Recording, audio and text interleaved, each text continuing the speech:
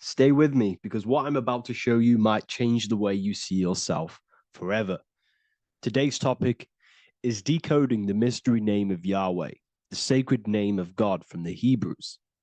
By the end of this video, you'll uncover the true meaning of the word Yahweh and how your connection to it unlocks your own personal power. When we look at the word Yahweh in Hebrew, we flip it on its side. We're actually looking at the human body. These are the legs, this is the torso, here are the arms, and here's the head. So if we actually switch this on its side, we see the human body. The Hebrew name Yahweh often translates to I am. The I am. Now, what is the I am? The I am, when you say I, you're referring to your highest self. Everything with the letter I in the beginning, most of them words are referring to our inner self, inside, intelligence, internal, in. The I represents the inside self, the invisible self. You cannot see the I am because this is the spirit, this is our consciousness. It's the intelligence controlling the human body. When you say I, you're not referring to your name, your job, your reputation, your ego, or your thoughts. You're referring to the observer who is beyond the thoughts, the one who's observing the thoughts. That's the soul. Look at the word Yahweh, Yahweh, the sacred name of God. Yahweh can be observed in the natural rhythm of the human breath. When inhaling, we subtly hear Yah. When exhaling, we hear Way. Do this yourself. Breathe in through your nose, you'll hear Yah. Breathe out, you'll hear Way. And in fact, the letter H, H, when it's pronounced, it carries the soft sound of wind or breath, a gentle exhale that mirrors the very essence of life, giving air. Breath is the spirit of life. It's what connects us with consciousness. If we stop breathing, we lose consciousness. The body shuts down. We're breathing the spirit of breath. We're breathing in the spirit of life. It's the very essence that gives us physical existence, and we're constantly staying connected to this breath at all times. Now let's look at Yahweh. 1, 2, 3, 4. There are 4 letters. The tetragrammaton is the 4-letter Hebrew name for God. Okay? Tetra meaning 4. We have 4 gospels of Jesus. Jesus is depicted with a cross with 4 sections. Jesus has the 4 sacred animals around the side of him, always depicted with these 4. A bull or an ox, an eagle, a man, and a lion. These are the 4 fixed signs of the zodiac. Aquarius, the man, Scorpio, the eagle, Leo, the lion, Taurus, the bull or the ox, which are related to the elements. Leo is a fire sign. Aquarius is an air sign. Taurus is an earth sign. Scorpio is a water sign. These are the 4 elements. And the 4 elements correspond to the 4 bodies of consciousness, as we see here. This is fire. This is air. This is water. This is earth. So we are made out of the 4 elements, which represent the 4 bodies of consciousness: mind, emotion, spirit, and body. The soul is incarnated into 4 sections. Hence why Jesus has 4 gospels. Hence why Yahweh is a four-named word, because we are tetraform. We have 4 bodies of consciousness. There are 4 pillars to reality: the mind, emotion, spirit, and the body. So what we're actually looking at here is the name of the very essence of the self. Yahweh represents the universal consciousness that we're all tapped into, because the body is like a radio. The body is basically a radio antenna, which is picking up the stream of consciousness, and we're all the same consciousness, just experiencing it in a different body. And Yahweh is the name for this intelligence that we're all acting out, that we're all manifestations of. So now let's look at the word Yahweh, where we read it this way in Hebrew, which is 10-5-6-5. 10-5-6-5 in the Hebrew letters and the numerical values. And the DNA is made up of four bases. These four things which create the DNA. This basis is the genetic code for all living things. Each DNA strand is held together by sulfur bridges that appear in a repeating pattern of 10, 5, 6, 5.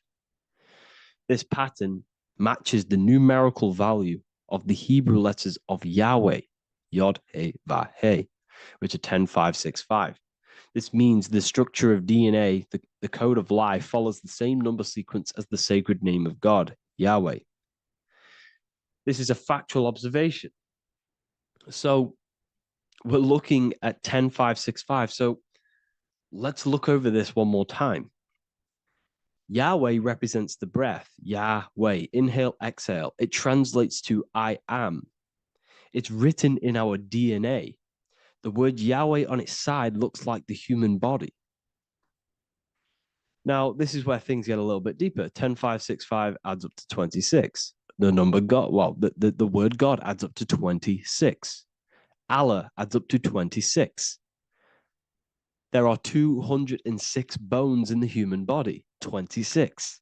26 adds up to 8. 8 is the number of infinity. We are all the infinite consciousness. Consciousness will never die. It's immortal. It's infinite. We are all infinite. We are not these skeletal structures. We are Yahweh, the universal consciousness. The creator of all things is our essence. We're all God with individual identities, but the highest versions of ourselves is God. The ego is our own personal experience of God. Does this make sense? So in conclusion, Yahweh is not the name of a separate God from us, but rather the reflection of the divine consciousness manifesting through the human form.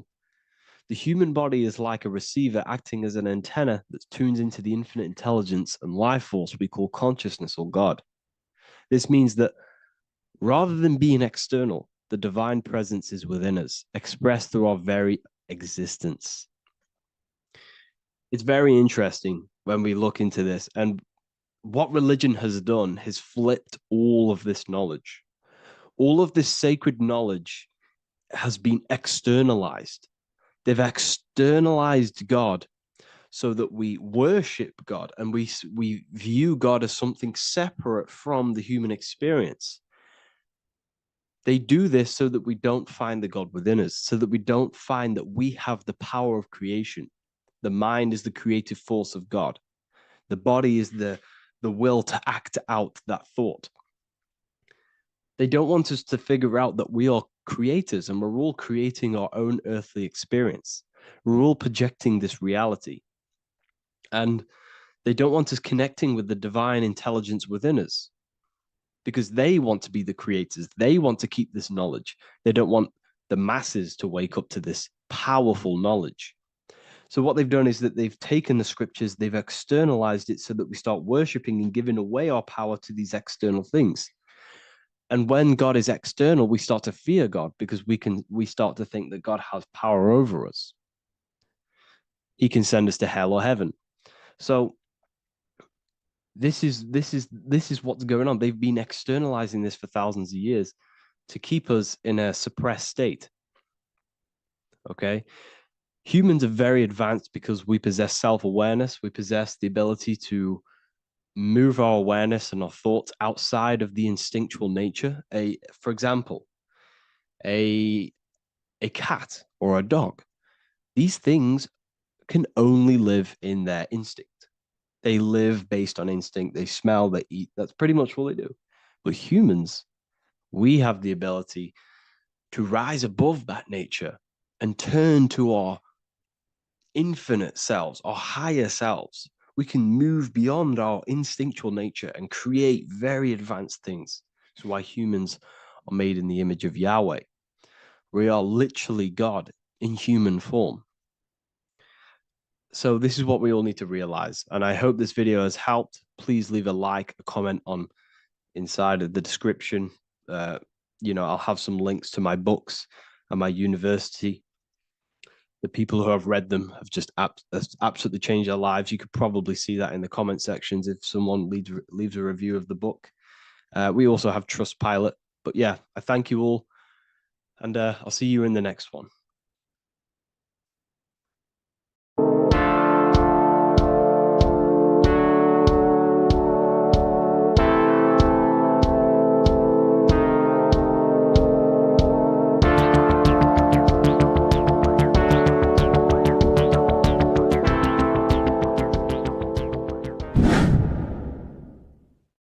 What is good, people? We're back with another video, and today we're talking about the chakras.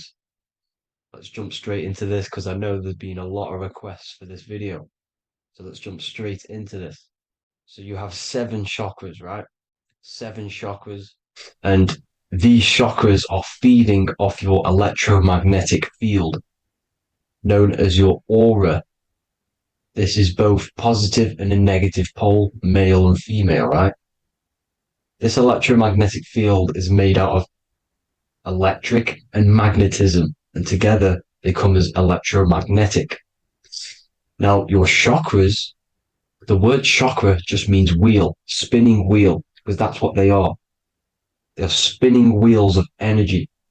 They do not exist on this physical plane. They exist on the etheric plane. Okay. Now, these energy centers are known to regulate your emotions, and each energy center controls the organs and cells in that particular area of the body. So, for example, your sacral chakra will control the cells and organs of your sexual reproduction area. Okay, the navel chakra or solar plexus will control the digestion in your body. Same with the heart, same with the throat, right? So they are like mini brains for each center of your body. They run along up the spine, but notice the crown chakra exists outside the body. It's just above the head.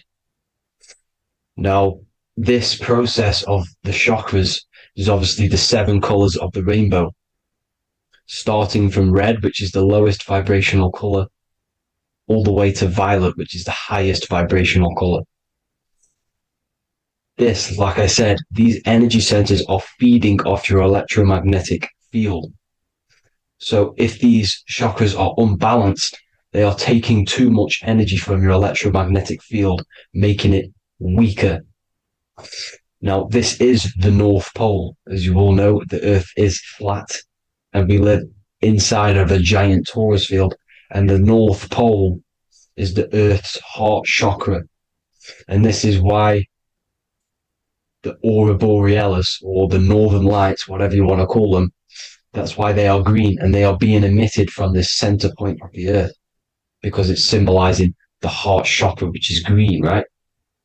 Now, you do work your way up to these. However, this is a torus field. You are a torus field.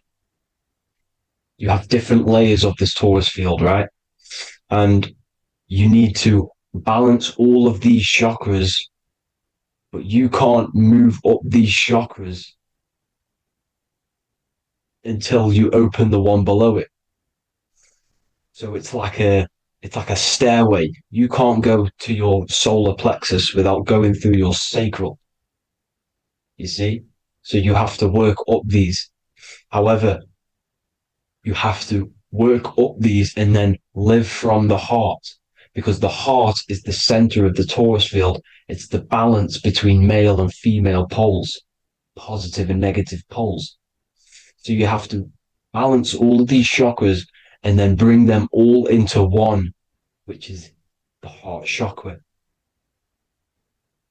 Now, they exist on the etheric plane. They exist on the etheric plane, and the etheric plane is a layer of the material plane. It's the one higher than the material plane. And then after the etheric plane, it melts into the astral plane. So they exist just between the physical and the astral aspect. Now, this is the yin and yang matter, which is the lowest root chakra, physical matter, and then to spirit, because high vibrational matter turns into spirit, low vibrational spirit turns into matter. So they're interchangeable. This is the yin and yang. Now, when you see ancient paintings with the halos, you see this is like a toroidal field coming out the top of his head, you see, with a halo. This was symbolizing in the old days, in the ancient days, that they've aligned their chakra, they've reached Christ consciousness, which is God consciousness, right? Now, this electromagnetic field is the apple that we bit out of in the Bible, because you see that apple is a torus field. So they were metaphorically or personifying the torus field. That's what the Bible is. It's a massive personification. It's all metaphors. You have to read it properly. It's got a greater meaning behind it. Now, when we bit from the apple, we ate from the tree of knowledge, which is good and evil. Our lower mind took over, so we materialized to feed our physical bodies. We materialized through Saturn. That's what Saturn does. Now, if you don't understand that, go and watch the video previous to this one called Occult Secrets of Saturn. And that will show you how Saturn is the materializer. Now, this is one of the secrets behind the Masonic compass, electric and magnetic, male and female, duality, positive and negative. Now, like I said, they teach you about the torus field, about a magnet in school, but they don't teach you about your electromagnetic field. Everything alive has a torus field. It is the building block of this creation. Absolutely everything has a torus field. There's not one thing without it. And as you can see here at the center of the apple, that's where the seed is. That's where the life is. The reproduction of that organism. As you see, this is where the most electromagnetic energy is stored, in the center, because this is where the two duality, this is where the field meets at the very center. This is why the seed is at the very center. Now, your spine is a elongation of the brain. The brain is heaven, and the bottom of the spine is hell. So this is Saturn, which is the root chakra. The 7 planets are associated with each chakra. Moon equals mind. Okay. Now, Saturn is physical matter, as I've just explained. This is the lowest vibrational color. And they want you trapped down here, which is your hell state, your animal nature, your physical nature. They want you to identify as the physical body. They don't want you to reach these higher states of consciousness. Okay? Now, in the brain, you have 12 convolutions. Now, this is what they were symbolizing in the Bible with the 12 disciples. And obviously in the Bible, it says the upper room where Jesus met with his disciples. This is heaven, the brain, the higher states of consciousness.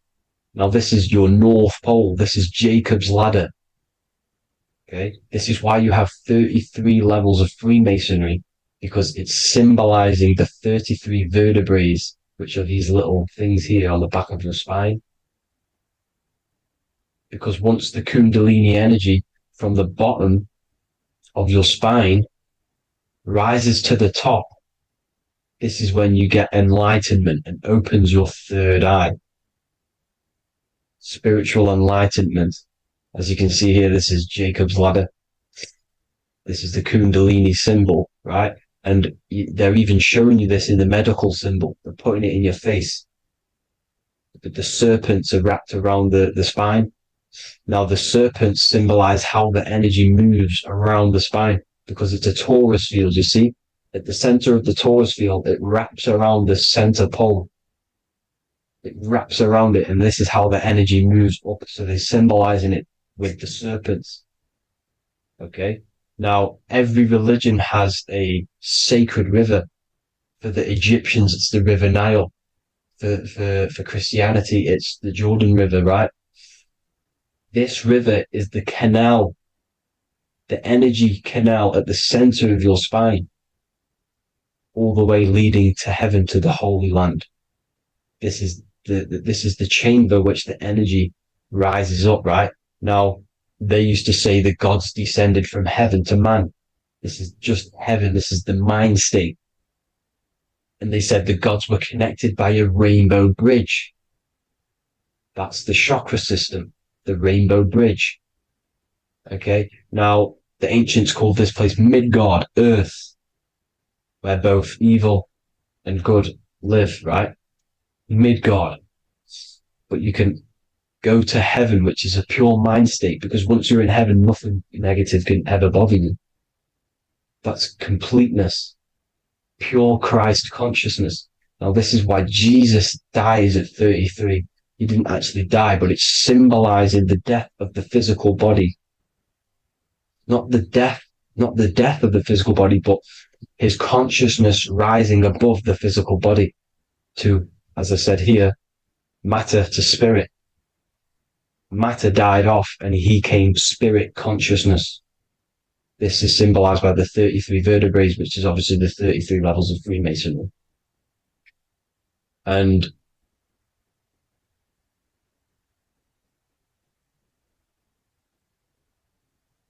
now the pineal gland, which is at the very top of this Jacob's ladder or the River Jordan, the canal, your 33 vertebrae on your spine. This is where the pineal gland sits, right? At the very top, at the center of your brain. Now, there's multiple ways this was symbolized. The Eye of Ra, which is used by the Egyptians. Now, this pineal gland is the seat of consciousness. This is where your consciousness is stored, right? And the ancient Sumerians used the pine cone, hence why it's got the word pineal gland, the seat of the soul consciousness. It produces DMT, dimethyltryptamine, which is known as the spirit molecule. And the pineal gland is wrapped in microcrystals, and we all know crystals transfer frequency and energy. Now, radios use crystals. A radio is a frequency transmitter turning a frequency into a frequency that we can hear with our ears, right? Because all the radios are actually playing right now in your ears. However, our ears can't pick it up, so the radio transmits it into a frequency that we can hear using crystals. So this is the power of crystals, and this is what our third eye is wrapped in, crystals. Now, this third eye is not actually your third eye, it's your first eye. When you're being materialized in your mother's womb, this is the first gland that is produced, and everything's built around it, because it is the consciousness. It is your consciousness. Your consciousness never dies, ever. It's an eternal essence. It lives forever. You never actually die. Only the mortal body dies. Now that's what we call life. Life is abided by time, and time is change. And change is what we call life, because everything's constantly moving and transforming into different things, right? Now let's not get off track. The pine cone is obviously, this is in the Vatican here. The pine cone is symbolized as the pineal gland, pine. And this is the opened pine cone. The opened pine cone means or symbolizes the awakened man, the awakened third eye. But the ones here, which the Sumerian gods are holding, these are shut pine cones, symbolizing the unawakened man. But let's not get confused, people. These gods were not gods. They are human beings just like you. They reached Christ consciousness. They are nothing more special than you. They just had the ability to reach Christ consciousness. And obviously their knowledge was far more intelligent than ours, far more advanced than ours. They knew the truth about this reality to the depths. Now, the ancient Hindus had a goddess called Kundalini, which is said that she descended by the means of a ladder or a cord from heaven, which is symbolizing the spinal cord. Now, this is what Hickory Hickory Dock, the mouse went up the clock and came back down. This is all these stories, like Santa as well. Santa comes up and then down the chimney.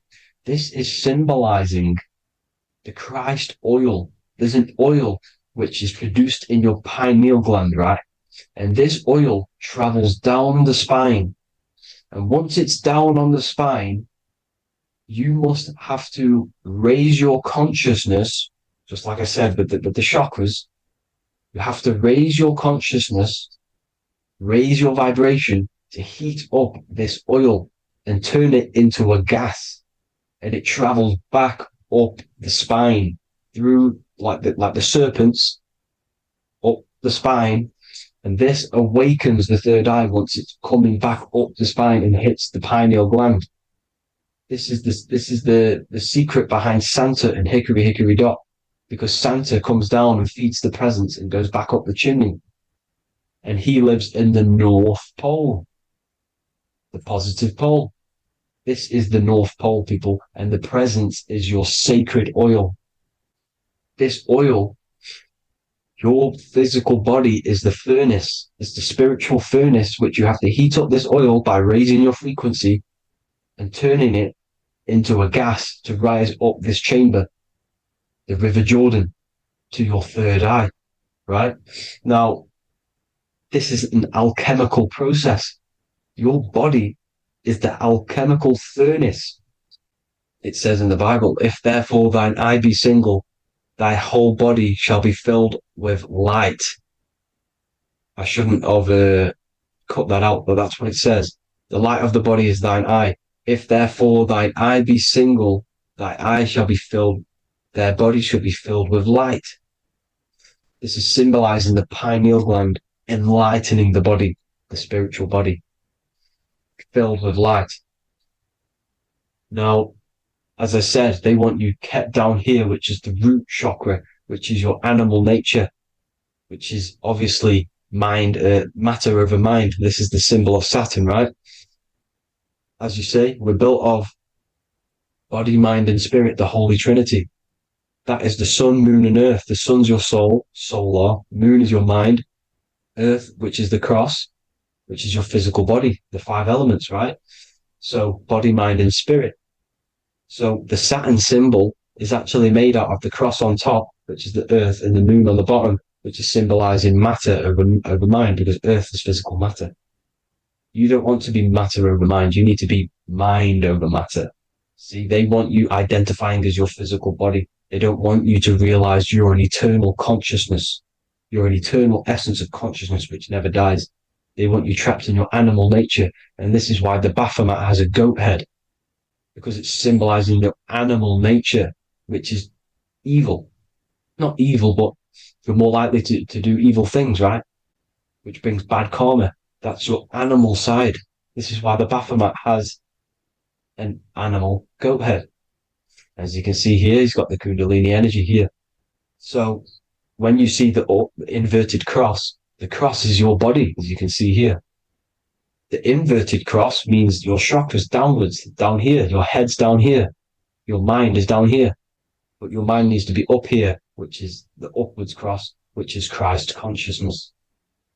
And as we all know, 7 colors of the rainbow, 7 planets, 7 chakras. Red light is low frequency and long range. This is why Saturn is the slowest moving celestial body. And it's the lowest chakra, because it's low frequency, long range. The moon being the crown chakra, which is high frequency. This is why the moon moves around the quickest. The moon is your crown chakra, which moon in mind. See, so there are multiple ways of your chakras becoming blocked. Now, each chakra has a specific intelligence. It has a specific thing that it's doing for the body, right? Now, this can be overused. It can be abused. For example, masturbation. That keeps you down here in your sacral chakra, because you're abusing that energy center. You're abusing your sexual energy, which is then becoming unbalanced. So this is how energy, this is why these centers are pulling more energy out your electromagnetic field, because these centers are wheels. The chakras just mean spinning wheel of energy. So when you're abusing these certain centers, you're pulling energy out of your electromagnetic field, which is making your field weaker, which is making your frequency lower, which makes you prone to diseases, prone to lower negative energy, right? So you need to align these chakras. You need to unbalance them. And as you can see here, you can screenshot these to see how they're blocked. I'm not going to go over each one because it'll take me forever, but have a little read yourself. This is why they're blocked. Now, the ancients used to say Aum when they meditated. Now, these are the 7 vowels. There's not 5 vowels, there's actually 7. Now, when they say Aum, they're aligning all their chakras by saying this when meditated. This is where the Aum originated from. Now, emotion is energy in motion. So if you're feeling a certain way, that's the energy you've put in motion. It's a reflection. We live in a mirror reality. Everything's mirrored. Everything's mirrored. As within, so without, as above, so below. Everything's a reflection of some sort. So whatever you're feeling, you're doing something wrong. It's telling you you're doing something wrong from the root cause. Because your energies are the effect. You're feeling the effect of something you've caused. The law of cause and effect. Nothing escapes it. Now, the Jehovah's Witness believe that exactly 144,000 faithful Christians go to heaven or be resurrected, right? This is not true. This is symbolic. 144,000 go to heaven. Now, the petals on the chakras, this is the root chakra, this is the crown chakra. Now, if you add up the first 5 chakras, the petals, add up the petals on the first 5 chakras, you get 48. And then you get to the third eye, which has 2 petals. 48 times 2 equals 96. 96 plus 48, which you got from here, equals 144. The last chakra has 1,000 petals. Times 144 times 1,000, you get 144,000. This is a frequency. This frequency is the frequency of the ascension up your chakras. This frequency is a high frequency, which turns that oil into gas, which rises up the spine, activating your third eye. Right? So this is all the religions are all symbolic for this sacred secret of Christ consciousness. As it says in the Bible, the kingdom of God is within. It's not out there, people. You must look within yourself.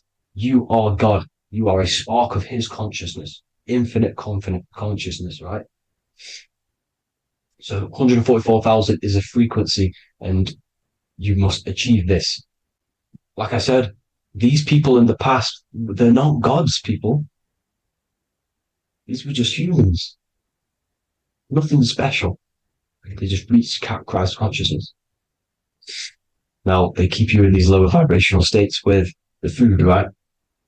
And as you can see here, all of these fast food restaurants are mainly are red and yellow, which are these lower states, these lower 2 chakras, lower vibrational colors, because they want you trapped down here in matter.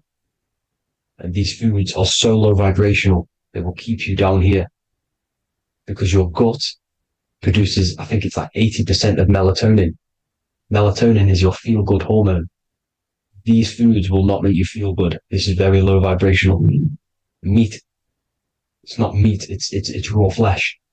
These animals are stripped from their family, put on a conveyor belt, watch their friends be tortured, and then get slaughtered in a slaughterhouse. Think of all the fear that's running through their blood, all the hormones, all the fear, and you're going to go and eat that very low vibrational energy. As you can see here, this is the light photons within fruit. You can see the life force in this fruit. You must think, feel, and do positive to raise your vibration. As you can see, earth equals heart.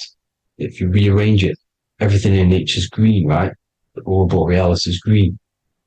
You must align all these chakras and then live from the heart, because the heart's the center of the Taurus field. You must become the consciousness in the center. So that's it for this video, people. Thank you all. God bless.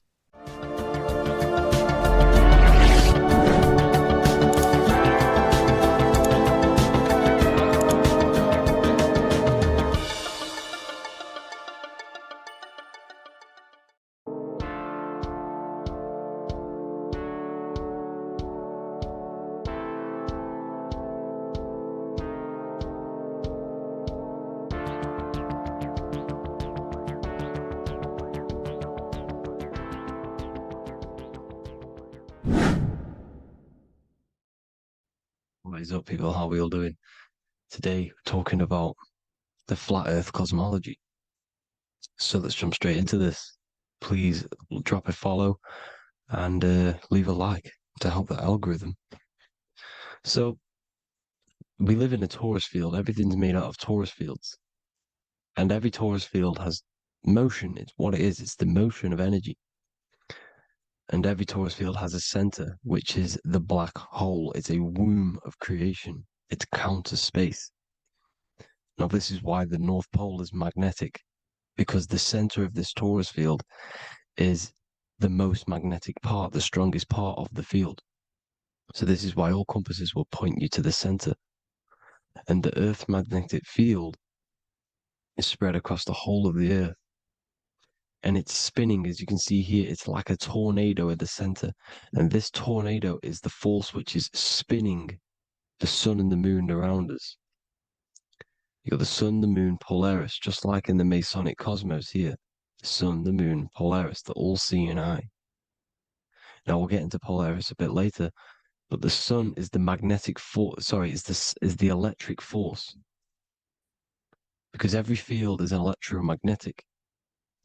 Now, the sun is electric. It's positively charged. It's going to give you energy. It's feeding energy.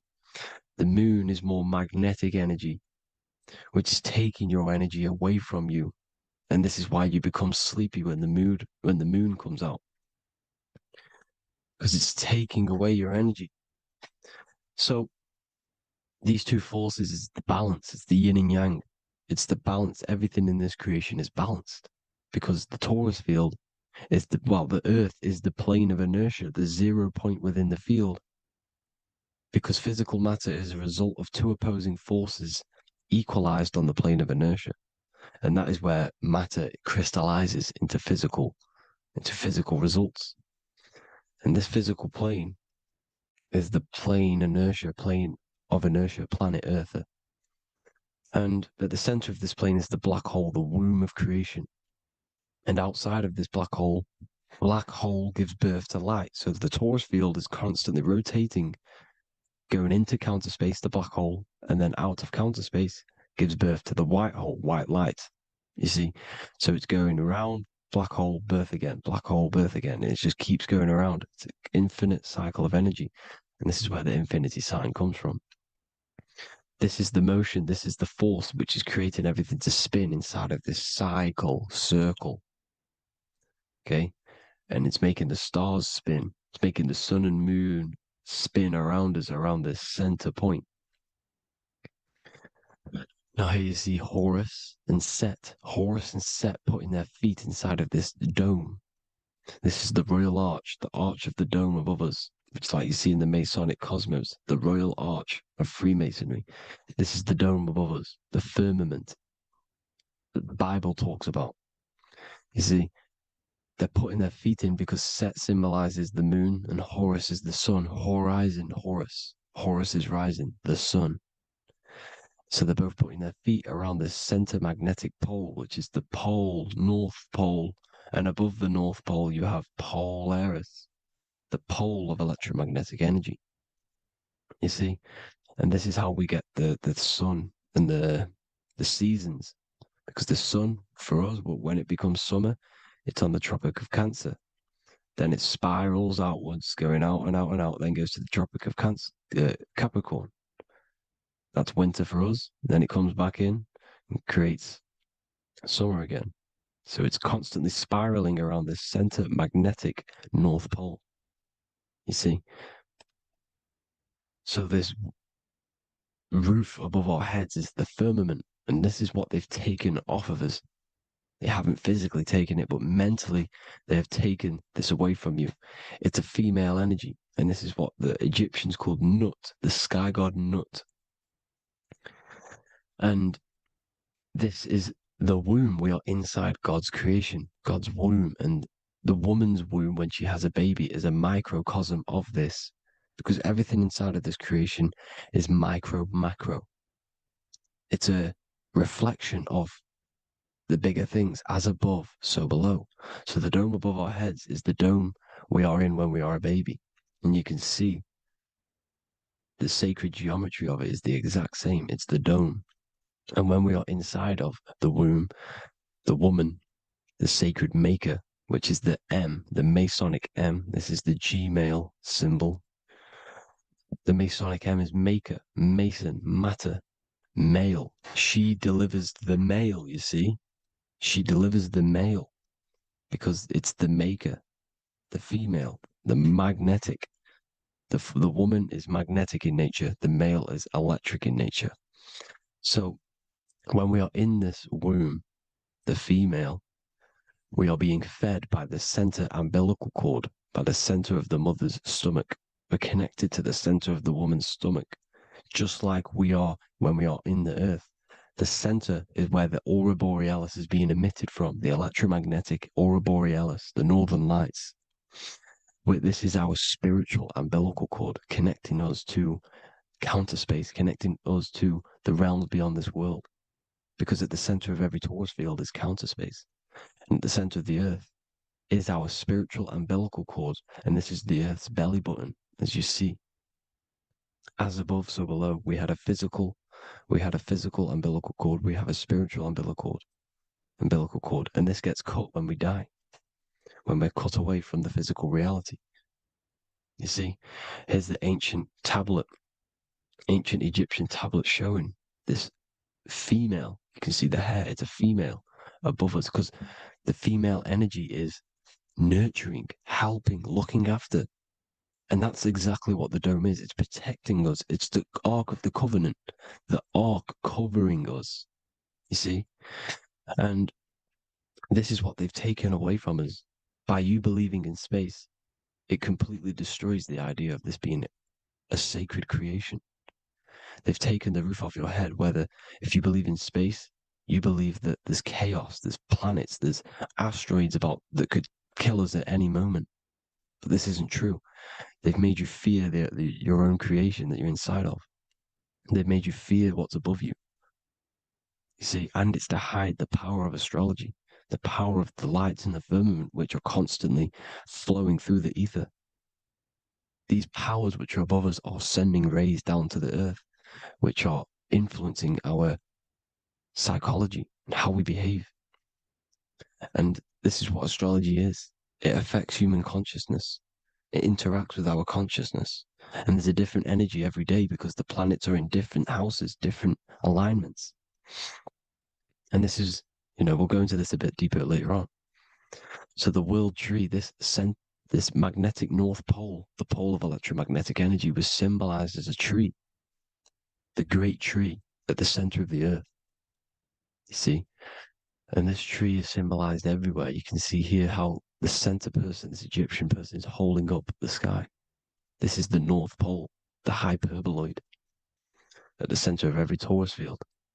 And this tree was in the Mayan cosmology. This is an ancient depiction. This is the torus field. There's the plane of inertia. Here's the center tree. Here's the tree in the center, the magnetic North Pole, the woman holding the stars. Here's the Hindu with the two birds symbolizing the sun and the moon revolving around this center tree. The Mayan tree, his Horus and Set around the North Pole. They all knew this flat earth cosmology. They knew these secrets. It's so sacred you understand the creation that you're inside of. Because if you don't, you'll be led astray. You don't know where you are. You're lost. See? And here's the Masonic art with the rays of the stars coming down with the tree in the center. So it was personified as a tree. And we are in Asgard, Midgard, the middle garden, where there's good and evil. So the 7 layers of heaven, which is talked about in the Quran. Each planet has a different layer of the firmament, and this is the 7 layers of heaven, and these are our 7 layers of the energy centers in our body. So we start in the stars, so we are stars in a physical body. And this is why we say Mr., sister, fraudster, sinister. Stir is star, and we are in the stars, and our star descends into the soul system, not solar system. And as we descend into the soul system, We enter Satan's kingdom, Satan's world. As it says in the Bible, Satan is the God of this world. Well, if you've been into my research for a while, you know Satan is Saturn. Saturn's world, because Saturn's the outermost ring. He's the Lord of the Rings.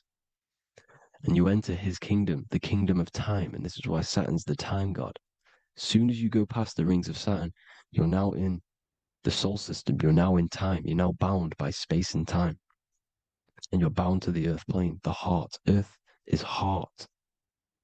It's a rearrangement, it's an anagram for heart. And the heart of the electromagnetic color spectrum is green, and that's why the earth is green. And above green is blue, and this is why the sky is blue. In order to go to heaven on the macro scale, you have to go through the blue sky, through the 7 layers of heaven. In order to reach heaven in your body, whilst you're here, you have to go through the blue chakra to your head, which is heaven. It's micro, macro. Everything is micro, macro inside of this creation. It's an ancient. I think this is a French image, piece of art from the ancient French, with obviously the 7 layers of heaven, which they all depict. And notice how it's like a dome. We'll go into this dome symbolization, the Royal Arch of Masonry, which is next. But these 7 layers of heaven give us the 7 metals, the 7 days of the week, the 7 diatonic tones, the 7 chakras, the 7 everything. It's God's favorite number. And this is why the Masons use the G inside of the compass, because the G is the 7th letter and God starts with G. You see? So it's 7. God is 7. Here's another depiction of the heart, the soul system, the 7 layers of heaven. La fermente, la fermette. You see, la firmament, with the stars on the outermost layer. Here are the 7 planets: Jupiter, Mars, la Sophie, the sun, la luna, the moon. So Saturn. So we are in the heart of this soul system. In order to ascend, we need to ascend up our chakra system, reach 144,000 hertz, God consciousness, the God man. You have to unfold God man, master of the mind, mastery of the mind. So what are the stars? The stars make everything unique. The stars are constantly rotating around the center, magnetic North Pole, the tornado at the center, which is stirring everything. It's stirring the ether. The center is the ether, and the 4 elements are born out of this ether. There's 5 elements: ether, spirit, water, air, and earth. The ether gives birth to the 4 other physical elements, which the whole of creation are made out of. About them 4 elements. 4 is the number of stability. You know, a chair, a table has 4 legs. It stables things. It's a foundation, and these 4 elements are the foundation of this creation. You see, and this magnetic North Pole is stirring this, and the 4 vibrational states of the ether are the 4 elements. Now let me get back to the stars. I just wanted to give you that. The stars are being stirred around this center point. Center. It's stirring everything. And they're always in different alignments. Every millisecond they're moving in different placements of the stars. And the planets are called the 7 wanderers because they're not fixed. The stars are fixed. But the planets they're called the 7 wanderers, the 7 layers of heaven, because they move faster and slower than each other. Each planet is slower and faster. Has a different rate of speed it's moving. So these alignments are mixing in with the energies of the different 12 constellations. And this is why you have a unique characteristic. You have a unique look, a unique energy, a unique personality.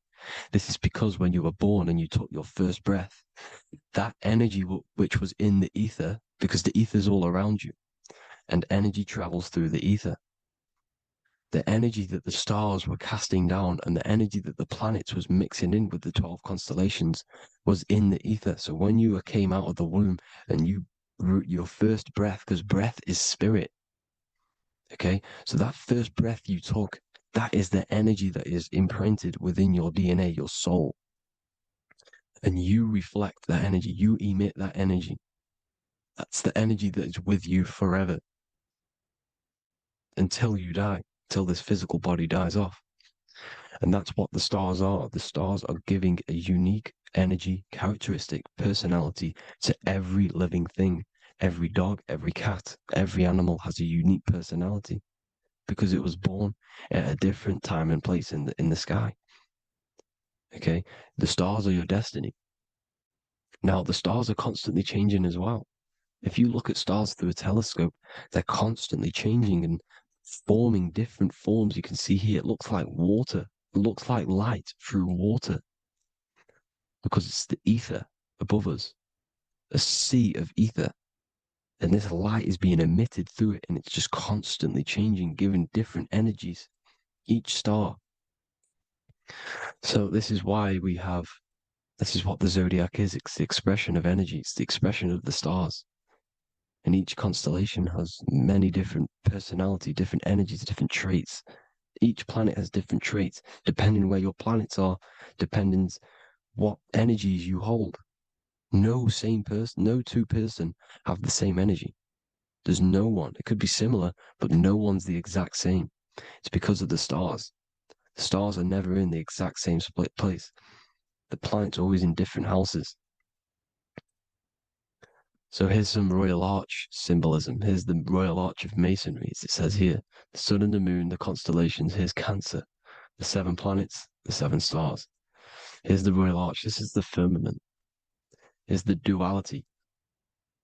Black and white, duality, good and evil, rest and motion, dielectricity, magnetism. See? So this is what the Royal Arch is. It's symbolizing the cosmic dome above us. The womb we're in. We're inside God's womb. And here's George Washington, the Freemason, inside of the Royal Arch. You see? With the G, the Masonic G, God, 7. Here you see another depiction of George Washington with the stars in the dome above his head, his Polaris, the sky vault, Polaris. We'll get into that later. Go inside of all of your ancient churches, you will see the dome. Go to the Vatican, you'll see the dome. All of your ancient churches have this dome because it's the dome above your head. The ancients knew this. This was known. We did not live in space. It was known back then. They all knew. This is Crown Court, which is one of the most important courts in the UK. You can see it's clearly so much Masonic symbolism. You've got the 4 pillars of Masonry. The Royal Arch is like an arrow pointing upwards to Polaris. As the Disney World is under a dome. In his Polaris, the sky vault. You see?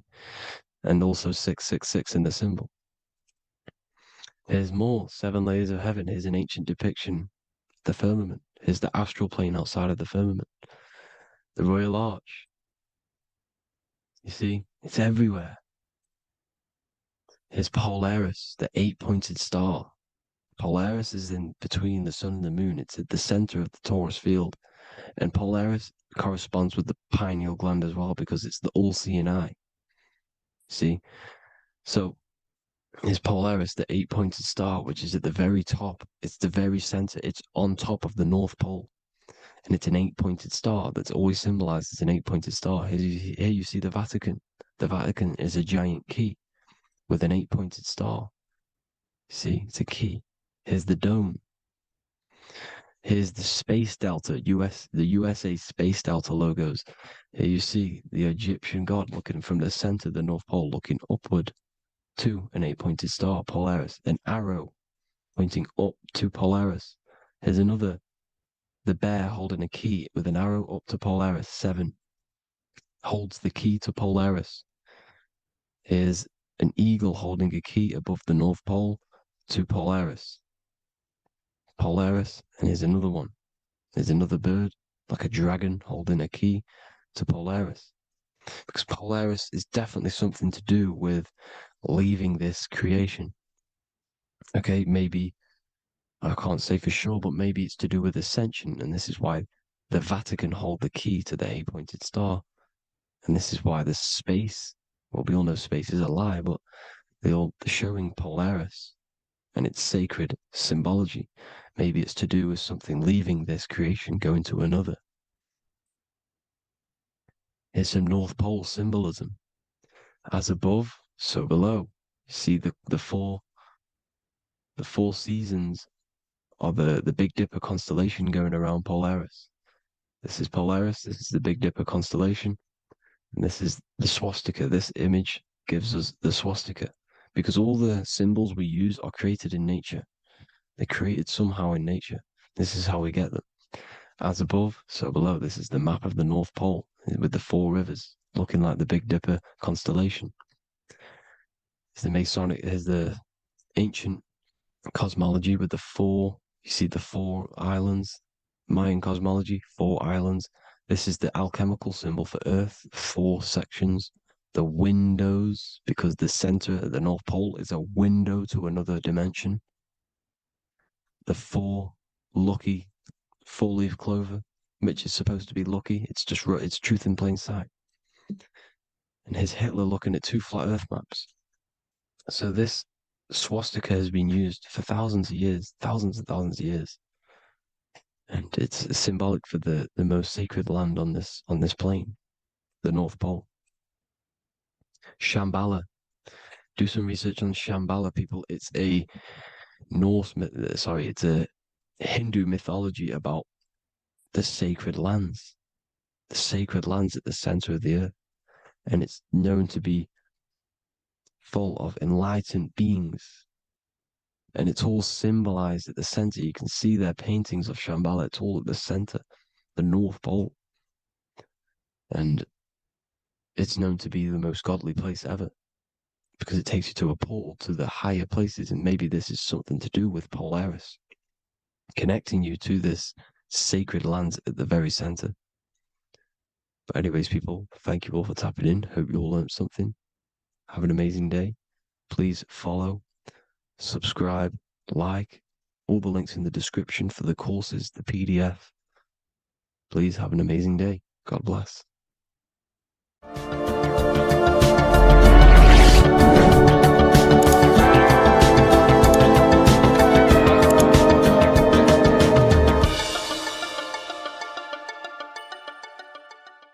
Neo is plugged in on the back of the neck, which is the reptilian brain stem. The reptilian brain is all to do with survival mode, survival state. It's always scanning the environment for safety, whether that's physically, emotionally, or mentally. It does not think. It is instant. For example, do I smack the guy or run off? If something happens to you, like a car's coming really quick to you, you do not think about this. The reptilian brain is the animal instinct that will instantly move your body on the instant reactions. Hence why it's the closest brain to the rest of the body. It has instant access to the electrical nervous system to control the body at instant reactions. Now, Neo is plugged in on the back of the neck, which is the reptilian brain. Therefore, the matrix is the body itself. It is the lowest state of consciousness. This is what it represents. The word matrix means womb. It translates to womb because your body is a womb. Your body is a vessel for universal consciousness, for God consciousness. And the body is also a womb where you can be born again outside of this body by raising your consciousness, by awakening the neocortex. This is why Neo is called Neo, because it represents the neocortex. This is the higher aspect of our brain. This is all to do with new things, higher reasoning, higher thinking, new learning. You see, the brain is a receiver for universal consciousness. Now, what do I mean? It is a radio receiver. Think of it like this. You have a radio tower which emits frequencies. And each little frequency, 00.1, 00.2, 00.3, each 00 point is a different person. We are all the same universal consciousness, encapsulated inside of a different vessel. This is why our body is the temple of God inside of the Bible. Your body is a sacred temple of the divine essence of the universe. However, consciousness is controlling this physical body. And I'll show you this diagram here. Consciousness consists of imagination, emotions, thought, and memory. All of these things are not physical. They're not made out of atoms. You cannot think with atoms. If I split open your brain while you are thinking of a cheesecake, I would not see a cheesecake. It's because these things exist metaphysically within consciousness. They are not physical. The body is physical. It's part of matter. It's part of time. You see the Leonardo da Vinci, the circle and the square. The square represents limitation, beginning and end, because when you draw a square, there is a beginning and end. It represents the body, the mortal self, the ego, the echo. Then you have the spirit raised above, which represents spirit over matter, mind over matter. Invisible forces create physical forces. Everything physical exists in non-physical. This is also the Freemasonic square and compass, why the square is below the compass, because the compass creates the circle, which is spirit or mind. Then you have the square, which is matter. Mind and matter are the same substance. Mind creates matter through thought. Everything in this physical universe manifested through thought. Everything began as thought. So you are spirit and matter. You have a material body and a spiritual body. And you are right in the middle. This is why humans are very, very important. Because we have an animal nature, the reptilian brain, and a higher consciousness, the neocortex. And we must awaken out of the matrix, which means womb, which is the body. And Neo is waken up from the lower self, the reptilian brain, and moves into the neocortex. Because the brain is a radio receiver for consciousness. Now, what do I mean? I went over this before. Your consciousness is controlling the brain. The brain is a computer. And when our consciousness, our imagination, our emotion, our thoughts, and our memories are all contributing towards just survival things, food, safety, fear, all of these things, and our consciousness is locked into a survival state, we are using the reptilian brain. We're no longer thinking. You don't think with the brain, but the consciousness is thinking, which activates the different parts of the brain. When we think for higher reasoning, we use the neocortex. It stimulates the neocortex. When we think about survival, we're using the reptilian brain. So therefore, when Neo wakes up, he wakes up to the higher aspects of consciousness, which is only utilized by the neocortex, by learning new things and expansion of the mind and expansions of consciousness. Okay? So the whole matrix is to keep you designed, well, the whole matrix is designed to keep you in a survival state, in the three-dimensional awareness.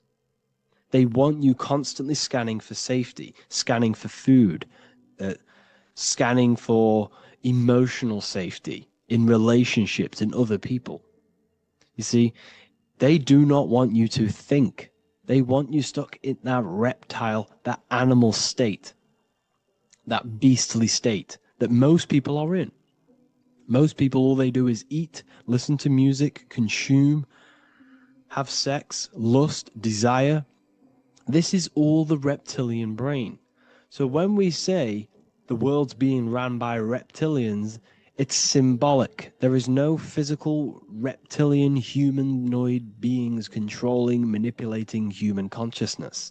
We are all the same consciousness. However, there is a corrupted state of consciousness running this world. And this consciousness worships the physical plane. And they control the physical plane. So by doing that, they keep you stuck in a reptilian way of thinking, the animal state, to keep you stuck in the lowest state of consciousness. Now, this is the god Osiris, which represents the reptilian brain. None of the Egyptian gods ever existed. They are all symbolic for the brain and anatomy of the human body.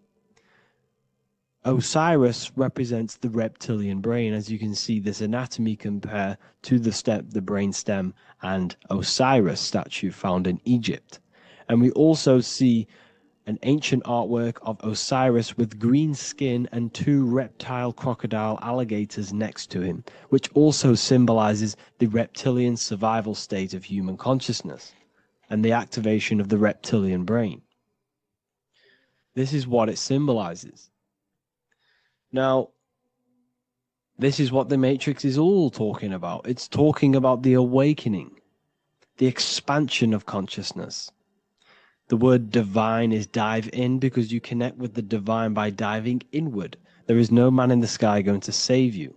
You must connect with the self. Know thyself. Truth comes from within.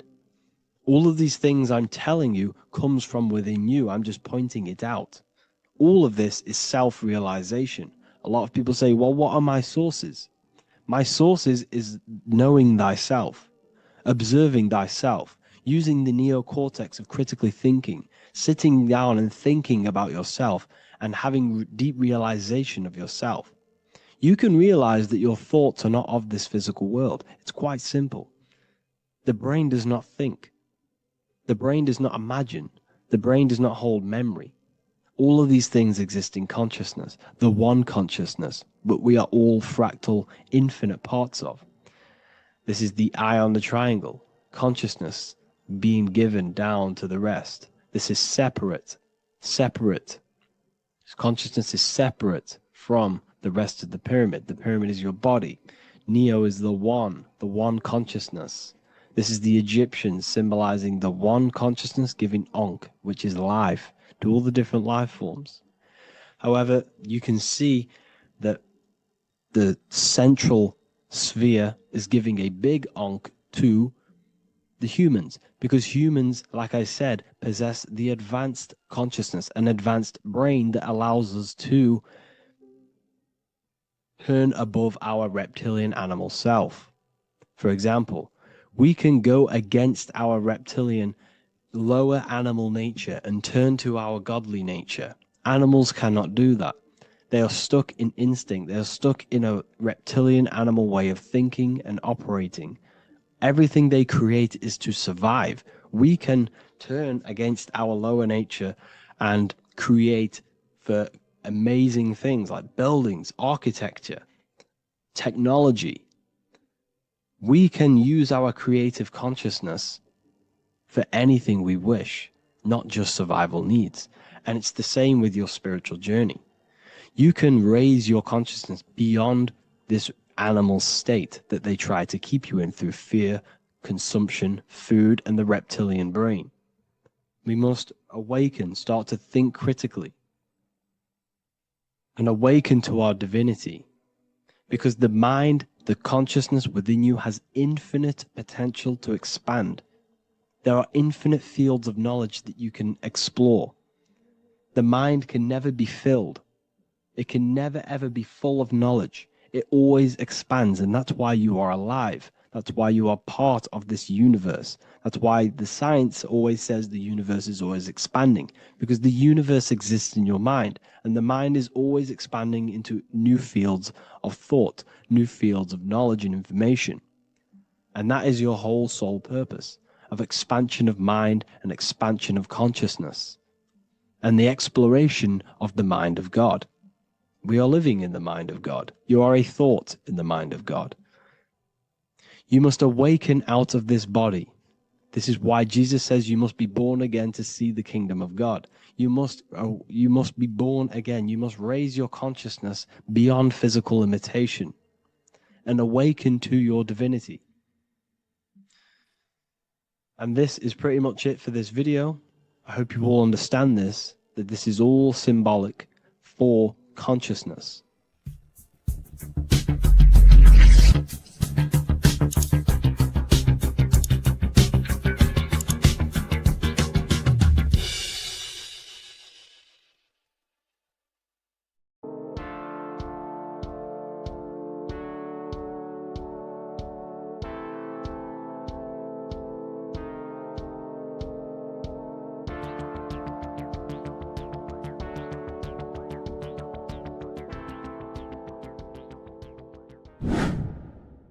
Hello and welcome to another video, people.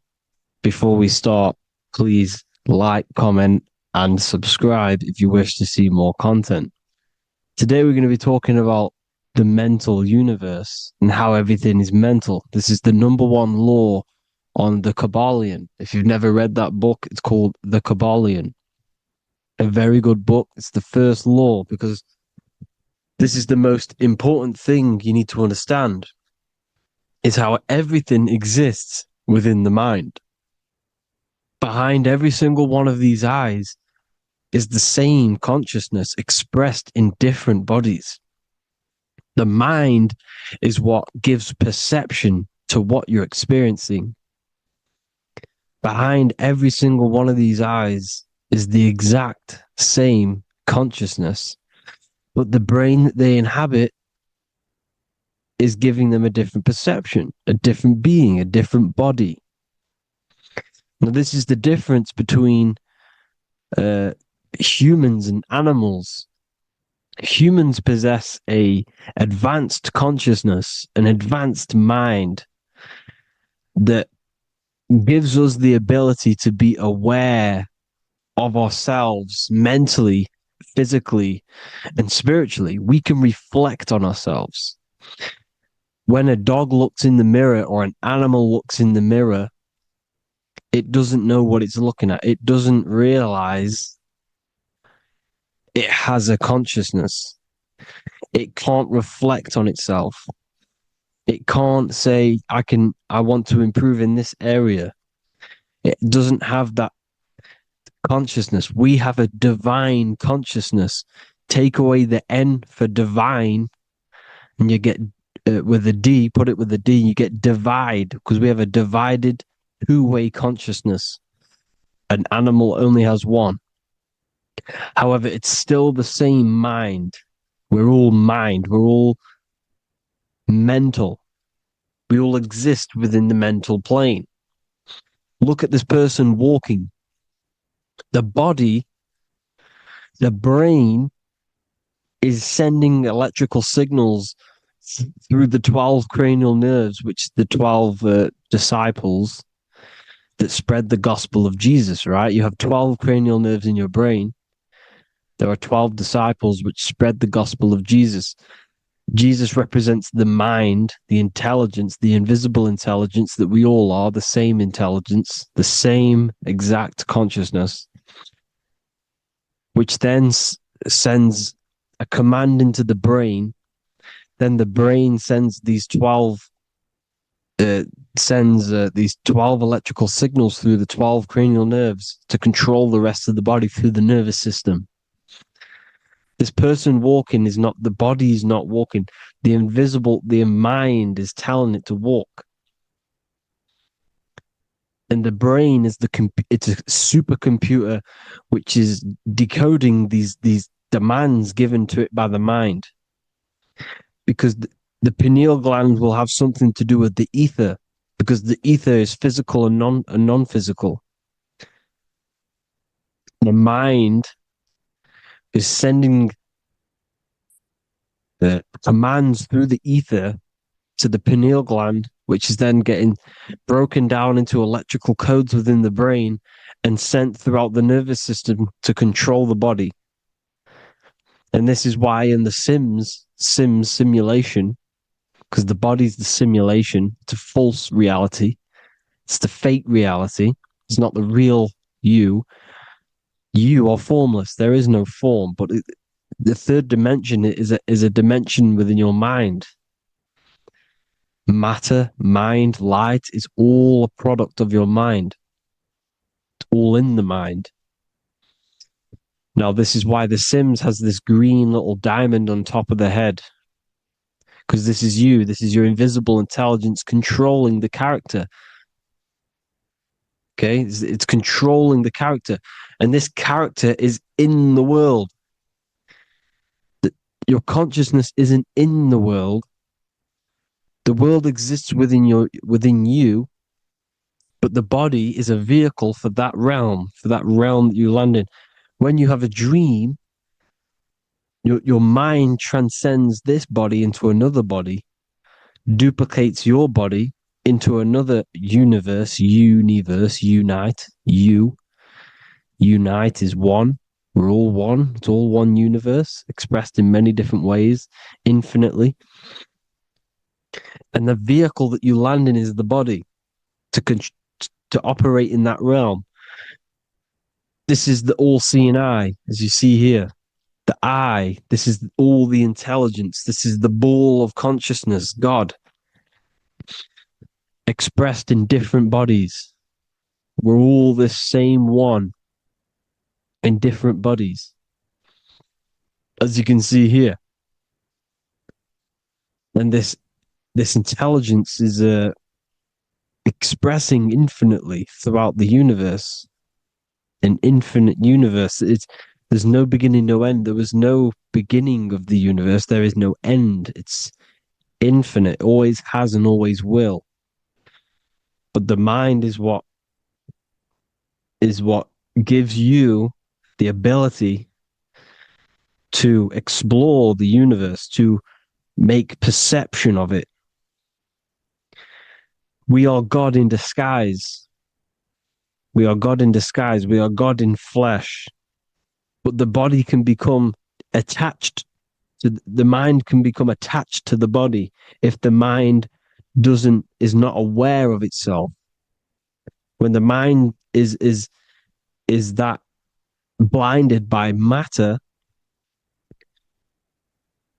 and we lack knowledge and understanding of what we truly are, a formless, infinite being, a traveler. This is why Freemasons are called Freemasons. Mason means traveler, free. You're a free traveler because your consciousness is a traveler of the universe. When we lack understanding, our mind bounds to the body because we don't separate the body with our different layers of consciousness. When we separate them and identify that we are mind, body, emotion, you then can apply this knowledge to when you want to astral travel and explore the different realms of your mind, because the mind is the universe. People, this is what we need to understand. The mind is the universe. I am you and you are me. This is the Egyptians showing you this. The Ankh is the symbol of life. This is the one ball of consciousness, mind, giving it the Ankh life to all the different life forms. The cows, the birds, the snakes, and the big Ankh given to the humans, because the humans are the most intelligent. We have the most advanced consciousness. We have the most advanced consciousness. This is why the one is giving a big Ankh to the humans here. Here you see again, this is not the sun. This is also showing Ankh giving out its life to all things infinitely. And this is the Most High. We are the Most High in disguise. When we strip off the body, we strip off the desires for the physical world, we strip off all of these fake identities that the mind gets attached to. That is God. The universe. You are the universe experiencing itself. I and I. The letter I and the number one is just one line. The letter I is the number one. Because your I am, when you refer to yourself as I, every single one of you who's watching this video refers to yourself as I, which is the one. We are all the one. We are all intelligence. We are all invisible. We are all the one. One is the only number. 1, 2, 3. Everything goes up in ones because there is only one. Doesn't matter how far you go down the line with numbers, all of their numbers are created by one, because there is only one. It's me and you are the exact same consciousness expressed in different bodies. Mind, cause. There is only one cause. There is only one mind. There is only one being. But because we lack understanding of this, we think we are the bodies. And this causes division, because the physical world is the most illusionary world. It's an illusion. It's all an illusion. Now you see with the two, you look with the two eyes, but you see with the inner eye, the mind. Okay, the mind is the mental plane is a shared plane, and it gives perception to what you're looking at. The mind. I'm affecting you when I speak, because the mental plane is shared. We all share mind. We all express mind. When I'm speaking to you, I'm affecting you because we are mind. So the words that I'm saying, which are being manifested from my mind, are being manifested through my body into vibration, is affecting you. I'm affecting you with what I'm saying. And these words are having an effect on your mind, because we're all mind. This is why you need to be careful what you're listening to, music and all sorts, because music can also create thought loops within your mind. Because the chorus, we shouldn't be listening to choruses. Choruses are loops. And what they're saying in the chorus is being looped. And this can create thought loops within your mind. Go and listen to an old song that you used to listen to about 5 years ago, 10 years ago, 20 years ago. Go and listen to an old song, and you guess what? You will get nostalgia. Why will you get nostalgia? Because that song will trigger the thoughts that you were thinking in that time of listening to that song. So songs with choruses create thought loops, and they reprogram your subconscious mind. It's important why music is very powerful. Mind and mind, same word. See, language is the truth, people. This is why I use language in all of my presentations, especially the English language. It's riddled with occult truth. I is my me, I, you, and me, or I, one. We are not the name, we are I. Every single one of you is I, because we are all the one, all mind. Now, the only thing that is truly mine is my mind. When you say something is mine, it's an illusion. It's not yours. The only thing that is mine is mind, my mind. Okay? It's my mind. It's the only thing. It's the same word, mind and mind. Like I said before, everything's one. Hot and cold is different degrees of the same thing, of the one substance, of degrees. The 7 colors are different frequencies of the one white light. Everything is one. There is only one. We are all one. Everything is one. Hot, cold, day, night. It's the same degree of one, which is mind.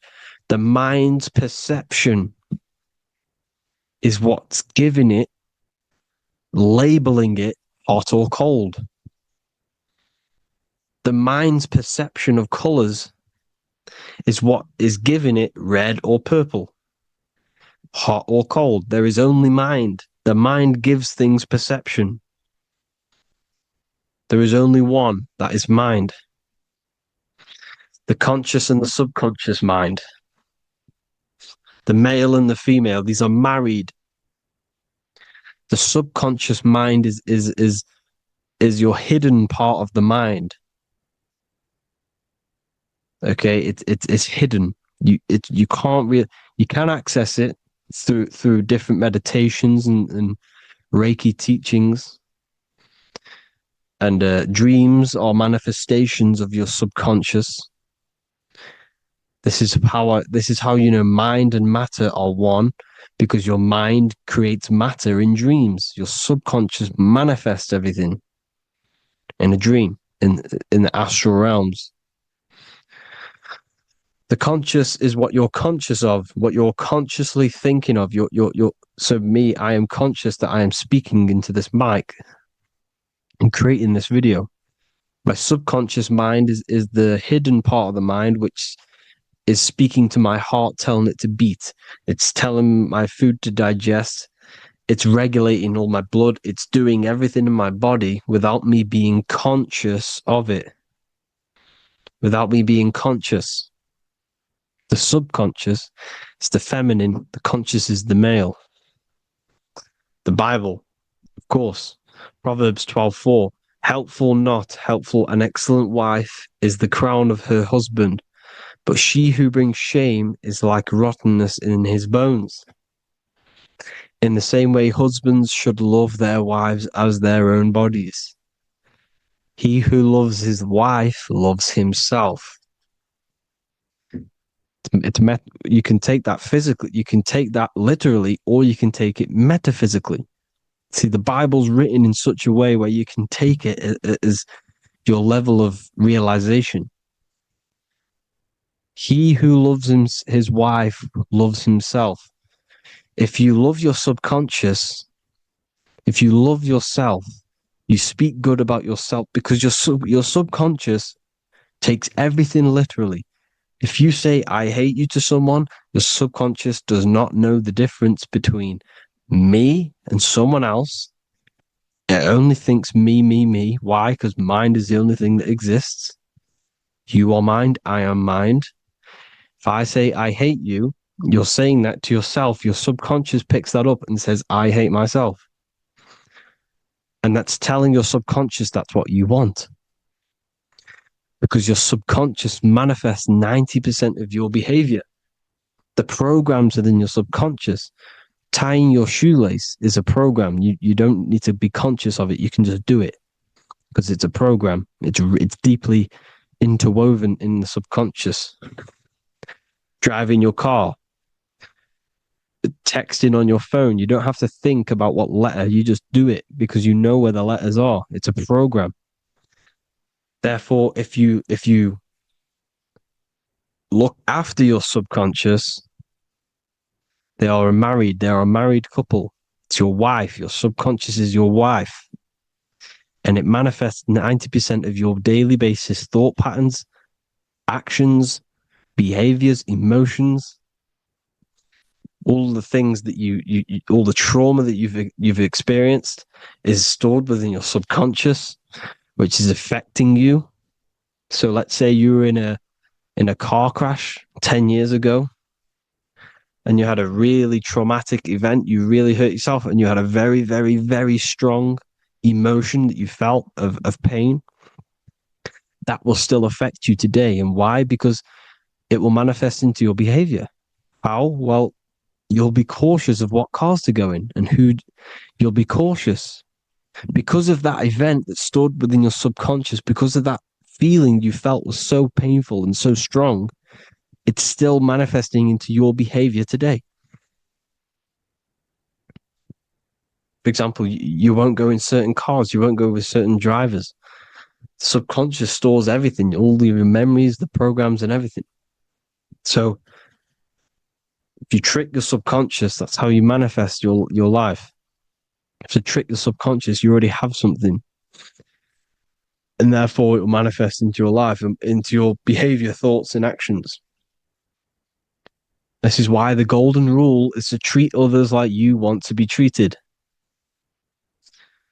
Because I am you and you are me. We are all subconscious. We all have subconscious. Whatever I do to you, I do to me. Because my subconscious picks that up and thinks I'm speaking to me. Mind is very powerful. Whatever I do to you, I do to me. Treat others like you want to be treated. The golden rule. That is the only rule we need in this realm, in the universe. If everyone understood this rule and how the subconscious works and how karma works, we'd live in heaven on earth, the Garden of Eden, the golden age. As a man thinketh in his heart, so is he. Proverbs 23:7. Where your heart is, there will be your treasure. Your heart's the emotions. The storehouse of emotions is where you feel emotions. You have to let your emotions move through you, not become you. You can't let your emotions become you. But except be like the sky and let them pass through you. Be like the clouds and the stars passing over. Let them pass through you. Do not let them become you. And this is how emotions can take over your mind. We are driven by, when a man is driven by emotions, he has no self to control. You must control the mind, because the mind can be corrupted. Because your thoughts are electrical in the brain. Your thoughts come from the mental plane. So how the mind works is that you place your attentions on something in the mind, and infinite information just flows in. Think about it. When you think of a certain topic, as soon as you think of that topic, information comes flying into your mind. Different ideas, ping, ping, ping. It's all connected. It's why we call it a mindset, because your mind sets itself to frequencies. And when we think of something, we tap into that frequency, and just the universe, the mind, the mental plane just flows in information based on that frequency and that thought. The universe is just information. All of the information out there, nothing is new. It's all there. You just have to tap into it. You can tap into these different thoughts, and it's all there. Everything already exists within the mental plane. You don't think anything. You receive thoughts. We all share the mental plane. We affect each other. I'm affecting you. Listening to me is affecting your mental plane, your mind. The physical plane is the lowest plane. It's the world of effect. Everything you see in the physical plane is the effect of mind. Like I said, the person walking is the effect of their mind telling the body to walk. The physical plane is the lowest dimension of your mind. Mother Earth, we are in a mother. We're in the womb still. The earth is feminine. It looks after you. It provides you with food for free. It grows on trees, with water. It's Mother Earth. It's the womb. The dome above your head is your mother's belly. Okay? Is your mother's belly. You're in the womb still. You're forever in the womb, because your mind's constantly expanding. Because when the baby's mind figures out that there is a reality outside of its mother, it starts to hear the people on outside of its mother, what does it do? It figures a way out of the mother, and it becomes born again in the water, in a hospital, into the other world. It's the same with our minds. When our minds figure out there is other worlds beyond this physical, we explore them. The astral plane, for example. You figure a way out of the body. Because when you're the firmament, look at the word firmament, meant at the end. Firm is firm, something strong, something like a rock is firm. If your mind is firm like a rock, you will be stuck under the firmament. So, for example, people who are very programmed and can't think outside the box, they have a firm mind and they'll be stuck under the firmament because your mind is the only thing that's keeping you under the firmament. It's the only thing. When you're doomed, doom is dome. This is the dome, which is your head. Your head is the dome. Above your head, above the earth is the dome, the ethereal barrier. But that's just an external manifestation of your head.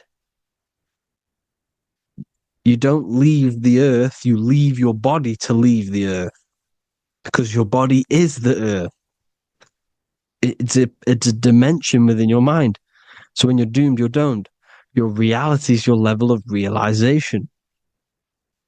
You realize something, or when you have an idea, the mind, in the EYE or I. Same thing, mind. It's all mind. Reality is your level of realization. You realize there's other worlds. That's your reality. Your perception's your reality. Mind in Latin is mens. Jesus was known as the fisher of men, which is the fisher of minds. He was fishing minds worthy of knowing the higher truth, the deeper occult knowledge. Jesus figured out that we are all God. And he got killed for it because in that age they were trying to suppress this information. Jesus figured out he was God because we are all God, every single one of you, and they killed him because we're all mind. We are not the body. We're the invisible intelligence, which is God. But you are not God if your mind is attached to this physical world, to the worldly pleasures. If you master your mind and travel the depths of your mind, that is God. Mental and men. Look at the word mental. It has men in it. Men in the Bible means mind. Here you see the Masonic symbol with the eye, the mind. Looking over, everything is the one. Everything comes from the one. All the lines coming off it, giving its life to all of the life forms. Down here on the bottom, you have duality, black and white. Up here, you have singularity. One and the two. Unification and division. The lower self is divided into the left and the right. So the Bible even says, I forgot what verse it is, but it says, it's better to go through life with one eye than to have two and be cast into the fiery abyss of hell. I'm not sure what verse it is, but you can research it yourself. It's better to go through life with one eye, to be unified consciousness, dimension. No brainer. The language tells you the truth, people. Dimension. The dimensions are in your mind. Entertainment. Entertain the mind. Disappointment. It's all in the mind. Environment. The environment that you are in is a product of your mind.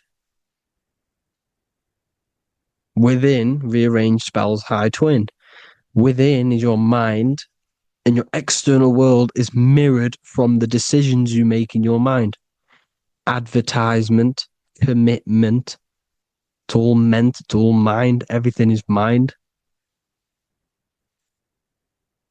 Everything. So, this is important. The collective thoughts and collective beliefs. The collective, because we all share the mental plane. And because of this is why we are in a weakened state of consciousness at the moment. because the collective thoughts and the collective minds overall are asleep and they don't believe in anything. You see, everything is true within the mind. You think of something, it is there instantly. You think of a chair, it's there in your mind. You think of anything, it's there instantly. So everything's true within the mind. Anything can happen in the mind. Anything can happen on the physical plane if the collective consciousness, the collective minds believe it to be true. This is why back in the days, in the ancient days, you look at all the old world stuff, you see all this crazy technology, and it's because as a collective, as humanity back then, they believe that they had much more open minds. Therefore, the things manifested in the physical world were a lot more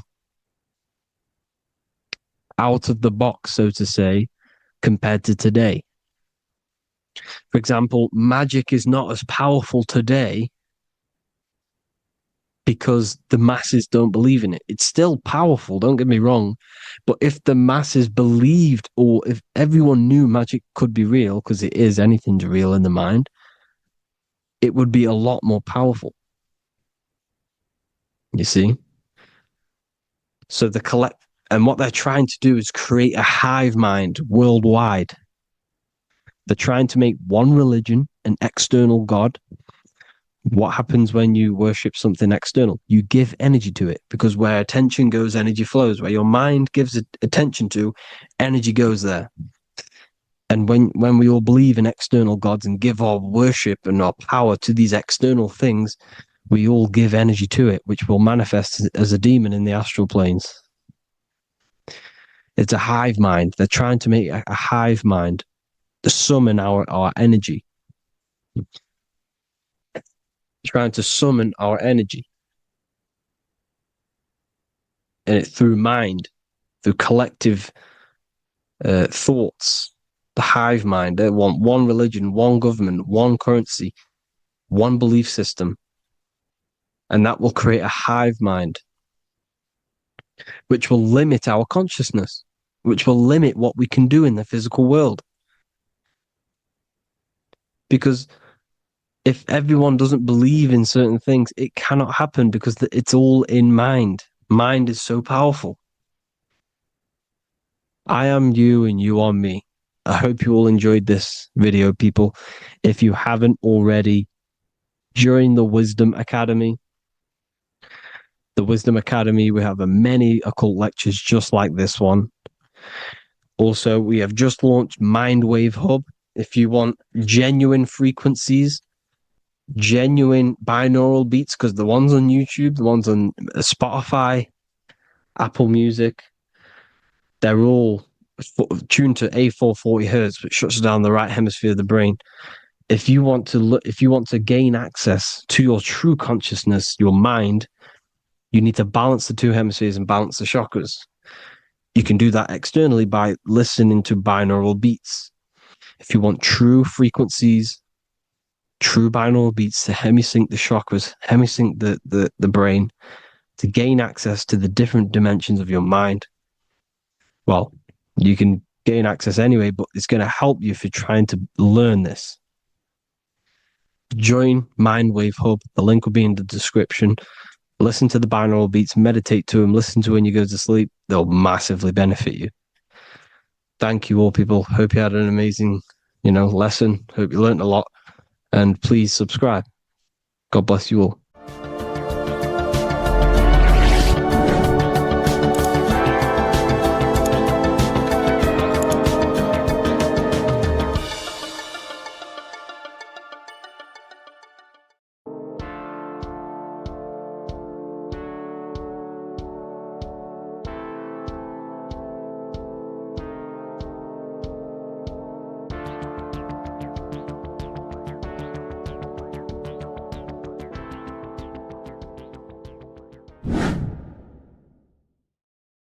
What are we all doing, people? Survival wisdom. Today we're going to be breaking down the Bible. and its real, true metaphysical meaning. All of these slides within this video is taken from my book, The Book of Wisdom. So you can get all of these slides. So the Temple of Solomon, you are body, mind, and soul, which is the Holy Trinity, the moon, sun, and earth. The sun is your soul because the sun is its infinite source of energy. It is its own source of energy. And that is what your soul is. It's its own source of energy. The moon is mind. This is why you call people a lunatic. You're a lunatic. Luna means the moon. And inside of your mind, you have a specific mood. Mood is moon. And mind in German is Mond. And the word Mon means moon. And earth is your physical body because your body contains of the four elements, the four physical elements. Well, the Temple of Solomon is the temple of the soul and the Mon, the soul and the Mon, the soul and the mind. And it's the temple of the Holy Spirit in the Bible. Everything leads back to one singular point in the center of the brain. The brain is not the mind. It's mind over matter. Okay. The brain is the physical manifestation of the mind.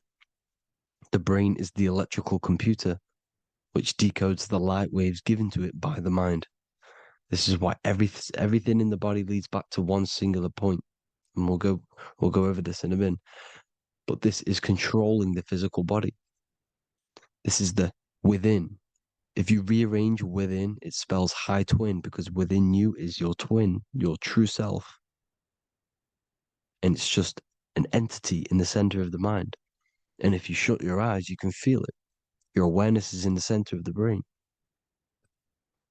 So there's just an empty chamber in the center of the two cherubs, the two brains. They are two separate brains. They're two hemispheres. And the empty chamber, when scientists chop it up and see it's just an empty chamber, well, because you can't see in that plane of reality, you cannot see the mind. You cannot see thoughts. It is invisible to the human eyes, to the visible light spectrum, to the two eyes. The reason why we call it the third eye in the center of the brain, it's not the third eye, it's your true self. It's the mind and soul. It's an eye because it does see.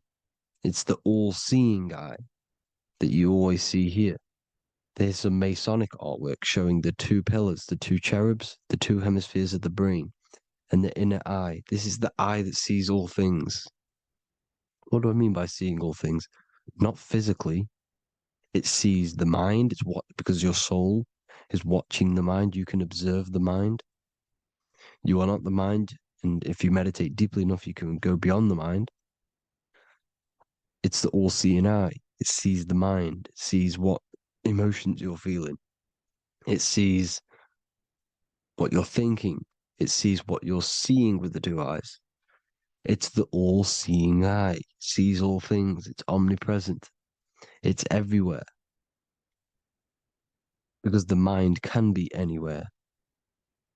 The mind can switch itself into any place it wants. There is no limitations with the mind.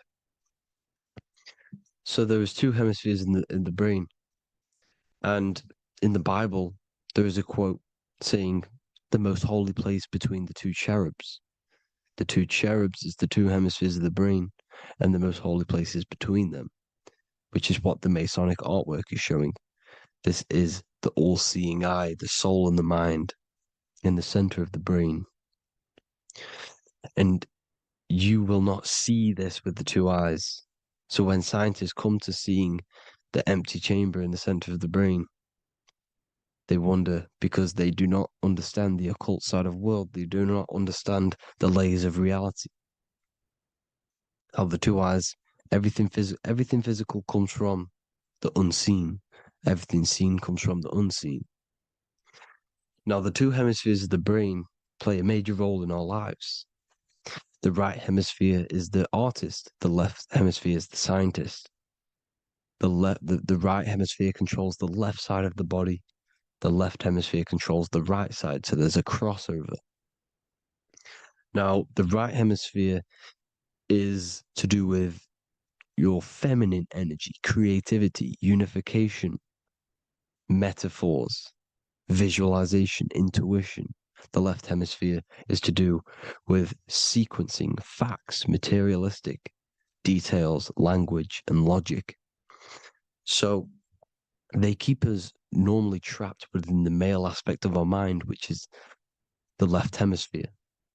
You know, if you listen to Spotify, Apple Music, and radio, they're all tuned to 440 hertz, which shuts down the right side of the brain, makes you left brain dominant. And we learn, well, 90% of people learn to write with their right hand. They're taught to learn with their right hand, which is to do with the left brain. You see, so we are being trapped within this left side of the brain, which is all to do with logic, thinking logical, not creative. You know, very analytic. But the right side of the brain is to do with your creativity. So the right side of the brain is perceiving reality as a holistic perception. Now, what do I mean? If you're riding through a woods, for example, if you're riding through a woods, your right hemisphere is seeing the whole woods as one unified woods. The left hemisphere, the left hemisphere's job is to break down the perception given to it by the right hemisphere and break it down into individual trees. So what am I saying? The right hemisphere is seeing humans and everything in creation as one unified consciousness. The left hemisphere is seeing individual egos. This is why the left hemisphere is the place of the ego, the right hemisphere is to do with the higher self. They're both needed, though. I'm not saying one's better than the other. It's balance. Now, they don't want you to see the unified picture, perception of creation. They want you to think everything is individual, everything doesn't come from the one, because all things come from the one. And we experience the two in this reality, dualism. In order to understand the one, we have to experience the two to advance. So, anyways, let's get away from the two hemispheres.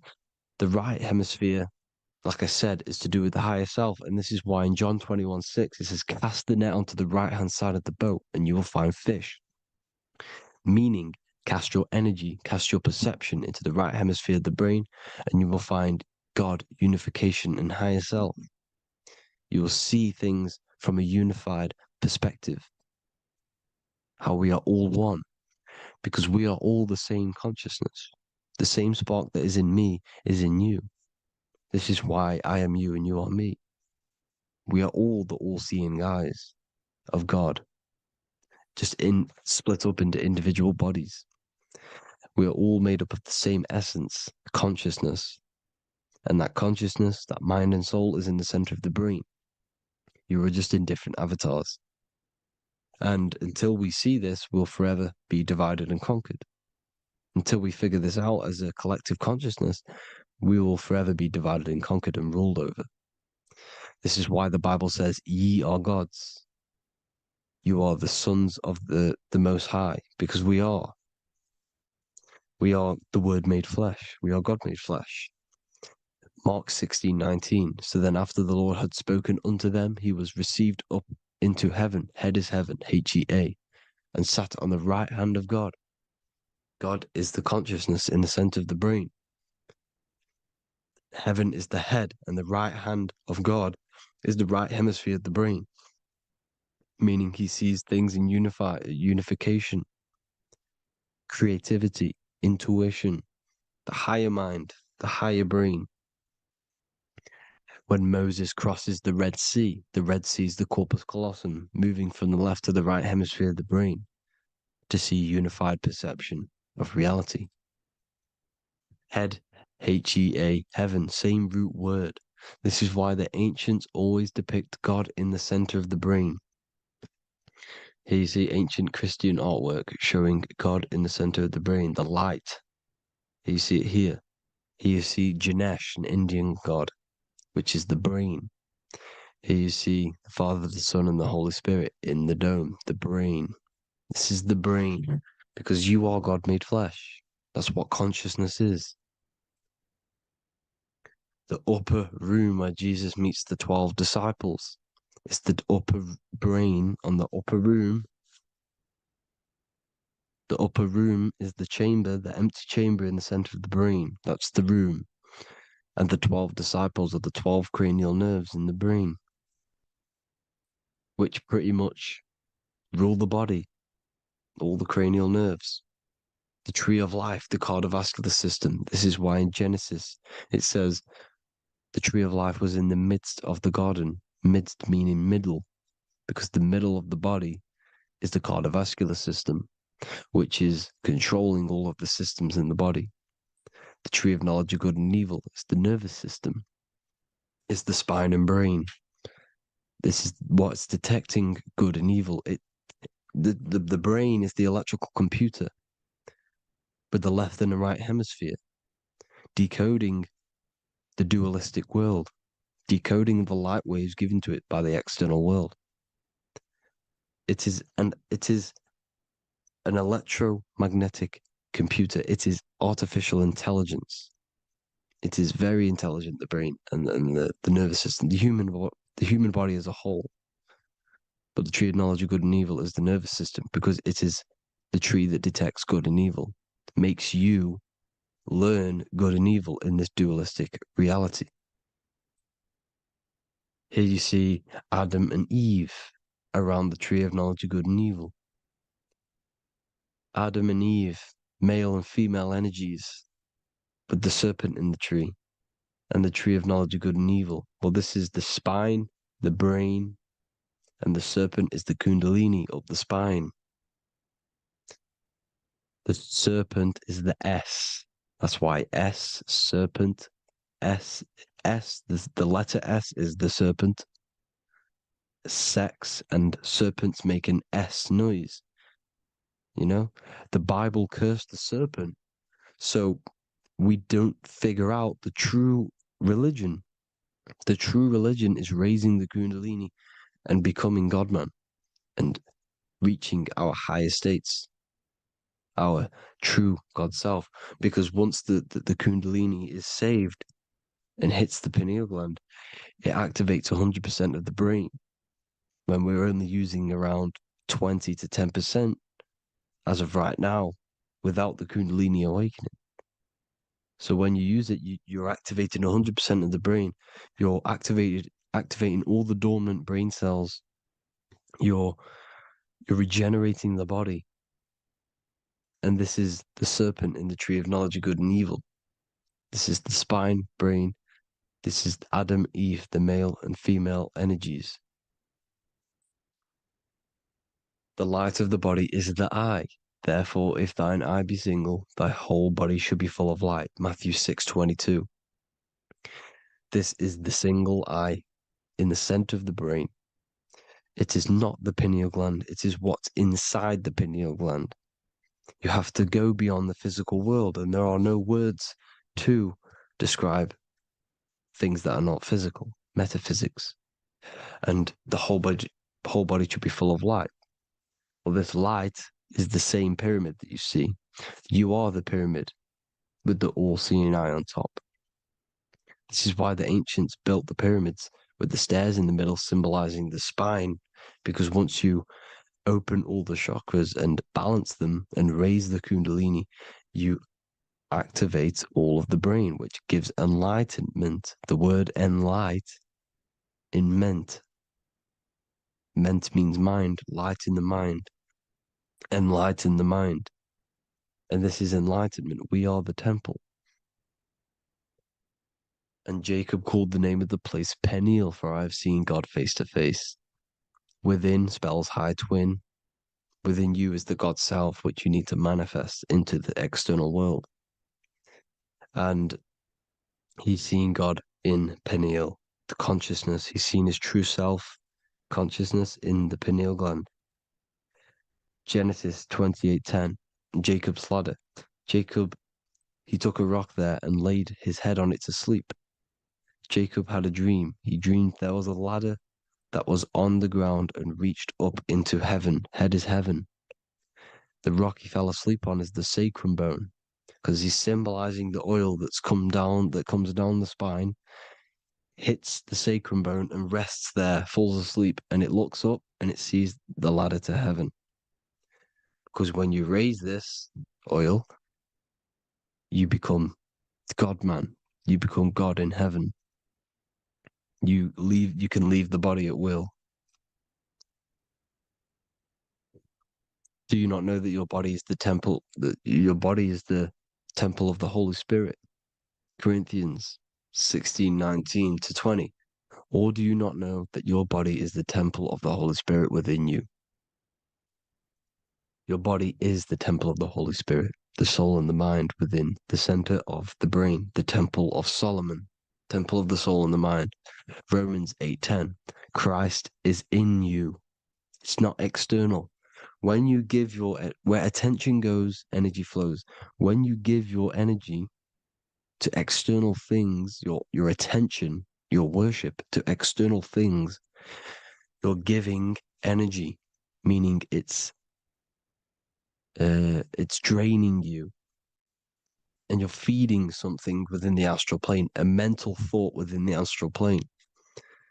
So with you realizing that the Christ is in you, that you don't have to worship anything outside of you, this means that you're internalizing your energy. You're not giving your energy, because where attention goes, energy flows, which means you become more present. You become healthier because you're not giving off all of your special electromagnetic energy that's charging you. This is why the religions run by the Vatican is all external. They're exoteric. Exoteric means external teachings. The esoteric is the internal, the hidden teachings. In Psalms 82, I have said, ye are gods, and all of you are children of the Most High, because we are the Most High, split up into individual bodies. That's what consciousness is. Consciousness is the Most High, and we have to raise ourselves to the Most High. Brahma, Vishnu, Shiva, the Father, the Son, and the Holy Spirit. Why is it always a trio? It's a trio because it symbolizes us, the soul, mind, and body. The mind is the bridge for the soul to be in the body. What is the soul? It's the life force. It's the watcher. It's the all-seeing eye. The soul sees into different realities, and it gives life to the body of every reality it goes in. This is why you always see light around the all-seeing eye, because it is the energy, the life force, the light, life, L-I. Life is light, and it's the eye because it sees into the different realities. It sees into the dream world. When you're going to sleep at night and you dream, it's not a dream. It's another reality. You're a multidimensional creature. We live in a multiverse. There's infinite amount of yous. And there is a version of you which is the highest self in a reality somewhere. And this I has the ability to switch realities, which is exactly what astral travel is. Astral travel is the ability to switch reality beyond the 3D construct of this world. The Father, the Son, and the Holy Spirit, Brahma, Vishnu, Shiva. The Brahma, the soul, inhabits different bodies. This is why they have different heads. Vishnu, the mind, symbolizing gnosis, meaning knowledge. This is the serpent. The serpent symbolized knowledge. Shiva, the body. Father, the Son, and the Holy Spirit. The bird, the soul, because the bird symbolizes the soul. This is why you have here the Egyptians showing you the soul leaving the body. Here you see here with the twin head, the same head, and it's a bird. This is the soul self. This is the ego self. The Egyptians knew this. They knew all of this. Of course they did. Now, the whole story of Jesus is all metaphorical for the process which goes on within your body. Your neck and head is the holy grail which the sun and the moon creates. Sorry, the sun and the moon creates the fluid within the holy grail, the brain, the skull. And the moon creates the milk. Sorry, the moon makes the milk. The sun makes the honey, the land flowing with milk and honey in the Bible. The land flowing with milk and honey is the center of the brain in the Holy Grail. Here you see the Masonic artwork showing you the sun and the moon creating the fluid in the spine. Here's the serpent. Serpent symbolizing the two Kundalini channels, the Ida Pingala up the spine. Here's the furnace raising the Kundalini, raising the oil, heating it up, and rising it to the crown. You see? So here you see more Masonic art, seeing the sun and the moon creating the holy fluid in the brain, in the cup, filling the cup. This is why it's a cup, because it's the Holy Grail. This is the holy oil in the center of the brain that gets released down the spine, which is Jesus coming down from heaven. It comes down the spine, down the River Jordan in the Bible. This is when Jesus goes from Nazareth to Jerusalem. He comes down the River Jordan, and Joseph and Mary are in Nazareth waiting for Jesus' return. Joseph and Mary symbolize the pineal and pituitary gland, which produce the two oils created by the sun and the moon. And he returns. When he returns, he gets crucified at 33 because there's 33 vertebrae at the back of the spine, and it crosses the vagus nerve.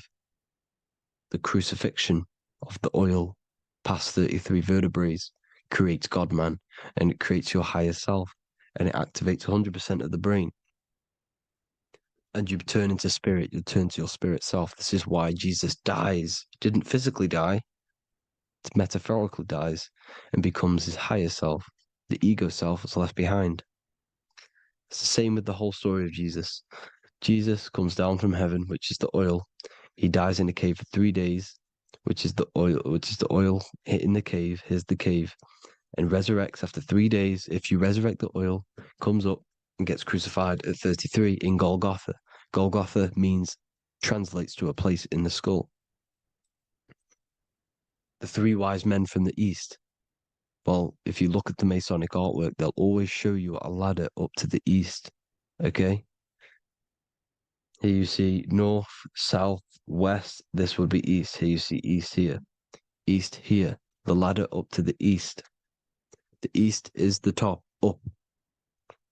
Three wise men from the east. The thalamus, pituitary, and pineal gland in the center of the brain. The most important glands in the body. Here you see the Egyptians with the spine, the sun, and the two hemispheres of the brain. What did I say at the beginning? The sun is the soul. The sun is its own source of energy. It's the life force, which gives life to anything it inhabits. The soul is the same thing. That's why sun and soul mean the same thing. So, what I'm saying is consciousness is God. And this is why when it refers to as God in the Bible, means your higher self, pretty much. And returning back to this higher self, because God is something that you need to manifest. Consciousness is God, and your body is a reflection of the creation by God. This is why everything in the body corresponds with the stars. The stars rule the body. We are an image of the stars. This body is an image of the whole of creation. Aries rules the head. This is the cerebrum, the ram in the brain. Here's the ram, Aries. And we have something called the cerebrum, Aries, the ram. This is the Lamb of God moving to the higher mind. Taurus, which is the lower brain and neck, the cerebellum, the bull Taurus, the lower mind. And the cerebrum and the cerebellum, the ram and the bull, is what makes you ramble on. Ramble meaning walking. The higher mind and the lower mind working together makes the body ramble. Ramble is what makes you walk along. Thank you to Santos Bonacci.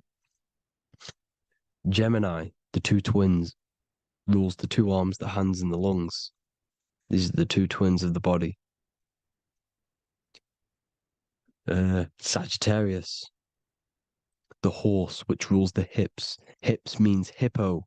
Hippo means horse. Hippopotamus means water horse. Hippo means horse, and this is why we call them hips, because horses have massive hips.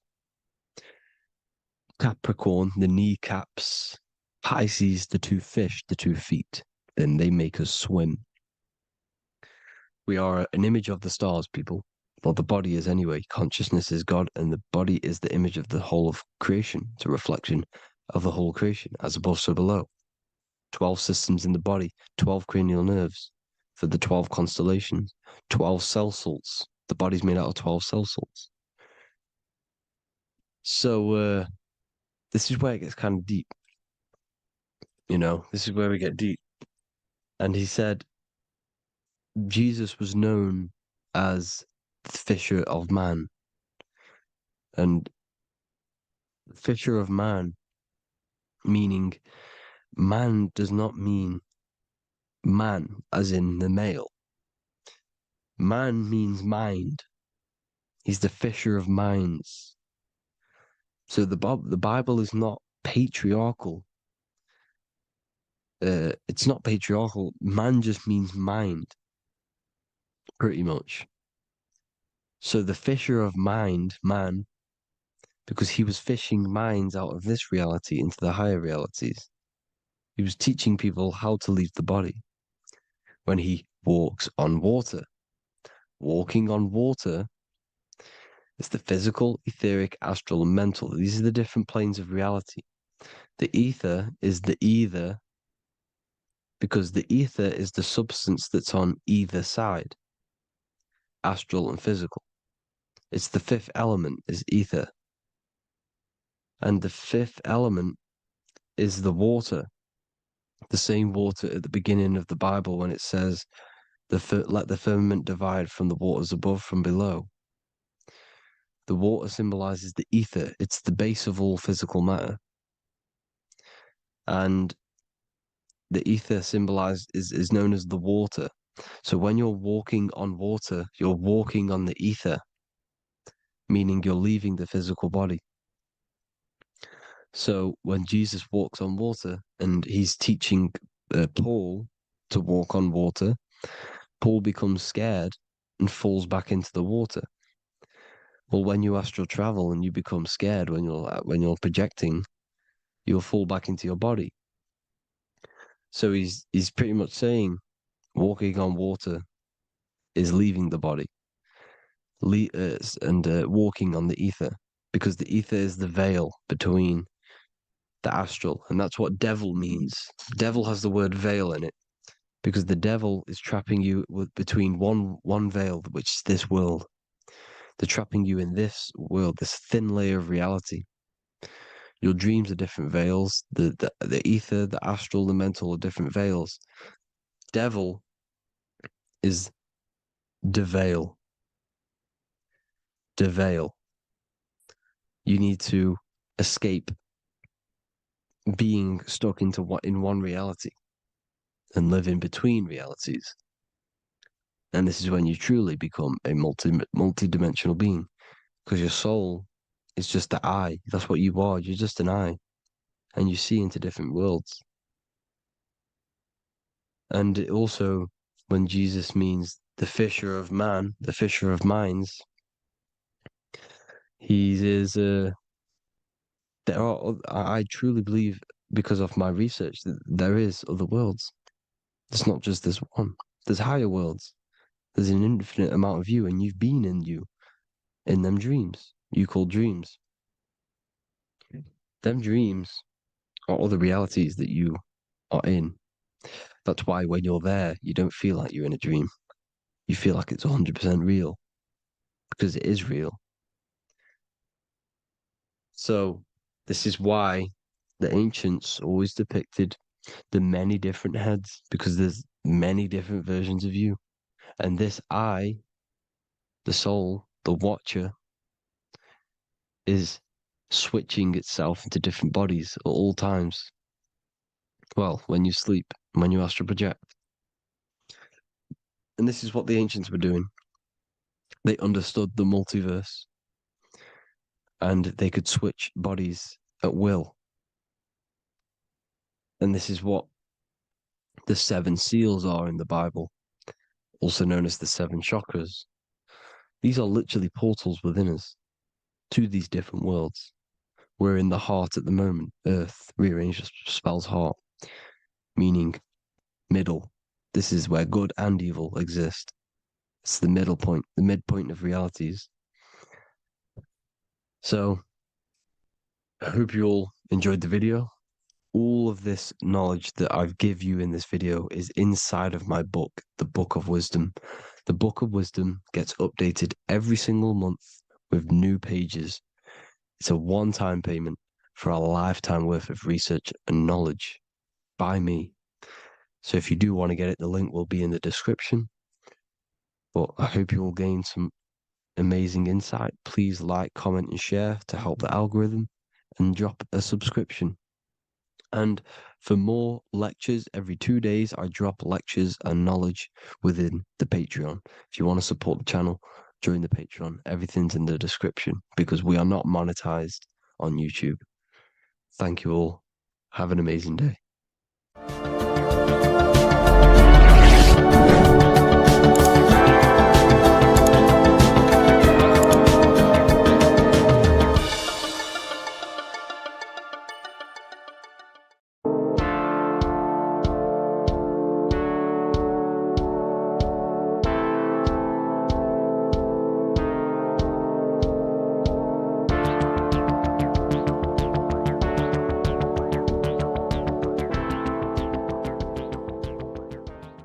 Welcome back everyone to another video.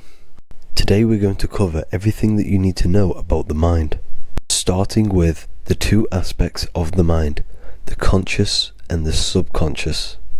The male aspect of your mind is the conscious. This is the 10% of your mind.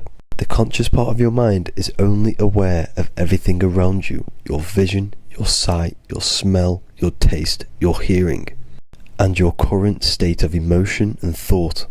Every thought that you consciously think about has an emotion directly attached to it. That emotion is then impressed onto the subconscious part of the mind. The subconscious part of the mind is the female aspect of your mind. It is also a whopping 90% of your mind.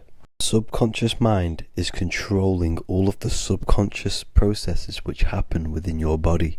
For example, your subconscious mind is controlling your heartbeat, your digestion of food, and all of the things that you do not have to tell the body to do. It is the hidden part of our mind which is controlling all of the hidden things. The subconscious mind is like a recording supercomputer. Everything that you have experienced in your life is all recorded and stored within the subconscious mind. One of the most important things about your subconscious mind is that it stores your mental programs. Everything in the subconscious mind manifests into behavior and actions within the body. Your daily basis routine and habits are all mental programs within your subconscious mind. These mental programs are created by mainly 2 ways. 1, repetition, and 2, emotional impact. The repetition is fairly simple to understand. The more you do something, the more it impresses onto your subconscious mind and becomes a program. That program will then manifest into your behavior. However, with the emotional programs, they work a bit different. The stronger that you feel an emotion, the stronger it is impressed onto the subconscious mind. And then that emotion becomes a program. For example, you had a very traumatic moment happen when you were a young child. The emotion that you felt was so strong in that moment that it impressed into your subconscious mind so hard that you can recall that moment like it was yesterday. That traumatic event that happened to you when you were young will still manifest into your daily basis behavior even to this day. However, it manifests subconsciously. For example, if you were in a car crash, you will be wary to enter cars with certain people, all because of that traumatic emotion that you felt and impressed onto your subconscious mind. Another example of the subconscious manifesting into our behavior is posting on Instagram. Most of the time, the reason why you post is because your subconscious mind is seeking gratification. So before you actually do something, question yourself and find out the root cause of why you are doing this. Another thing that you need to understand about the subconscious mind is that it takes everything you say in here literally. So for example, if you go and say, "You are an idiot" to someone, your subconscious mind will only pick up the word idiot. It only knows yourself. It doesn't know anyone else. You are casting a spell on yourself just by saying that to someone else. This is why the golden rule is to treat others like you'd like to be treated. Now, you can rewrite these programs which are already in your subconscious mind. However, it does take consistency. You have to change these programs which have been running for years. And by changing these programs, you change your behavior, because these programs manifest into your behavior. The best way to do this, personally, is to listen to affirmations first thing when you wake up in the morning, and do this for 10 minutes every single morning. Then at night time, you want to think and feel that you are becoming the reality that you desire. The more that you feel this reality, the more it will become a program and impress your subconscious mind. For example, you're trying to gain financial freedom. If you trick your subconscious mind into creating a program saying that you are financially free, this will manifest into your behavior. You will start doing more work. You will start looking for ways to make money. Your mind will be set on the frequency of money and financial freedom. Therefore, you will receive thoughts based around this program. If you take enough action, your life will dramatically change because of this program that you created in the mind. This is why we call it a mindset, because your mind is a frequency tuner which sets its frequency onto different thoughts, because thoughts are frequency. If you fill your mind with a specific frequency, you will gain thoughts and ideas based around that frequency. To create a stable mind, you need to master your emotions. You need to change your mindset. Everything that you experience is neutral. Based upon the mindset that you see it, you either give it a positive or negative charge. By understanding this deeply, you will then control your emotions. I hope you gained some wisdom and enjoyed this video. Please, if you can, leave a comment and a like, and subscribe to the channel if you like this content. Love and light to you all.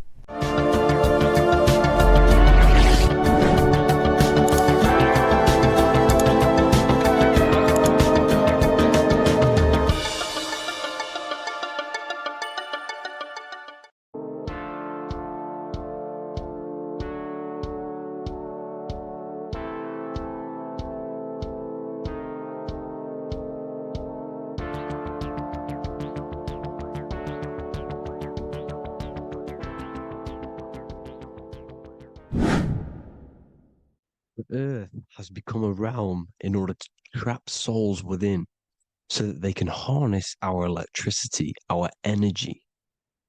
Even the Bible is talking about how this realm is controlled by the wicked one in John 5:19.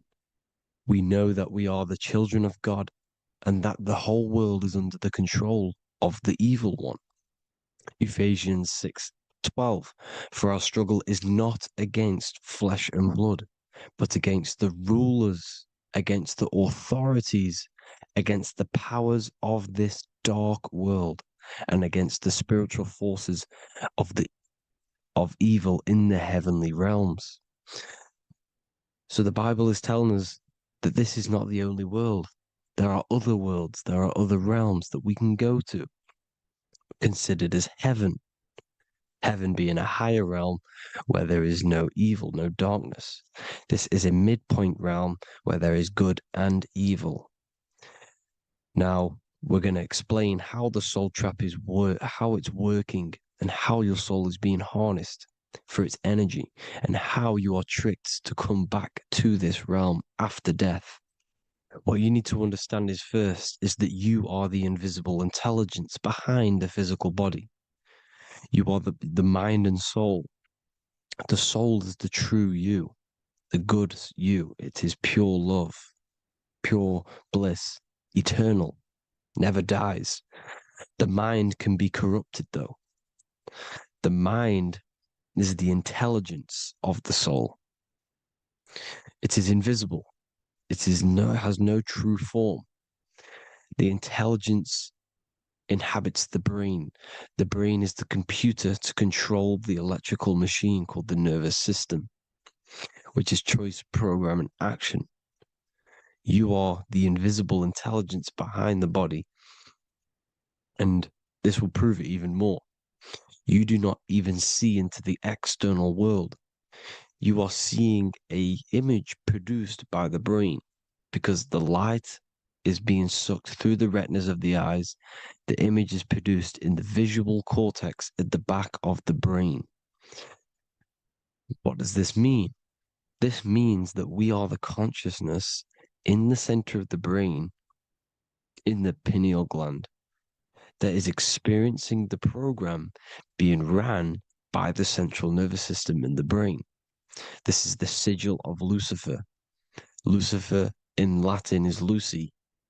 Lucy is light in Latin. Lucifer is known as the light bearer. This is how the eyes work, people. It's not a demon or a devil. The sigil for Lucifer is how the eyes work, and how the left eye is controlled by the right brain. The right eye is controlled by the left brain. There is a crossover. It's the same with the body. The left side of the body is controlled by the right brain. The right side of the body is controlled by the left brain. There's a crossover with our hemispheres in the brain. Now, this empty chamber in the center of the brain is where this universal cosmic intelligence is held, known as the most holy place in the Bible, the throne of God. Okay, this is above the 33 vertebrae on the spine. As you can see here, you are the being in the center of this point. All of the nerves are being sent back to this one particular point, which is the seat of our invisible intelligence.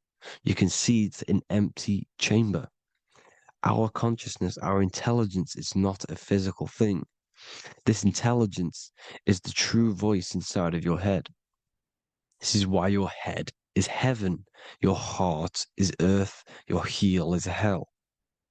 Your head is heaven because this is the seat, the throne of God. God is in heaven because the consciousness, this divine intelligence that's controlling the body, is sat in the center of the brain. The brain is taking commands of this invisible intelligence. When you close your eyes, you can feel your awareness, your consciousness, your intelligence is all in the brain. Your awareness is not in the feet, the heart, the legs, the arms. It's all in the center of the brain. Now, if you meditate deeply, you will find that you are beyond the mind. You are the being observing the thoughts. You are the soul observing the thoughts.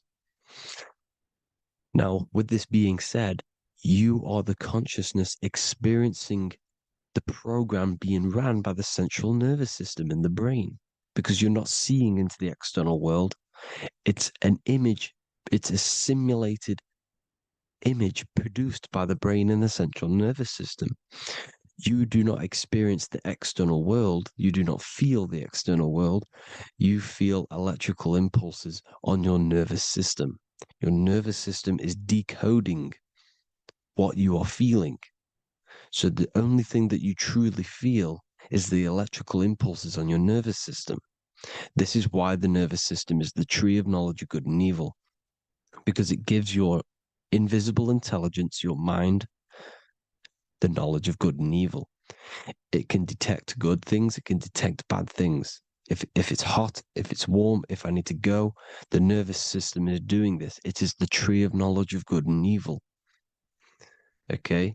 Now this universal intelligence is symbolized as the single eye. Okay? Matthew 18:9. It is better for you to enter life with one eye than to have two eyes and to be thrown into the fire of hell. What does this mean? It's symbolic, it's metaphorical, people. It is metaphoric. Your universal intelligence is the single eye, the one eye.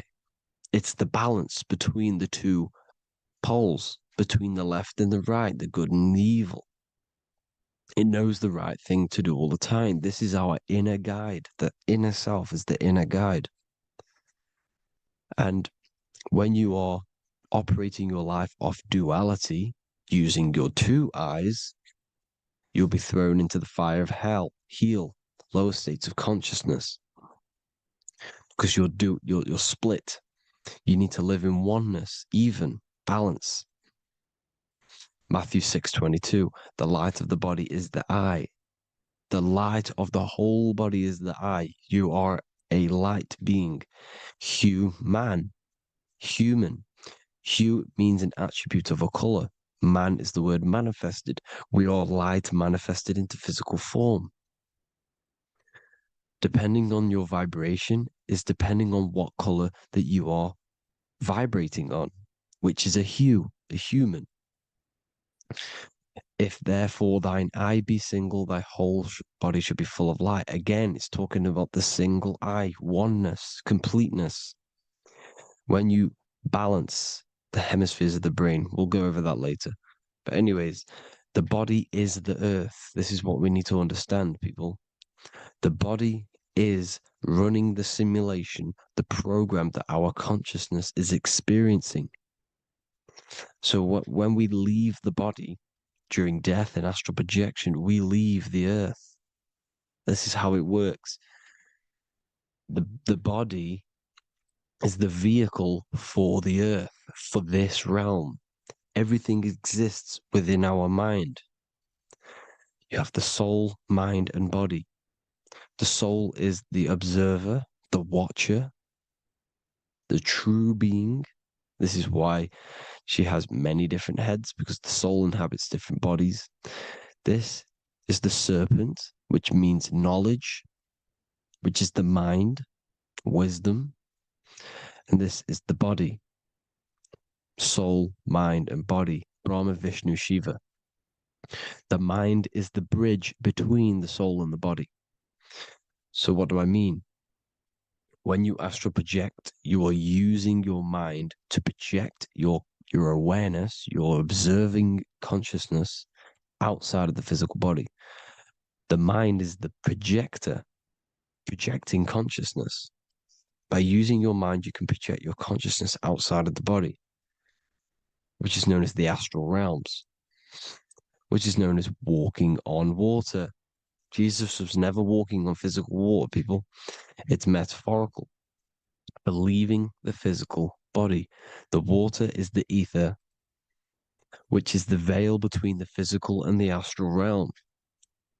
It's a fluid substance. It's on either side. It's physical and astral. The ether is the fifth element that they hide from us. Why? Because they're trapping you in the physical. They are hiding all of these realms. Etheric, astral, and mental. People think their mind is their brain. It's two separate dimensions. These are completely different dimensions. The mind is way more intelligent. The mind is formless. There is no form to the mind. You can think anything you want. You can manifest anything you want within your mind. It is not a physical object. The physical realm is being controlled by the mind. Everything's being controlled by the mind. Everything exists within the mind. This is why the Egyptian says, The universe is mental. So when we project our consciousness outside of the physical, we go to the astral. The ether is the water that Jesus is walking on. This is the veil between the physical and the astral world. The word together has ether within it because it joins the two worlds together, together, the astral and the physical. The word either is ether because the ether is on either side, physical and astral, physical and spiritual, physical and non-physical. In the astral realm, the mind can manifest anything we want. We incarnate to restrict our minds. This is why Saturn, if you go and watch my video on Saturn, how Saturn is this simulation, okay, our minds can manifest anything we want in the astral plane in the click of a finger. However, when we incarnate in matter, we now have to labor for our manifestations. This is why Saturn's known as the great teacher in astrology, because he teaches you a lesson. When your mind incarnates into matter, it's teaching your mind a lesson, the knowledge of good and evil. This is why the Bible says, you shall be gods and know the knowledge of good and evil. When you incarnate here, you have to know the knowledge, you need to know the knowledge of good and evil to become a god. Okay? Now, the square is the physical plane. The triangle's the ethereal plane. The circle's the eternal plane. The circle has no beginning, no end. It's eternal. The physical plane is the square. It's limited. The square is limited. The cube is the geometric shape which gives rise to matter. Now, the term think outside the box has truth in plain sight. You have to think outside the box to project your consciousness, use your mind to project your consciousness outside of the box, the physical plane, into the astrals. The astral realm is the realm of the stars. Above us is the stars. Through the stars is the astral plane. This is why astral has the word star within it. The devil is the de-veil. When you sell your soul to the devil, quote unquote, it's metaphorical. The devil exists in the physical plane. It's the lowest state of consciousness. The de-veil, you de-veil yourself into the physical when you are the devil. The de-veil. The ethereal plane. Now, we all know what the famous symbol of the all-seeing eye, right? The all-seeing eye with the eye in the triangle. Look at the Masonic artwork showing you the triangle above in the sky. This is symbolizing the ethereal planes. The eye in the triangle symbolizes your invisible intelligence, your mind, which has the ability to see on either side. Because the triangle's the ethereal plane. The eye is your consciousness, your intelligence. And this intelligence has the ability to see in the physical plane and to see in the ethereal planes, in the astral planes. This is why it's above the earth. It's above the ground. Because it can see here, it can see in the heavenly realms. Now, the stars are, well, this is known as heaven, the realms of the astral planes. This is some quotes from the Emerald Tablets of Thoth. Out of the darkness ye must rise upwards, one with the light and one with the stars. Man is in process of changing to forms that are not of this world. Grows he in time to the formless, a plane on the cycle above.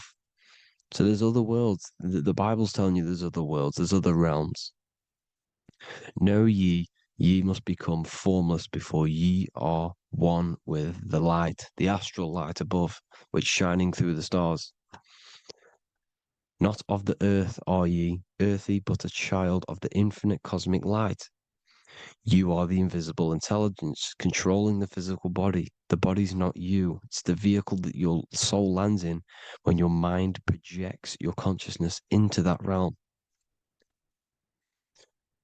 Free from the body, I flashed through the night. Unlocked at last for me was the star space. Wow, that's powerful. the star space, the astral planes. This is what he's talking about. We are all a star. We descended from the astrals, which is the star. We are all a star.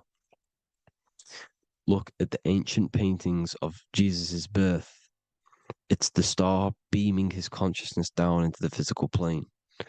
Here's another one. Here's some Freemasonic artwork showing you, again, the ether, that invisible intelligence, the I, manifesting itself inside of here, in the physical realm, where the people are. You see? It's the same here. This is Jesus. Here's the bird symbolizes the Holy Spirit, your invisible intelligence, descending into the waters, the ether, the ethereal, everything. The ether's the base of all physical matter. Here's Truth in Plain Sight. Mr. Bean, the famous TV program in England, in the UK. He begins the program like we all begin the program for falling from the stars. He falls down with a beam of light. And this is Truth in Plain Sight. This is false. The aliens don't exist. They're a lie, alien. But this symbolizes the star beaming our consciousness. And when we die, this star will suck us back up. Just like this UFO is doing. It's Truth in Plain Sight. So, this is some more Freemasonic artwork. Going from duality to singularity. Sun, moon, masculine, feminine. Right hemisphere, feminine, left hemisphere, masculine. The consciousness in the center, the balance point. Here's another more Freemasonic artwork. The two pillars, left and right hemispheres, and the invisible intelligence between the left and right hemispheres, the light of the body. This is why light's coming off it. Because it's light, it's pure light. The blazing star. The stairs go from the checkered board, the duality, up to oneness, in between the sun and the moon, the masculine and the feminine. This is symbolizing going into oneness. What did the Emerald Tablet say? You've got to become one with the stars, one with the one with the self. Balancing the two hemispheres so that you can gain, because when the two hemispheres are balanced, you can gain a more deeper connection with your invisible intelligence. Same with the chakras. When the chakras, the 7 seals in the Bible, these are 7 seals because when you conquer the 7 chakras, when you balance the 7 chakras, you then gain a more deeper connection with your internal self.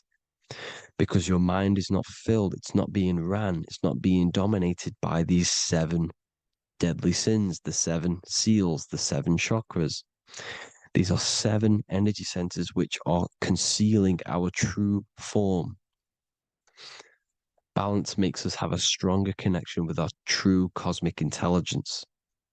Heaven is even. This is why Jesus is pointing at the heart. The even point is the heart. You got to balance the chakras and live from the heart because the heart is the earth. You're in good and evil. The body manifests the lower and the higher self. The higher self is in the higher parts of the body. Wisdom, intuition, expression. The lower self is in the lower parts of the body. Sex, food, and power.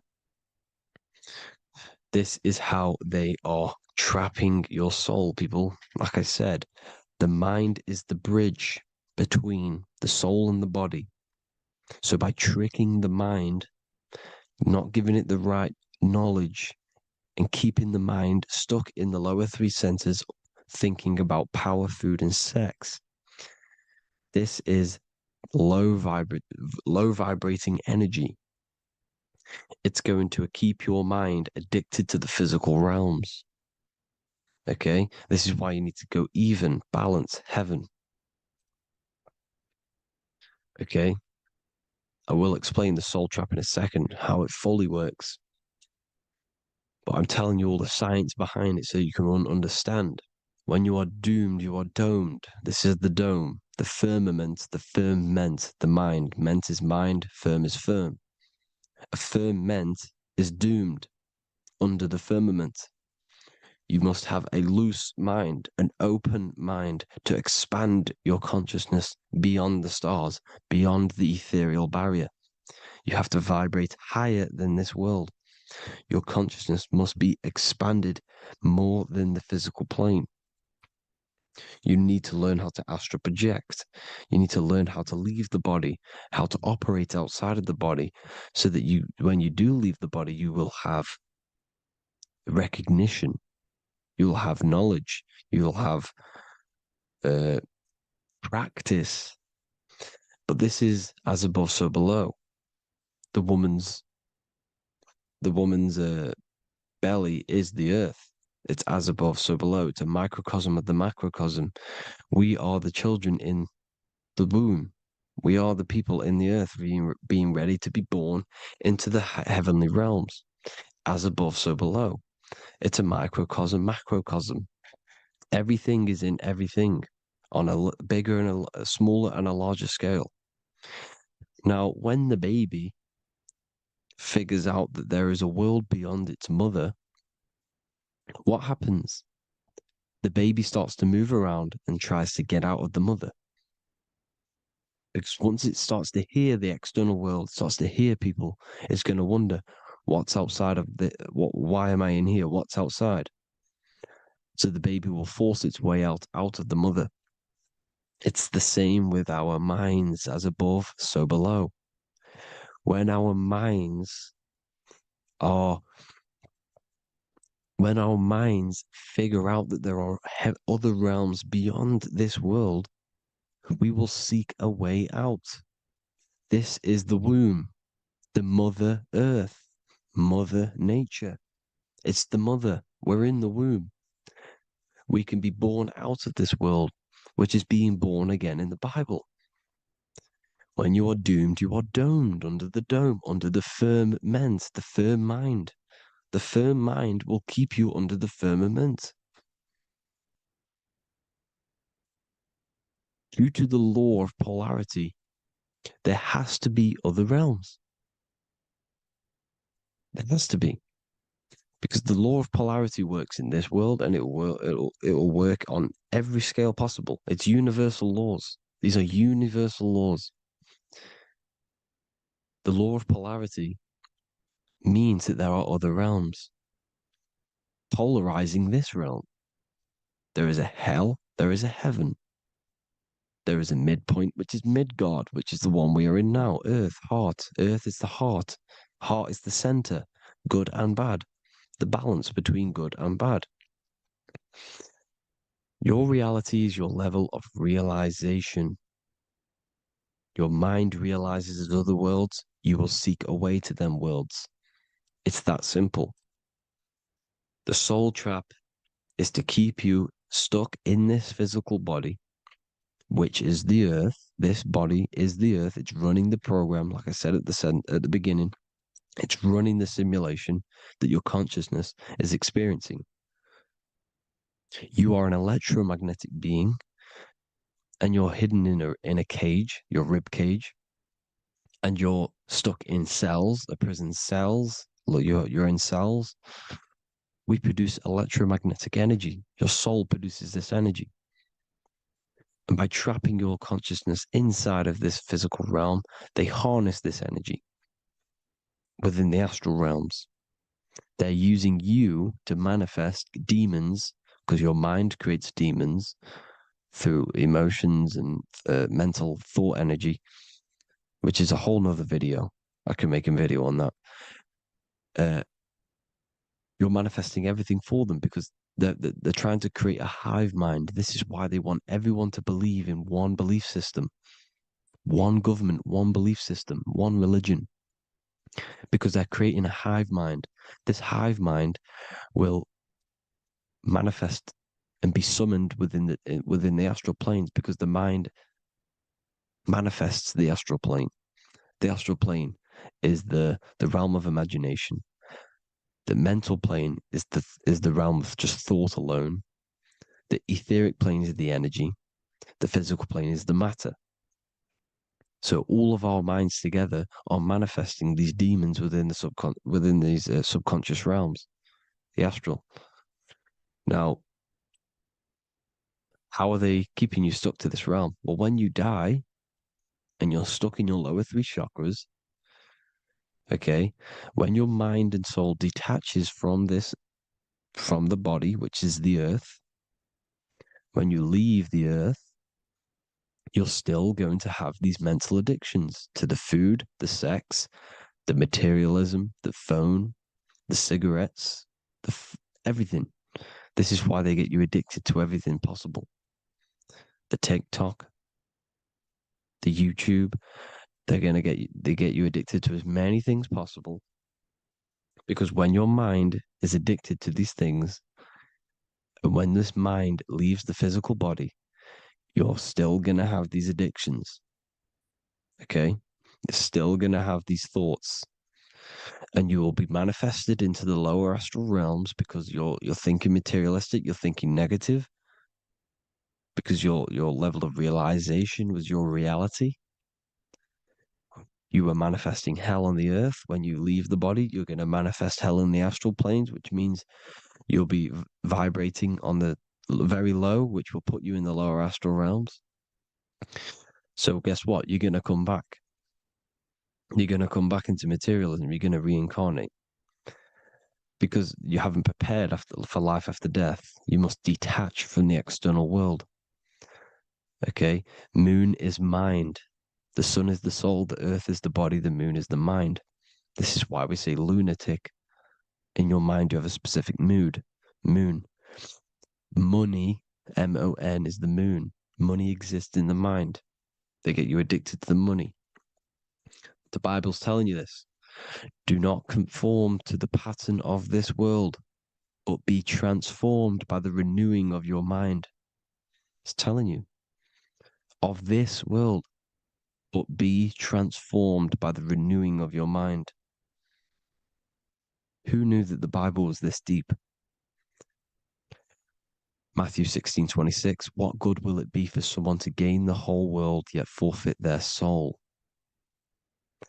James 4:4, don't you know that friendship with this world means enmity against God? Therefore, anyone who chooses to be a friend of this world, of the world, becomes an enemy of God. John 4:4, dear children, are from God and have overcome them, because the one who is in you is greater than the one who is in the world. It's talking about the invisible intelligence. It's greater than the physical world. John 2:15, do not love this world, nor the things it offers you, because this world will create you to, if your mind has attachments to what this world offers, sex, money, and power, pretty much, you will reincarnate here. You will come back here, because when you leave the body, your mind will still have these addictions. Do not love the world, nor the things it has to offer you. All of this is in my newly published book. The paperback versions are now available. Finally, for all the people who have been waiting, the Book of Wisdom. All of this knowledge is inside of the Book of Wisdom. The paperbacks are available. There is worldwide shipping. You can get it anywhere, pretty much, any country. My new website, it's amazing. There's going to be some amazing products coming on the new website. But I thank you all for the support. Before I leave, I need to explain what is going on with the soul trap. Like I said at the beginning, the mind's the bridge between the soul and the body. The body's the realm.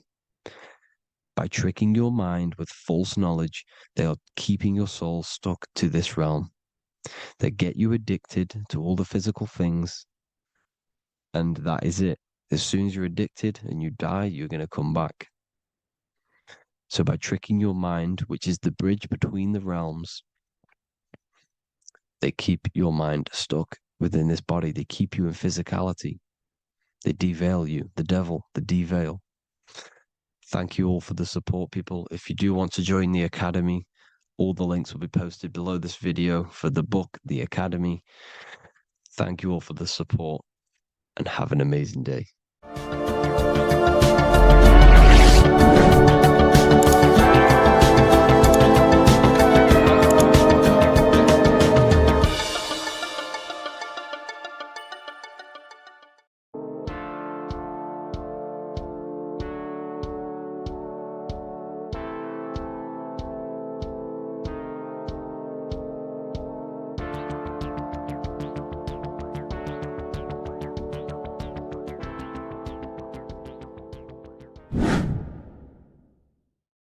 people, how are you all doing? It's Revival of Wisdom, and today we're going to be talking about your birth certificates and how we are slaves to a system and how they have trapped us into this system.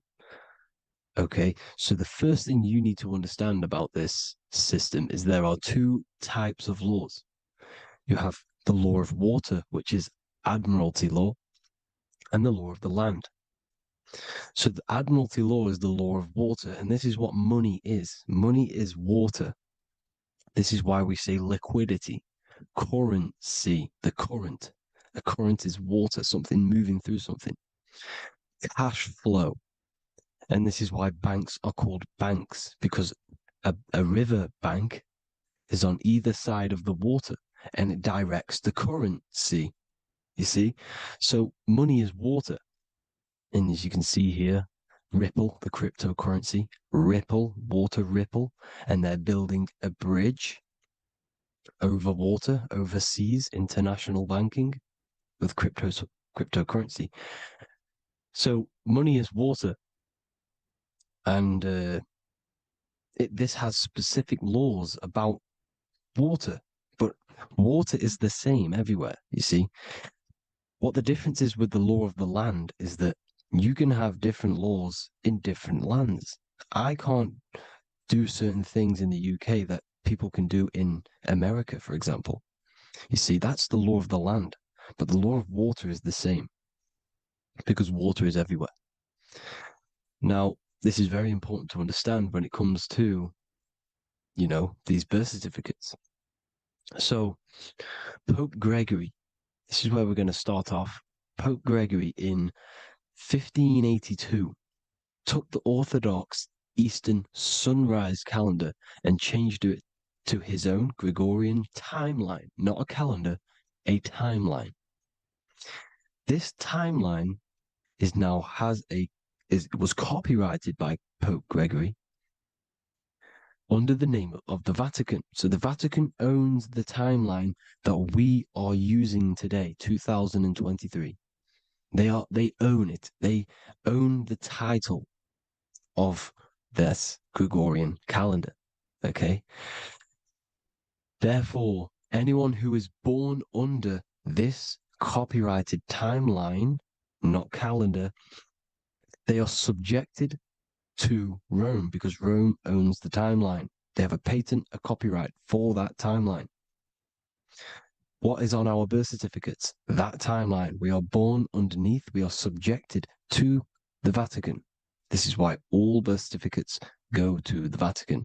They own every single birth certificate. Okay? So when we use this timeline, we are subjecting ourselves to this timeline. Okay? Which the Vatican has a claim over. This calendar or timeline is set to sunset, not the sunrise, which is associated with death, darkness, and the moon, lunatics. You see, so this is a sunset calendar timeline. Okay, this is now, they've changed a couple things, right? They say that the new year is January the 1st. Okay, when we know this is in winter. January is winter, which is associated with darkness, death, the death of nature. So this is a death cult, people. These people are evil. They're so evil. The Vatican. And this is why we use April Fool's Day, because April is in Aries, and Aries is always the start of the zodiac. This is why Aries rules the head region. 12 zodiacs, 12 systems of the body. Each zodiac is associated with each part of the body, and this is why Aries is the head, cerebrum. But we're not going to talk about it in this video. But yes, that is what April Fool's Day is. They're putting it in your face. April Fool's Day is the real start of the year, when the sun starts to rise again, when the risen Savior is resurrected, when it's born again. This is when the Jews celebrate the Passover. This is when the Christians celebrate the resurrection of Jesus, and they eat lamb. The Jews eat lamb because we're in Aries, the new year. The sun is now born again, our risen Savior, the light of the world. So yes, this is what April Fool's Day is. It's the first day of the year, which they changed. Pope Gregory changed. So you need to understand is that you are in the womb. You are inside of a ship, because every ship, literally a ship, every ship is female. This is why they say she delivers the product, because she does deliver the product, you, the baby. Same thing with a ship, they deliver products. They are a she. And when they pull up to the bay, like you can see on this picture, they're pulling up to the bay. This is now called the birth canal. The ship is now in birth on paper. Okay, this is law. And when they pull up, they tie up to the bay, and now they get a certificate of manifest certifying all of the products which are on the ship and what they are bringing into that nation. Okay, so you're bringing in this many of that, everything's on the certificate of manifest. And this certificate as manifest is also your birth certificate, because you are traveling through water when you are in the birth canal of your mother, because you are in water when you are in the womb, and you travel through the birth canal. And when you arrive, you get a certificate of manifest with the name, how many, the quantity, that's your birth certificate. Okay. And this is what it is. We are a we're not a corporation, but we represent a corporation, which is your name in full capital letters. That is your corporation. You cannot physically tax a body, but you can tax a corporation. This is why we get charged. This is why we get taxed, because it all goes down to the corporation, which our name represents, which we are subjecting ourselves to. We are my name. I am subjecting myself to this name, and that name has a corporation which I represent, which I subject myself to. You see, this is how we are attached to this straw man, this character that they have built on paper. So it's a character which is on paper. This is what we represent. So when the woman gives birth, she delivers the baby, and then she has another substance. Now I'm going to break down how they attach this name to us, how they do it. Okay. Our mother is carrying us the product in the womb, the water. And it goes from the United Kingdom into a state-owned, corporate, federal-owned hospital, which is government-owned.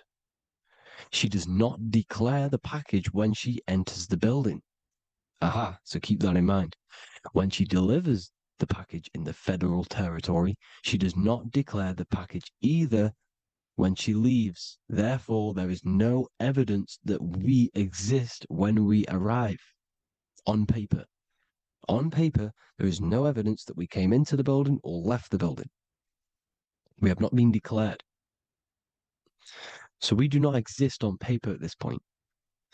When the woman gives birth, she delivers the baby, and then she has another substance, which is called the afterbirth material. Okay? This afterbirth material has the same DNA as our physical body, with the body, mind, and spirit. Okay? This is how they get this corporation. Hold on. The afterbirth material does not get claimed by the mother nor anyone. Therefore, they salvage that substance, because we are under the Vatican. Every state is all Catholic. Your birth certificate is Catholic. No matter what religion you think you are, every single birth certificate is Catholic, because we are subjected to Rome.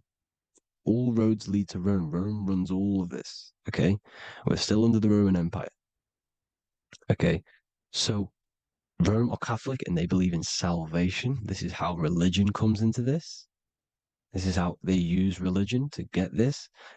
So they salvage the afterbirth material and they claim it, and they salvage it and give it and charge it to Rome. And they give it a name. Here's the legal term, born alive. Here's what it says. Each product of such birth is considered live, born, and fully recognized as a human person. So each product of such birth, so that could be anything, the afterbirth, the person who actually comes out, the baby. So your afterbirth, which we do not take with us, we take the baby with us. They keep that in the hospital. They collect the afterbirth and they salvage it and they give it the name, which it is us. We are a representative to that afterbirth material, which they put the name on, they claimed, which is subject to Rome. So we are walking around our whole lives as a representative to that claimed salvaged afterbirth material, which the federal state have. Okay. We are under the Catholic Church, Vatican. Therefore, the afterbirth material is a child of God. See, on paper, therefore, they believe in salvation and salvage the afterbirth material. This material has no mother or father. The state pick it up. It becomes a war to the courts and gets charged to the state. So we are a representative to that character they salvaged because it is the exact same DNA as you. Subject is the name or the title, and the matter is the physical aspect left behind in the hospital, which represents us. You see? So now we're moving on to Unum Sanctum. Unum Sanctum was in 1302, a very, very important year. Very important year. Unum Sanctum says this is basically how they claim everyone in the world. So the Vatican had all this power, all this gold, all these people under them.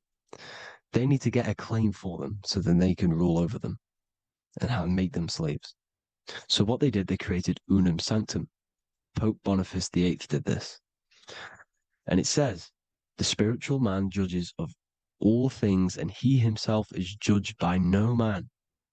The spiritual man, keep that in mind, unless he invent like Manichaeus, two beginnings, which is false and judged by heretical, since according to the testimony of Moses, it is not in the beginnings, but in the beginning that God created heaven and earth. Furthermore, we declare, we proclaim, we define that it is absolutely necessary for salvation that every human creature to be subjected to the Roman pontiff. So they are claiming us in Unum Sanctum, and it's in the vaults in the Vatican. They will put a spell on it because they are sorcerers, they are magicians. They put a spell on it, they lock it up, and whatever goes on that piece of paper goes. And this Unum Sanctum is claiming all of us. So what does it say in the beginning?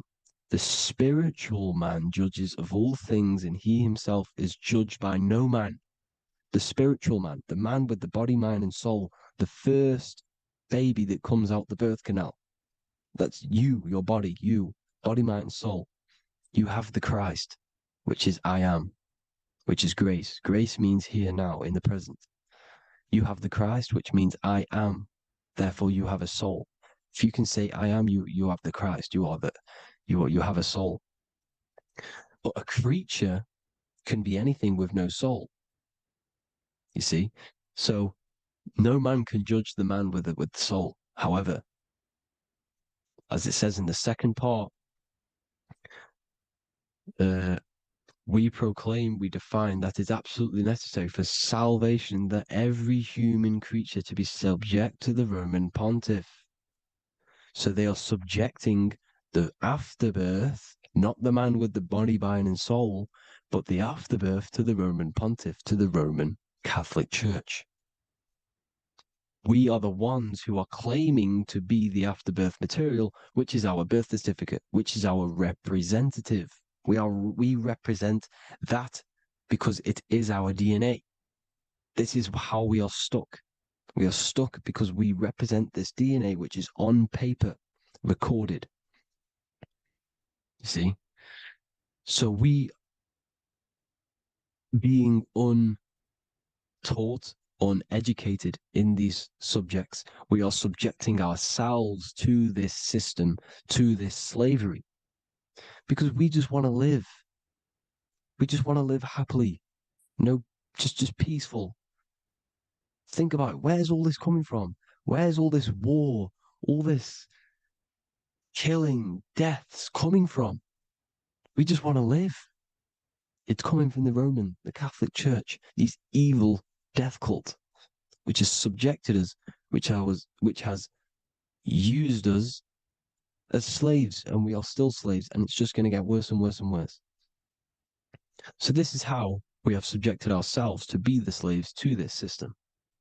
It's a lot to take in, and there's a lot more deeper stuff which goes into this. I'm just going over the surface. I'm going quite deep, but there is little details that I still need to learn myself. But this is the general how that we've been stuck to this slave system. So we are batteries, okay? This is why we get charged. When you go in a court, you get charged, okay? Because you're a biological battery. This is why cities look like motherboards, because we are feeding energy to this matrix. Okay, when we look outside of ourselves, when we give power to so-called Jesus Christ, worshipping idols outside of ourselves, where attention goes, energy flows. We are feeding the matrix with energy. By looking within, placing your attention within yourself, you are taking back your power. Because the I am is Christ. The you, the soul, is Christ. It's God. The awareness is God. Okay? However, we are subjecting ourselves to this system. We're subjecting ourselves to this system and the feeding of our energy. So what we need to look for the future is that, think about it, with the end goal is to change our DNA, is to literally make us robots, transhumanism, slaves. This is why we have smart cars, smartphones, smart watches, smart meters, smart cities. And all of this is going to be connected by the smart grid, which is 5G. This is why 5G is rolling out. 5G is going to connect all of these technologies to one. It's like a big net system. And you know why they're doing this? It's because all of this is going to be connected through AI, through this 5G, and that 5G is going to be controlled by the elites.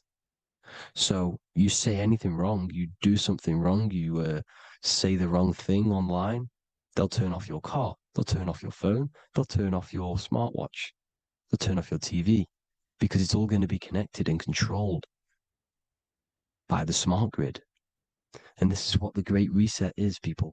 But they're going to trap us inside of these 15-minute smart cities so we can't leave the area, because they're going to use climate change as a tool to enslave us to not travel because of so-called climate change and the fumes that we are putting into the air, which is all BS. They're doing this to push these new cities, to push all of it. But listen, they're trying to get inside of your body. The only way they can do that is to get you addicted and using this technology. First, they got on the body with the smartphone. Well, first of all, we use the technology. We get used to it with it in our hand. The next step for them was to get on the body, which is the Apple Watch, as you see down here. They have now successfully got onto the body. The next thing is to get inside of the body. This is the brain chip. You see how they've slowly lured their way in, slowly got you addicted to this technology, got you dependent on this technology. And what they're going to do is that they're going to mold society to be dependent on the brain chip. So in order, for example, if you want to go and pay for food, you're going to have to get a chip to pay for the food, because it's all going to be digital money. And that digital money will be connected to the chip, and you'll need the chip to pay for things. You see? So This is how they're slowly transhumanizing us. These phones, these apps, these things which are all which are all using was created by Freemasons. Freemasons, Mason means traveler because they travel the depths of the mind. They understand human consciousness. They understand the brain. They understand the mind. By the deepest root cause, they understand it. This is what Masonry is. It's the occult. So these technologies is designed by these people. This is why they're so addictive, because they understand how it works. They understand how to get people addicted because they understand human consciousness, the brain, the body, and the mind. So this is the advantage Freemasons have over us. And these secret societies, which have gone through the orders of Freemasonry and progressed onto these secret societies, which are the evil side, because I'm not saying Freemasonry is evil, okay? But the societies which they go beyond Freemasonry, because you can go beyond the 33rd degree into these secret societies, and they use this knowledge for the bad, to enslave people. And this is what's going to happen. Transhumanism. So I hope you all learned some insight for today. Please do a bit more research on, the birth certificate and stuff like that, the straw man. And have an amazing day, people. Please like, comment, and subscribe. Peace.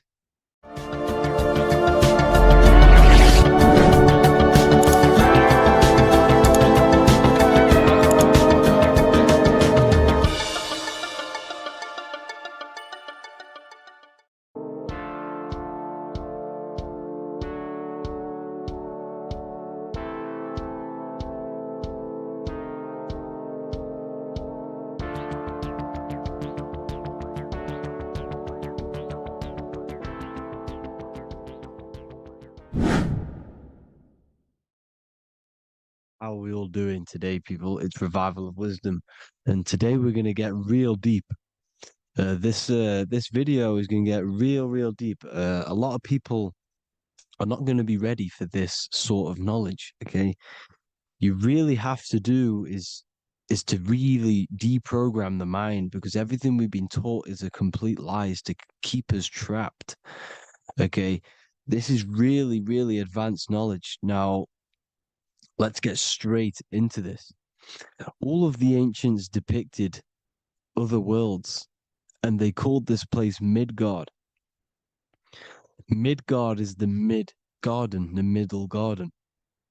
This is why the Masonic symbolism on the floor is always a black and white checkered board, symbolizing the polarity here, the good and bad, because we're in the middle garden, the heart. Earth rearranged spells heart, because we're in the heart of this system, or whatever it is, a super quantum computer, whatever you want to call it, simulation. Now, in the Quran, it talks about the 7 layers of heaven. All of these ancient artworks are depicting these different layers of reality. Okay, and look at the Egyptians here with the boat outside of the firmament. Boats travel on water, and this is exactly what the Masons are doing. So they're still using the same symbols. Why? Because it's the same knowledge, just hidden. The Egyptians have the same knowledge as the Freemasons. It's just hidden. Now, this cosmology that they're showing here, which is probably made maybe 100 years ago, this painting or artwork, is the exact same as the one we see here, with the arch, the boat. It's similar, because the boat is symbolizing traveling these other worlds, because the ether is also symbolized as water, because if you look up at the stars through a telescope, it looks like it's water. It's shining through water, because this ether, whatever this substance is outside of this world, was symbolized as water. Okay, and look at all these ancient depictions showing these different layers of reality. Now, we are being trapped within this 3D dimensional world, which is the cube, the Saturn cube, because there are 6 sides to everything in this world: front, back, left, right, up and down. 6, which is the cube, because we're in the Saturn's world. Okay, now always been depicted as a tree of life, the tree of the universe has always been depicted as this tree. Because let's get a bit deeper. Now, the cosmology of this reality is the sun, the moon, and Polaris, always in the Masonic art. The sun, the moon, and Polaris, the all-seeing eye. If you go inside of the temples, of the Masonic temples, they always have this star in the middle, shining light beams. Okay? Look here. The light beams coming from the big star in the middle, which is Polaris. This eye is God. It's God's light shining down from his abundance. Now, when you astral travel, you will see this big ball of light above you, and this big ball of light is God. But you cannot travel towards it until you are pure. It doesn't work like that. You have to become formless. You have to become pure before you can become one with the light. In all these Masonic artworks, it's all depicting the star in the center. This star is Polaris, because Polaris is the way out of this place. And this is why you see the stairway to heaven all the way up to the light beam, the light source. What does it say in the Bible? God is light, because everything is made out of one substance, and that substance is light. And it symbolizes the eye because God is an eye. All things that are alive have an eye. And we all say, I am. We all see these realities through eyes. God is an eye. He's the all-seeing eye. He sees all things at all times. And he is projecting this light. And this light comes down to create all the different levels of the worlds. And this is what the 2 pillars symbolize the number 11. 11, the number 1, is just a vertical line. It's the 1. It's a 1 point. 11 symbolizes the mirror nature of reality. Everything's mirrored. As above, so below. Now, the 11 also symbolizes openings, doorways. And as you can see here, an opening to the all-seeing eye.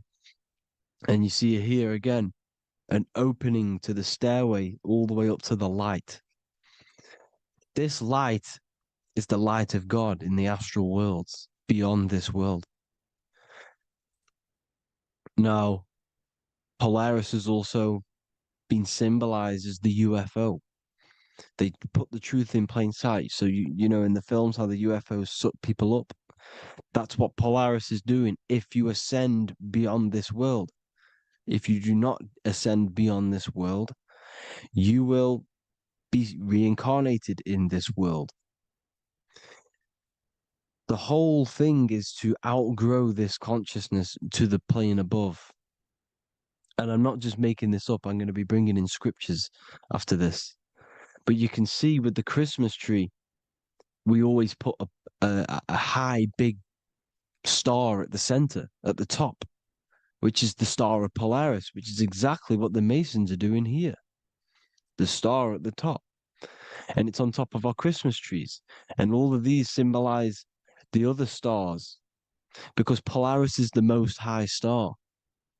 And all the other stars are wrapped around the firmament lower than Polaris. And that's exactly what the Christmas tree is. And it's a triangle. It's a triangle, just like light beams travel from one point in the triangle, just like the all-seeing eye. It's a triangle. The light is coming from one point and sending its rays downward. You see, it's kind of like you see here with the water.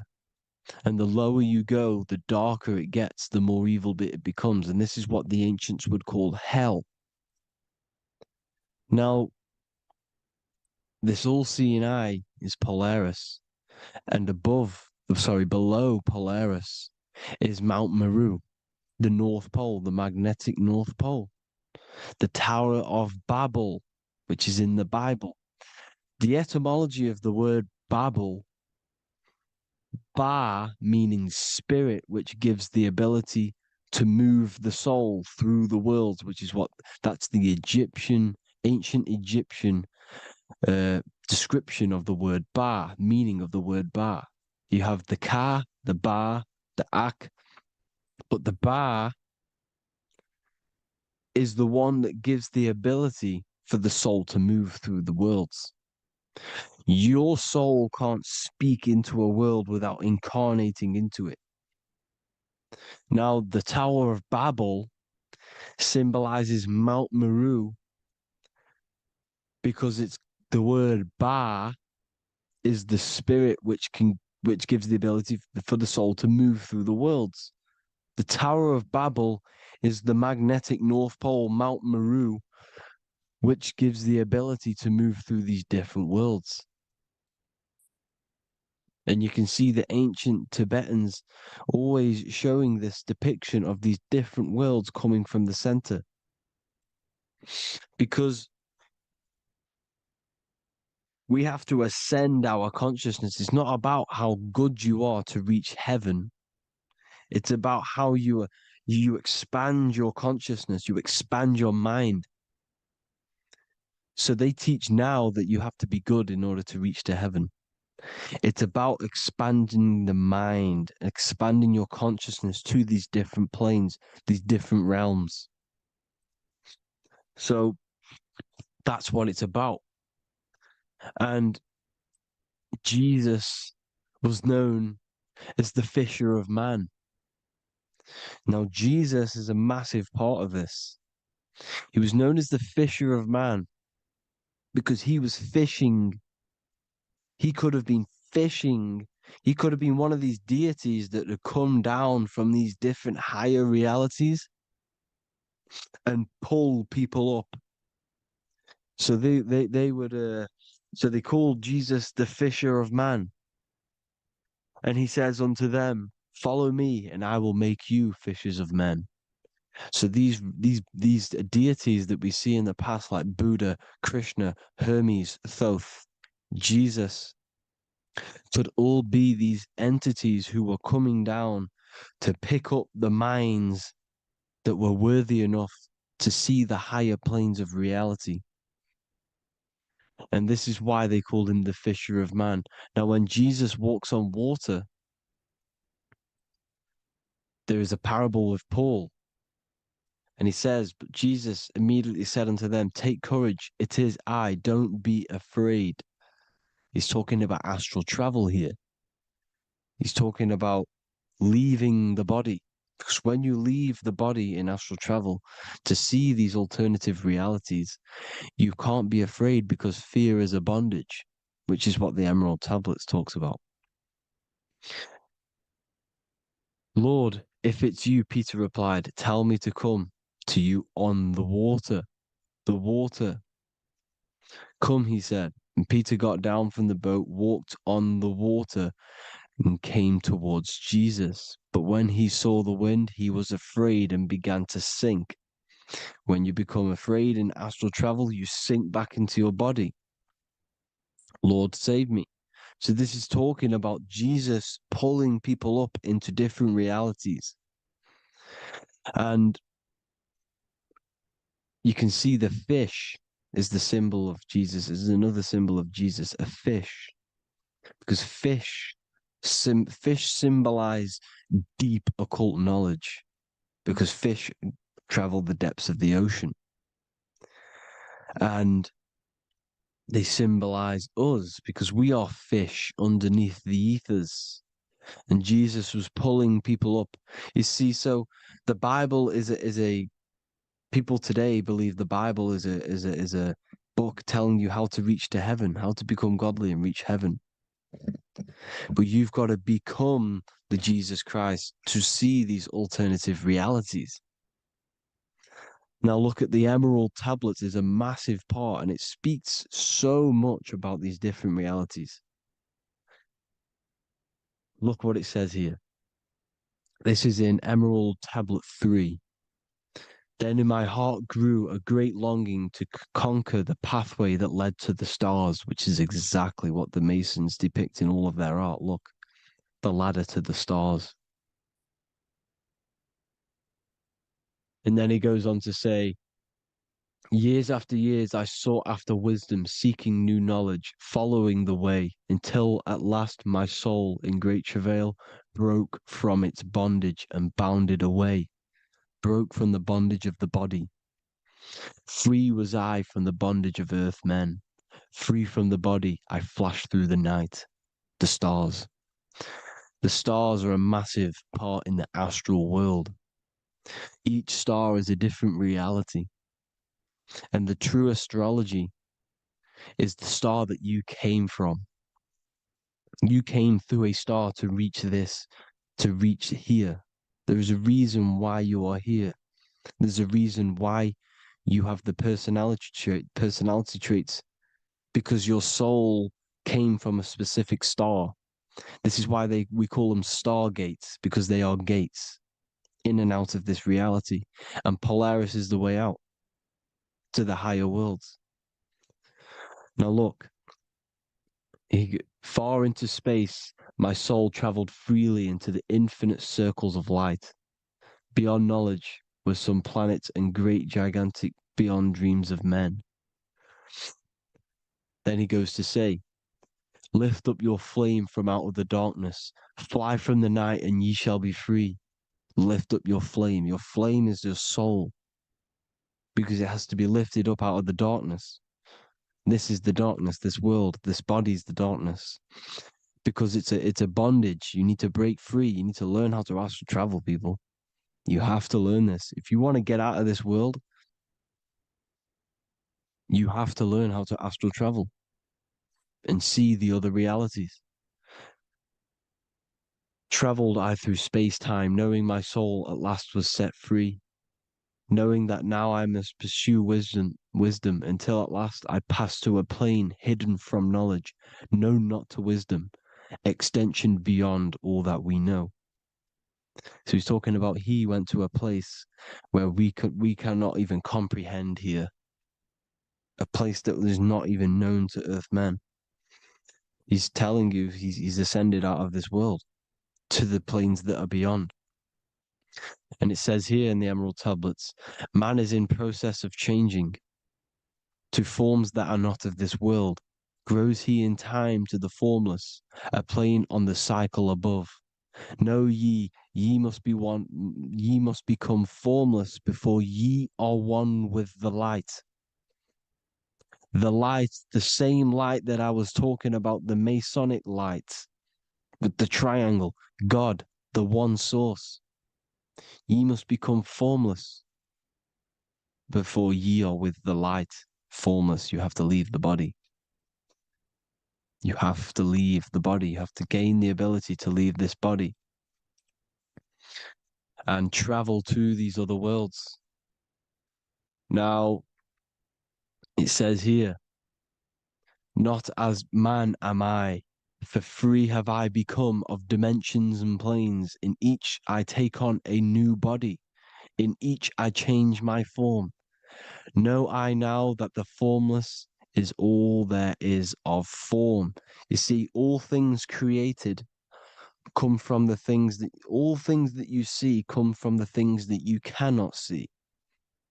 All of us have the same spark of consciousness, the same I am. Every dog, every animal, every human has this same I, this same thing which sees through the eye. It's formless. It takes this formless entity is the same entity of us. We are all the same entity in different bodies. And this entity it was represented as the flame, the cosmic flame, which is inside of all of us. And this is why the Masons depicted your spine as a candle or the Holy Grail. You would either see this or a candle with a flame on the top, because the Holy Grail is your consciousness, which is on top of your spine, which is the candle. Now, Jesus, Thoth, Buddha were all these deities which were coming down to lift people up because they were fishermen of men. And he would lift you up to the higher worlds, out of this world, to the ones above. Now, Thoth, you can see him here, he's leading the way. He's holding someone and he's leading the way with knowledge and power. He was leading the way to other worlds, out of this world. There's no point trying to change this world. This world will stay the same. It will stay the same. You have to get out of this world. And that's what they're telling you. That's what they're keeping you from. They're keeping you stuck within this thin layer of reality. So what the Masons are doing, they have the ability to astral travel. They're living not stuck and bound to one reality, but living within the different layers of reality. And this is what Morpheus was doing in the Matrix. Morpheus was going into the Matrix to go and get Neo, which is exactly what Jesus was doing, pulling up people out of this world to the ones higher. And that's exactly what Morpheus is doing in the Matrix. If you haven't watched the Matrix, go and watch it. It will blow your mind. Everything I'm saying in this video, you will see it.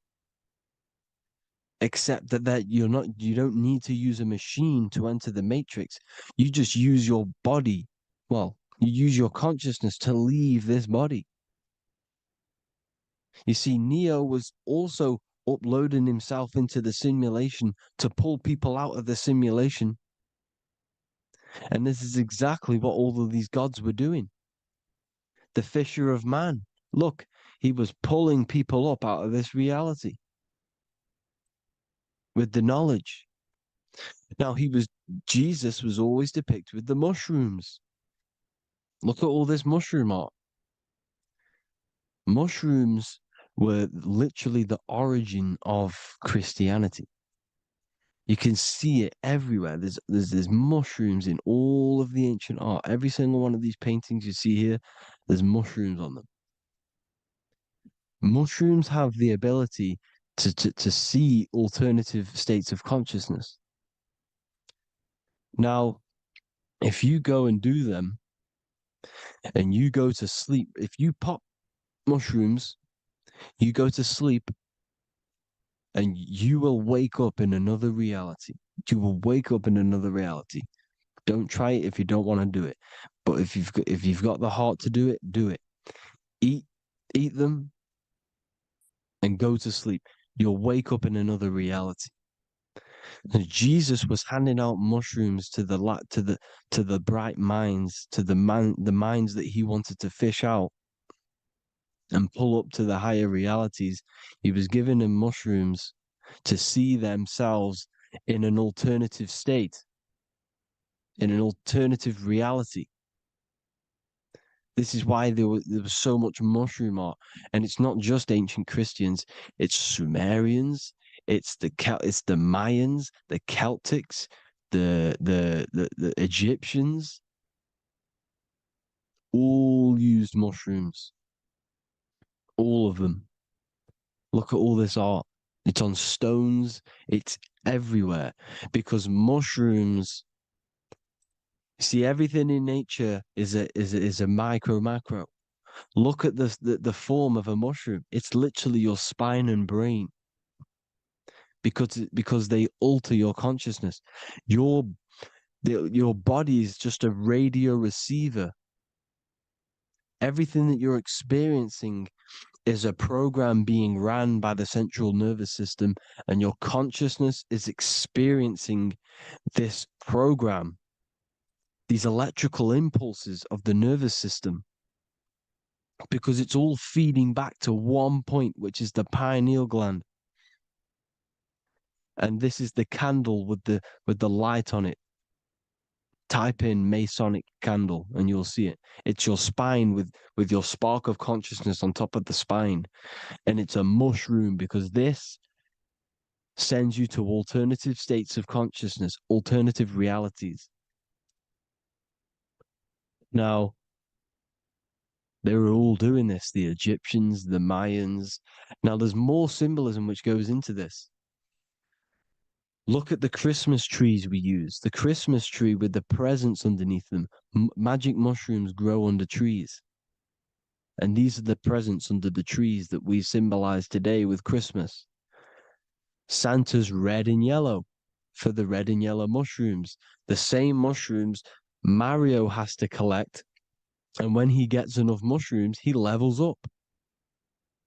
And then what does he do when he go past the world? When you win that world in Mario, you go to another reality. You go inside of another world. It's truth in plain sight. And it's using mushrooms. It's using mushrooms.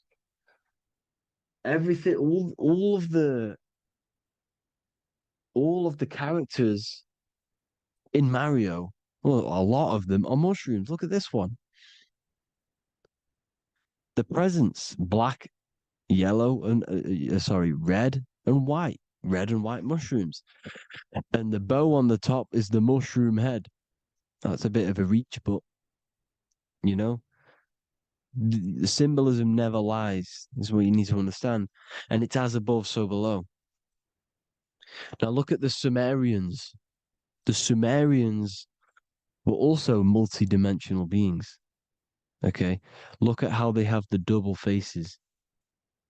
They had 1 foot in this reality and 1 foot in another reality. And look at this one, a double-headed god inside of like a portal. You see? Because and look at these with the wings, the astral travel. Birds, ancient birds symbolize the soul. Because the soul is a bird, it flies to different worlds, it flies around the cosmos. And mushrooms gave you the ability to see these alternative states of consciousness, these alternate realities. Because you exist in infinite realities. You exist in infinite realities. Now look at the 33rd degree Ordo Ab Chao badge. You get this badge when you become a 33rd degree Freemason. And it's a double-headed eagle. A double-headed eagle.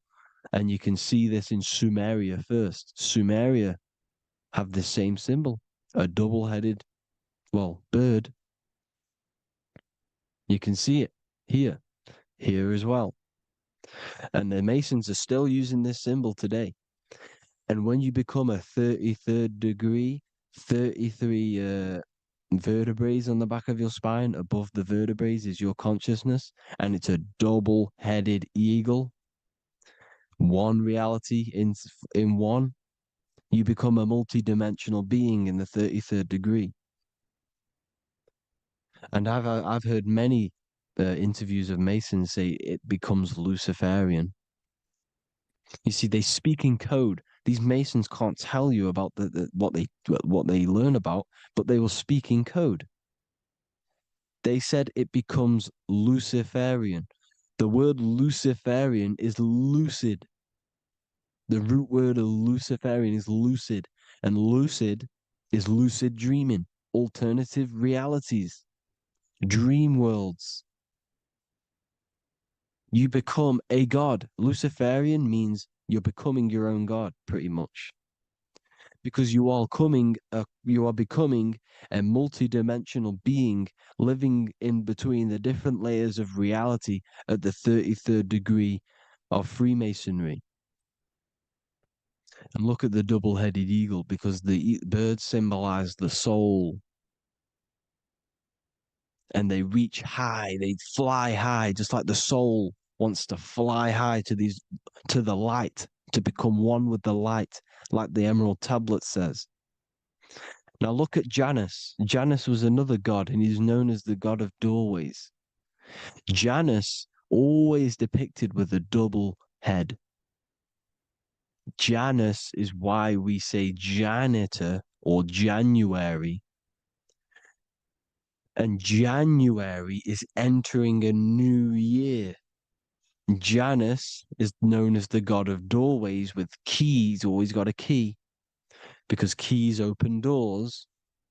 That's why the janitor holds all the keys.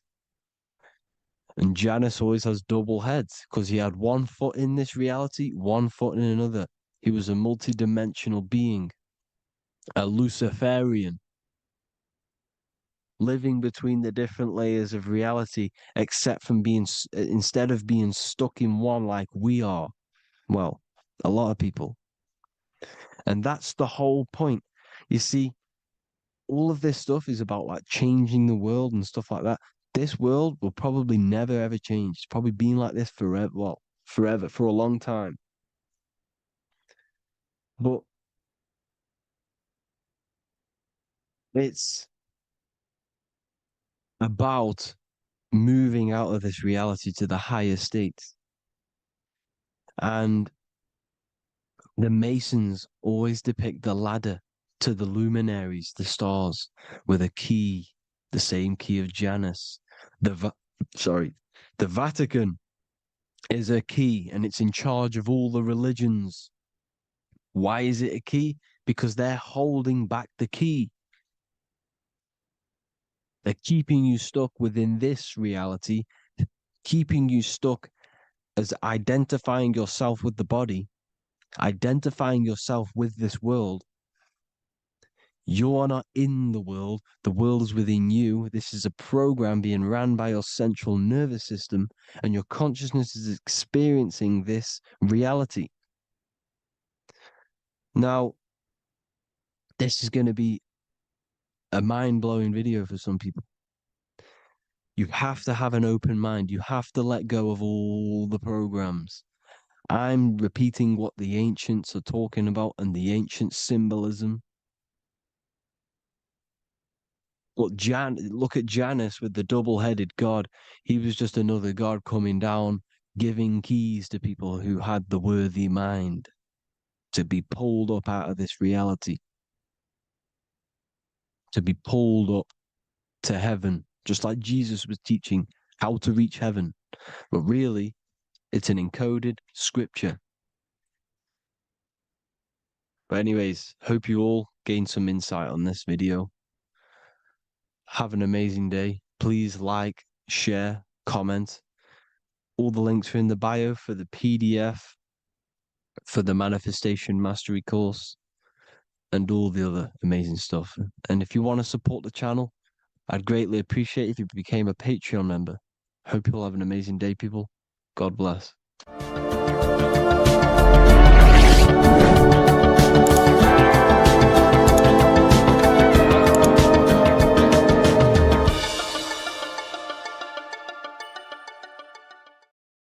Hello, everyone, and welcome to another lecture inside Ethereal University.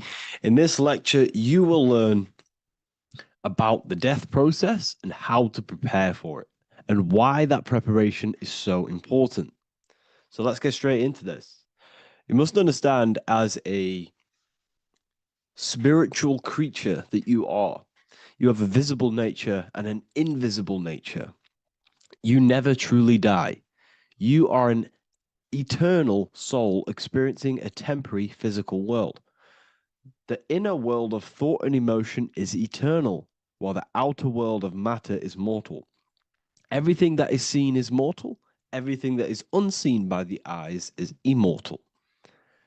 When you die, your external physical world will be stripped away, leaving only your pure consciousness in its raw form, drifting within the astral plane. So here you see your physical external body and your internal world. And your internal world is your state of consciousness. It's your state of consciousness. Your thought and emotion is one overall state. Okay? So you must understand these planes. You have the physical body, the etheric double, an astral body, a mental body, and the Buddhic body. When you die, you leave the physical plane. then you will more than likely leave the etheric plane because the ether acts as like a portal. Everything comes out of the ether and returns back to the ether. I can break that down in another video in electromagnetism. But electromagnetism is ether, energy coming in and out of the ether. You will, every single day you die, every single day. There's a cycle of life and death occurring all the time. Every single day, you go to sleep, you go back, your consciousness slips back through the ether. And then when you wake up, your consciousness comes back through the ether into the physical plane. Death is just a bigger macrocosm of the microcosm cycle of life and death. So you will return back to the astral, which is the realm of imagination, infinite possibilities. And this is where thought forms start to manifest. Okay. So depending on how advanced you actually are mentally and emotionally, will depend how long you stay in the astral. Now, what we must understand is that there is many different components to the astral. We have the higher astral, the middle astral, and the lower astral. These are all vibrational states. So if your mind and soul is operating in lust, lust, desire, hate, food, physical addiction, smoking addictions, then these are quite heavy. These are quite heavy attachments to your consciousness, and they're quite low level desire, which means they have a low vibration. You will manifest in the lower astral when you're stripped from your physical body. The lower astral is not inherently evil. However, there's just low vibrating things going on there. Low vibration does not mean evil. Okay. So just like bad doesn't mean evil. Okay. In the lower astral, you are going to see lower astral beings. You're going to see spirits, souls with low level desire. Okay. People who are attached to the physical plane, people that lust, people that do these things. Technically, this is hell, but you can escape it by escaping yourself. Now we're going to break all this down. I'll break all this down properly once you understand the full context. So depending on your level of desire, you will manifest in a corresponding layer of the astral plane. If your mind is still attached to the low physical desires, you will find yourself in the lower astral realms. But if you have few desires and have detached from the worldly attachments while you are encased in a body, then you will rise into a higher or middle astral plane, mainly the middle. Okay. The higher astral plane is very formless. So as I broke down here, this is, well, the physical plane is the lowest dimension. This is the most form, the most matter. It's quite heavy. The higher you go, the lighter it becomes, the more fluid, the more formless it becomes. So you see here it says denser down and lucidic up. So this is more lucidic in these higher realms. This is more dense in the lower realms. So this is why the ancient Egyptians were always talking about, I'll show you this. This is showing you death. So first of all, we have Anubis, which represents death. Here you have the heart, which represents the soul. And here you have a feather.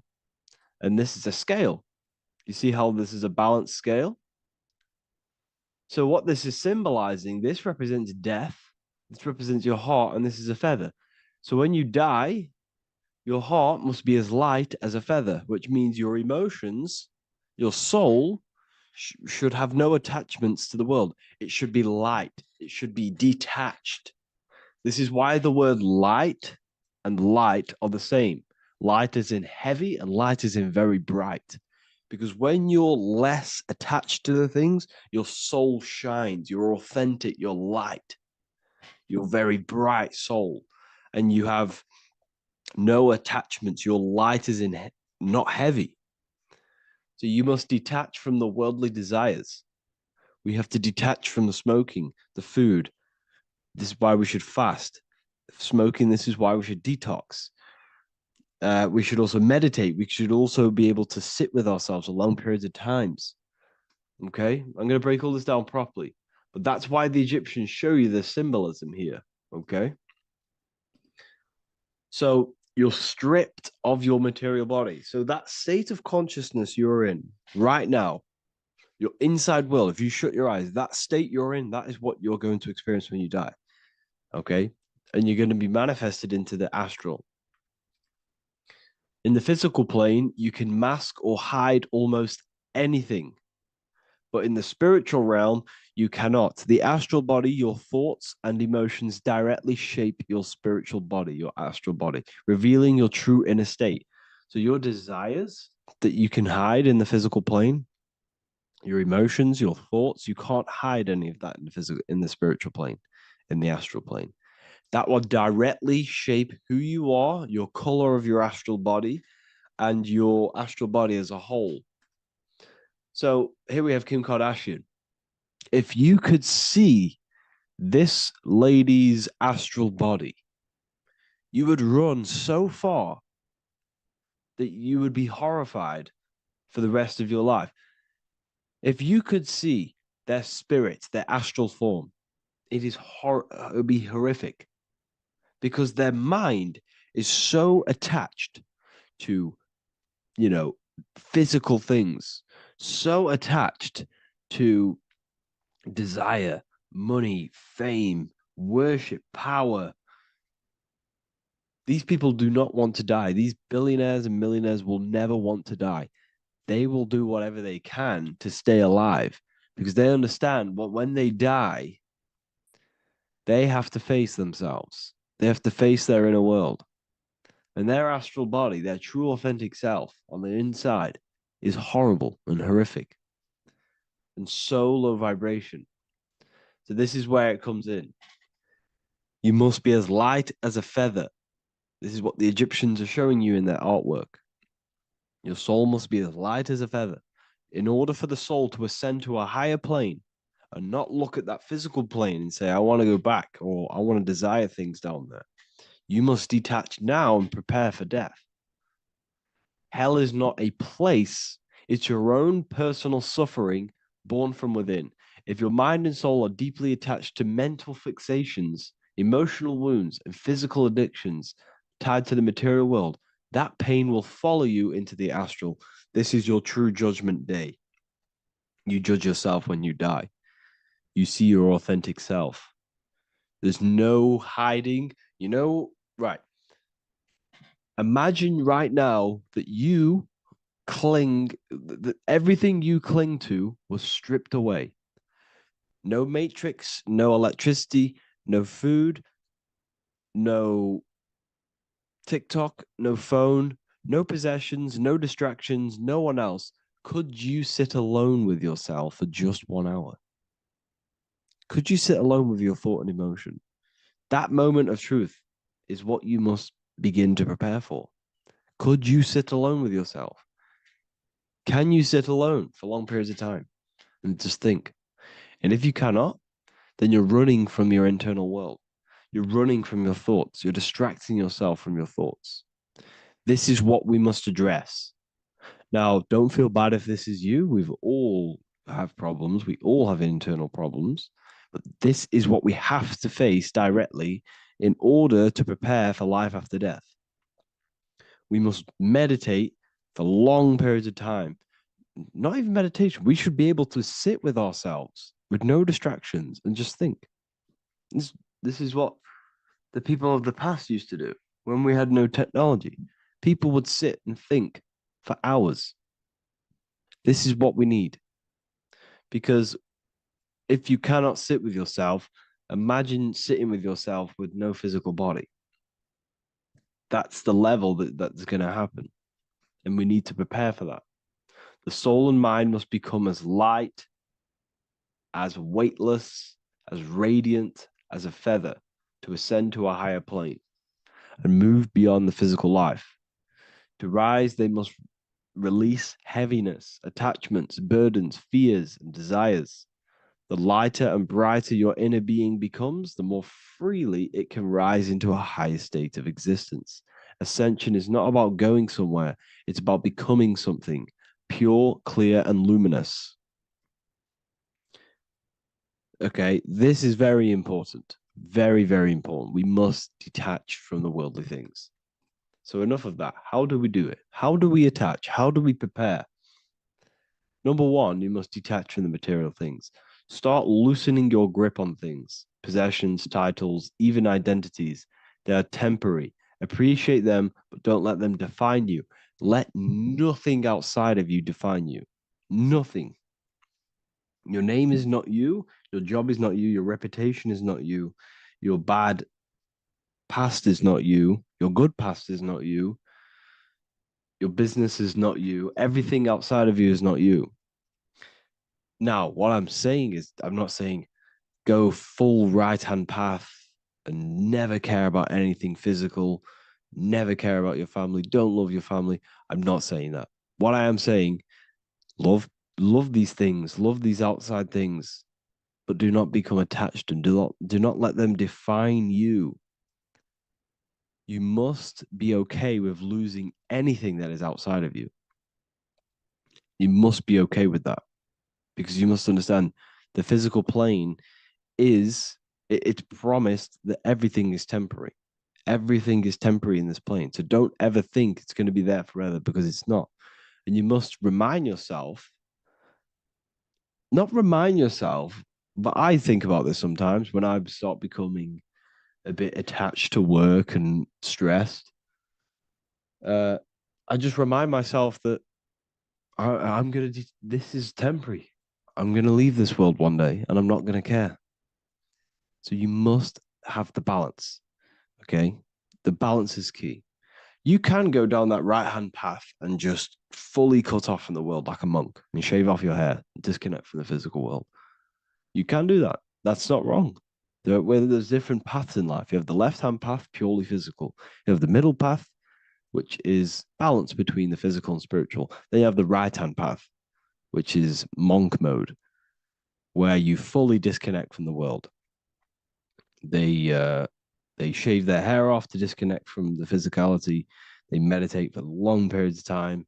This is what they're doing. They're preparing for death. Monks prepare for death. They understand this. They understand that you don't die. Your inner world is the true world.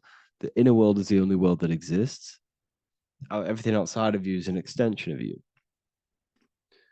Number two, cleanse the mind. Watch your thoughts. Are they rooted in fear, anger, regret, or craving? Meditation, mindfulness, and inner reflection help purify the mind.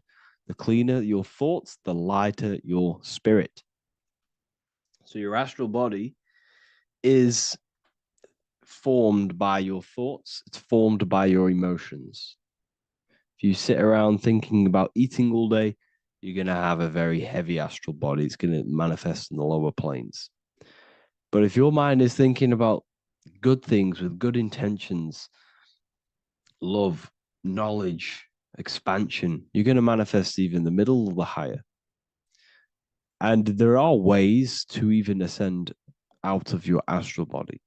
Yes, you can ascend out of your astral body and out of the mental body, but that's all very advanced, and I'm not going to teach that yet. I'll make another video on that, but you can ascend from them bodies. The astral plane is not the end. You can keep ascending as a soul until you're left with just the pure essence of the soul. But we're going to, anyways, cleanse the mind, reprogram the limiting belief systems, let go of mental attachments. And the way you do this is by getting a piece of paper and writing down every single attachment that you have. And you're going to realize, dude, there's more than you think. Okay. We have to detach from these. We have to. 4, practice presence. Can you sit in silence with yourself? The more at ease you are with your own inner being, the less you'll feel death.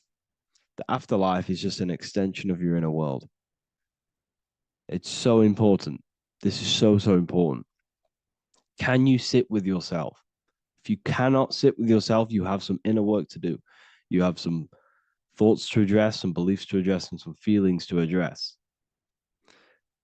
Okay, so practice sitting in the present, meditation, or just literally sit there and try and be okay with yourself. And if you can't be okay with yourself, then there's something you need to address, whether it's a belief system, whether it's an emotional trauma, or something. This is what we must reshape, refine, and let go of. Live truthfully, speak and act from your soul, not from fear or ego. The more authentic you are, the more aligned you become with your true self, which carries beyond this life. The ego is your mind's perception of itself while being incarnated in this world. It's been shaped by your experiences, your thoughts, your beliefs, and your emotions. So your ego is basically this false thought form that you've created. It's a false layer of yourself that sits on top of your true authentic self. It's basically your physical character. When you were young, you had no ego. You were pure. You had a pure consciousness. But then as you grew older, your ego started to grow, and it still is growing because it was shaped by experiences, things you've gone through, things you said, things you believe, things you think. It's created by you, by your mind.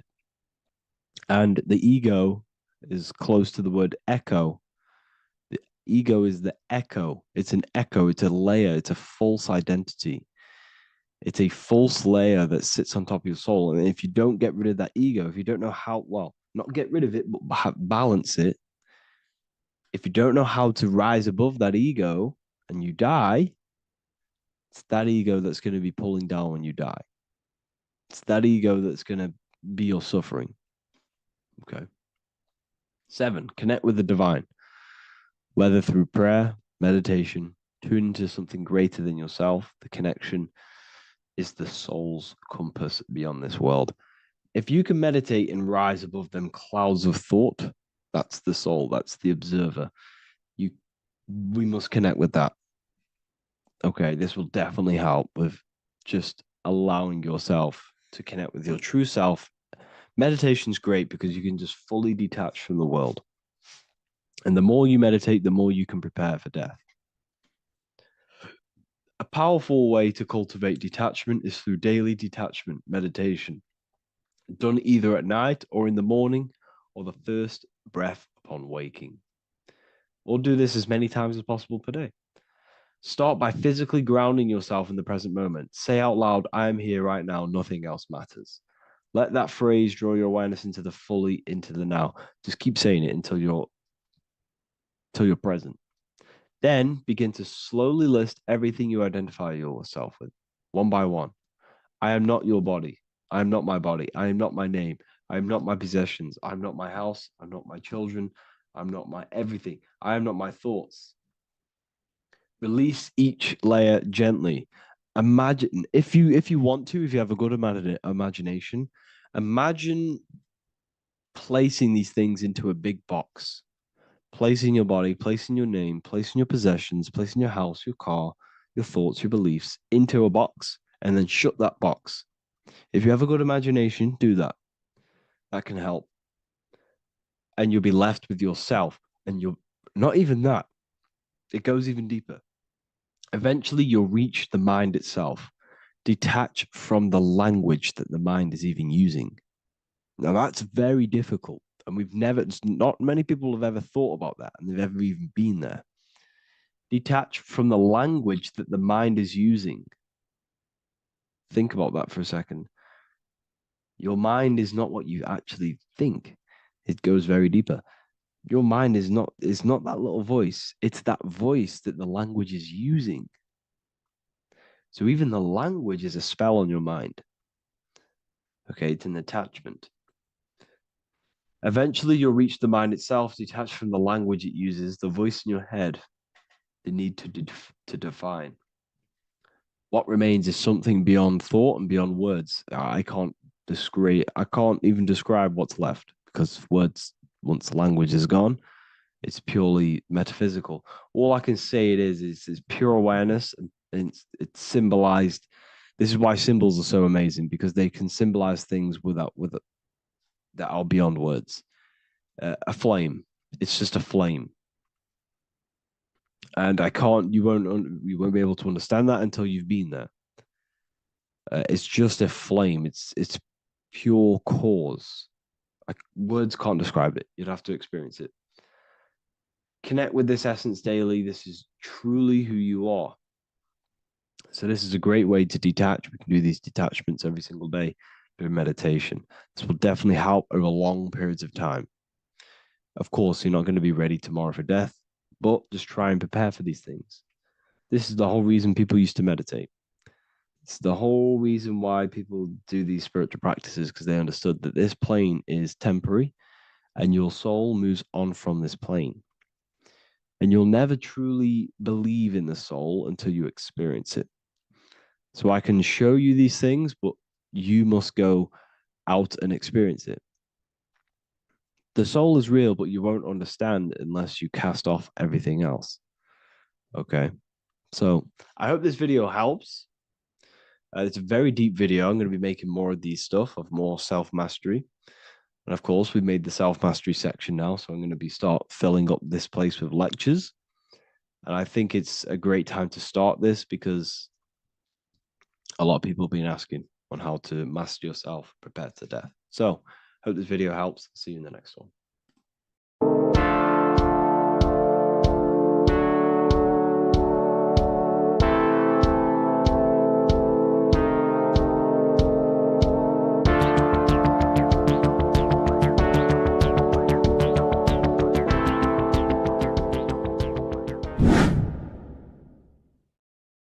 What's good, people? We're back with another video. This is going to just be a quick video. Manifestation, magic, bending reality. So let's jump straight into this. So you have a conscious and a subconscious part of your mind. The conscious is what you're conscious of, what you're actually doing, where you can choose or not. However, the subconscious is the part of your brain which is automatic. So all of the systems in your body, like the digestive system, your heartbeat, these are automatically being ran. And you do not have to tell these systems to do anything. You do not have to consciously tell your heart to beat. It's automatically doing it. And this is what the subconscious mind is controlling. It's like the dark aspect of your brain or your mind. It is the way bigger aspect of your mind. Okay, it controls all the systems in your body. Okay, and this is where all of your programs are. So when you're in it from your childhood, what you've learned in school, all of these things are being kept in your subconscious, maybe traumas and stuff like that. So the subconscious is the female aspect, and the conscious is the male aspect, because the male is all about action and doing, and the female is more about creation, creativity, intuition. So you have a right and a left hemisphere of your brain, and these are obviously male and female. The right side of your brain is your female. It's to do with creativity, imagination, intuition, insight. Okay. And this is one of the most important sides of the brain. This side of the brain is the most attacked by the elites, whatever you want to call them. This side is one of the most important, because obviously your intuition is a massive part of reality. And if you don't have intuition, then you lose track of the things around you. You can't consciously feel if things are wrong or right. They don't want you to have intuition or creativity or imagination. They want you in the left side of your brain, which is just reasoning, logic, and basic things. So they just want you to tell you what you want, tell you what to learn, and then that's it. They don't want you thinking for yourself, which is the right side of the brain. So whatever the conscious side of your mind impresses the subconscious side of your mind. So if you do affirmations, for example, if you consciously do affirmations every day, you're reprogramming your subconscious mind. You're impressing a vibration and a word into your subconscious mind, and therefore it will reprogram it. So the male and female aspect are symbolized by the Star of David as well. The male being the upside triangle, the female being the downside, connected all in one, because we both have male and female energy. So every thoughts are electric, which is the male aspect, emotions are magnetic, which is the female. Each thought creates a wave of vibration in all directions. So think of it like a water drop in a pool, but it going out in every single direction. It's not just flat. And these thoughts have a certain frequency, well, has a certain vibration. That vibration has a certain frequency. And this affects your aura. Every thought, every emotion directly impacts your aura and the strength of your aura. So if you're angry all the time, your aura in the astral plane will look red. However, if you're happy, it'll be more like blue and green. So it's very important. Your electromagnetic field is created out of your emotions and thoughts, and that affects reality because you're 60% water, and frequency and vibration create certain patterns and has a certain effect on water. We'll get into that after this slide. So each thought that people are thinking around you, you are actually subconsciously picking up these thoughts because it's emitting this vibration in all directions. So this is why you can pick up thoughts of other people on the odd occasion. However, when you're more in tune with your intuition, your right side of your brain, you can start to pick up on vibrations, thoughts, and other people's auras. You can pick up on the energy once your third eye is open, and you know whether you should be in that environment or not. This is what we call an atmosphere when we go into a room and you can feel the tension if someone's been arguing, for example. This is the atmosphere, this is the vibrations, these are people's auras emitting these certain frequencies and vibrations. Okay, so our aura is contained of multiple layers. Obviously, we have the physical body. This is the electromagnetic layer. However, you have the different planes of existence, the spirit, mental, astral, etheric, and then physical. The physical is the lowest plane of existence. And the physical plane is a product of all of the planes above. So the mental impresses on the astral impresses into the etheric, and then the etheric creates the physical object. So the mind is the root cause of reality. The mind is the cause of everything. Your consciousness is pure cause. There's no effect. Everything you see in this reality is the effect. Everything that you experience is the effect, because the root cause was the mind. The decisions you made you experience that certain experience. And that decision was created on the mental plane. And this is just pure thoughts. And thoughts are things. If it exists in your mind, it is a thing. It's a certain frequency. So if you have a certain level of thoughts, if you're thinking positive, for example, you're going to have a strong aura, you're going to have a higher vibration. And that attracts like. Like attracts like when it comes to thoughts and vibrations and electromagnetism.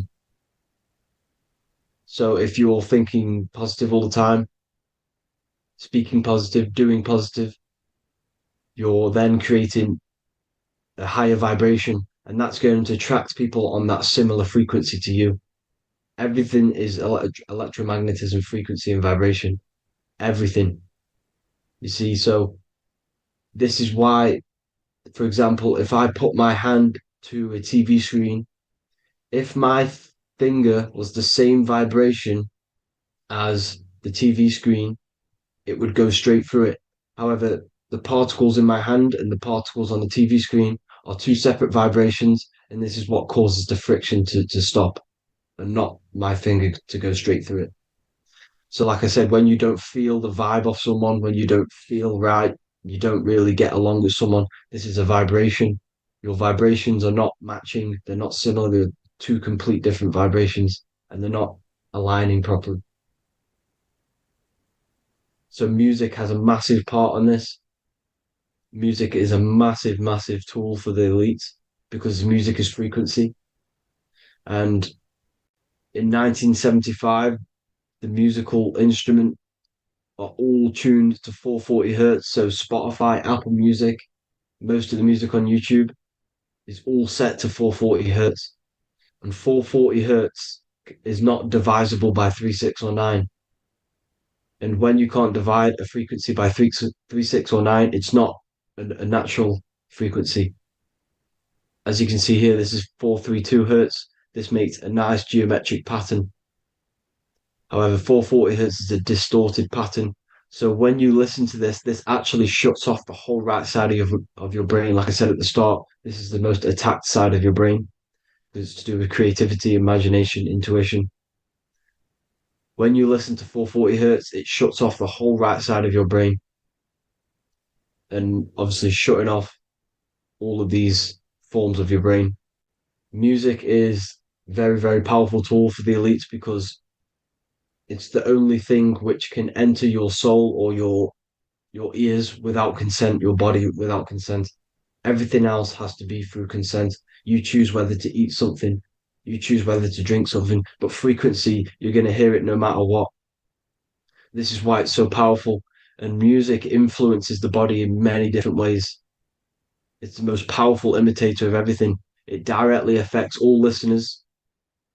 It directly affects intentions, gestures, movements, and actions. It stimulates your mind, and certain songs, certain catchy songs, can reprogram your subconscious mind, invoking certain emotions. This is why when you listen to slow beat songs, it makes you feel more sad.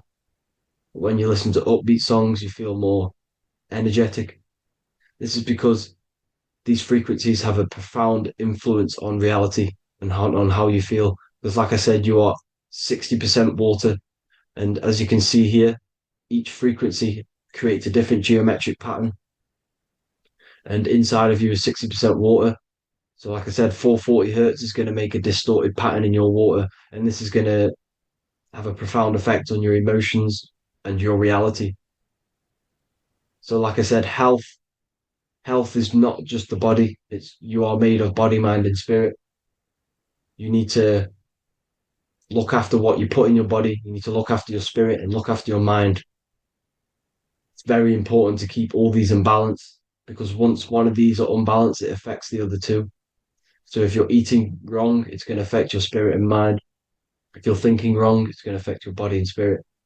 These are all interlocked. You have to look after them all. So it's very important you understand music. Stop listening to low vibrational music.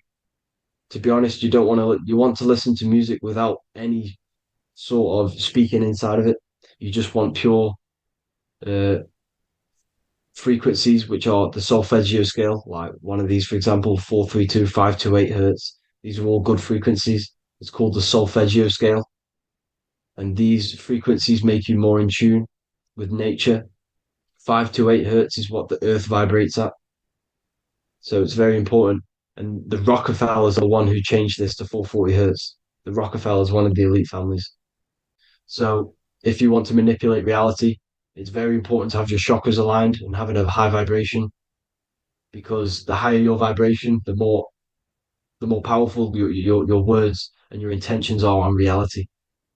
So the lower your vibration, the harder it is to affect reality because you're on a lower state of consciousness. Like I said, you have the mental, astral, etheric, and physical. Everything is a product of the one above. As above, so below. This is what Hermes Trismegistus was saying in the Egyptian days. This is where it comes from. As above, so below. If you affect above, it directly affects below. So, like I said, meditation helps on this, helps align your chakras. Think positive, feel positive. Like I said, your feelings are magnetic, your thoughts are electric. So once you combine these two together, you're then creating an electromagnetic frequency, and that will have profound effect on reality. So the law of cause and effect. every law, so the law of cause and effect, every effect has the root cause. Like I said, your mind is the root cause of everything. Every decision you make is having a different effect on reality. Everything happens for a reason due to the root cause, which is your mind. You choose everything that happens in your life. Okay. So it's very important you understand this and you constantly make the right decisions, the good decisions to have good effects on your reality. You have to be very conscious of this law because nothing escapes this law. This is the law of all consciousness. So think about it. Imagine a massive ball of consciousness. However, off this ball are different sparks, and each one of these sparks are in each and everyone's body. This spark is governed by these laws, the law of cause and effect, the law of correspondence, the seven hermetic principles. It's very important you understand this because this mass ball of consciousness is what is obeying these laws. And everyone has this spark of consciousness inside their third eye. And like I said, everyone is the same consciousness. This is why if you do bad onto someone else, that will directly affect your reality. So if you hurt someone, it's going to come back to you in one way or another because you are that same consciousness. This is like a mirror reality, as within, so without. Whatever you feel on the inside, you're gonna see that on the outside. You're gonna experience that reality, whatever you've impressed. So there's different ways to bend reality to your will. This is kind of a sort of magic. So obviously you have black magic, which is manipulating reality to harm and influence others, or to be very selfish. And yeah, then you have white magic, which is manipulating reality for the good of humanity. So you do have to be very careful with your intentions, people, when you're trying to manipulate reality, because this is nothing to be played with. If you are manipulating reality for the wrong reason, it's going to come and bite you in the ass in some way or another. Because everything is balanced. Everything balances out in this reality. Nothing escapes the laws. Not one thing escapes the laws. So if you're stealing from yourself because it's just going to come back in one way or another. Inside of everyone's heart, you know whether you're doing good or wrong. You can feel it when you do something wrong. You can feel it when you do something good. The heart is the center of the torus field. It's balance. And this is why you say follow your heart, because it's the center of the torus field. It's very important to listen to this inner voice inside of you because that is telling you the right things to do, the good decisions to make. And when you keep following that voice, that good voice inside of you, it takes you to your life path. Very important to follow that voice. However, don't let the ego get in the way of it. Don't care what your friends are going to say. It's very important to understand this. So you have different ways of manipulating reality. You have sigil magic. This is where you create your own sigil or symbol. You create your own sigil and symbol, and then you charge it. You behind that symbol, you have an intention. So, for example, if you want to manifest wealth, you create a sigil which represents what you want. You create that sigil, you draw it out, you charge it because wherever your attention goes, energy flows. So whatever your attention is, you're sending energy that way. So what you do with your eyes and your hands, you place attention on the sigil. Imagine that it's glowing. Imagine that you're sending energy to the sigil. And then you burn the piece of paper once you've done this. And then after this, you meditate on that symbol. You constantly think about that symbol because that symbol is the frequency, is the thing that you want to manifest. So that's one way. Or you can just meditate on your reality. So imagine yourself having already what you have. This is what they call a mindset. You must set your mind to the frequency what you want to manifest. Okay. So if you want to manifest wealth, for example, imagine yourself being wealthy. What would it feel like? What would you be doing? Imagine a scene in your mind. Constantly do this, and you're putting out that frequency. Like I said, you must think because the thoughts are electric, and then you must feel, which is magnetic. Together, this creates an electromagnetic frequency, and this is how you attract things to you. You will attract the certain people to come in your life to bend reality to your will. Okay. Or you've got mirror magic. stare yourself in the mirror, because a mirror reflects light. It also reflects energy. So you've got to be very careful with what you say to a mirror. You've got to be very, very, very careful, because whatever you send into that mirror is directly sent straight back to you. So if you're thinking negative, you're sending negative energy back straight to you, and that's going to have an effect on your reality. Affirmations are very important, because your words are frequency, your words are vibrations, and each word you say has a certain frequency. If it's if it's positively charged, it's going to affect you positively. If it's negatively charged, because like I say, your brain and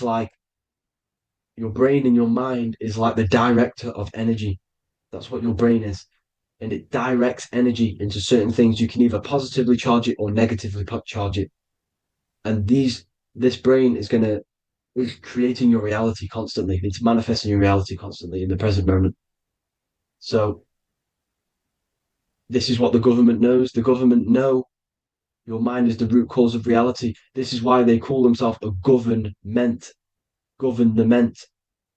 The New World Order is not being manifested by them. They are controlling the information. They are controlling your perception of this reality. And they know the mind is the root cause of reality. Therefore, if they control your perception of reality and your information, what you believe, you're going to manifest that information, that perception. So we, the people, as a collective consciousness, are the ones manifesting this new world order. You see, so this isn't black magic. They're actually tricking us into manifesting their own their plans, this new world order. You see, this is how smart these people are. They know how to get around the laws of reality. They know how to bend reality to their will without facing the consequences. They're getting humanity to do it. You see, there is a collective consciousness. As like I said, we all have that same spark of consciousness, right? So as a collective consciousness, we are on a very low vibration at the moment. However, we are waking up rapidly. There are more and more people waking up at the moment, and light always chases away the shadow. Light is a lot more powerful than darkness, you see. So one person waking up has a massive effect than one person being asleep. It has a profound effect. Because like I say, the light always chases away the darkness. It's more powerful. The light is always more powerful. High vibrations are more powerful than lower. So that's it for this, people. I hope you all enjoyed. This is a short, quick video. God bless you all.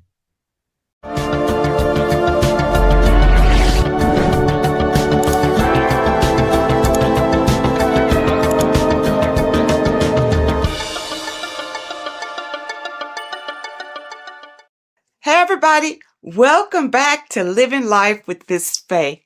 And today I thought I would talk about the Book of Wisdom, because to me, this is information that should be in every household. And you really shouldn't pass this by, because information like this may not be out here forever. But this information is so important, especially for you today, because so many things have been hidden from you about the world, about our living in the world, about our own existence. So many things have been hidden. And these books, the Book of Wisdom, this is book 1, and this is book 2. And they both are jammed with hidden knowledge. Now, I realize, I have been promoting this material for some time, because I wholeheartedly recommend that this material should be in everybody's home. Your children should be exposed to this material, because when they go to school, they're taught one thing. They're taught to be not to be free thinkers. They're taught to be followers in school. And this information goes into why that happens, and why the system keeps you in the dark. All right. And also your religion has a lot to do with it. Now, even in your religion, a lot of things have been misconstrued and Some of it is just downright lies that have been told to you. But in this material, it tells you exactly what's going on. It really does. And it tells you the meanings behind a lot of the artwork that we've seen, and it, the beautiful figures and the way that the chapels are painted. There's a meaning behind all of that we are not privy to. But this information reveals it. These people have really dug deep into finding the truth. And I am a truth seeker. So I am all about finding out the truth. Now, in book 1, it's an overall summary, and it really opens your eyes about a lot of things. Look at this. Know thyself. Do you really know who you are? Do you really know who you came from? Do you really know how powerful you are? The powers that be don't want you to know that you have power. They want you to live your life in fear, number one, because when you're fearful of everything, then it's easier to control you, easier to manipulate you. And people look at it. When you go to school, what are you taught in school? You're taught to follow instruction. You're taught a skill to work for someone else. You're not taught to work for yourself. You're not taught to think for yourself. You're taught to obey orders. People, you're bigger than that. You're more intelligent than that. And this book of wisdom will help to open your eyes. You're not stuck in a life that you have no control over. In book 1, it talks about man is God made flesh, and it tells you why that is. We're all a part of the God source. That's how we were made, being a part of it. And a lot of us don't know that. We just think we're just out here flapping in the wind, and that's not true. It talks about the influence that the moon has over our lives. In a full moon, you realize that there's a lot of activity that goes on during the full moon because it energizes people. It energizes, and a lot of times there's a lot of crime that goes on because people are energized. They don't know what to do with that energy, but they're being affected by the moon. And it tells about Saturn and what Saturn has to do with your religion and what Saturn has to do with our existence. Okay? This book goes into all of it. And what it does, like I said, book 1 is more of an eye-opening summary of it all. And it says here, this discerning wisdom doesn't merely offer easily assimilated insights. It serves as a guide, illuminating the intricate threads weaving between our essence and the cosmic expanse. It provides an abundance of information to facilitate the evolution of your mind, your body, and your soul. This is genuine awakening. The author is Harry B. Joseph, and I know a lot of you, if you're on social media a lot or whatever, you've probably seen where he'll tell you some inserts from these books. And volume 2 is a more in-depth look at it. So if you want to go really deep, then you want volume 2. Now, one thing in volume 2 that I thought was interesting, of course, everything in here is eye-opening. But I wanted to bring this one to you because it's about the significance of sex. It says sex is a sacred ritual that transcends the physical realm and also takes place in the astral plane. So, that saying, as above, so below? Everything that happens here on this plane happens in the astral plane. So when you have sex with someone, you have bonded with them in the astral plane. And that's why you can't just walk away from a sexual experience and not have the energies from that person, because you have shared energies during this sexual ritual. And really, that's why it's better to wait until you are married to have sex and not have casual sex with all sorts of people. Because even here it says, casual sex, often driven by superficial desires such as greed, lust, and monetary attraction, tends to vibrate at a lower frequency on the astral plane. Now, what does that mean? If your casual sexual experiences are vibrating on a low vibrational astral plane, well, what's in a low vibrational astral planes?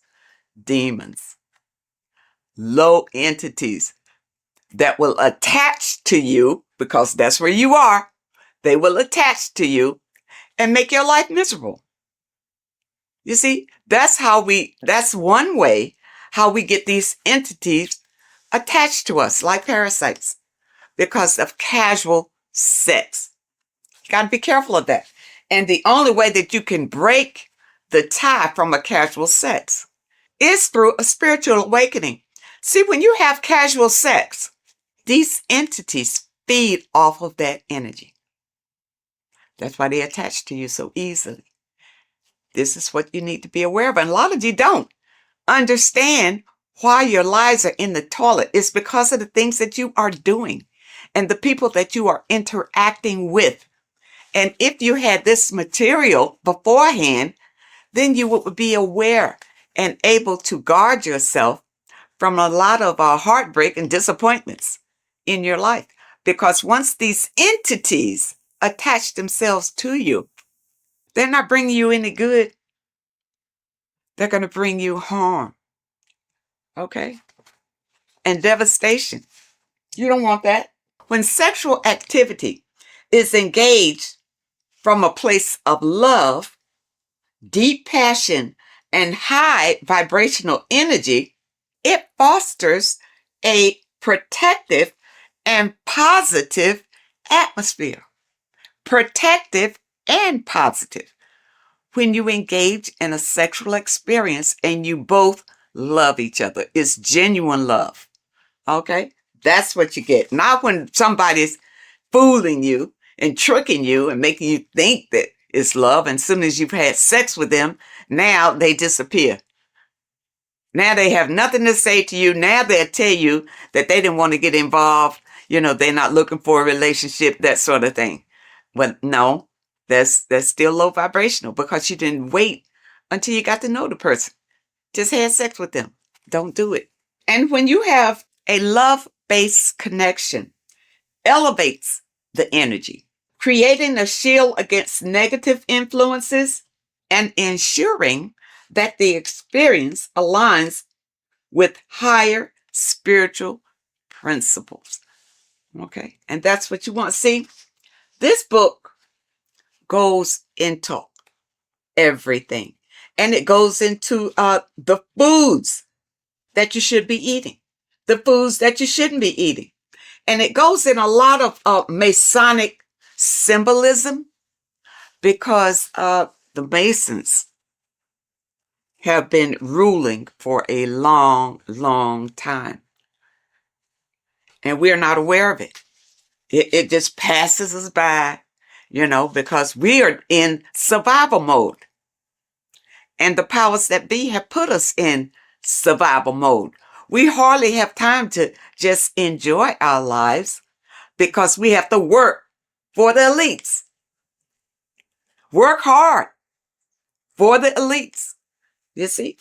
But if you have knowledge and understanding about how they maneuver and how they manipulate and control you, it will help you to improve your own life.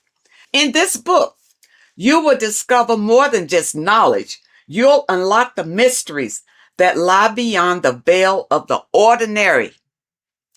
Dive deeper into the cosmic currents that flow through the universe, guiding your mind, body, and spirit toward a higher plane of existence. People, you don't realize how powerful you are because you have been dumbed down from the time you got here and made to believe you don't have any power. There's an external God that you must pray to for forgiveness of your sins, for anything that you desire in your life. You pray to that God, and that God will deliver it to you. Now, has it happened? Have you received all that you desire from the God that you have been worshiping? If not, maybe you need to know the truth about things. Maybe you need to look deeper into things. Now, it also talks about symbolism, and symbolism is everywhere. But many times we don't understand what the symbolism is. And we see people doing these mantras, and we think, it's evil what they're doing. What they're doing is calling in power from the entities that are around them, because they understand that we are all energy. And they do these mantras to bring in energy, whether it's for confidence, whether it's for strength, endurance, or whatever. That's why you see a lot of celebrities doing these mantras that you think is evil, because you don't know, because your mind is closed and you're living in fear of everything. You don't understand, but you see them progressing and doing better and better and better and doing all these evil signs. These signs are not evil, number one. They're not evil. They have learned how to manipulate energy to their benefit. And you don't know how to do it. That's why you need the information. You need the information to learn how to manipulate the energy that's already here to better your life. The first book will open your eyes to it. When I first got this, I tell you, when I first got this book, I was so impressed by it. I bought my people a book, sent them a book, whether they could understand it or do something with it or what. But I think it's so important just to have it in your home, because somebody is going to pick it up and this information will resonate with them and put them on a path of enlightenment. And those of you who have your book, spend a little time every day reading and understanding, because there's so much information, even in the first book, that it will take you a while to go through, where you can understand what it's saying in every page. The advertisement on social media talks about this book. He goes through some key points, but don't think that he's covering all of this information. It's too much information to cover in a 1 or 2 minute stint, but it's information that can change your life. This is the thing, people. It's worth every penny, even if you don't have much. If you don't have much, you need to save enough to get these books. Get both of them. You see, I got both of them. Start with this one.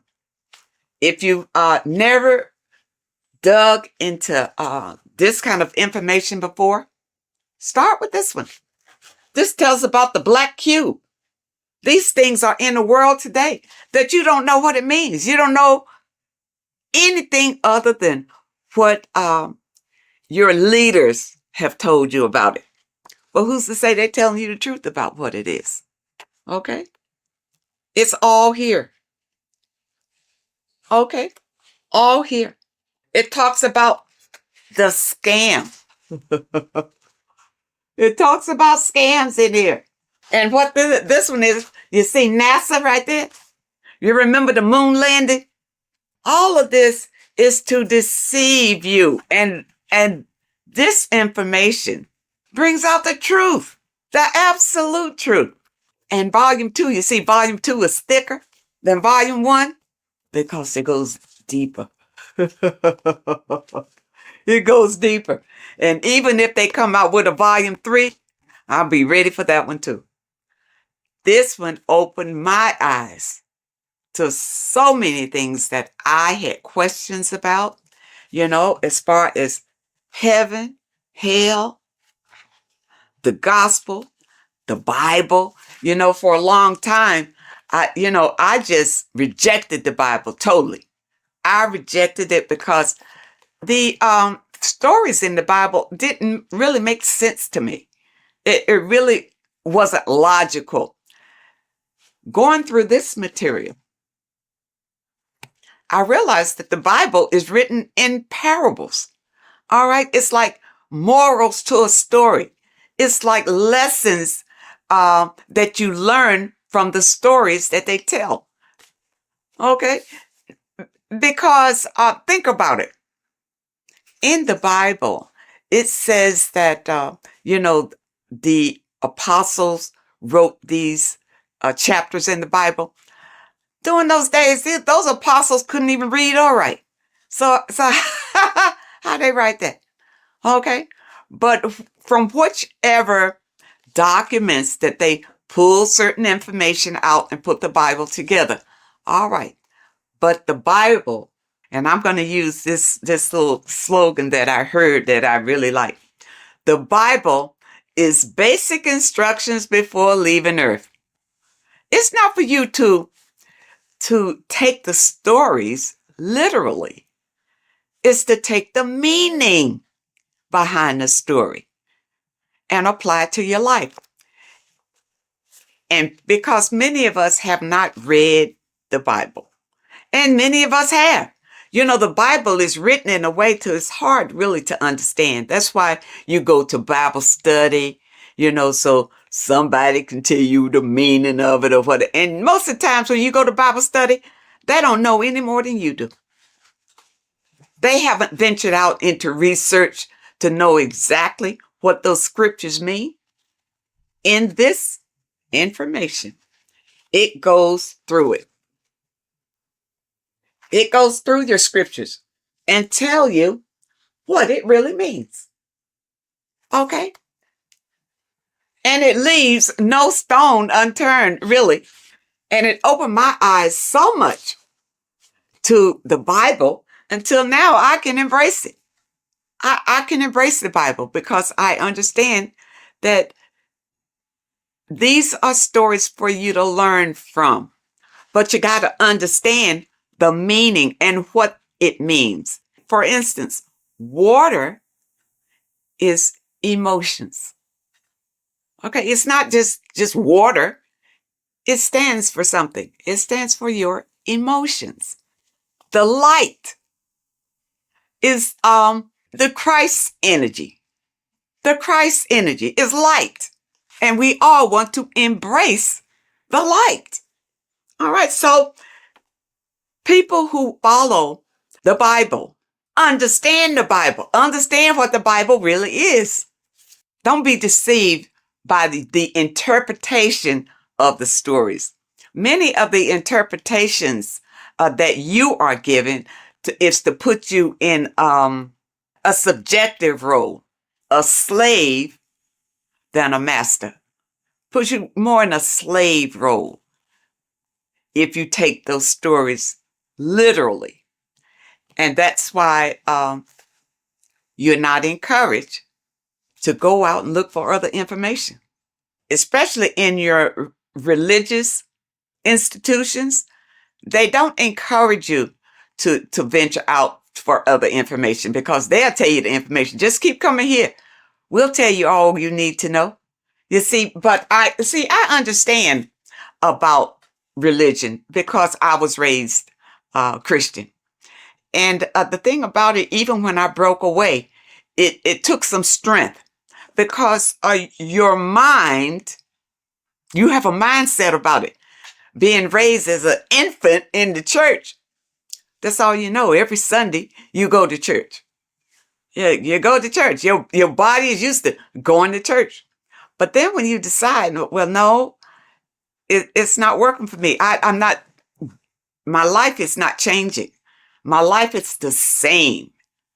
I just come here on Sunday, maybe to be entertained and maybe not, but it's really not worth it. And then you listen to your pastor or whoever is delivering the message. And what he's doing is giving you the spiel that was given to him in theology school. That he's doing. He's giving you the interpretations that he was given. That's all he's got, because he hadn't done any research on his own. He didn't know any different. You see? And there are many people out here who feel like ignorance is bliss. I know you've heard that. Ignorance is bliss. No, it's not. Especially in today's world, with so many changes coming down the pike, and fear is leading it. Fear is right in front, leading all these changes down the pike. And fear is leading it so that you won't buck against it, so that you will be so afraid you'll just hold on tight and hope that you come out okay on the other end. But if you get this material under your belt, it will give you strength and a way to grab the power that you have inside of you, so that you won't feel desperate and you won't feel afraid. You'll feel empowered. And that's what we all want. That's why I feel like everybody should have this material in their home. Everybody. And your kids should grow up reading this before they go to school, and their little minds be manipulated to believe whatever the system wants them to believe. Because really, they're just grooming them to be little worker bees, You see? People, you have the right. You have the right to be the master of your own reality. But if you don't know the information, you don't know where your power comes from and how to use the power that you have, doesn't mean anything. All you got to do is open yourself up to new information. That's all it takes. And your life could change drastically by just the information that is revealed in these pages.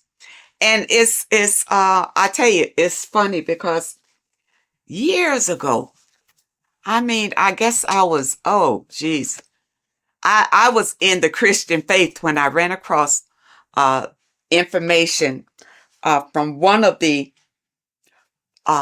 folks who contributed to this material.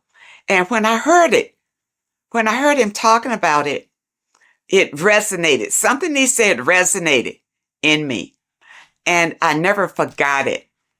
And then when I found this material again and I saw his name, I think his name was Santos Benucci or something. I don't want to destroy anybody's name, but I know he is referenced in some of this material. This is it. When he talked years and years ago about it, and now here it is in printed form. People, do not let this pass you by. This is your life right here. You think your Bible is? The Bible is great, but it's in parables. You can't understand it the way it should be understood. Okay? But with this being your companion, it will open your eyes like they've never been opened before. And I know a number of you out there have purchased the book. Leave us a comment and tell us how you feel about it. But take your time. These are not fast reads. Either one. And the thing about it is, I keep going back to them. It's not the kind of material you read one time, put it aside and forget about it. You put this on the coffee table and read a little bit all the time because it reinforces your soul and helps you to manifest the life that you desire. Okay, people? I hope that you understand, and I hope that it helps. And of course, I will leave a link in the description where you click on the link and you can get either one. You can get book, this volume 1, or you can get volume 2. And the volume 2 is in hardback. You know, when I first got it, it was in the soft cover, but I love hardback. So I have this in the hardback too, because the hardback I absolutely love. And because the books that I purchase, I want to pass them on to my people when I'm gone. They mean something. Stop wasting your money on stupid magazines and crap that doesn't mean anything. You buy a book, buy one that's going to change your life. Oh, and also, when you click the website, you'll notice that there are courses on there that you can sign up for, for those of you who want to go really deep. And also, there's a PDF on food. And I'm waiting for them to come out with the book on that. I don't want a PDF. I want the book. And once they come out with the book on foods that you eat and foods that you don't eat, I will be the first one to get that one. So I encourage you to add these to your library. This is the best material that I have found to date that opens your eyes to what life is really all about, and also opens your eyes to who you are and the power that you have to create your own reality. I thank you so much for joining me today, and I really hope to see you next time.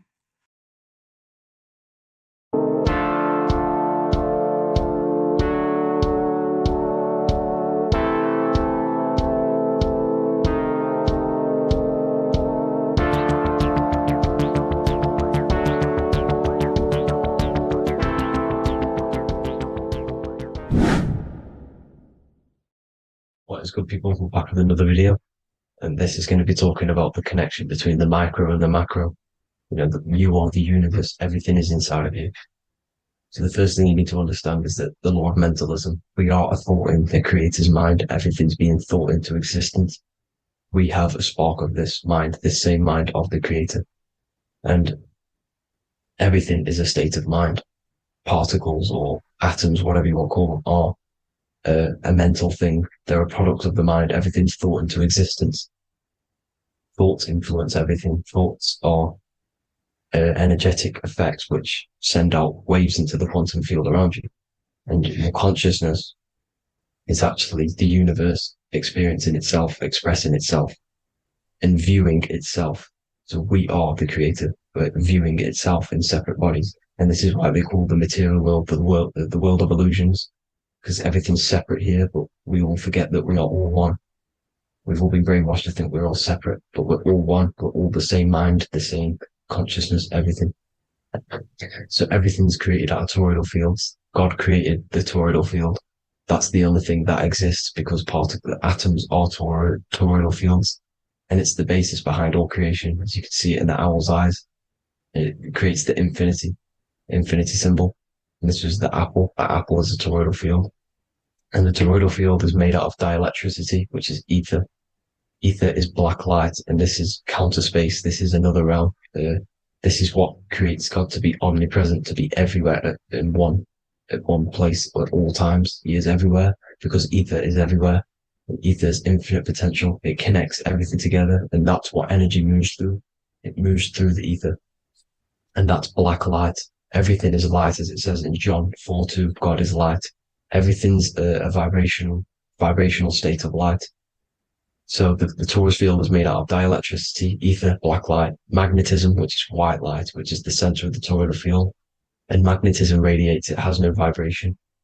And then when white light splits, it turns into electricity, which is physical material, and that has a vibration. This is the Holy Trinity, the sun, the moon, and Saturn. Saturn, the god of materialism. If you've watched my videos on Saturn, you know that Saturn is crystallizing everything into physical matter. And that's why his old name was El. The ancients called him El. And this is why we get L electricity. This is where L electricity comes from. Because L electricity is only a product of the physical world, which is redshift, blueshift, Adam and Eve. And this is what creates the redshift, blueshift is what is a product of magnetism. When magnetism, white light splits. And this gives us vibration. And this what creates the toroidal field, which is the basis of all physical creation. The sine wave is created out of the magnetic wave and the electric wave. The electric wave is the blue wave, and the magnetic wave is the straight wave, which is radiation. This is vibration frequency.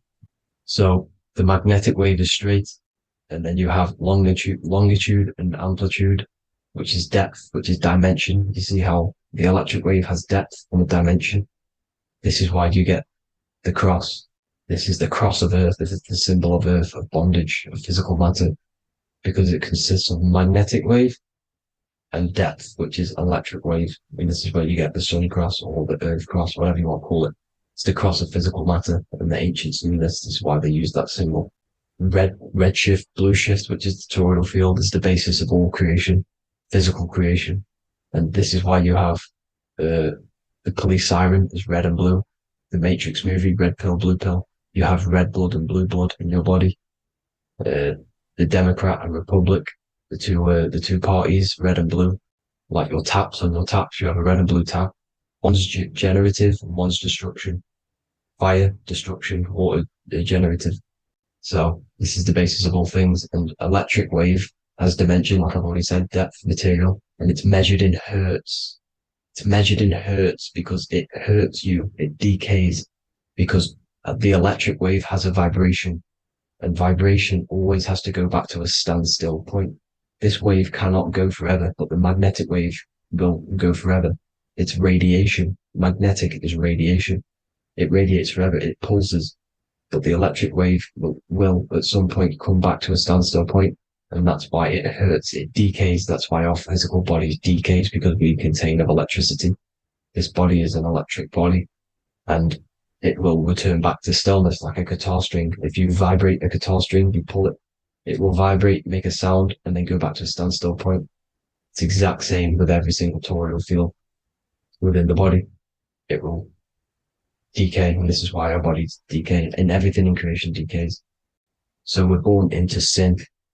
The sin of Eve. The sin of Eve is us biting into the tree of knowledge of good and evil, which is the systems in the body. And the sin of Eve is biting into the sine wave. We bit into the sine wave. The sun moves in a sine wave. Our DNA is a sine wave. Time is a sine wave. Everything in this creation is a sine wave. This is why the dollar bill is a sine wave. Magnetism and electric waves in one. And this is the sun doing its sine wave, which creates, when you go bowling, it kind of creates that pin that you hit over. That's the pin of the sun. The zodiac sign is a sine wave because the zodiac sign is an expression of the toroidal field, because magnetism unfolds into 12ness. And that's why you have 12 zodiac signs, 12 systems in your body, 12 cranial nerves in your head, in your brain. So if you can imagine this, see where my pointer is. Always starts with Aries. Aries is the head. It's the first thing that's created in the womb. And this is Aries, the ram. And this is why it's called a cerebrum in your brain, which is the first thing that creates when you're in the womb. And what's the element of Aries is fire.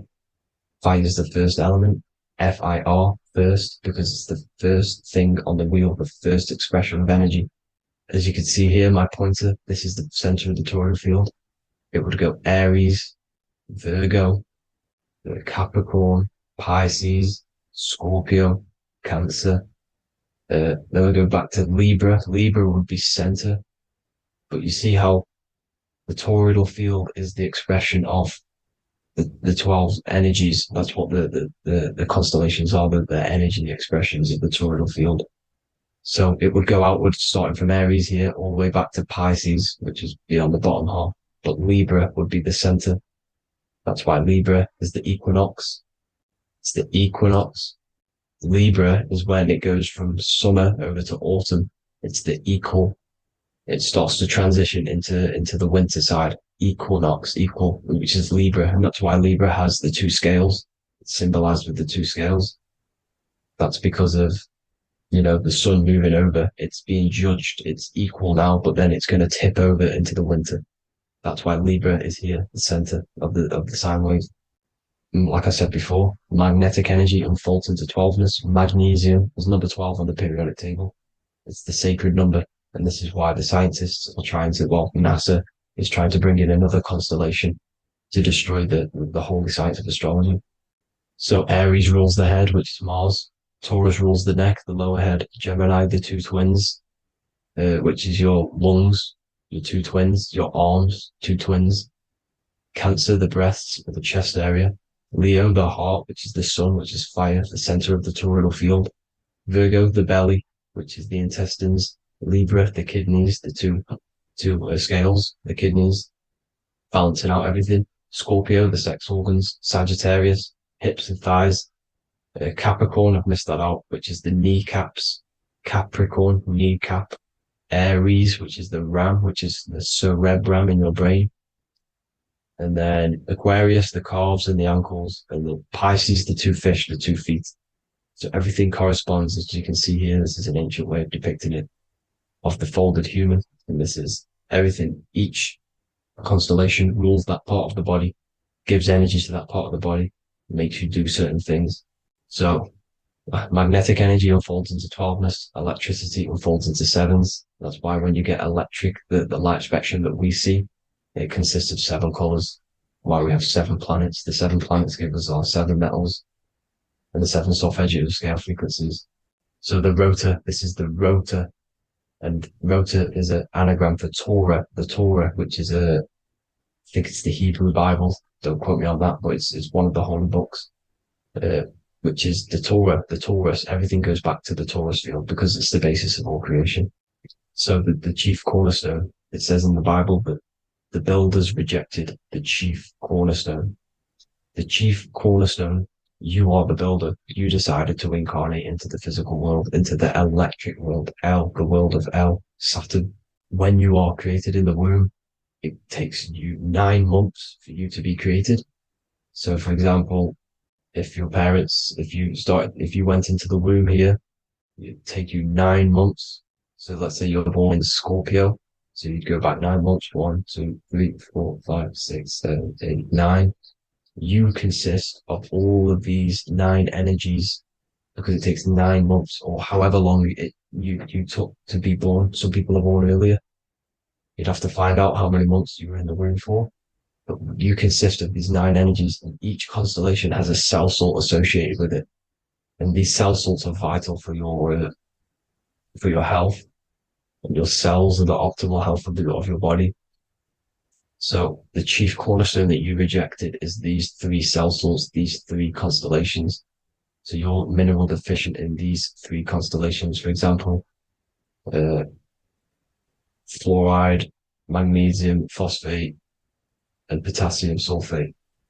So that's the chief cornerstone. And a cornerstone, people always get it rejected with the cornerstone. The cornerstone is not, it doesn't say the cornerstone in the Bible. It says the chief cornerstone. The cornerstone is a cornerstone of a building, but a chief cornerstone is the top of the pyramid. This is where we get the pyramid of the wheel.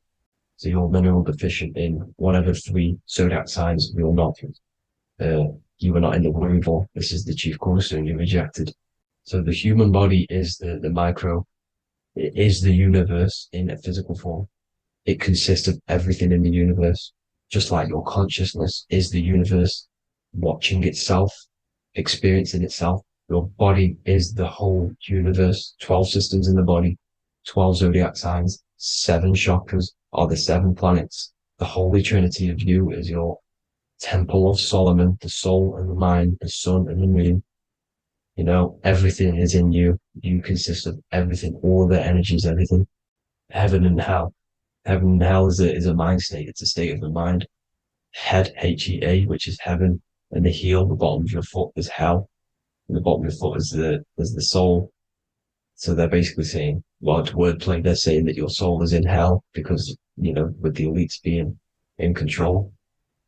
So they call the bottom of your foot the soul, trying to say that you're in hell. The Christ is in you.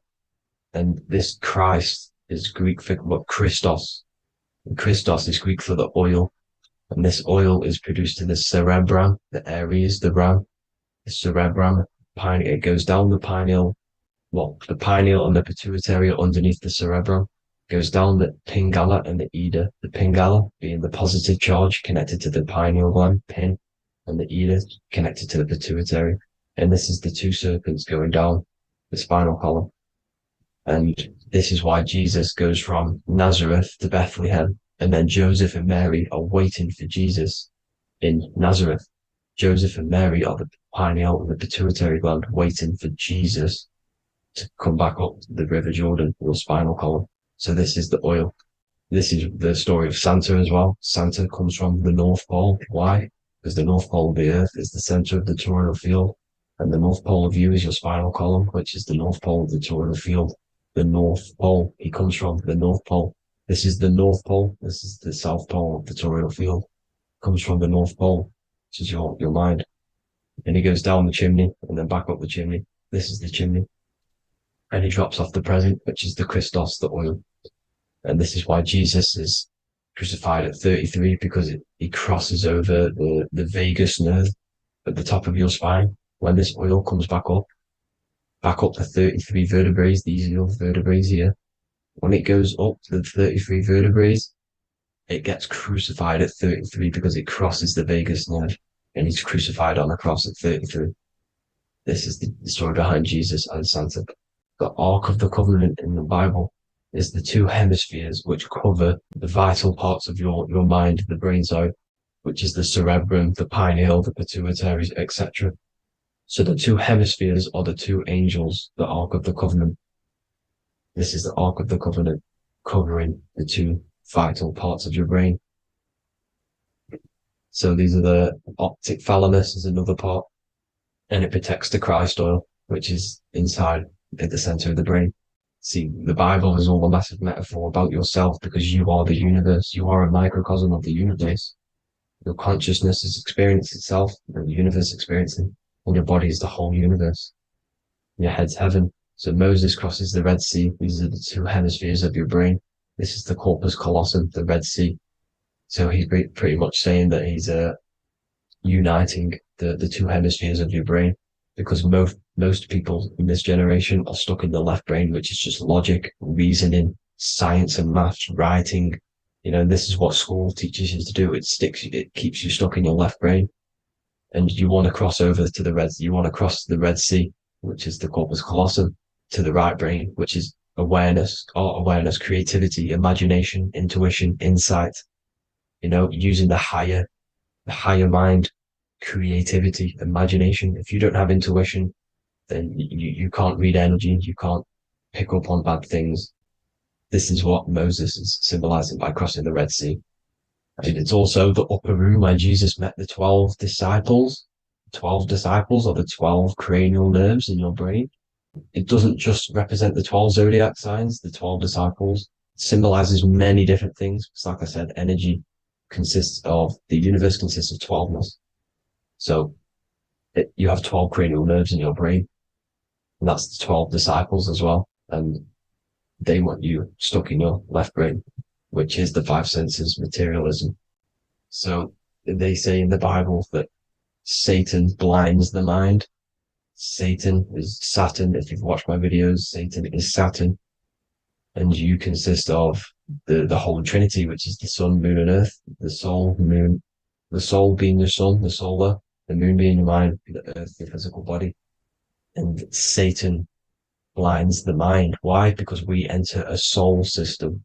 This is a soul system, not a solar system.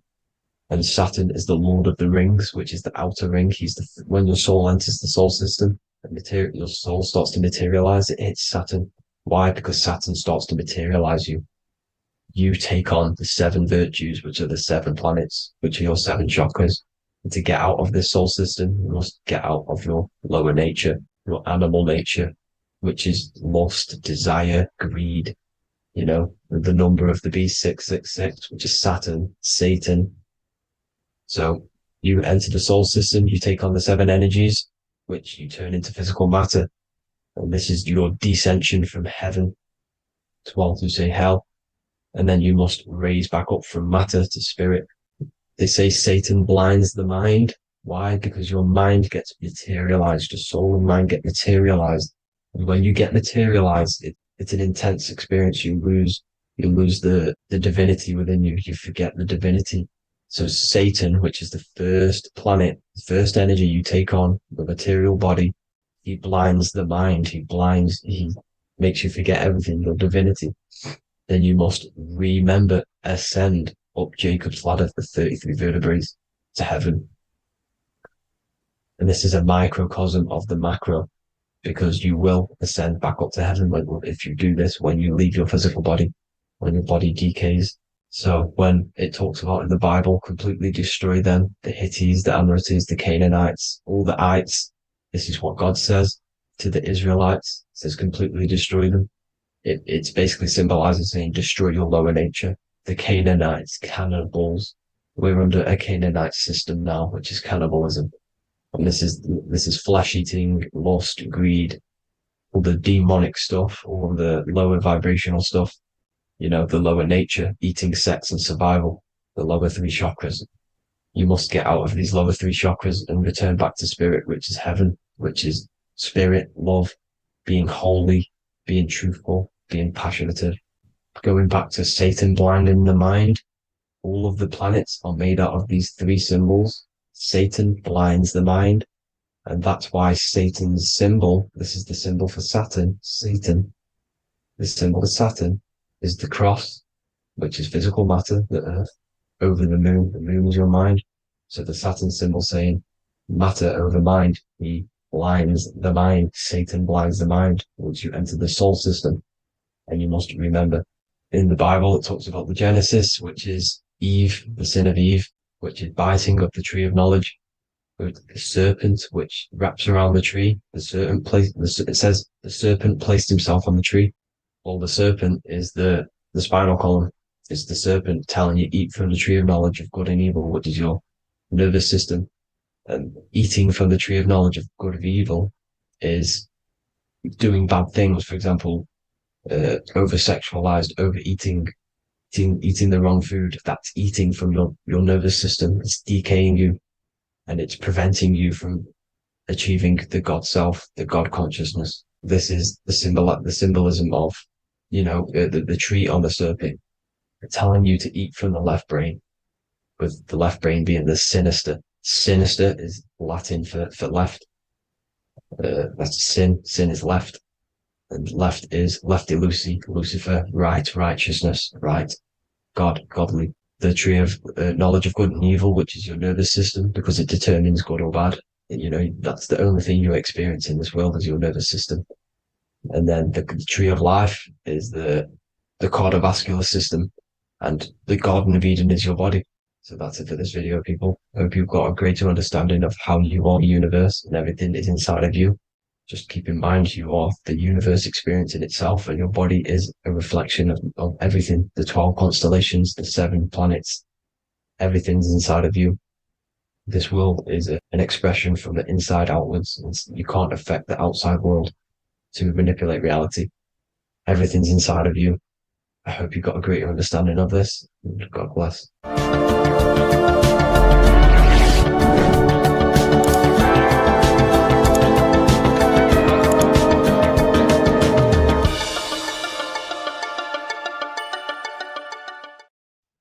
Hello, everyone. Today we're going to be discussing the esoteric and occult meaning behind the story inside of Genesis, the story of Adam and Eve. This is a widely known story, but not many people know the true esoteric meaning behind it.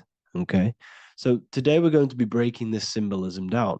Before we get into this, please leave a like and a subscribe on the channel. I would greatly appreciate it. And please comment below any lectures or anything you wish to know, and I could maybe make it in the future. The first thing we must understand about the Bible is that it is an esoteric and occult book. It is written in allegory. It is written in such a way that we understand the book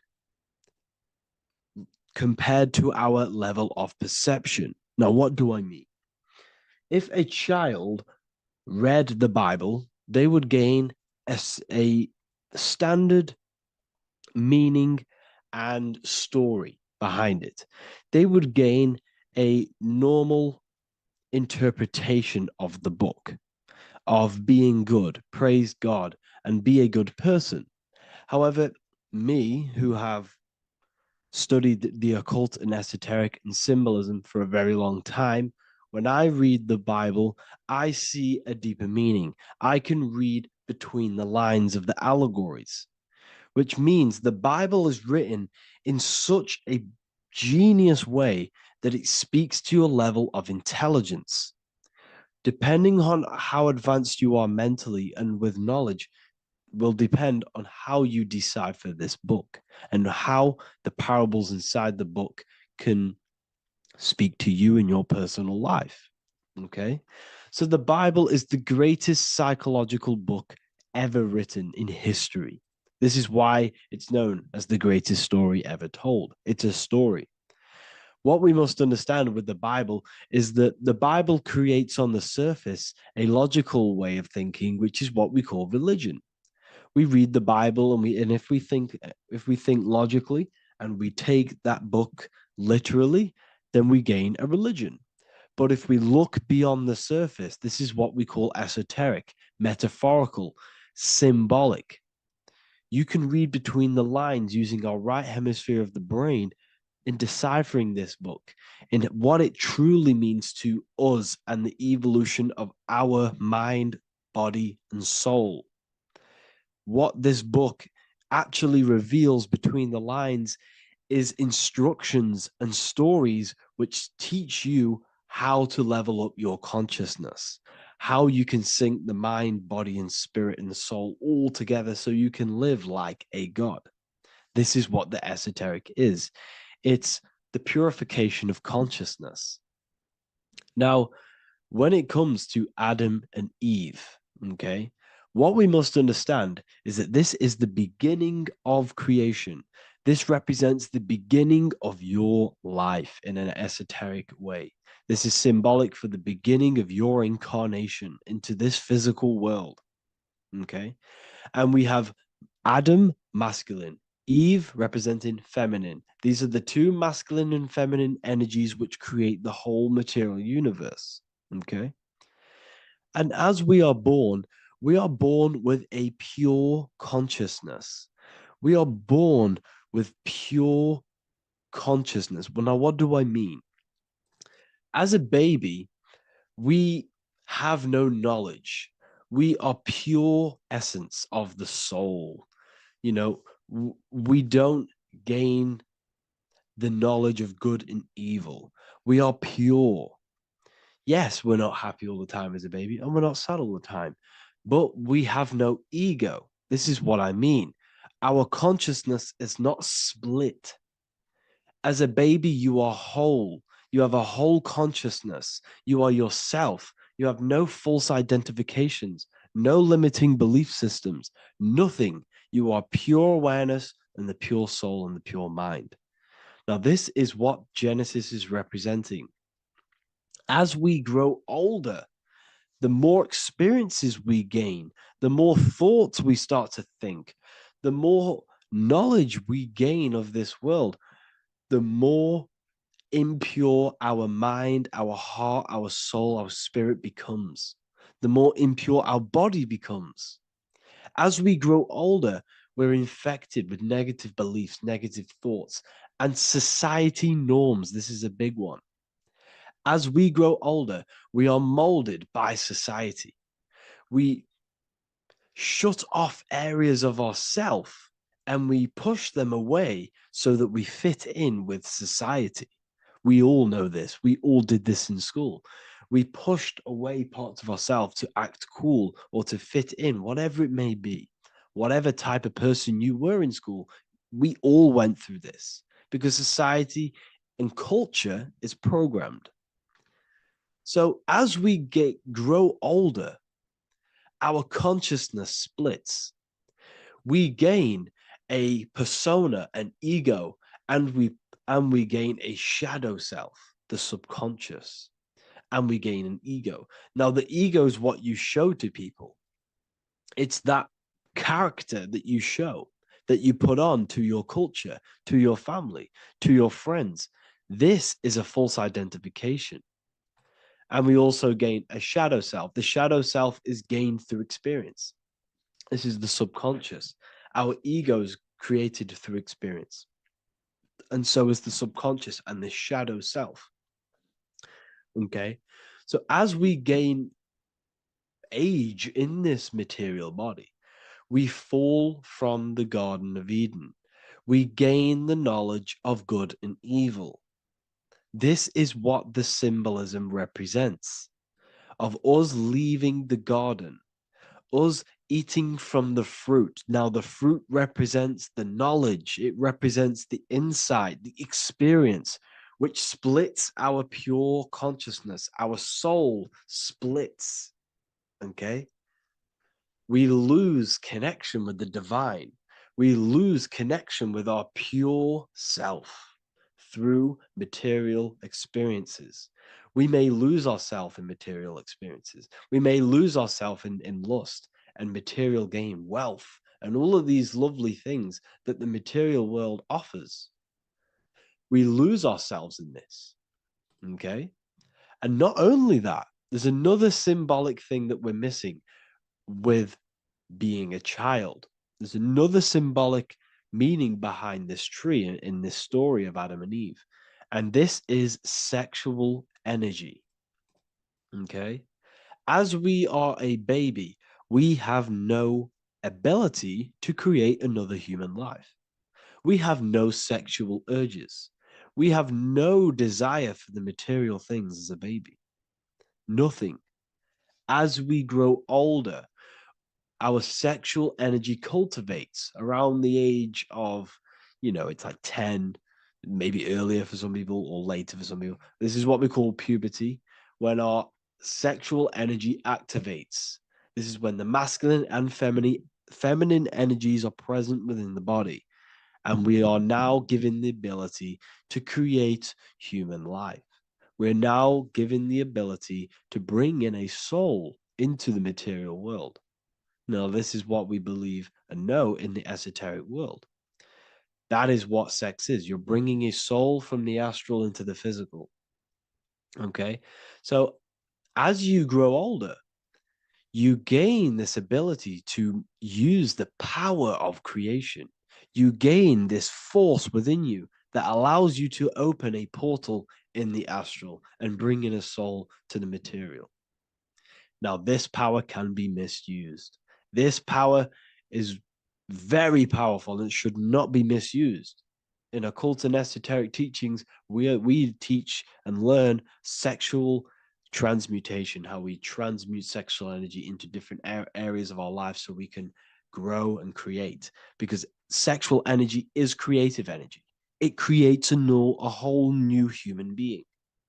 So if we retain it, we can transmute it into creativity.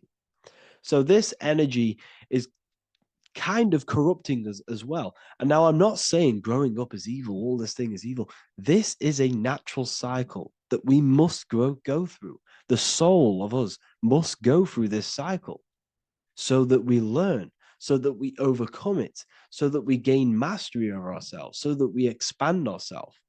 I recommend you watch the Evolution of Consciousness lecture that I did on my YouTube. An amazing lecture. Talks about the evolution of consciousness and how we're on a never-ending cycle of life and death and expansion. So leaving the Garden of Eden is symbolic. You see, Eve represents emotion. She's feminine. Adam represents action. That's why he bit the apple. You see, Eve takes the apple and tempts Adam because she's the emotion, she's the sexual desire, and Adam eats it. He releases, he misuses the power of his creation, he misuses his consciousness because of material illusions and material desires. This is natural. Okay. As we grow older in this life, our soul has to experience sin. We have to experience negativity. We have to experience evil. Okay.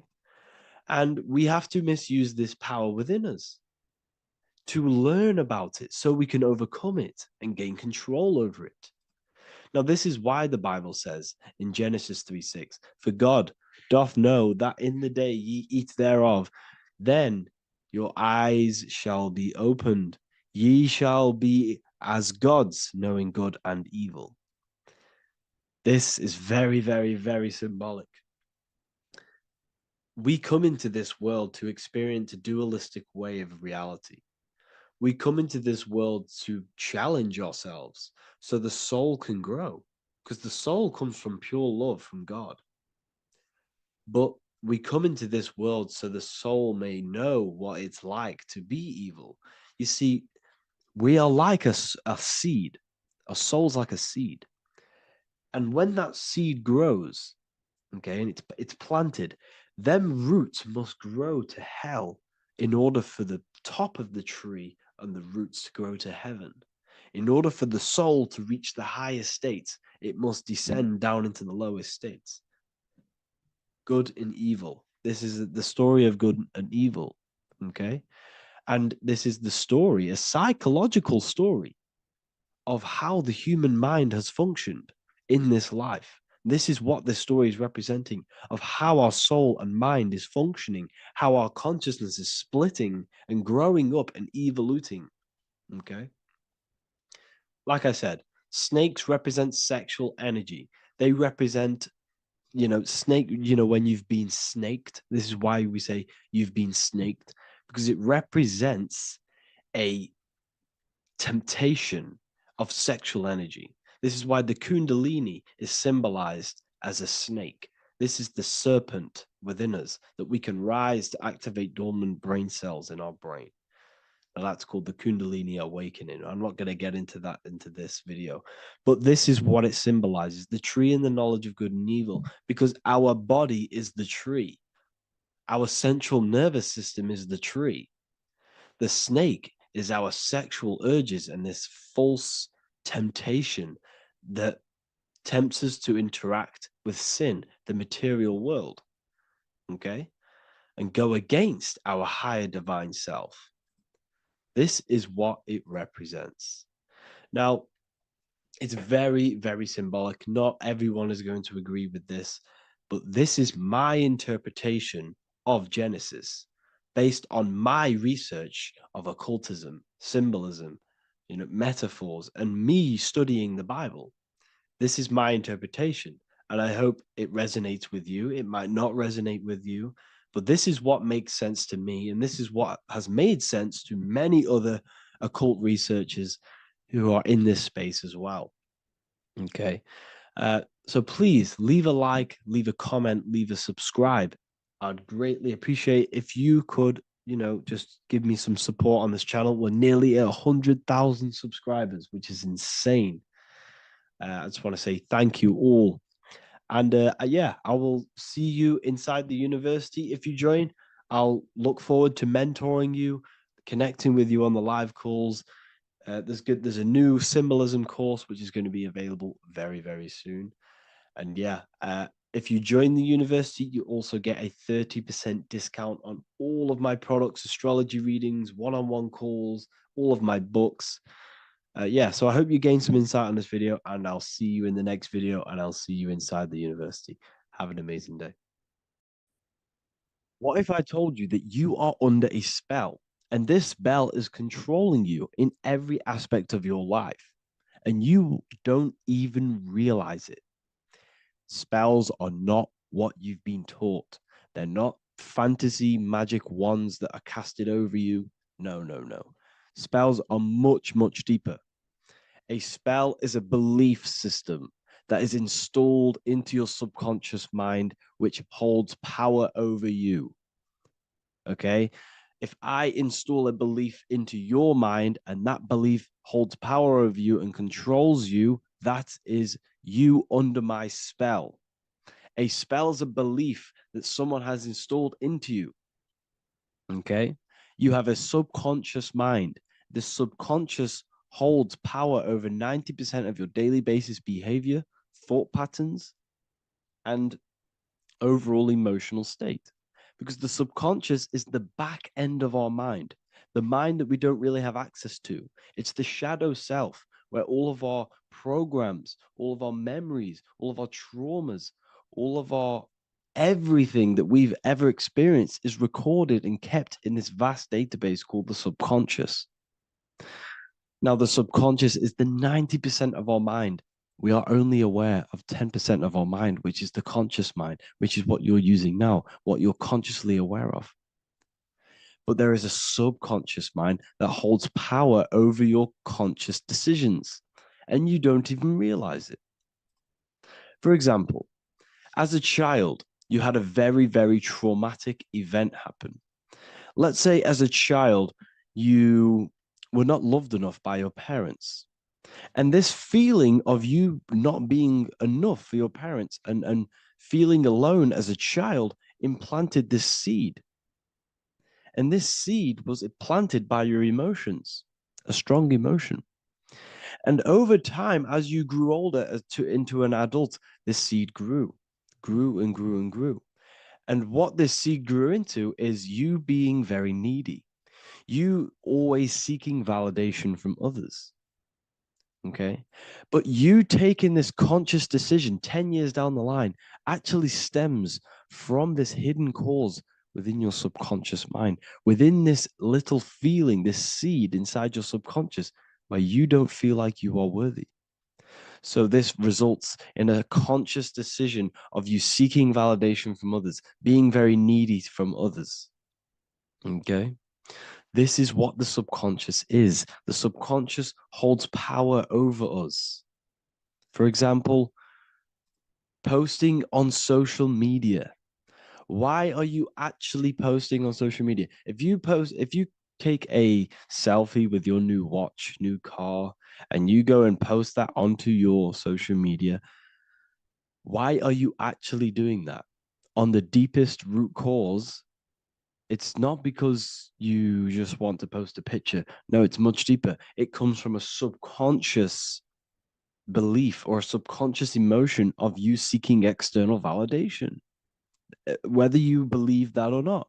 But that's what it is. If you're posting on social media, you're seeking attention, you're seeking validation from others on a deep level, on a subconscious level. You may not even realize this because it's subconscious. Now, this is what a spell is. Money is a type of spell. Remember, money doesn't actually exist. Money does not exist. Money is a physical object inside of the material plane. But the physical object has a belief in the mental plane. See, the mind is the highest plane. This is the root cause of reality, the mental plane. Okay? So our belief in our mind has given this piece of paper value and a meaning. But in reality, it's just a piece of paper with a belief behind it. But this subconscious belief behind this piece of paper is controlling your daily basis behavior, is controlling your emotional state and controlling your life without you even realizing it. Without you even realizing that it's all an illusion. Money does not exist. It's the belief that gives the piece of paper a power. And the way we break the spell is by realizing that the money doesn't actually exist. The whole world is under the spell of money, and it's controlling all of us. But the spell is the belief. Once we all wake up and realize money has no value, it doesn't actually exist, it's only a belief, There is no actual money. That's how we break the spell. The spell is broken when we figure out that we are under the spell, under the belief, under the illusion of this piece of paper having value, and it's controlling our lives. That's why the word money has mon within it. Mon is moon, and the moon represents our hidden aspect of our mind, our subconscious, and the sun represents our conscious mind. So you have two versions of yourself. You have the self that you show to everyone, the conscious mind, and you have a shadow self called the subconscious, which is the hidden aspect of you. For example, do you really love your partner who you're with, or are you just with them for, is there a subconscious fear of being alone? Do you really want to be with this person, or is it stemming from, are you staying with them because it's stemming from this fear of being alone, of being lonely?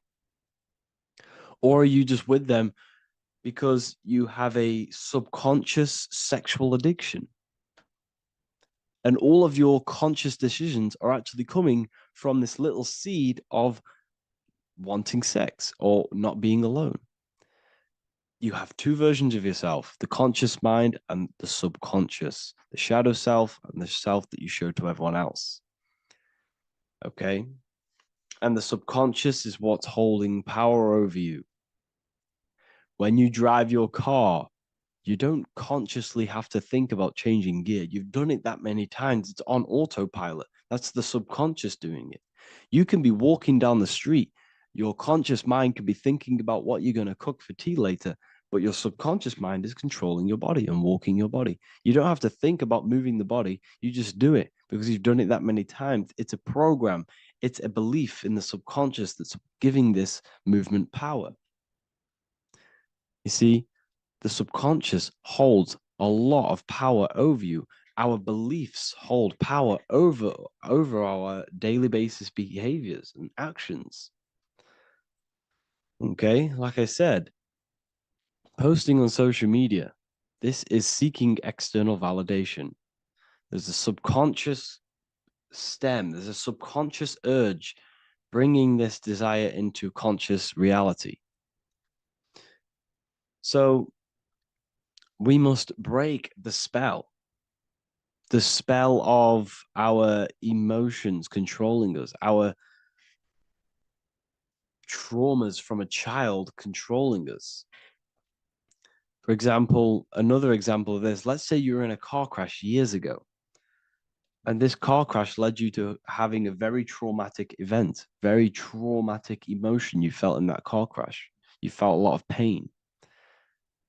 That was impressed into your subconscious.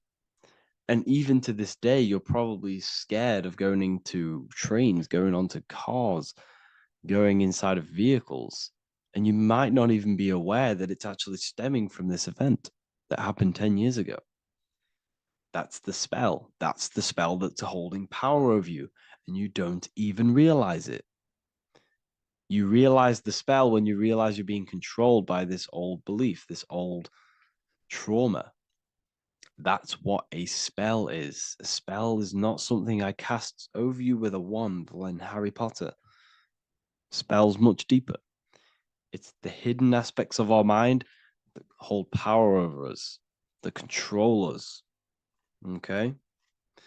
So how do we get rid of the spell? How do we break the spell? By installing new belief systems, by installing new programs into our subconscious. The subconscious is impressed by repetition and emotion.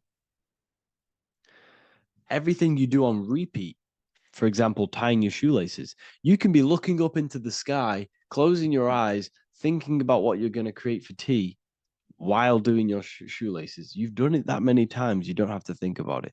That's the subconscious taking over. Okay? That's the repetition aspect of the subconscious. For example, you could probably run down your stairs. You know exactly how to run down the stairs. If I tried to run down your stairs, every staircase is different. I'd probably fall over. But you've done it that many times, you know exactly how to do it. It's what we call ritual. When you have an evening ritual, when you tidy the house, you do your skincare routine, you wash your teeth, that's a ritual. This is what the ancients called ritual. When we do rituals, we're trying to implant something into our subconscious to either remove an old program, an old seed that is controlling us, for a new one that's going to grow into new light, into a new reality.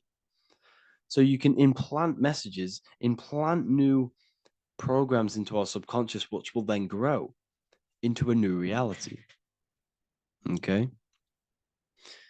Because if I tell you something over and over and over again every single day, for example, if I say, you do what I say every single day I repeat this statement into your ears, about a month or 2 months in, you're going to start to believe in that statement and you're going to start to be under my spell. You're going to start to do everything that I say. So this is what spells are. Spells are subconscious beliefs that hold power over you, and you don't even realize it. So we need to remove these old programs we have that are controlling us for new programs. And we do that through ritual, affirmation, and imagination. Repetition and emotion is key to impressing the subconscious. They are the two ways that spells are created, that programs are created. The subconscious only knows the now, and it only knows you. So every word you say is a spell. So when you call someone else a name, you're calling yourself a name, because your subconscious takes everything you say as truth because it only knows you. It doesn't know anyone else.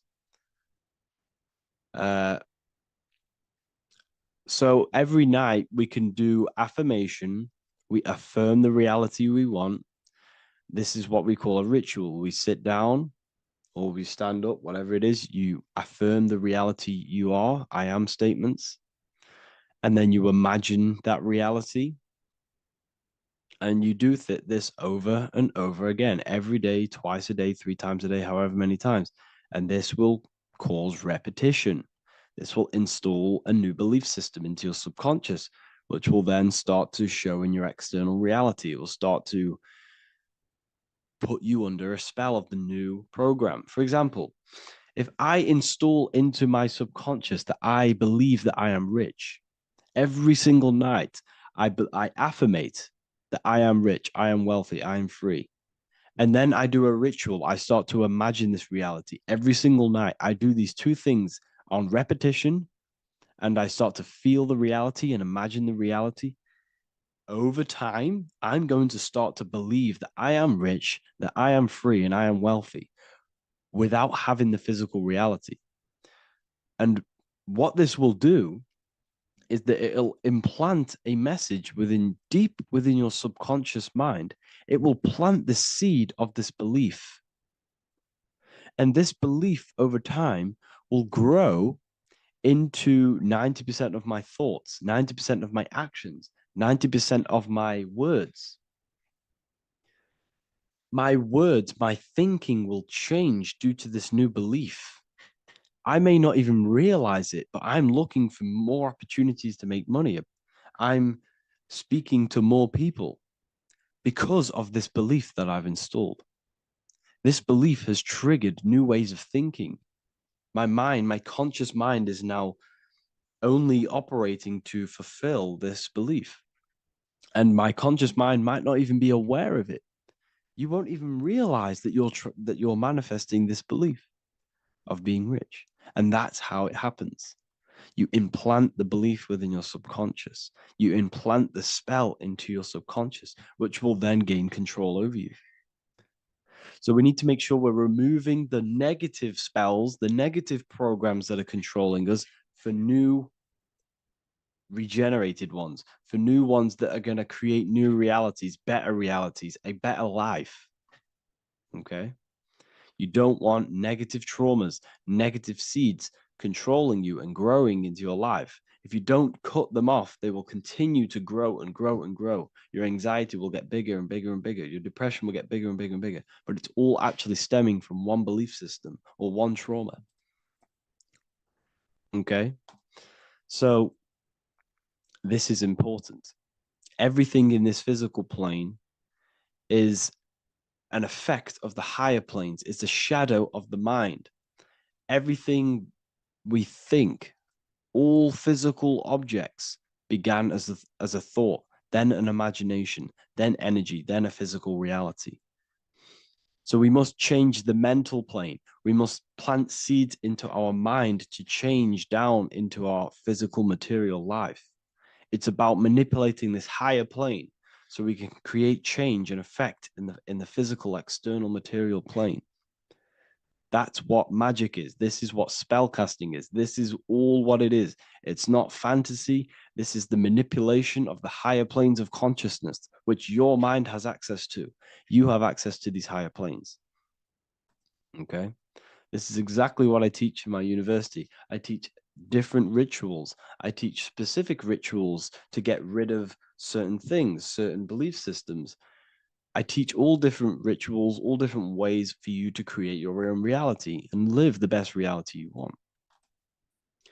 We also have all of these different courses. We have activating the inner eye. This will teach you exactly how to lucid dream and activate your inner vision of imagination. We have the sexual alchemy course. This will give you the power of transmuting your sexual energy into creativity. We have electromagnetism studies. We have esoteric exchange and an exclusive live call that we do every single week. And I connect with all of the students. They can ask me questions, can speak with me one-on-one inside of these live calls. We have the real numerology section. We have the health section. We have a lecture section. Look at all of these lectures we have on occultism, symbolism. All of these lectures are designed to gain you power, to give your personal power back to you, to make you realize things about you. We have a meditation section. We have a library section where you can download all of our library, all of our books, different books on occultism, symbolism, Freemasonry, astral projection. And of course, we have the Manifestation Mastery course, which teaches you exactly how to create reality so you can live that desired reality that you want. This is the last chance to lock in the price of $55 a month. This is less than $2 a day. You can really level up your life because the price is going to increase as the value of the university increases, because there's a new symbolism course coming out. And if you join now, you'll get this course for free, because obviously when this course releases, the price will go up. The symbolism course will teach you the language of esoteric and occult symbolism. I'll leave the links in the description. Make sure to leave a like, comment, subscribe to the channel if you want to see more content. Thank you all, people. Have an amazing day.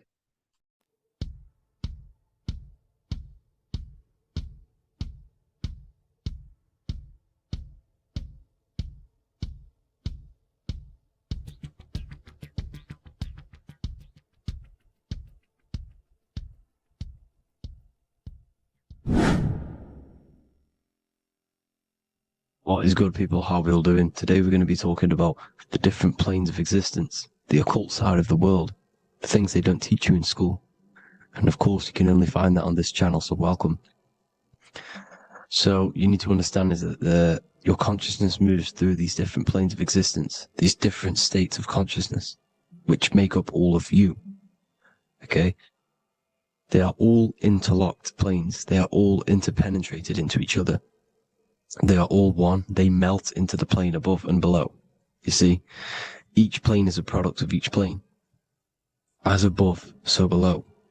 Now, the higher you go, the more fluid, the more dreamy, the less dense it becomes.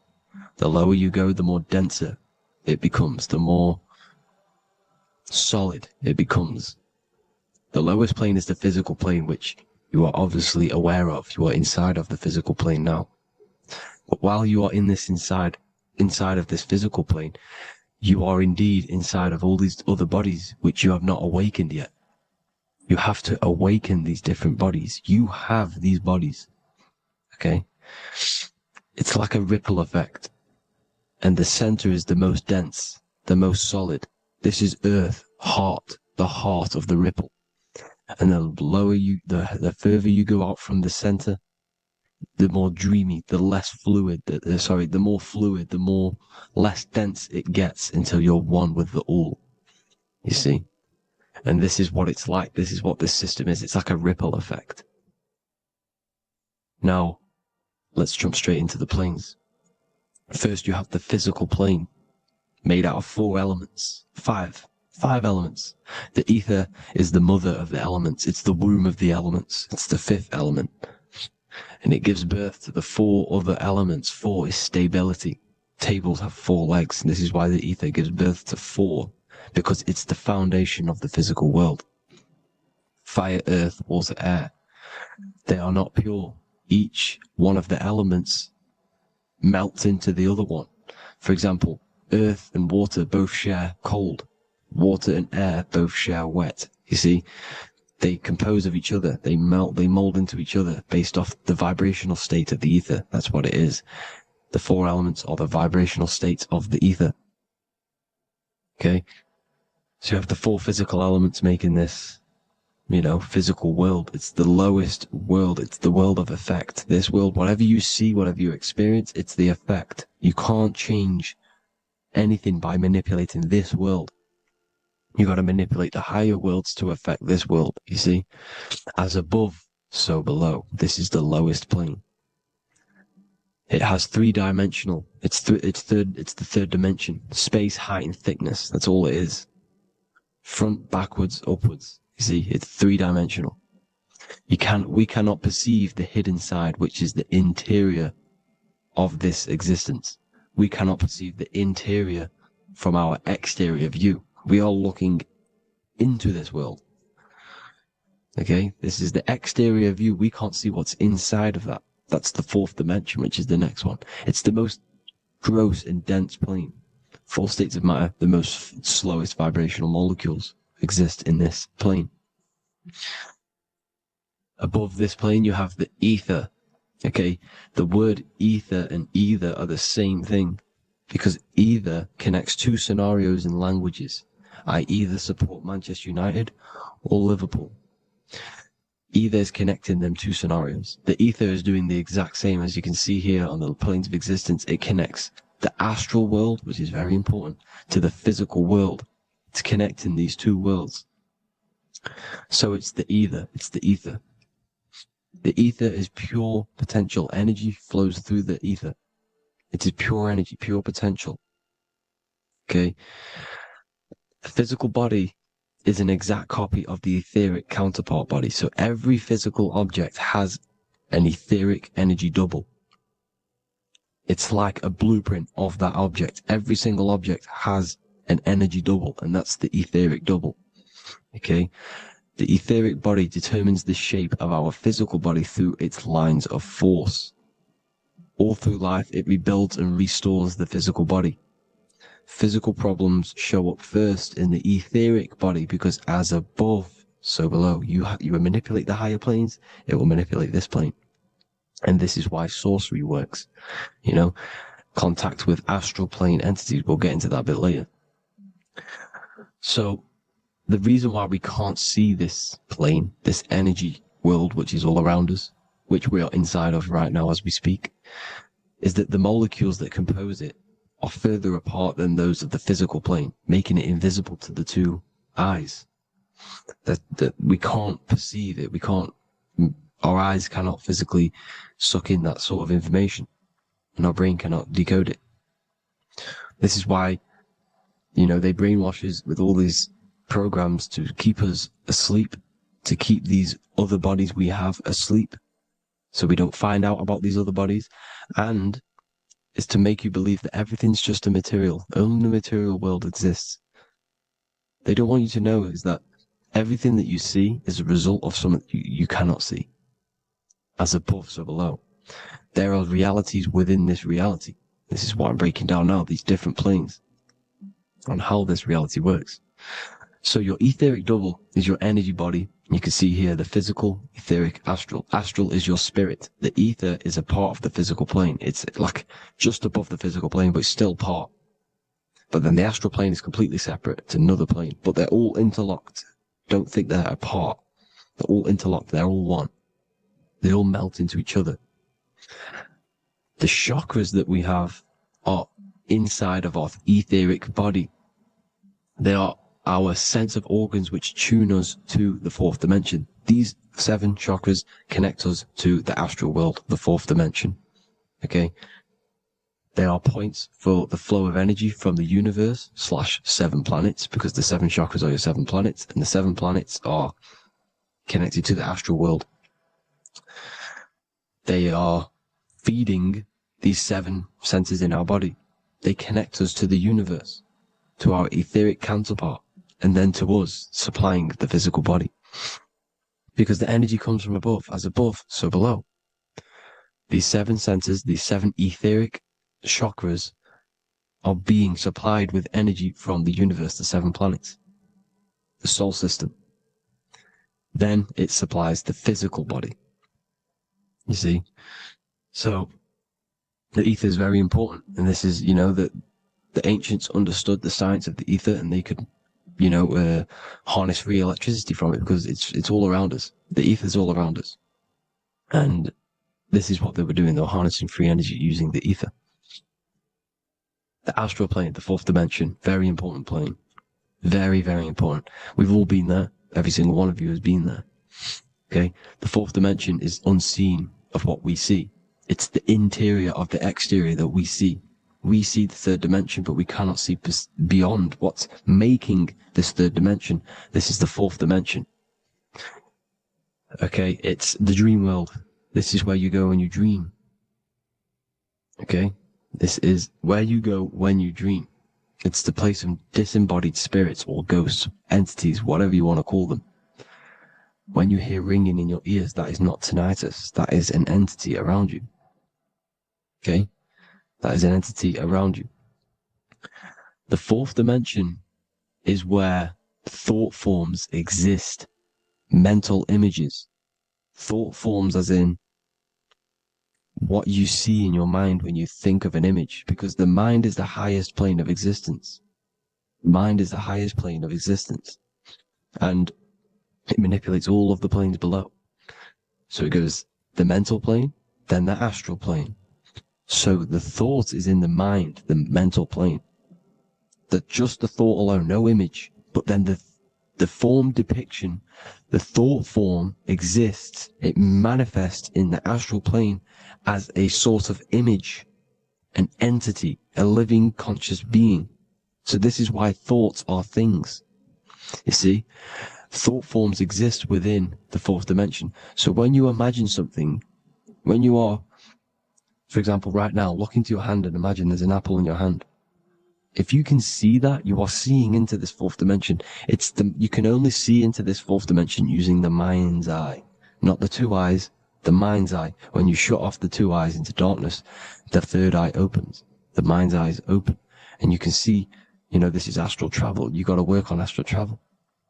And you will see this astral plane, this 4th dimension. And there are 3 different sections to this astral plane. Higher, middle, or lower. So yes, there is a kind of a heaven and hell.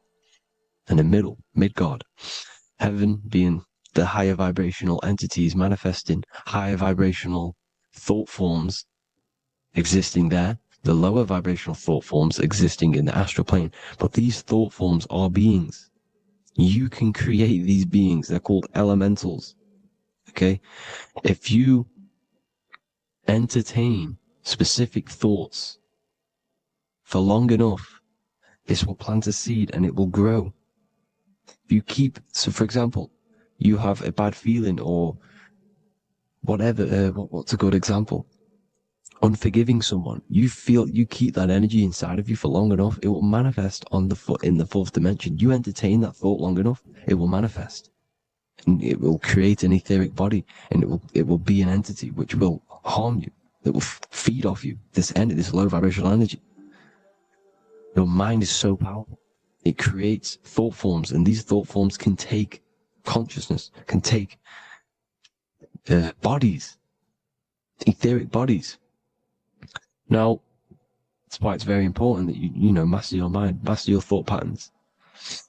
So this 4th dimension is the astral world. So when you have a nightmare, this is the lower astral plane. You're in the lower astral plane. Whilst this physical body rests at night, your consciousness, you awaken this other body, your consciousness goes inside of this other body, whilst the physical body lays asleep. You see? So it's all inside of you. This is what you need to understand. You just haven't awakened these bodies yet. You can awaken them. You just got to awaken them. Okay? The next is the mental plane. This is the mind, the source, pure cause, pure motion, the most less dense, the most fluid. No form. There's no form to the mind. Astral plane is the first plane where a form takes existence, pretty much. The mental world has no form. It's pure mind, pure intelligence. Thoughts alone exist here without any images or manifestation. The most fluid, the most dreamy, the most causal plane. All of the rest take the effects of this plane. That's why it's mind over matter. Your thoughts they create vibrations. Each vibration is vibrating on a specific frequency, which creates mental images, creates effects down here on this physical plane. This is why it's so important to master your mind. Master what you think. Master your mind. It's the hardest thing to master. You could conquer the world, but it's probably harder to conquer your own mind than to conquer the whole world. I can promise you that, because the mind can play tricks on you. You got to listen to that inner guide within you that will constantly manifest the good things. So anyways, people, hope you learned a lot from this. Please work on trying to activate these other bodies. I will maybe do another video on trying to activate these bodies if you wish. Please comment down below if you would like to see that. And have an amazing day. Please like, subscribe, comment down below any video ideas you want me to do, any information you want me to spit. Thank you all. Have an amazing day.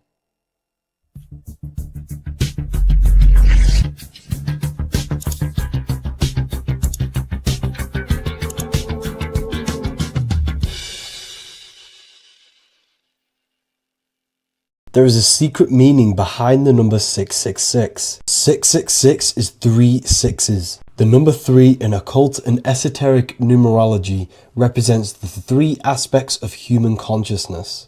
We see this symbolism in the all-seeing eye with the light and the triangle. The triangle is the number 3.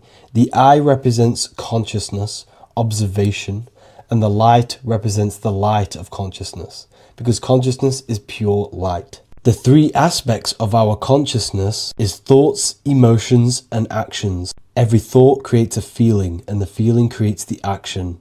All physical manifestation is driven from these 3 aspects of our consciousness. All physical manifestation comes from thought. Every object you see around you, this screen, the phone you're on, the laptop you're using, or the iPad, was a thought in the invisible realms of consciousness. Then it was brought into physicality through feeling and action. This is because man is made in the image and likeness of God. We are all mini creators. We are all extensions of God's creative consciousness. Therefore, the number 666 represents 3 sixes. 3 is thoughts, emotions, actions. The number 6 represents the cube, because cubes have 6 sides. This material world that we experience, everything has 6 sides. Everything's created by cubes. We can move forward, we can move backwards, we can move left, right, up and down. This is the cube that we are stuck in. Therefore, 666 represents our 3 aspects of our consciousness, thoughts, emotions, actions, all contributing towards our physical self, material world, material pleasures, completely cutting ourselves off from our spiritual, true, divine self, which means 666 is representing a state of consciousness. A state of consciousness where we only operate from a place of material needs and survival things. As humans, we possess a physical material body in the physical material external world, but we also possess an invisible inner world, which is what we call spirit. When we disconnect ourselves from our inner worlds, we become lost in this materialistic way of thinking and acting, which can lead to no life purpose, a feeling of emptiness and voidness in our hearts. Humans possess the ability to transcend our animal instinctual natures and turn to the divine mind, to the spiritual inner world. It is our inner world that is projecting our outer world. The outer world is just an effect of our inner state of consciousness. It's important as we go through this human life to not lose ourselves and look for our validations outside of ourselves. The external world is simply just a mirror, mirroring with mathematical precision what happens inside our consciousness. When we change our inner world, we produce effect in the outer world. To get back on track about this number, this represents when we are lost in our material self and we are completely cut off from our true divine self. The devil is always having goat horns, which represents a ground animal. This is the lower animal self of man. He's always red. The frequency of red is the lowest vibrational color, and it also represents the root chakra. This is all to do with survival mode and our physical needs and physical self. Red represents chaotic and intense emotions like hatred and anger. This is why the devil is always red, because it represents anger and an uncontrolled state of emotion and consciousness. You see, we've been taught in the church and all through religion indoctrinations that the devil is an external deity which influences humans. And in fact, this is nothing but a metaphorical story. The devil is a character which represents an aspect of the human mind, the lower aspect of the human mind, a facet of our own consciousness and psyche. The voice that we have in our head that tells us to do these negative things is not an external deity pushing us to do something bad. This is an aspect of our own mind. Jesus and Satan are just two characters which represent the two voices that we have in our own consciousness. In fact, the word devil was never present in the early Gospels. Instead, what was mentioned was a spirit of evil. A term spirit of evil was not meant to denote a specific deity or being, but rather any force of negativity, whether it manifests as a destructive thought, emotion, or action. The spirit of evil represents the darker sides of our mind, the part that leads us astray and brings forth negativity in our lives. The reason why they want you to believe in a devil is because they don't want you taking responsibility for your creations. They don't want you to realize that the external world is truly a mirror of your inner state of consciousness. Instead, when something bad happens in your life, you blame it on some external devil or Satan who tempted you. Everything is your creation in your life. When you realize this, you take full control and you begin to reshape your external world by changing your inner state of consciousness.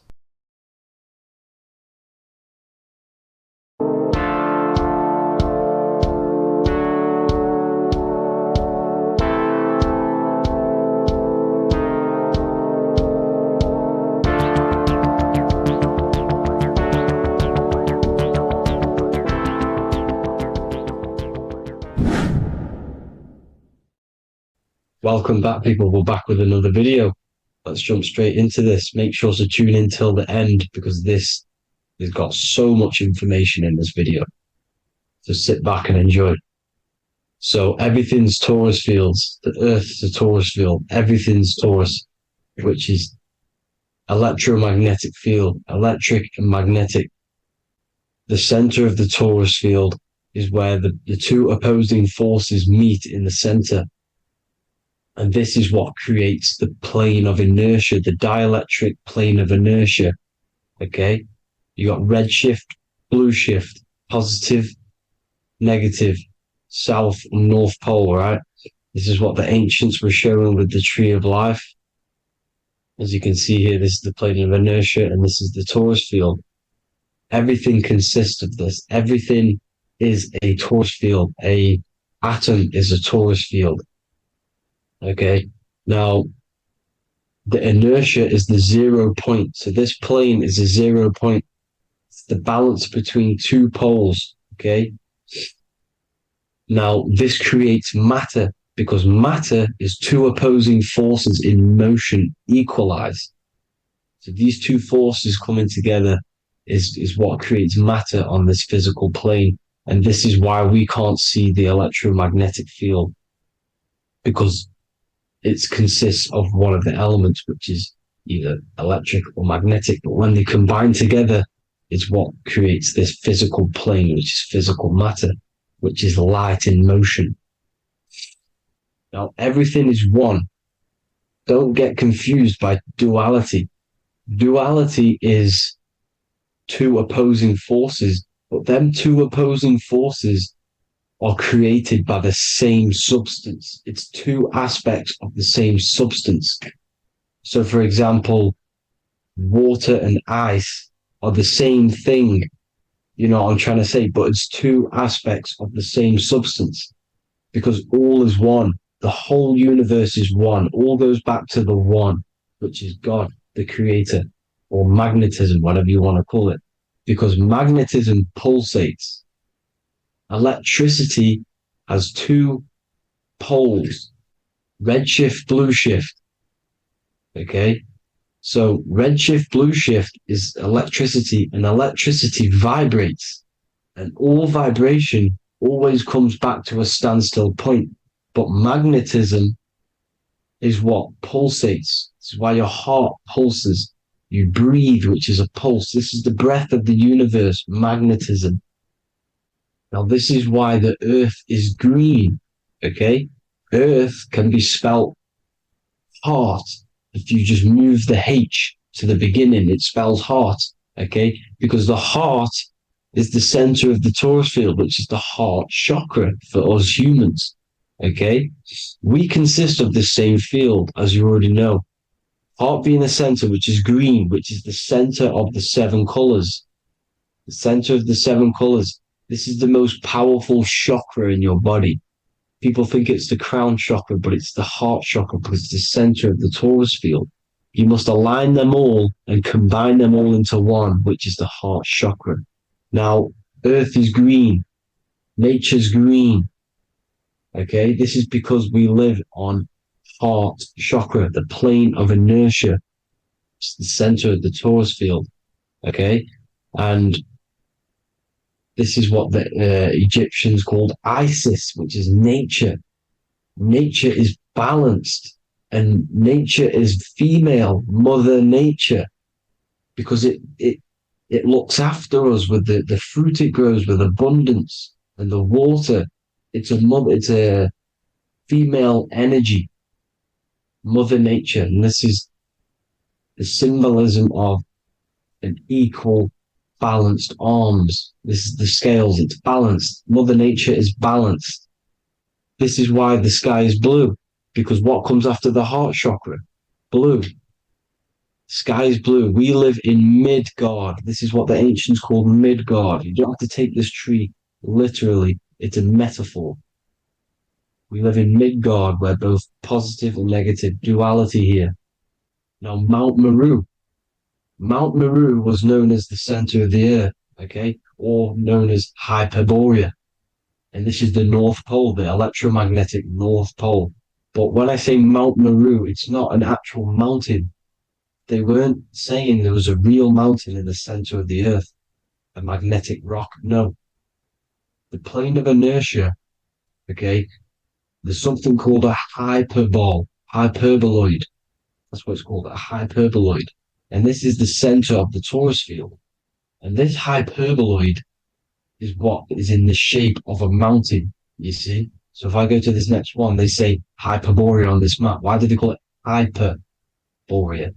Because this is the hyperboloid in the center of the torus field. And this is the electromagnetic mountain, a metaphor. Mountain, what they're metaphorically saying, this is the electromagnetic mountain at the center, the double vortex, the center of the torus field, which is the North Pole. Pole of electromagnetic energy. So this is why they call it Hyperborea. It comes from the word hyperboloid. And the center of the earth is so sacred.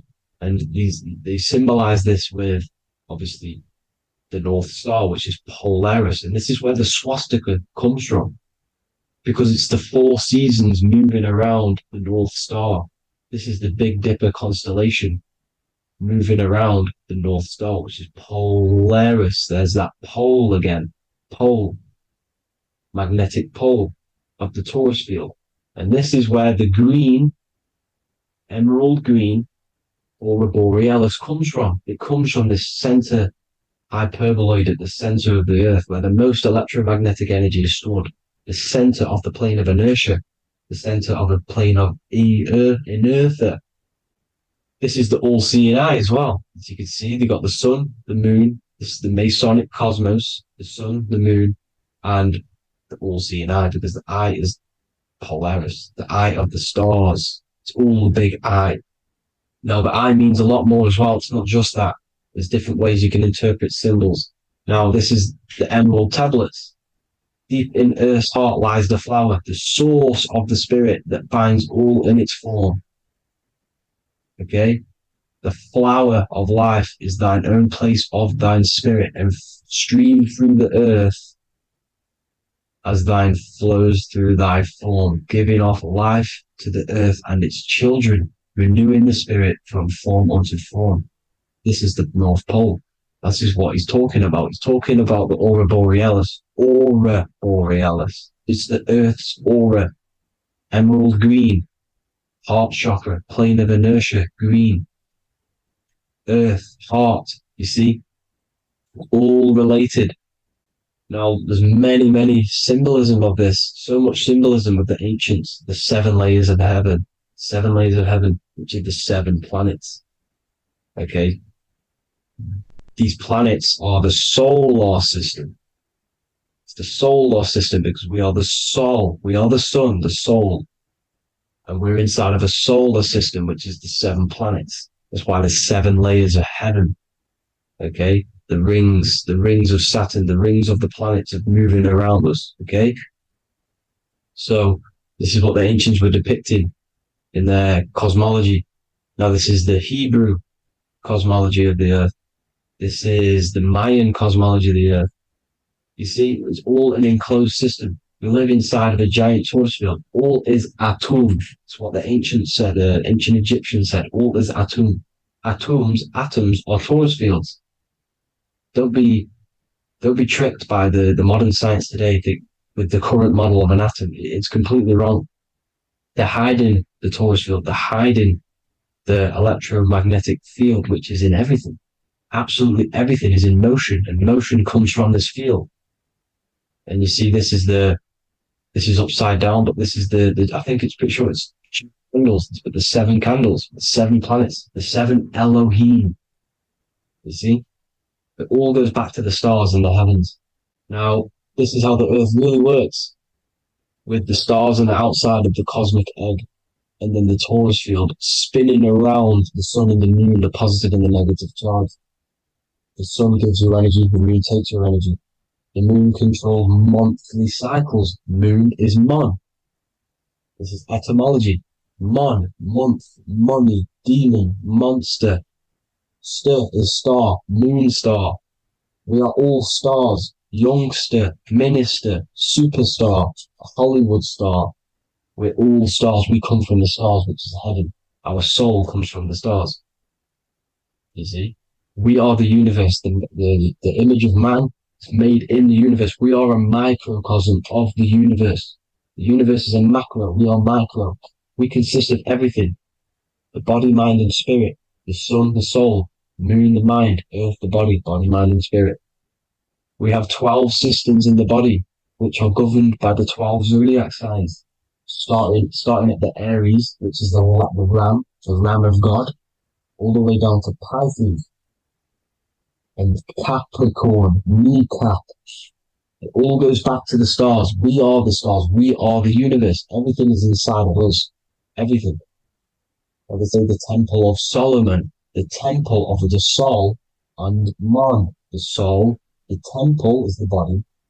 The soul is the soul, and the man is the mind. The temple of the soul and the mind. Body, mind, and spirit. We consist of the 5 elements. Air, spirit, water, earth, and fire. We consist of everything. We are the universe. We're made in God's image, which is the universe. You see? Now, everything goes back to the stars. The ancients worship the stars because the stars govern everything. They govern the systems in the body. They govern your life. This is why your zodiac is so important, your sign. Each zodiac has a specific element associated with it as well. Aries, which is the first sign, the Ram of God, the Lamb of God, which is a fire sign. Fire, first. fire first. F-I-R, this is etymology. The cerebrum, ram, which is in the brain. Aries, the ram, control the head, the face, and the nose upwards. So it controls the cerebrum. The Torah, which is, I'm pretty sure it's a Hebrew Bible, which is the Taurus. Tornado comes from the Taurus field. You see? Everything's inside of you. It all goes back to the Taurus field, and the Taurus field is everything. Now, like I said, 12 zodiac signs, 12 systems, 12 cranial nerves in the brain, the 12 disciples of the Bible. All symbolic. Have to read the Bible properly. Now, this center, at the center of the earth, right? This is what's stirring the ether. And the ether consists of the four elements. Because there's 5 elements. Spirit can be called ether. People call it spirit or ether. Ether is pure potential, pure energy. It's what connects the astral to the physical. It's the dimension between the physical realm, which we're on, and the astral. So it has pure potential. It's pure energy. This is why we say either. I either want to go there or there. It's connecting 2 scenarios. That's what the ether is. It's connecting the 2 worlds, the astral and the physical. The center is like the cosmic womb. There's a black hole in the center. This is the center of the Taurus field. This is the womb of creation. This is the womb of creation. And inside of this black womb are the 5 elements, and everything's being stirred around. Everything's in motion. Light is motion. Everything's motion. Now, like I said earlier, light crystallizes into physical matter. They are the same substance. Spirit and matter are the same substance, but different variations, different aspects of the same substance. Low vibrational spirit turns into matter. High vibrational matter turns into spirit. Or light, whatever you want to call it. Matter is light crystallized. This is where we get the 7 metals from. The planets. The planets are light. Specific frequencies and vibrations of light. When these lights, or the planets, materialize, material metals, materialize, they turn into the 7 metals. Saturn turns into lead. That's why lead is red. Saturn is red. The sun turns into gold. That's why the gold is yellow and the sun is yellow. You see, Saturn is the time god. What happens in autumn? The leaves turn red and they die. This is why Saturn, Satan, time god, the reaper, everything is crystallized till it's death and then reborn again. You see, rust. When things rust, it turns to red. Because it's Saturn. Saturn crystallizes everything. He's the reaper who comes around in winter. You see? He's Satan. Jesus and Satan, the sun and Saturn. They say we live in a solar system. The solar system. I think I've already just broke this down. The 7 planets are the 7 chakras. Everyone already knows this. But I'm going through it anyway. But this is where we get the 7 planets from. And the 7 metals.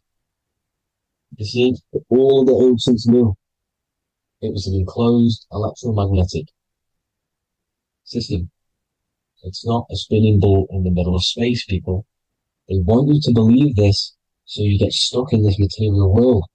Because if you believe everything's material, you can never affect this plane effectively. You can never create your life effectively if you don't understand the planes of existence. Because the mental plane is a higher plane. And it breaks down and it controls the planes below it. The mental plane, hold on, I've got it here for you. The mental, the astral, etheric, and physical. Etheric connects the physical to the astral, but the mental is what's above them all. You see? Now, it's important to understand this. It's important. However, the ancients always talked about the enclosed system. Only NASA, which is introduced around the Roman times, not NASA, but the globe Earth was introduced around the Roman times. Okay? By these Masons. These Masons introduced this because they wanted to take over the minds of the masses and control them. These people worship the physical realm. They know how it works. They know the ins and outs of it. They know how to do the magic. They know how to do it all. They understand it all. That's why Masonry have to take the oath. The oath of not speaking. You're not allowed to speak about anything you learn about in Masonry because they're discovering the truth about your mind and how it creates reality and stuff like that. So this is the Masonic cosmology, the five-pointed star, the five elements, the checkerboard for duality, positive and negative, the two aspects of every substance. This is another ancient painting depicting the firmament, the stars inside the firmament, the sun. You see, the ancients worshipped the sun because it's so important for sustaining our life. It's the only reason we're alive is because of the sun. But then people think it gives you cancer today. They brainwash you to think the sun gives you cancer when it's the number one source of all life. They want you to believe it's a big, spinning, dangerous ball in space. It's not. It's here to give us life. It's God's son. That's why Jesus is known as God's son. It is the Son of God. God created that to sustain us. You see? So it's important you understand the true cosmology of where you are, because if you don't know where you are depleted of all of your morals. You're depleted. You're demoralized. You're lost. You don't know where you are. You don't know where you exist. Okay? Once you accept the globe model, the heliocentric model, you will subconsciously think that you come from nothing. This is why they implemented the evolution theory just after the globe model was introduced by Charles Darwin. Charles Darwin came in after the globe model. He's a Mason. He was another Freemason, and implemented evolution where we came from monkeys because they want you thinking less of yourself so they can manipulate your mind. You see? They want to manipulate your mind, and they have done since you got here. Since you came through that portal, you were manipulated from that day to believe this, believe that. The true cosmology, the truth will set you free. You will understand things better. You will feel better in yourself when you know the sun is here for you. You'll feel better in yourself that you know that you didn't come from a monkey. You were created as a human, a manifester, a creator. You're so intelligent. Your mind is amazing. You can manipulate matter, mind over matter. See? Thank you all people for tuning in. Tap in with yourself. Love yourself. Find the truth. Spread the truth. Nothing dies. Nothing in this creation dies. Everything's energy. Everything's light. Light can never die. You're a light being. That's why it says Hu. Hu man. Hu is light in Hebrew or Latin. Either one of the two. You are light. You're a light being. You never die. Ever, ever, ever die. Ever. Stop thinking you're going to die. This body will die because it contains electricity. And electricity always goes back to a standstill point because of vibration. Electricity vibrates. You are pure light. You will never ever die. Thank you all people. God bless. Make sure to like, subscribe and share.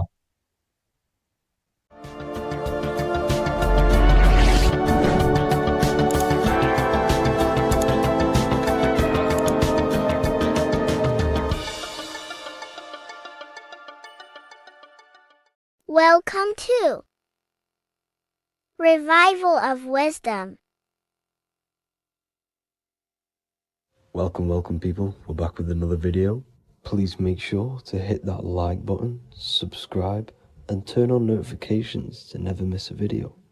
The Earth is a giant torus field consisting of a positive and a negative pole. The sun being the cathode with a positive charge and the moon being the anode with a negative charge. This is why the sun rules over the day, giving you lots of energy, and the moon taking your energy from you, making you go to sleep. Now, the plane that we live on is called the plane of inertia, and at the center of this plane of inertia is the North Pole. This is where the two electromagnetical energies meet. Now, this is where the most electromagnetic energy is stored. This is why all compasses will point north, because it's the most magnetic place in this reality. So the sun and the moon is spinning around this center point, which is stirring the ether of this reality and making everything move in circles, meaning this is a cycle. Everything's recycling itself. It's an organic simulation. The ancients also knew about this sacred land at the center of this reality, known as the North Pole.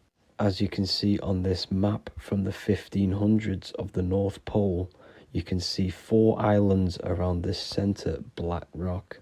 Ancient civilizations like the Mayans, the Buddhists, and ancient Chinese also depict these 4 islands. The endless symbology of these sacred lands at the center has been going on for thousands of years. These sort of secrets are now kept by the elites, but as always they have to show the truth in plain sight, and this is what they are doing with the Windows symbol and also the Wizard of Oz. Now in the Wizard of Oz, as you can see, there's something called Munchkin Land. Munchkins are these unusually short people. Then on the ancient 1500s map it says pygmy, and then the pygmy people in mythology are also these unusually short people. Just like Santa and his elves, they come from the North Pole, and elves are these unusually short people. These stories that we are told about Santa and Munchkins are putting truth in plain sight about this sacred land. This sacred land at the center of the earth is where the aurora borealis comes from and is being emitted from this black hole in the center, also known as the black sun. The aurora borealis is the earth's aura, hence why it has the word aura inside of it. It is the life-giving essence to all life within this realm. As this dualistic reality we live in consists of both physical and spiritual, the black sun is like our sun for the spirit. It's our spiritual umbilical cord, connecting us to the spirit realm. And the rising sun is the opposite. It's our sun for our physical 666 carbon suits, known as our human body, our physical aspect. As it states in the 40,000-year-old emerald tablets, deep in Earth's heart lies the flower, the source of the spirit. The flower of life is as thine own place of spirit, and streams through the earth as thine flows through thy form, giving off life to the earth and its children. So the North Pole is the core of this spiritual reality, and the closer you get to it, the more spiritual and lucid it becomes. So the elites have covered this up in order for us to forget the true nature of this reality. And they did this cover up by introducing the globe model. Nicholas Copernicus was around in the 1400s, and he introduced the globe model. As you can see, he is a Freemason. He depicts himself with a globe and a Masonic compass in all of his paintings and portraits. Galileo was also a Freemason, as you could see in all of his portraits with a globe and a Masonic compass. He was also a massive part of introducing the globe model after Nicholas Copernicus. So yes, the globe model was a spiritual and political move to gain more control over the masses. After the globe model was then introduced, they introduced the theory of evolution by another Freemason, Charles Darwin. See how these two theories go hand in hand? They both degrade humanity, and they make you confused of where we actually came from. By hiding the true form of this divine creation and hiding the true power of each and every one of us, they maintain control over the masses. Now this is order out of chaos, known to be the 33rd degree slogan of Freemasonry. Now this is the Masonic cosmology, and as you can see you have the checkered board for the duality, the 5-pointed star for the 5 elements, the 4 corners for the 4 pillars, the all-seeing eye, which is Polaris, the sun, the moon, and the 7 stars. So even Freemasons are taught the flat earth cosmology and the true form of this reality. Now the true nature of the sun, the moon, and the earth is shown and reflected through the Masonic compass. The Masonic compass is the sun, the moon, Polaris at the top, and the black sun at the bottom. It makes sense why all the scientists who introduced the globe model all used the compass and the globe together, because it's truth in plain sight. As I explained in my other video, all Freemasons have to take the oath, so it goes to show, why are we all learning these theories from Freemasons who can't talk about certain topics that they learn about? Why should we believe their theories when they're holding back the real truth about this reality? Now going on to NASA. NASA means to deceive in Hebrew, and they are also funded by the government. They are not a private company. The old owner of NASA, Werner von Braun, on his grave has the Bible verse Psalms 91. The heavens declare the glory of God, and the firmament showeth his handiwork. Now why would the owner of NASA put this on his grave? Seems a bit suspicious to me, alongside with the NASA astronauts are all Freemasons. And not to mention the countless mistakes they've made on their live videos in space stations, the moon landing, and the CGI footage of the Earth, which is obviously photoshopped. Just by tricking the masses that they live on a spinning ball, the elites gain the perception of the masses. Not only does it hide the divine creation we're inside of, it hides the divine spark within you. It hides the creator, the source. And by believing in space and we live on a spinning ball, it makes people come to the interpretation of that we are a coincidence and we do not have any purpose. And of course this is false. When you come to realization that we are all a divine creation and we can create our own divine life in this reality, life becomes more sacred and you start to enjoy little things. The elites want you to believe everything exists only in the 5 senses. They want you constantly looking outside of yourself because they know that will keep you on lower states of consciousness. Now this brings me to our next point. By tricking the masses into the heliocentric model, the elites started to advertise aliens in the movies, in cartoons and magazines in the late 1940s. Now this is subconsciously programming us about aliens and extraterrestrial threats, which then they can use to their advantage. And this is something called Project Bluebeam. They are more than likely going to fake an alien invasion to push this 2040 agenda, which is for one government and one ruling currency. That's it for this video, guys and girls. Hope you all enjoyed. Please make sure to leave a like and a comment. God bless you all.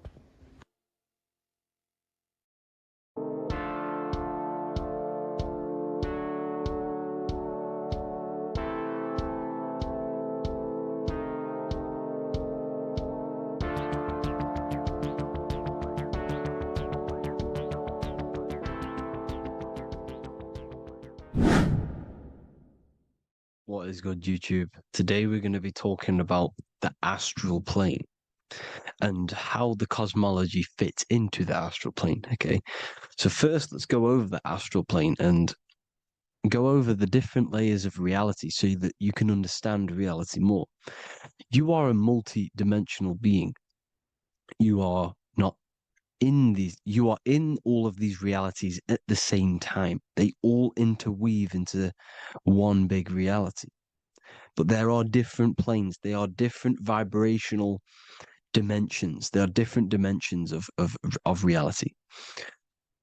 The mind is the root cause of reality. We're living in the mind of God. Everything is being thought into existence from the root cause, from the universal mind. This is why the ancient Egyptians said, all is mind. We're living in the mind of God. And we are a microcosm of this mind. This is why we all have the same mind. This mind is the world of thoughts. Now, this world of thoughts is just the thought alone. For example, it is the thought of a chair. But then when you start to imagine this chair and you start to mentally see the chair, you're now manifesting the thought, the singular thought, into some sort of form. So now you're imagining the chair. You're imagining the form of this chair, which is then manifesting into the astral plane. The astral plane is the world of thought forms manifesting. So when you are imagining something, you are seeing into the astral plane. Okay? Your third eye, it is an eye because it sees the astral plane. It is seeing the other side through imagination, through dreaming. Well, we'll go over dreaming later. So the thought of a chair is a singular thought. The imagination of the chair is the manifestation of the chair. And in the astral plane, it's basically the world of all the chairs that could ever exist. So you're thinking of the chair as a singular thought, which is the mental plane. The astral plane is the imagination of that chair, is the thought, the manifestation of it. Depending on the vibrational state of the thought will depend what level of the astral plane it will go to. For example, if you're thinking about a chair to torture someone on it, it's going to go on the lower astral plane. Or if you're thinking and imagining happy things, it's going to go to the higher astral plane. So wherever your mindset is, that we call it a mindset because your mind is setting frequencies to certain things. Thoughts are frequencies. And a mindset is setting your frequency, setting your mind to a certain frequency. So when you set your mind to a certain frequency and you imagine something in that frequency, you're going to match everything in the astral plane that are on that similar frequency, just like you would in the physical world. Because we're all in these worlds right now as we speak, but we can't see them with the two physical eyes. We can feel it though. When you're around someone and you've just met a new person, for example, you can feel their vibration. And if you're not on a similar vibrational match, you will not get along with that person, or you just won't not get along, but you won't connect with that person because you're on two opposing frequencies, not matching.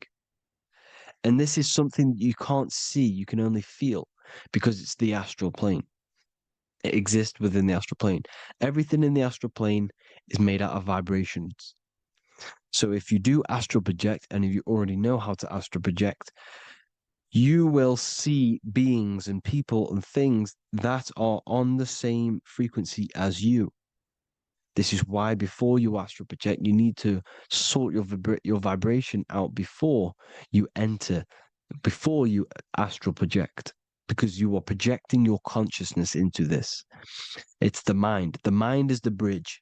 It can move between realities. You are a observer. You are a observing soul which observes different realities. And the mind is the bridge between all of these different realities. The mind can choose. If you want to project into the astral, you set your mind to it, you can. Okay? So let's not get off track. The lower astral plane is where demons are. The higher astral plane is where heavenly beings are. Heaven and hell are kind of a real thing. The etheric plane is a powerful substance, the ether, the fifth element that they don't tell us about. If you type in on Google the 5 elements, they will try to remove it with wood or metal. because they don't want you knowing about the ether. Ether is the energy double behind all physical objects. So the ether is very important. It is the fifth element. It is part of the physical world, but it's also part of the astral world. It is on either side. You see how they're showing you the truth in the language? Ether and either are the same word. The ether has 1 foot in the astral and 1 foot in the physical world. It's a substance that connects the physical to the astral world. It is the either. It's on either side of reality. It's on the other side.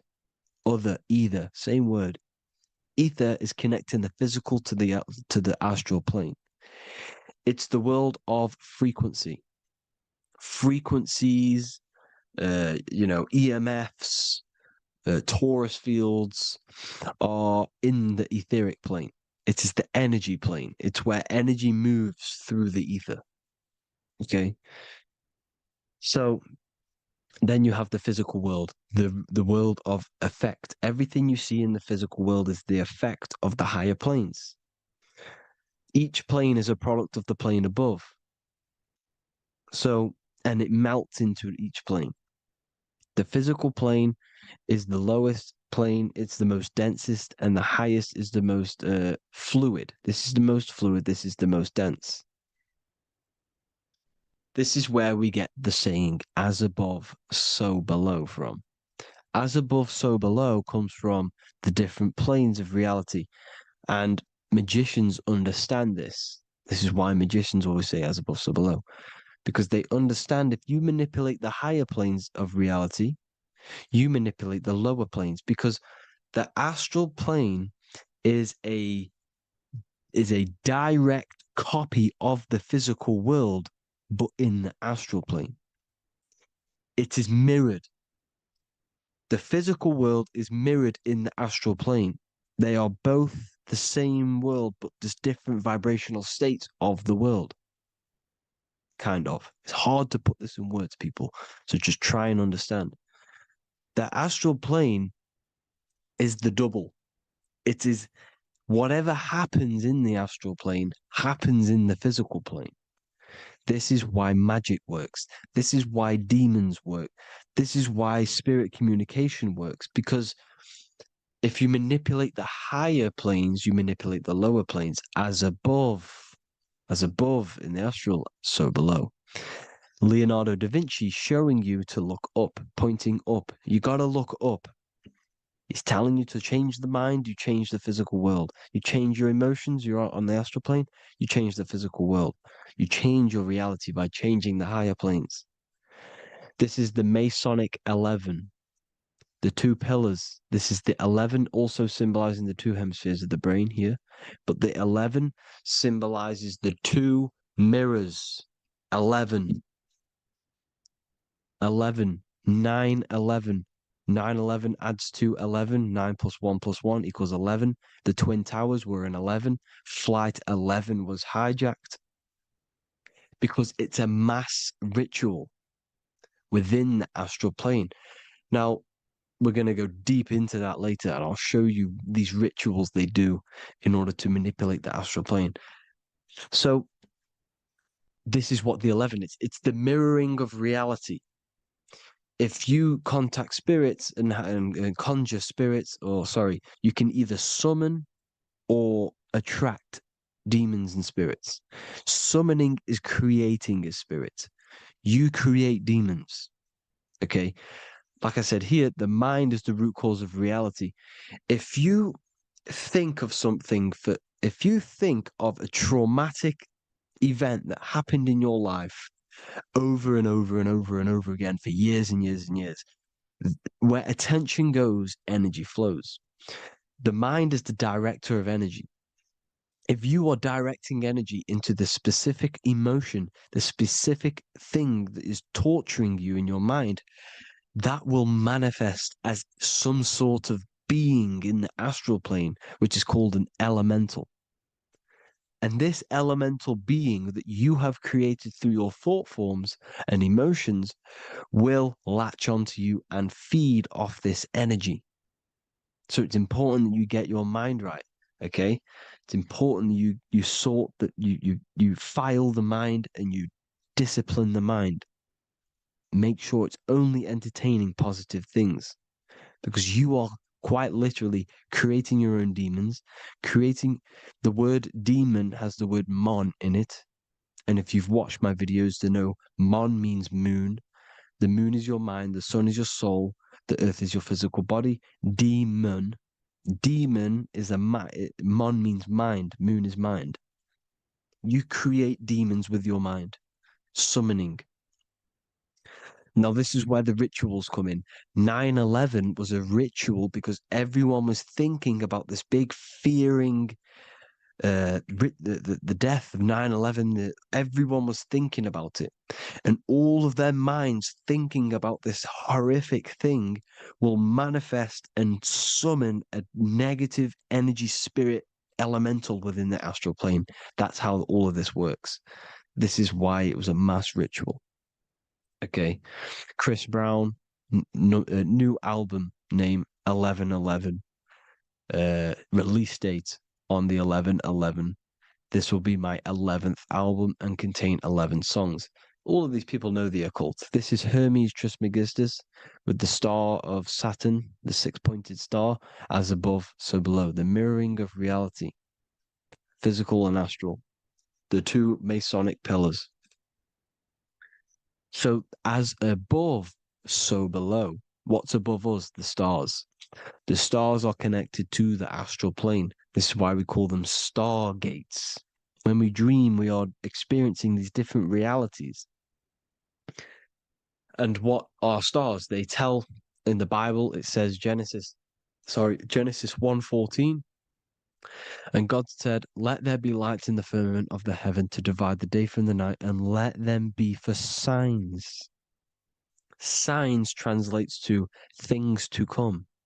Why things to come? The stars tell the future. Why? And why do we say as above, so below? As above us is the astral plane and the etheric plane. As above, so below. Whatever happens in the stars happens on Earth. The stars are connected to the astral plane. Above us is the astral plane. We are a star in a physical body. This is why we say Mr., sister, stir equals star. The E and the A are interchangeable. We are stars, and the stars are the start of our incarnation.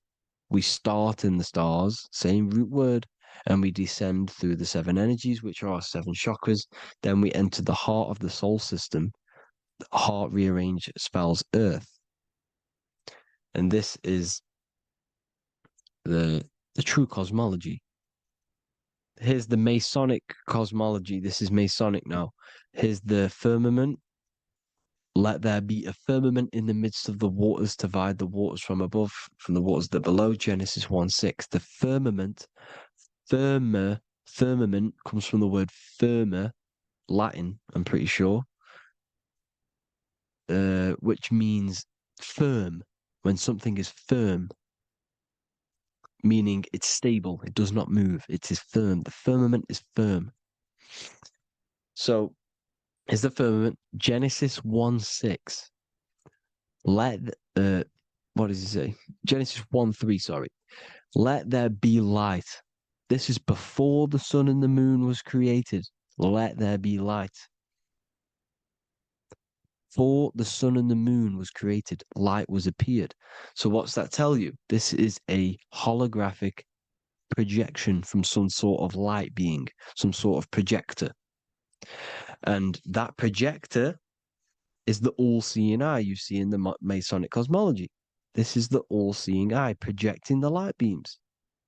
Let there be light. Everything is made out of light. The universe is created out of light waves. The torus field is one unit of light. The light projecting this reality is Polaris. Okay, the famous all-seeing eye. Now, what else? Then we have, after let there be light in Genesis 1:16, And God made the two great lights. This is the sun and the moon, electric, magnetic, male and female. Then we have the Masonic checkerboard, the black and white symbolizing dualities within the dualistic reality we're in, spirit and matter, light and matter, rest and motion, positive and negative, good and evil. Everything's dualistic here. Okay? And it's a dance. The universe is a dance between flickering of white and black light, which is the Taurus field. We're not going to go over that, but this is all connected to the astral plane. This is the true cosmology. The astral plane cannot work on a spinning monkey ball in the middle of space. Does not work. Cannot work. It's impossible. Okay? Impossible. So even in the Quran, it says, Allah has made the earth for you as a carpet, flat. Quran 15:19. And the earth we have spread out like a carpet, set there on mountains, firm and immovable. It is immovable. In the Quran, it also says 65:12, it is Allah who has created the seven heavens of the earth. The seven heavens meaning the seven layers of heaven, the seven planets. And Psalms 104:5, he set the earth on its foundations and it can never be moved. Never. So here you see in Isaiah 40:22, he sits enthroned above the circle of the earth and its people are like grasshoppers. He stretches out the heavens like a canopy and spreads them out like a tent to live in. We live in a tent. This is the tent. The projection of light. Here you see an ancient picture here. Here you see the ethereal barrier, meaning the firmament, the etheric barrier. And here you see his head popping out. Why is his head popping out? Because your head is heaven. Your heel is hell. Your head has access to the astral plane. This is why your head is heaven. The pineal gland, when stimulated, has access to project itself, project consciousness into the astral plane. Here you see another ancient picture here with the Masonic Royal Arch, with the zodiac here, the zodiac on the top, arching because there's a firmament above us. Here's God in the brain. Consciousness is God. Here you see the Masonic Royal Arch, symbolizing the firmament. George Washington above the Masonic Royal Arch. These are the stars. This is Polaris projecting reality. Here's ancient churches with the dome. Polaris projecting reality with Jesus. Disney World is under the dome. The seven layers of heaven, ancient paintings, all depict if you go and look at the ancient paintings, they'll all depict the firmament, the arch above us.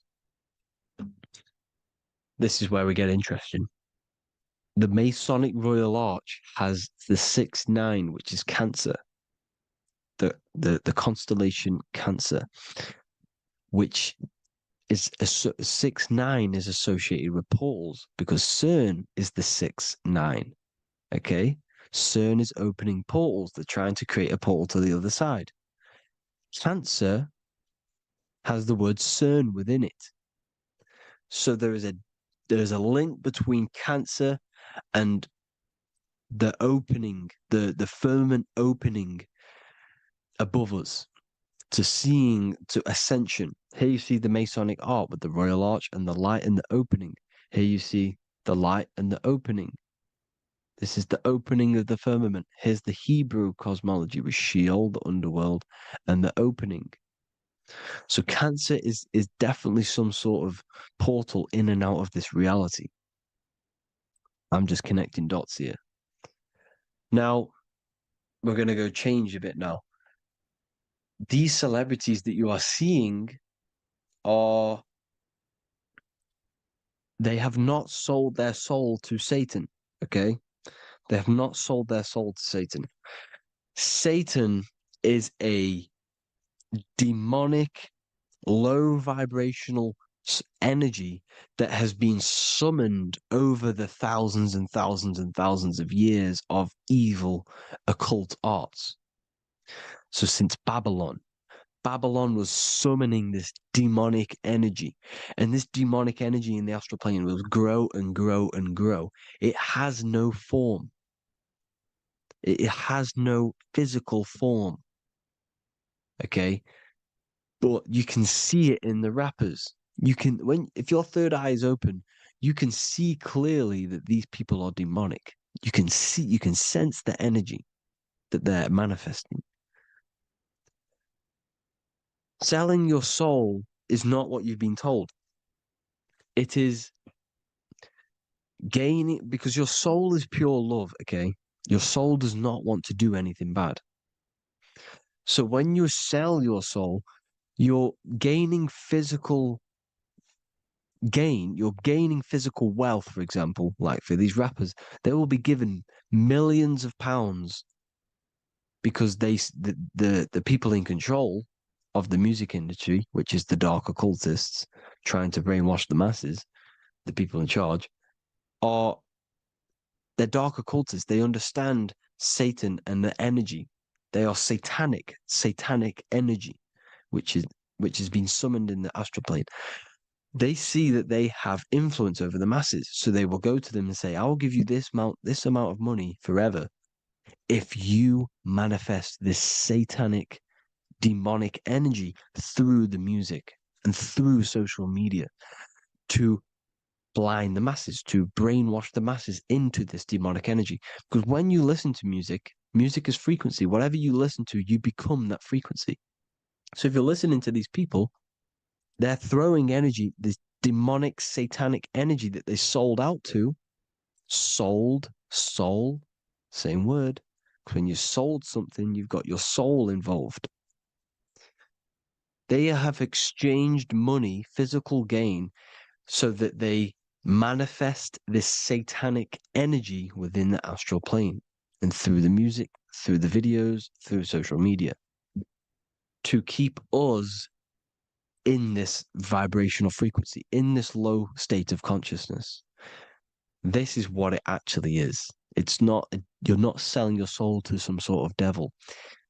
This satanic energy has no physical form it is formless in the astral plane. It's a summoned energy. Now, the root chakra is red. This is why the devil is red, because it symbolizes the animal nature of man.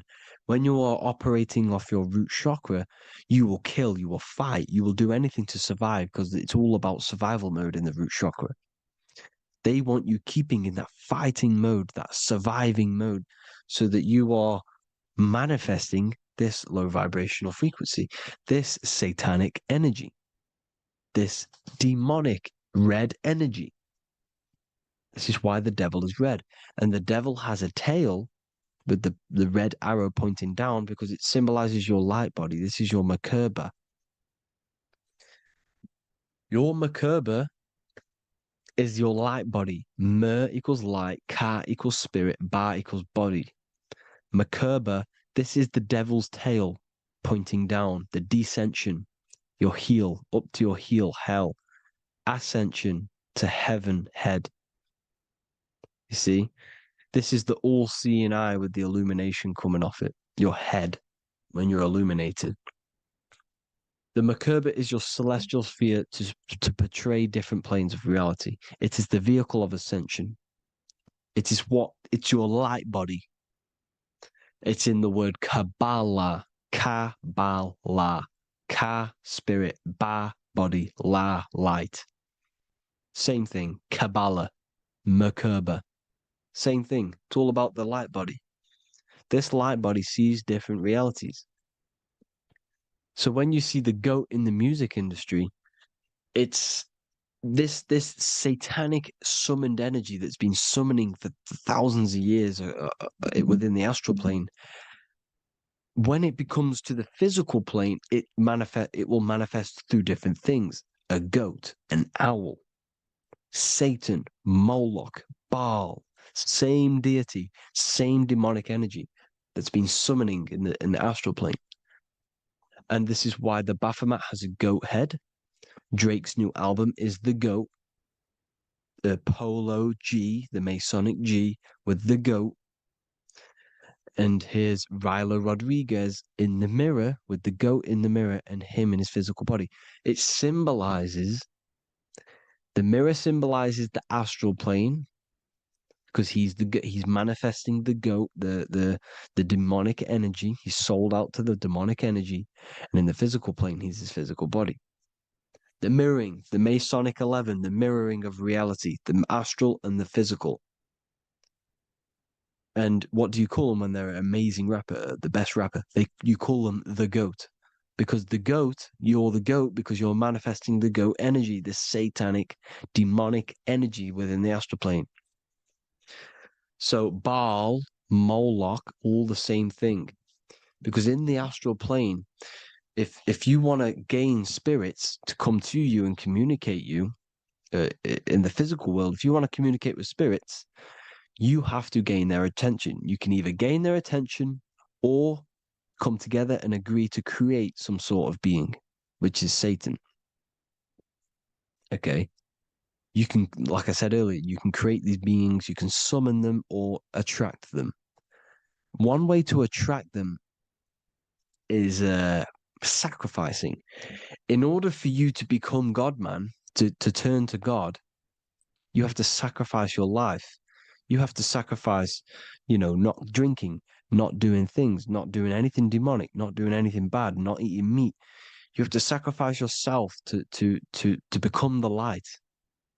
However, if you want quick, instant gains in the physical world, you can sacrifice something else to communicate with these spirits, because these demonic energies feed off demonic energy, your demonic energy. So these dark occultists will give away babies, they'll sacrifice, torture babies so that they gain, so that they can communicate with these spirits for physical exchange. Yes, you can do this. These powerful spirits, these powerful demons can give you powers. They can give you certain things. And this is what they are doing. They're summoning and attracting these demonic energy. This is why, trafficking is one of the most, Balenciaga.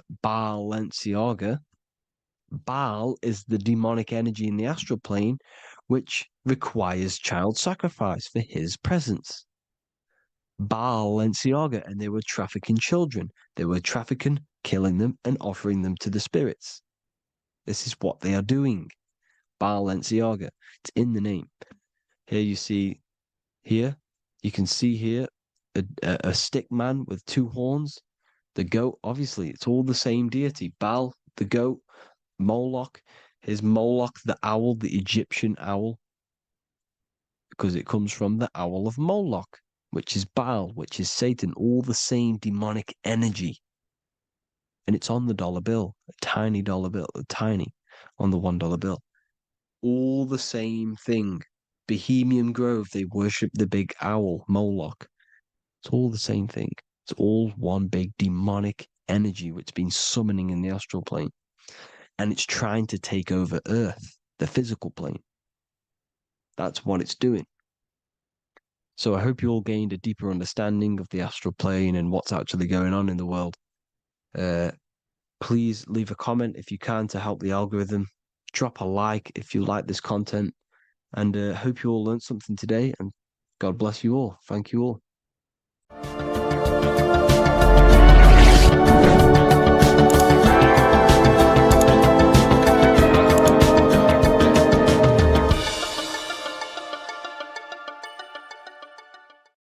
There's an ancient symbol hidden in plain sight, one that holds the key to transformation, power, and unlocking your true potential.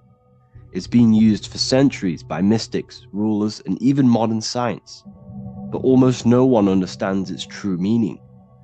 Once you do, it will change the way you see yourself and the world forever. Stay with me, because this could be the key to your own awakening. The symbol of the snake, or the serpent, is a very powerful symbol that refers to something within you. that we all are on this journey. So first of all, we see this symbol in ancient Egypt on the top of the pharaoh's head. We also see this with Buddha, with the snake on top of the Buddha's head and below. We also see this in Rome, with the Roman god Mercury holding the staff with the snake. We see this in Adam and Eve's story with the snake tempting Eve. We even see this today on the medical facility. What does this mean? Why is this symbol being used for thousands and thousands and thousands of years? It has a very deep esoteric meaning. We see this in the caduceus staff, and we even see the snake representing the Kundalini. What does the snake actually mean? A lot of people think it represents the Kundalini, which it does. However, there's a deeper interpretation of this symbol, and it goes very far beneath the surface of what the snake actually represents. Okay? So first of all, when looking at symbols, we need to observe what the snake does in nature. The serpent sheds its skin. The serpent shedding its skin is a sacred symbol of an inner transformation. It transforms from its old self to a new self. It sheds layers of itself. As the snake discards its old exterior, it mirrors our own journey of realizing outdated beliefs and patterns, paving the way for a renewed, authentic self on the esoteric path of awakening. Essentially, it represents transformation, but not transformation of our physical bodies, transformation of our inner world. Now, this is where things get a little bit tricky and you may become a little bit confused, but I'm going to make this very clear for you. The snake symbol or any symbol can be used for different context. For example, the Kundalini. We see the snake representing the Kundalini.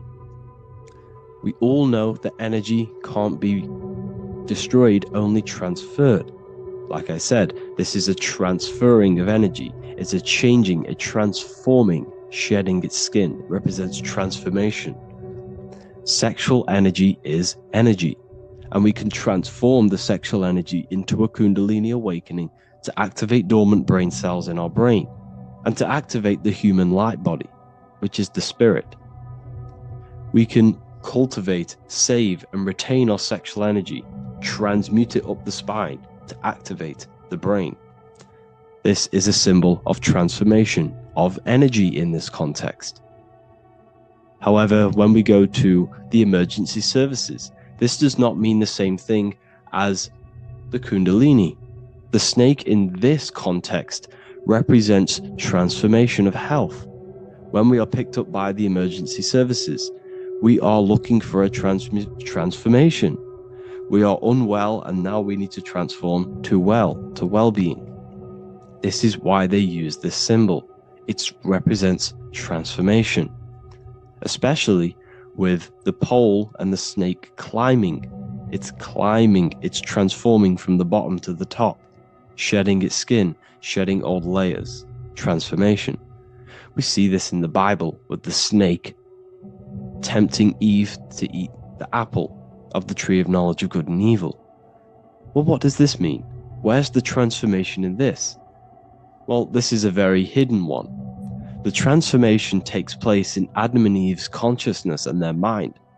They go from a pure, whole state of consciousness, from being tempted by the snake, and they eat it and they transform into knowing the good and evil, into the dualistic ways of thinking and the dualistic meaning of this world. Let me rephrase that. They understand the dualism of this world, and they now understand the two good and bad ways of thinking. They know the knowledge of good and evil, of duality. They shifted from a whole state of consciousness into their consciousness being split into good and evil. This represents the journey of every single soul that incarnates into this world, including yourself. When you were a child, you were whole. You had no understanding of good and evil. But as you grew older, you eaten the fruit. You grew to understand the knowledge of good and evil. Your consciousness split from a whole into a separate and divided way of thinking and divided understanding of the world. We suppressed aspects of ourselves to fit in with society norms, and we just limited ourselves with limiting belief systems. We knew the knowledge of good and evil. Our consciousness split from a whole state. This is what Adam and Eve is symbolic of. We see this with the Roman god Mercury, with the snake. Mercury represents intellect, communication. He's always flying in the air, which represents the air, the mind, the intellect. He's holding the snake to represent transformation of the mind. This is what we call mental alchemy. Turning base metals into gold, turning the unenlightened aspects of our mind into enlightened ones, turning our negativity into power and control. We see this with Buddha, and Buddha is all to do with transformation of the inner world, transformation of the mind and the soul and the emotions. And it also represents the Kundalini. We see this in ancient Egypt. We always see the snake on the head, representing the place where the third eye is, representing the intellect or the mind's eye, the third eye, whatever you want to call it. This is the place of the invisible intelligence within us. This is our mind or intellect. And this is the transmutation of the mind. This is why the snake is on the head, representing the transformation of the mind, going from the unenlightened into the enlightened, going from the uncontrolled to the controlled mind, so that we can control the very fabric of reality. I've kind of just given that away. Why is this important? Humans are creators. We're the architects of creation, endowed with the divine power to channel the fourth dimension, which is the imagination, into reality. Each thought and intention is a seed. When nurtured with focus and clarity, transforms the unseen into the tangible experience. This creative process bridges the gap between the ethereal and the material. Humans are creators. It's impossible for you not to create. Whether you're doing this consciously or subconsciously, you've been creating your whole life, turning non-physical thought into physical reality. We are creators. However, the mind cannot create in a state of chaos. The mind cannot create with limiting beliefs. The mind cannot create with thoughts that come and destruct our minds. The mind cannot create consciously and effectively if there are impulses within our mind and we have no control over the mind. So this is where self-transformation comes from within. This is where the snake comes in. The snake represents the transmutation of our mind from the uncontrolled to the controlled. In this context of the Egyptians with the snake on their head. It's all to do with mental alchemy. In the occult tradition, the mind is seen as a delicate instrument that demands constant vigilance. Left unchecked, it reverts to archaic and destructive thinking patterns. Like a finely honed blade, it must be continually sharpened through discipline and self-refinement. In this unending process of unveiling and mastery, we learn to shape reality, harnessing the power of our thoughts to manifest the highest potential. It's all to do with mental alchemy, and this is how the snake is connected to you. And what the snake represents to you, it represents the transmutation, the changing of ourselves, of our consciousness, so we can gain control in this 3D world. If we lack control, then we'll constantly be manifesting chaos. Now, there are 3 ways that we can transform our world, and we can slowly transform our mind. Now, this is not an overnight process. It takes periods of time of purification. And number 1 is affirmation.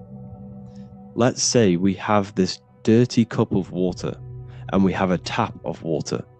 And in this tap, it's pouring in more water, clear water.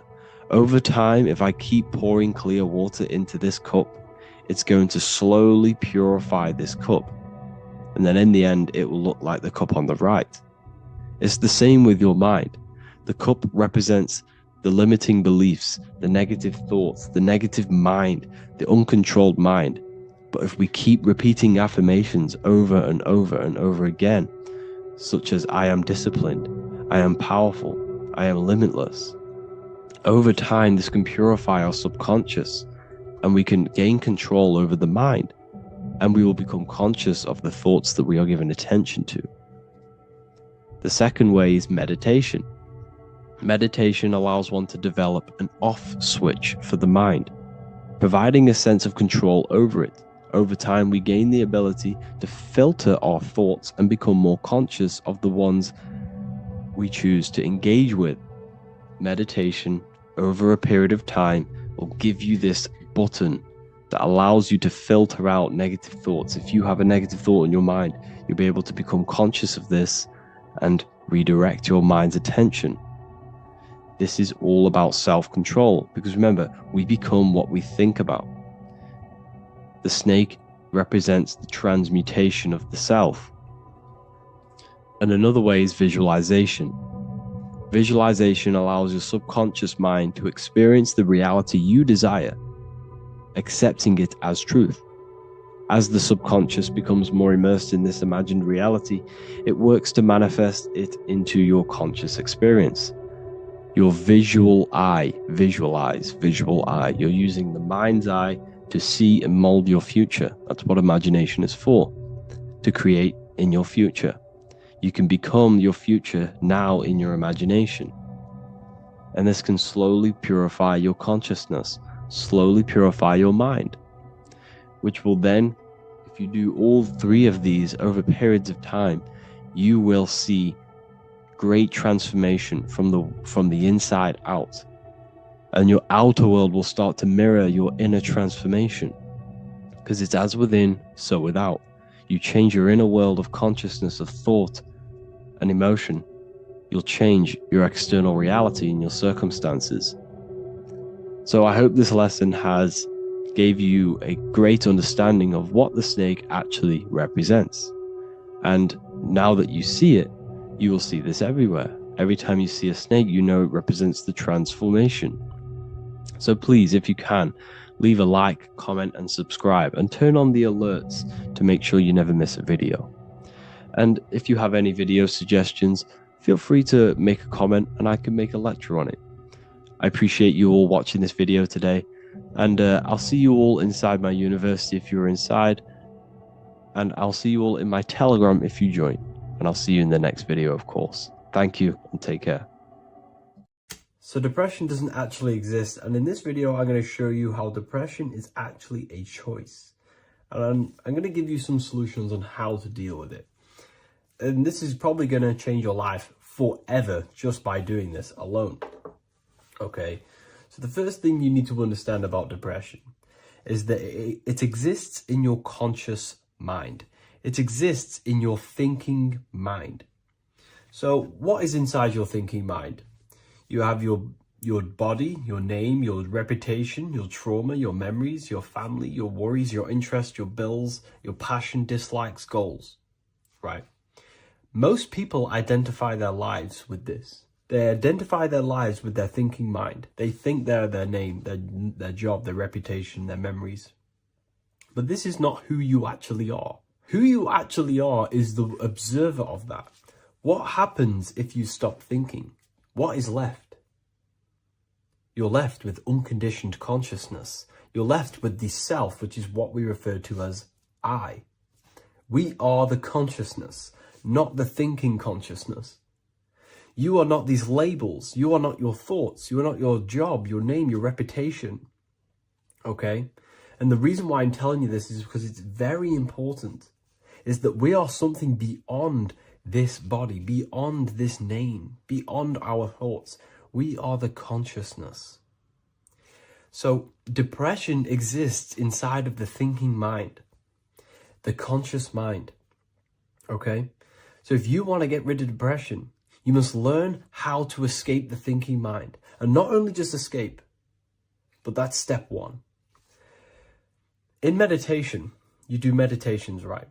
We sit still and we have to learn how to control the mind and turn off the thoughts.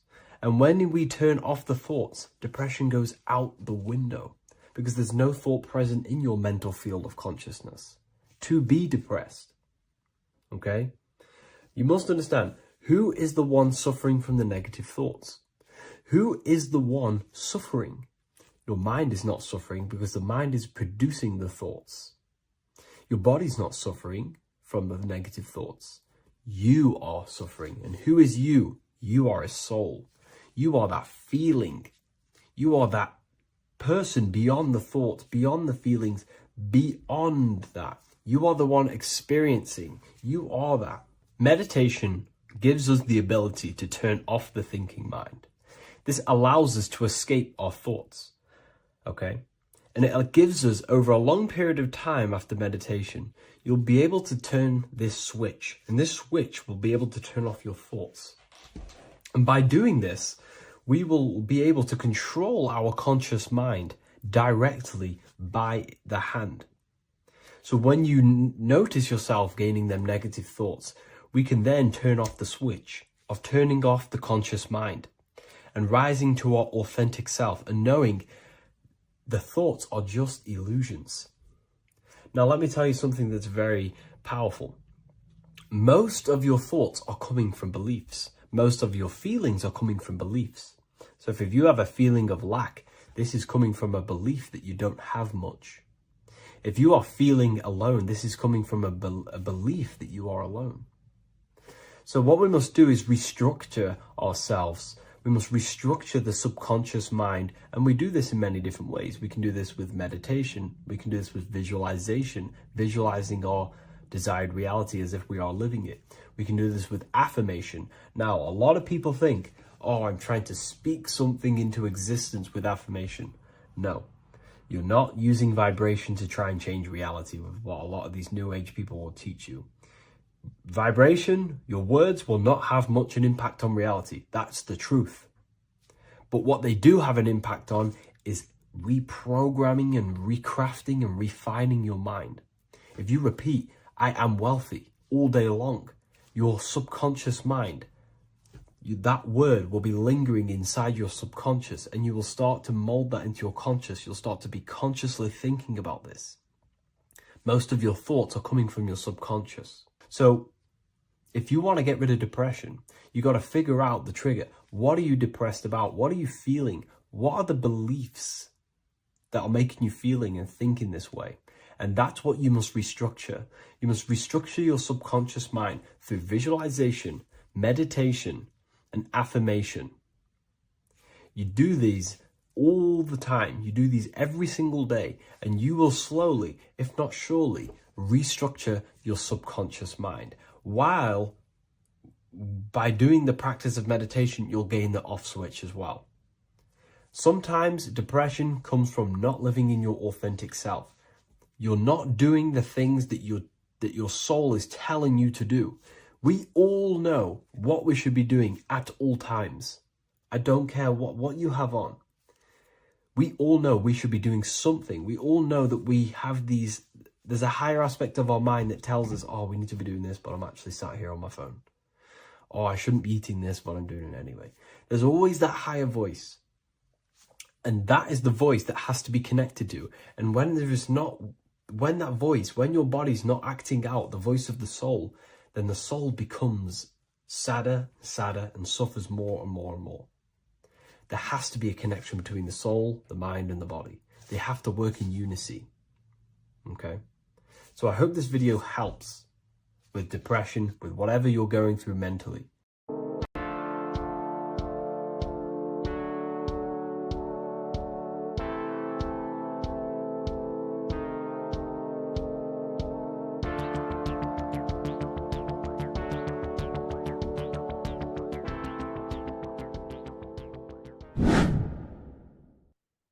Left and right hemisphere, and what are they doing? How does it contribute towards your perception in this world? And this is what we're going to be talking about in today's video. We're going to be breaking down the two hemispheres of the brain and how they function in your life. So first, we have the left hemisphere. This is the logical hemisphere. This is the analytical, divided, scientific, or verbal hemisphere. The right hemisphere is creative, wholeness, artistic, symbolic, and metaphorical. The right hemisphere does with non-verbal things. It produces a holistic perception. It is more to do with creativity.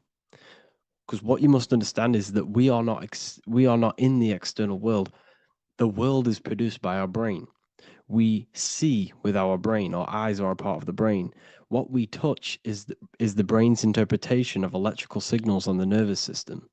What we smell is the brain's interpretation of smell through the nose. What you taste is your brain's interpretation of chemical reactions on your taste buds. So what you are experiencing is the brain. The brain is a computer creating a simulation. And you have two hemispheres which breaks down this reality. So essentially the brain is the perception creator. It creates perception.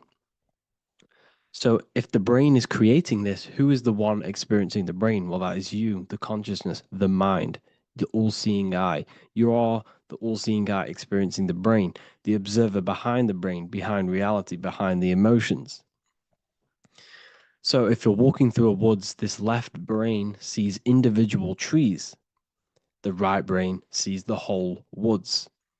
It sees the biome. It sees the bigger picture. So when you are walking through this woods, the right brain picks up a holistic perception of reality. It creates the woods as one unified woods. The left brain's job is to break this down and analyze it so that we can see individual things. And this is also necessary for humans to have the ability to break things down and manipulate things in this world. So without this left hemisphere, we could not manipulate things and break things down. So this right hemisphere is important because it sees the whole woods. It sees humanity as one unified consciousness.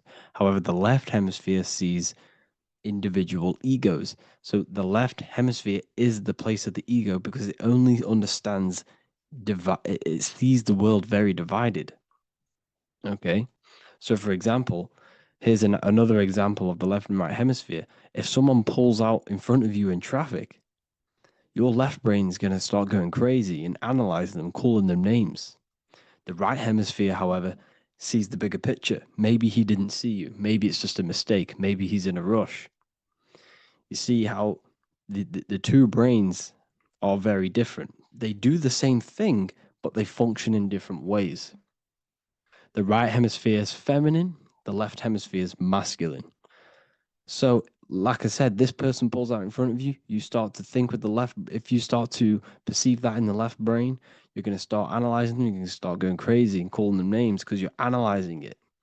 You're not seeing the bigger picture behind it. You're not seeing it from his perspective.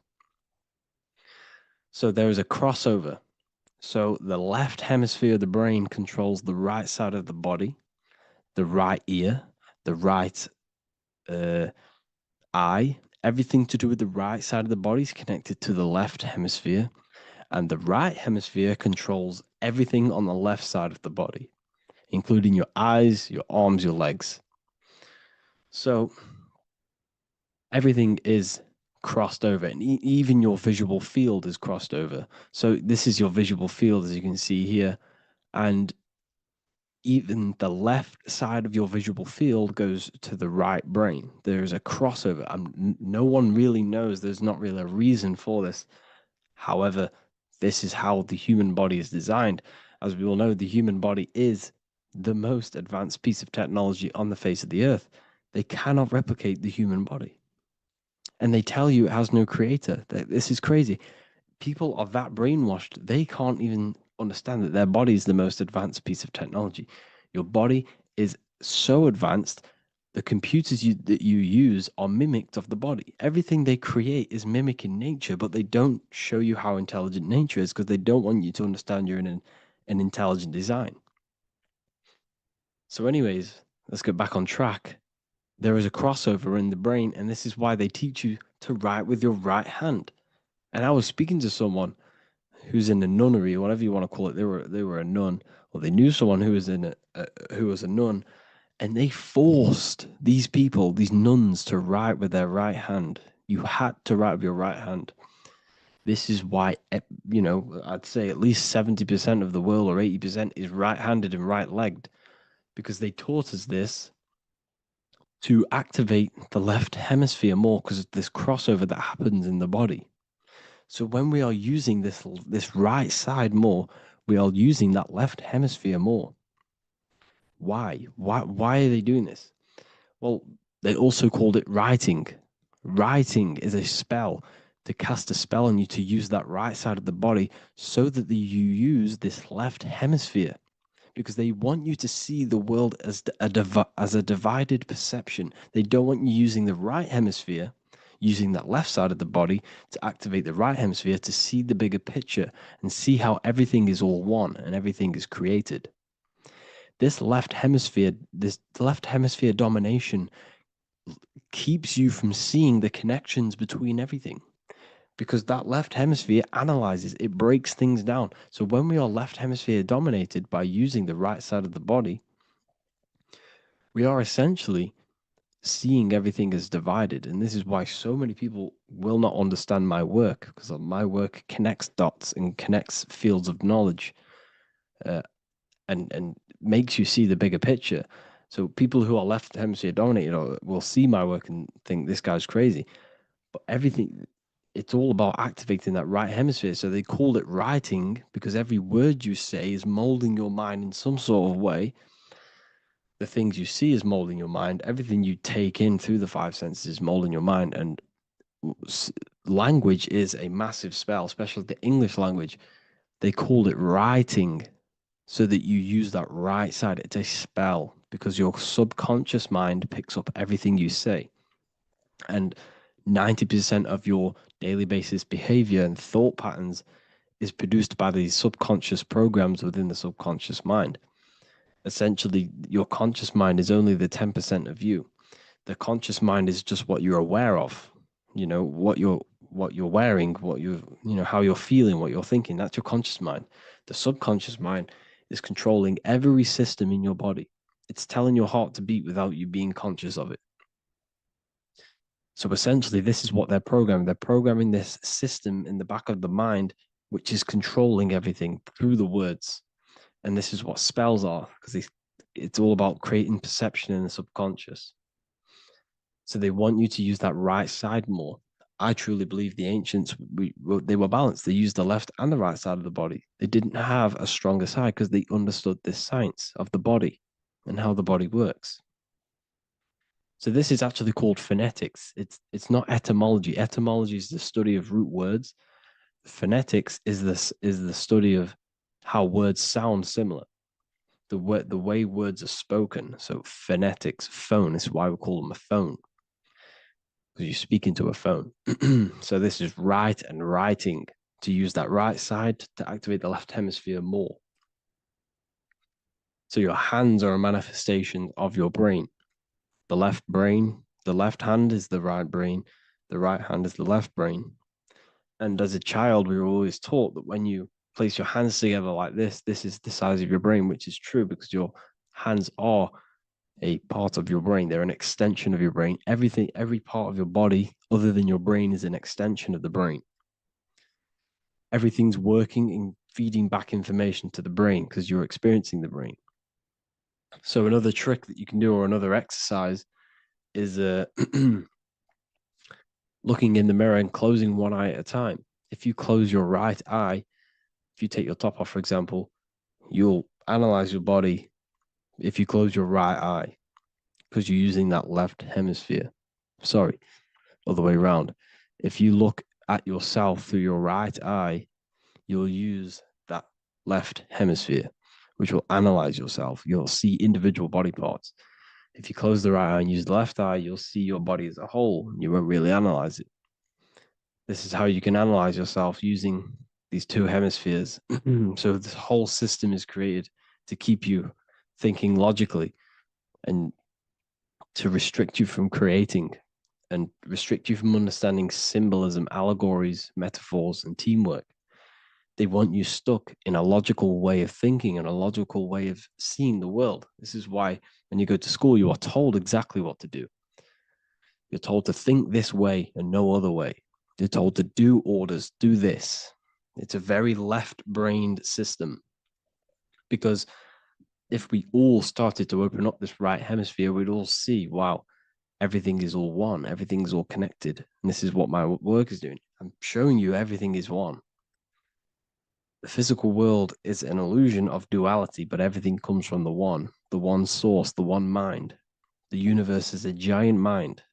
I am mind, you express mind. We all possess mind. Behind the physical body is the same mind consciousness. And we are all expressions and fractals of this infinite consciousness called mind. And this is what they don't want us to figure out, is that we are all just one consciousness expressed. It's an infinite consciousness. It's even in the squirrel, it's in the dog. All of these different animals, they're just different bodies, but behind the bodies is the same consciousness, which is mind. That's what the pineal gland is. The pineal gland is not the mind, and it's not the third eye. The third eye is your mind. If you have a closed third eye, it just means you have a closed mind. If you have an open third eye, it just means your mind has expanded from beyond physical things through astral projection and mystical experiences. This is how you gain an open third eye. It's just an open mind. A mind that has astral traveled, that has explored the realities within the mind. So everything they do is to keep us in a divided state. Divide and conquer, right? That's their motto. All to keep you thinking how everything is divided. Everything they've done is division. Postcodes, countries, everything is divided. Like football teams and all this stuff. It's also a natural process when you grow up, because as you grow up, your brain is constantly analyzing the world. So this is sort of a natural process of how you become more left hemisphere dominated, because your brain is always analyzing. And unless something awakens you, you can awaken that right hemisphere where you can start to see the bigger picture. Even the music, all tuned to 440 hertz, shuts down the right hemisphere of the brain. 440 hertz, Spotify, Apple Music, the radio. Every time you turn on the radio, it's tuned to 440 hertz. This was specifically tuned. It never used to be tuned to this. It was in the 1950s. It was changed. The standard music tuning was changed to 440 hertz because it shuts down that right hemisphere of the brain. They don't want you thinking, seeing the world in this way and perceiving things as one. And I'm going to show you. It tells you this in the Bible. Cast the net onto the right-hand side of the boat and you will find the fish. What was Jesus saying? This is, you see, people read the Bible and they don't understand it. If the Bible is not talking about you, then it has no meaning. The Bible, everything you read in the Bible is about you and how it can better your life. It occurs to you. So if Jesus says, cast the net onto the right-hand side of the boat, this is an allegory. The boat is your body. Cast the net. It's the awareness, the perception onto the right hemisphere of the brain, and you will find the fish. What's fish? What do fish do? They swim deep in the ocean. It represents the knowledge, deep knowledge. Cast the net onto the right-hand side of the boat and you will find fish. You will find the wisdom. You will gain understanding when you cast that your awareness into that right hemisphere. You will see that I am you and you are me. We are all one consciousness. You will see everything. You'll see that the trees are the same patterns as the nerves in your body. You'll see everything is connected. Everything is a fractal of the one infinite consciousness. And how many fish did they catch? 153. That adds up to 9. This is now numerology. The Bible's filled with numerology. Adds up to 9. What's 9? Human consciousness. It represents consciousness. You're in the womb for 9 months. Feminine. It's all about consciousness. And then Revelation 14. And I looked, and behold, the Lamb standing on Mount Zion. That's the spines, the mountain. With him, 144,000. 144 adds up to 9. It represents consciousness on top of the spine. You see? And he had his name on the name of his father written on the forehead. What's the father? The higher mind, the higher consciousness within you. Where is that? In the forehead, the pineal gland. The pineal gland is the radio receiver for the higher consciousness. Because every body part of the body has consciousness. Your heart has consciousness. Your gut has consciousness. You are thinking with these different consciousnesses. You think with the gut. You think with your penis. You are thinking with all these consciousness. And it's about raising your consciousness to the higher consciousness, which is the father, the mind in the head. Don't think with the lower parts of the body because that is your animal nature. Think with the higher parts of the body. It's all representing consciousness. How to activate the right hemisphere of the brain? Well, it's all to do with non-verbal things. So music will activate the right hemisphere. Make sure it's tuned to the right frequency though, 432 hertz, 528 hertz. Any frequency that adds up to 3, 6, or 9 is good for you. Meditation, turning off the thoughts, and you raise yourself to the higher brain. Symbolism. Symbolism is all right hemisphere. Reading between lines, metaphors, determining the Bible, it's all right hemisphere. Seeing the bigger picture, it's reading between the lines. So tithing in the Bible. These people in the churches are giving 10% of their money to the church. It's nothing but a scam. What these people have done is they have externalized the Bible. They have taken the Bible and literalized it so that they can make a business out of it. So what they're doing is 1/10 of the produce of what it says in the Bible, 1/10 of the produce of the land, whether grain or fruit, is the Lord's and is holy. So what's that saying? The 10th of it's basically saying give the 10% to the Lord, to God. What does that mean? Well, what's the land and the fruit? This represents physical things, the physical things that you have. The 10th of the physical things that you have. What's that? That's your ego. All the physical things that you have is all to do with your ego. That's the lower self. The ego, what is the ego? It's the mind's perception of the physical self. You had no ego when you were a child. Okay, when you were a child, you had no ego. As you grew older, you created the ego. But the ego is the full self. It's the echo. Ego, echo. It's the echo of the full self. So it's saying give the ego over. Take away the animal self. In that left hemisphere, that's all to do with the left hemisphere. That left hemisphere sees the ego. It sees individuality. It's divided. So it's saying give that 10%. Give that 10% of you over to the right hemisphere. The 90%. The 90% of you is in that right hemisphere.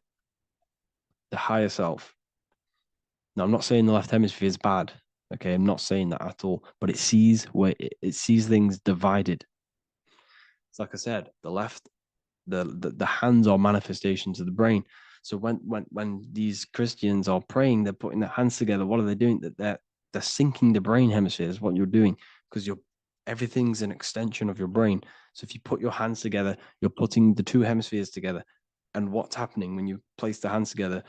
All the electricity in the body is now running in a circuit. So once you connect these two hands, the electrical energy is now running in a circuit. And energy can move around the body quicker and more efficiently. So when you pray, when these people are praying, they don't realize that they're engaging in ancient forms of meditation, of balancing the two hemispheres. So now we're talking about balancing the hemispheres, not the right hemisphere. This is what Israel is. Look at the symbol for Israel, the up triangle and the downward triangle. What's that? The up triangle represents male. The downward triangle represents female. Okay? So this is talking about the brains. Israel is Ra. Isis, which is female, the Egyptian god. Ra, El. El means God. Electricity. That's the force of the physical world. It's the force that runs this world, electricity. It's the force of God. El, consciousness. It means God. Israel. L. Isis, Ra, and El. It's the two hemispheres of the brain, the Holy Land of Israel. It's the Holy Land, it's the brain. Once these two hemispheres are synced, this is how you unlock your consciousness. This is the easiest way of astral projecting. Hemisphering, I forgot the word for it. Hemisphere syncretization, something like that. It's about syncing the hemispheres. This is how you unlock your consciousness. Once the brain is running as one electrical system, this is how you balance the two masculine and male opposing energies. Once these opposing energies are no longer in war with each other, the brain, they come together to work as one. You unlock your consciousness. You are born again. What happens when a male and female have sex? It creates a new child. It becomes one. You are born again. Once the two hemispheres of the brain, you are born again. You can then have an out-of-body experiences. So this is why the symbol of the Holy Land, Israel, is the up and down triangle back combined together, because it represents unification of the male and female, unification of the hemispheres. You're born again. You unlock consciousness. And you can get this for free. It's called the Gateway Tapes on my website. Basically, it's a audio track from the government, and they did this in the Gateway Experience. It's a CIA document, and what they do is there are different forms of meditations you go through. I think there's about 5 waves of meditations you do, half an hour each one, and it will teach you. It will sync your hemisphere, because what does it do? They understood that playing one frequency into one ear and another frequency into the other, they understood that the right ear is connected to the left hemisphere, the left ear is connected to the right hemisphere. So when you play 2 different frequencies into both ears, what happens? The brain picks this up, the 2 hemispheres of the brain picks this up, and it syncs it. It syncs these 2 hemispheres, these 2 frequencies together. So now the brain is working as one to sync this frequency. So this is how you can sync your hemispheres through listening to these frequencies. Okay, you can get them for free and do the meditations yourself. This will definitely help you. This is an easy way to astral project. So it's all about syncing the hemisphere and seeing reality from a unified perception. We should all aim to get out of that left hemisphere. I'm not saying don't use it, but we should now start to see we should not start to read between the lines of the Bible, read between the lines of the symbolism they're showing, study symbolism, study allegories and myths. What are they trying to tell us through these allegories? And, this is how we start seeing things in a better way. Once we understand that we are all microcosms of an infinite consciousness, we can all come to one, because love is the unifying force of this infinite consciousness. We are all divided. We are all disconnected from our hearts. Once we all connect with our hearts and see that everything is one, we can all start to love and come together as one, because love is the unifying force of consciousness. So if you haven't already seen, I now have launched the Ethereal University. I will be doing lectures like this one, but even better, deeper, and even releasing knowledge that I can't talk about online, as they are censored. I'll be doing lectures every single week. I'll be doing live calls every single week. You also gain access to my library, which is filled with over 45 occult books, filled with knowledge. Okay, I'll show you now. Plus, you get my book, The Book of Wisdom, PDF form, and the Human Health Guide, PDF form.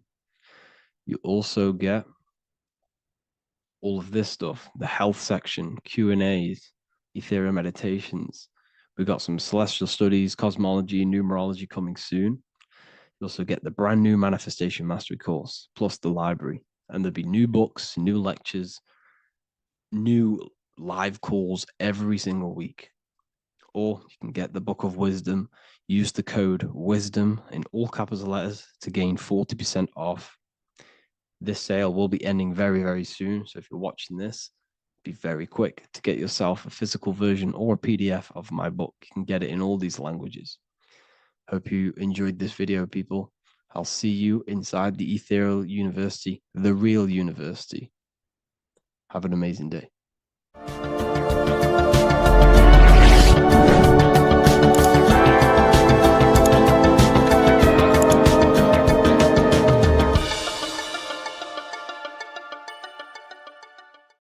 Geometry. This is the study of nature, of the codes, the mathematical codes behind physical reality. So today we're going to be going deep into geometry and the true esoteric internal geometry, the geometry that no one really talks about, and how geometry relates to human consciousness. So essentially, what we must understand when it comes to geometry, the basics of geometry is everything is vibration.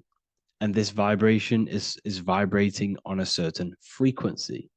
And this certain frequency creates a geometric shape, which is why in nature we see all of these different geometric shapes. All matter takes form in shapes. So if we put sand on a plate and we vibrate the plate on a specific frequency, we see that the sand goes into specific geometric shapes and patterns. So essentially, matter is energy condensed. It's energy vibrating on a low frequency, vibrating at a certain frequency. So matter is condensed energy. And each geometric shape is manifesting and showing a specific energy. Some shapes carry more energies than others. For example, the cube is what traps energy. A square is what traps energy. So geometry and the flowers are basically how energy manifests itself into physical matter. We are in a world made out of energy or light. Light is energy. So everything is vibration, everything is frequency, and everything is energy. Even the words, each atom in our body, everything. So everything in nature has these mathematical, energetic codes. So geometry is basically the study of nature and the shapes that are in nature and their energetic principles. Because like I said, matter is energy. So this is what we call cymatics, when we place water in a petri dish and we shine light on top and we vibrate the water. And we can capture, this creates certain patterns. Each frequency, like you see here, has its own pattern. So what we are seeing here in the physical plane is essentially energy condensed into physical reality. We see it in the turtle. We see it in every single form in nature. Now, external geometry and normal geometry, we normally get taught that this is God's way of creating physical reality, which is essentially true. However, it's far more deeper than that. Far, far, far more deeper. Okay, so what geometry truly is, it's not God's codes to reality. What we must understand is what the brain truly is. And what we must understand is that we are not in the world. We are not in the universe. The universe is us ourselves, and the world is produced by our brain itself. Okay? So the way you must understand how the brain works, so what you visually see, so geometry is to do with what we visually see. And what we visually see is heavily connected with our eyes, which are an extension of the brain. The eyes are the brain. And essentially how we see is energy enters the eyes, and each eye goes to the optic nerve. And this energy is transferred into electricity, which travels to the back of the brain, to the visual cortex of our brain. And this is where the image is produced, what we see. Therefore, the world outside of us is truly inside of us. It's a projection from within the brain. The brain is an energy condenser, a decelerator, an energy decelerator. Everything outside of us is basically formless energy. It is formless energy vibrating at a certain frequency. So what the brain is, it's sucking in this energy, this light, and turning that frequency, that code, that light code, into a physical reality. It's condensing the energy and turning it into a visual image inside of the brain. Therefore, everything outside of you is not what it looks like. Everything outside of you is basically energy, infinite energy. And our brain is condensing this into a physical reality and projecting it outwardly, which you experience your visual field. Okay?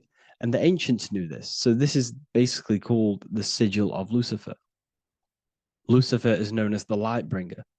Lucifer in Latin means to bring the light. This is the sigil of Lucifer, which shows the visual field and the brain. We also see this in the Google Play symbol.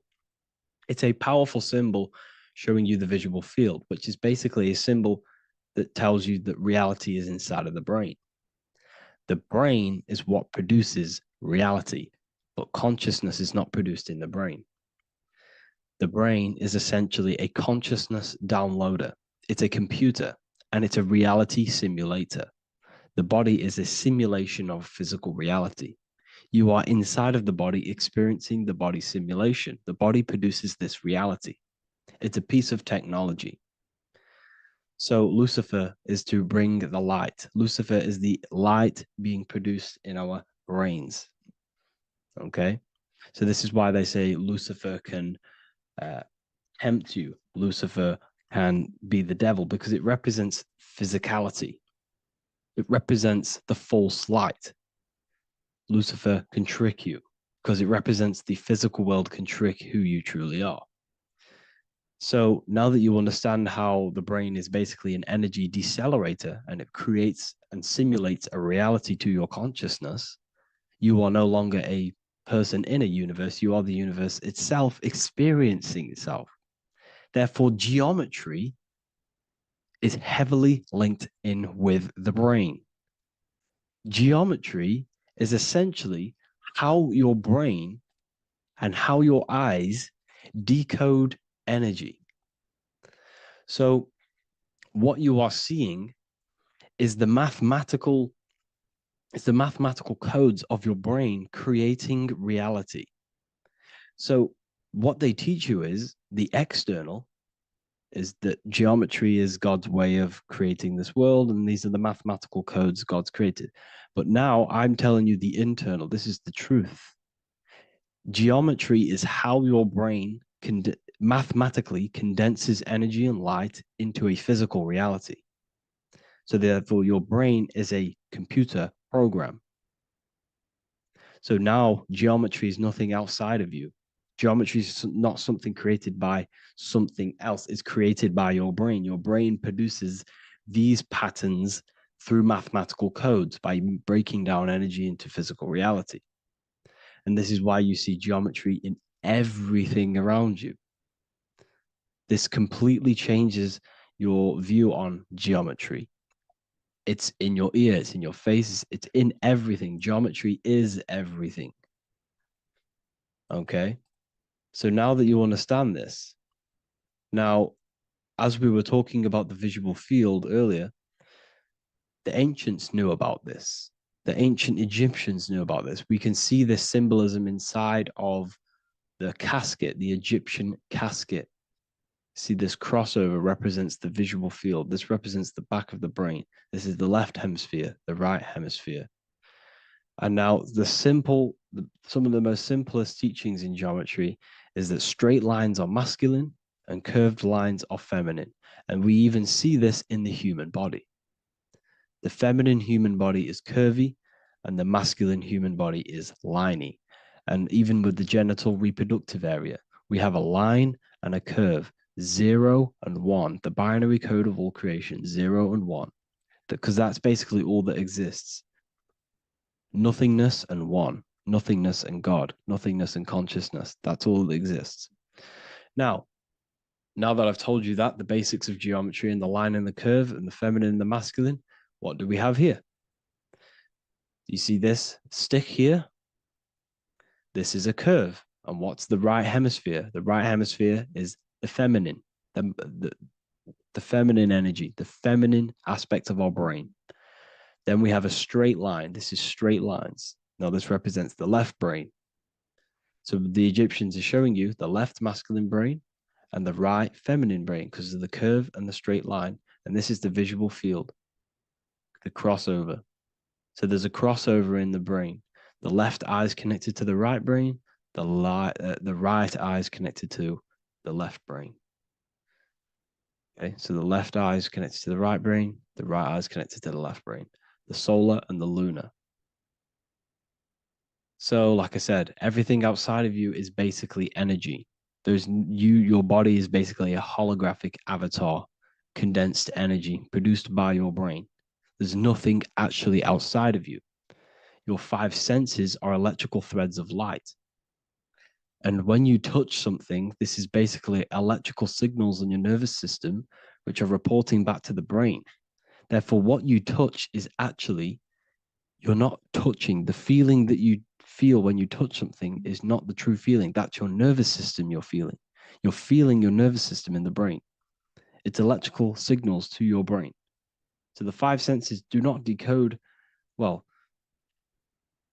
what you're experiencing as the 5 senses is not outside of you. This is your brain interpreting electrical signals. You don't experience the world, you experience your nervous system and your brain. The nervous system is an extension of the brain. So this is the truth. This is not woo-woo spirituality. This is true consciousness science. But I'm teaching you here. Okay? So nothing is truly outside of you. It is a universe. You yourself are the universe, the fabric of the universe itself. The only thing that exists outside of you is essentially energy. That is it. And your body and your brain condenses this energy into reality.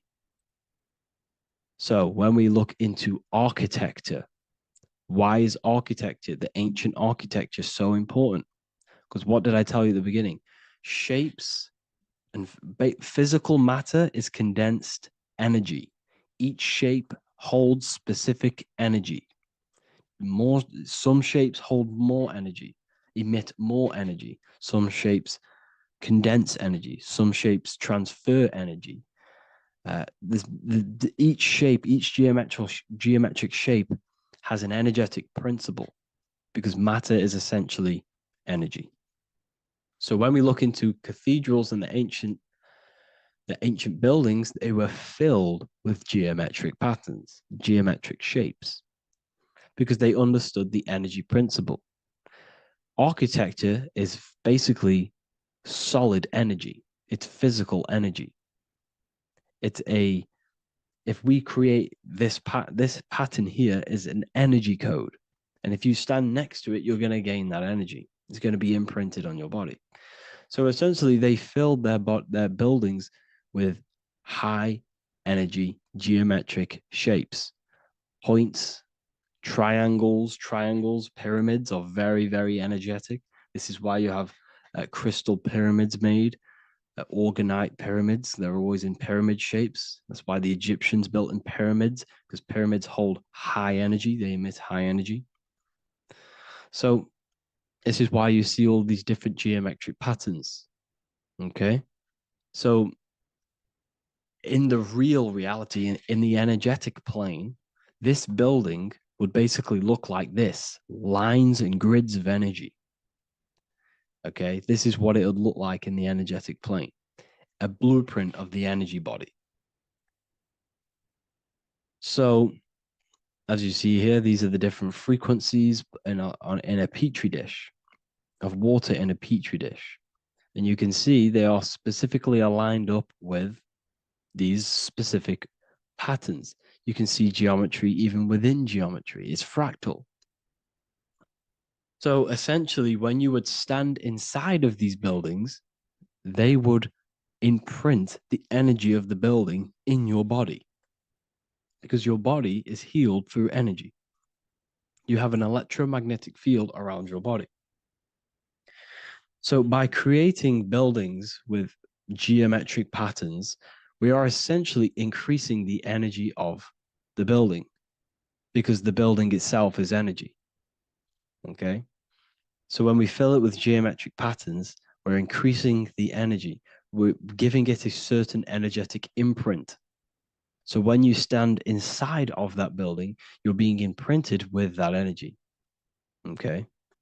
So especially with these windows, these stained glass windows. Well, why are they stained glass? Well, color is frequency. So when you have all of these different colors, and not only were they just painted, some of these colors are specific gemstones, crystals, natural stones, which all hold energetic principles. Each crystal is vibrating on a certain frequency. Wood has its own frequency, metal has its own frequency. What you must understand is that everything in nature is not just a piece of matter. It's vibrating. The atoms of wood are vibrating on a certain level, which give it a certain energetic principle. Each crystal is vibrating. The atoms of the crystal are vibrating on a certain frequency, which give it a certain energetic principle, quality.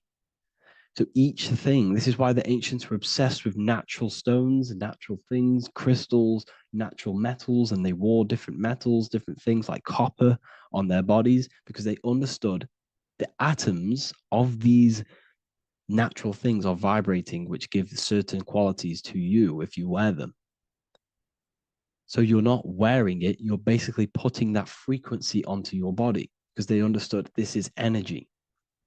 If I put copper on my body, I'm not putting copper on the body. I'm putting the frequency and the energy of the atoms onto my skin. And that frequency of them atoms are going to vibrate my skin, that frequency, and heal my body. So this is why this is so important. So each building is an energetic code. Okay. So when you stand in these buildings, it can heal your body. This is why when people walk into these ancient churches, they feel like they've met God. They feel a certain way. They feel so amazing when they enter these churches. They feel holy, for example. It's not because God's there. It's not because these man in the sky dwells in these holy places. It's because the energy of these buildings affect our consciousness. They increase your energy. They raise your vibration. They heal your body. They heal your cells. They imprint the water in your body, especially with these stained glass windows. Like I went a bit on a tangent there, but these stained glass windows were encoded. Well, they use different gemstones, different lights, different colors. And when the sun would shine through this window, well, what's the sun? The sun is light. Light is energy. The sun's light would go through this filter of the window of the crystals and the different gemstones and the different colors, and the sun's light would be encoded, imprinted with these crystals, with these colors and these natural glasses, which have healing energetic principles. And when you are inside that building, the sun's encoded energy of the window would be imprinted into your body, into your energy field, and it will heal your energy field, and it would heal your body, your cells on a cellular level. Because your body is what? 60 to 70 to 80, some people say 80% water.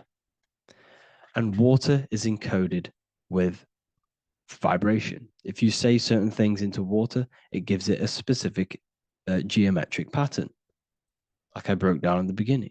If you say love to a water and then freeze it, it will go to this. If you say hate, it will go to a distorted pattern. So when you are in these buildings, you're being imprinted by the energetic codes of these buildings, the energetic principles of the windows, of the structure itself. The ancients never used to build in squares. Their buildings, their insides were never square rooms because they understood squares trap energy. They always had pointed roofs so energy can escape. So there's many little things that we need to look into geometry. For example, when you see magicians, when you look at ancient magic, why do they stand in circles with different geometric patterns? They use different geometric shapes. Why? Because shapes are energy. They hold specific energy. So when the magician stands in a circle with a pentacle, they're working with the energy of that pentacle. You can work with different energies based upon the different geometric shapes that you draw. And you can use this in your structure, in your architecture, in your work, and it can influence everything. So this is the true geometry. I hope you gained a deeper understanding on geometry and how it relates with you and your consciousness. Like I said earlier, your brain produces geometry. It's basically how your brain decodes energy. It's not God, how God creates this reality. And no, you're in this reality. You are the reality itself. Your body produces the reality. Therefore, geometry is one with you. So therefore, if I play with the geometry of the buildings, for example, like the government have, everything's in squares. If you look outside, everything's a square, everything's a rectangle.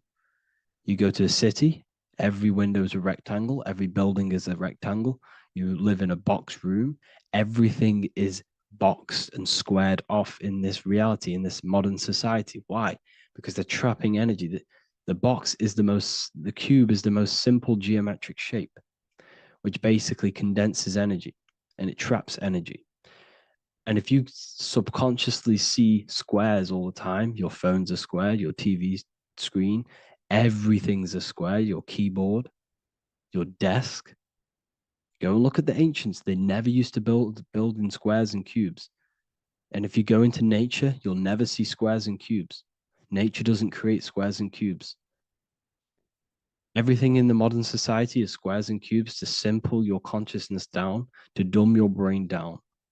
So the ancients built very, very complex structures. Why? Because they understood what we see affects our brains, because our brains decodes reality and creates reality. If you see a sophisticated building, this is going to give you a sophisticated mind and raise your IQ levels over time, subconsciously. I'm not saying if you look at this building, you're going to become smart. I'm saying if every single building in your environment, ment is mind, mental, every single building in your environment was this complex and complicated, it would increase your IQ on a subconscious level. It'd make you more complex, make you more intelligent. So they've dumbed everything down. They've dulled everything down. Look at everything. Everything is being dulled down. So anyways, I hope you all gained a better understanding on this. If you want to gain more occult knowledge and esoteric knowledge, make sure to read the Book of Wisdom, Volume 2. If you're inside the university, you can get this book for free.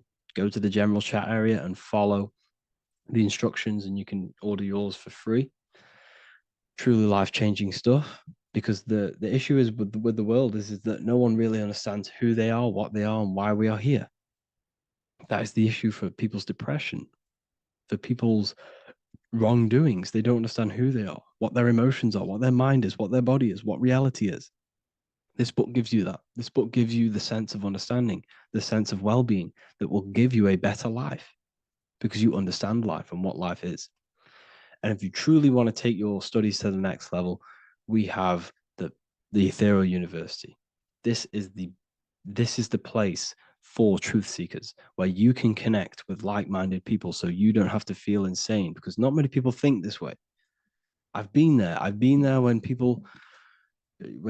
you wake up and not many people around you are thinking the same way and you start to feel a bit insane and you can't really talk to people about these things. That's why I created this, so you can connect with people and learn at the same time and become the best version of yourself by understanding truth and knowledge.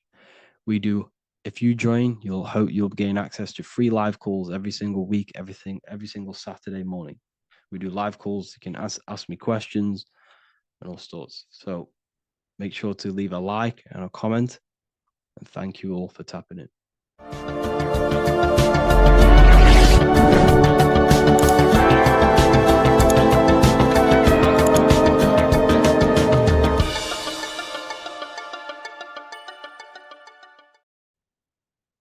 You don't just have a physical body. You have a physical mental, spiritual, and emotional body. Each one of these aspects are a body of its own. Body does not just refer to a physical substance.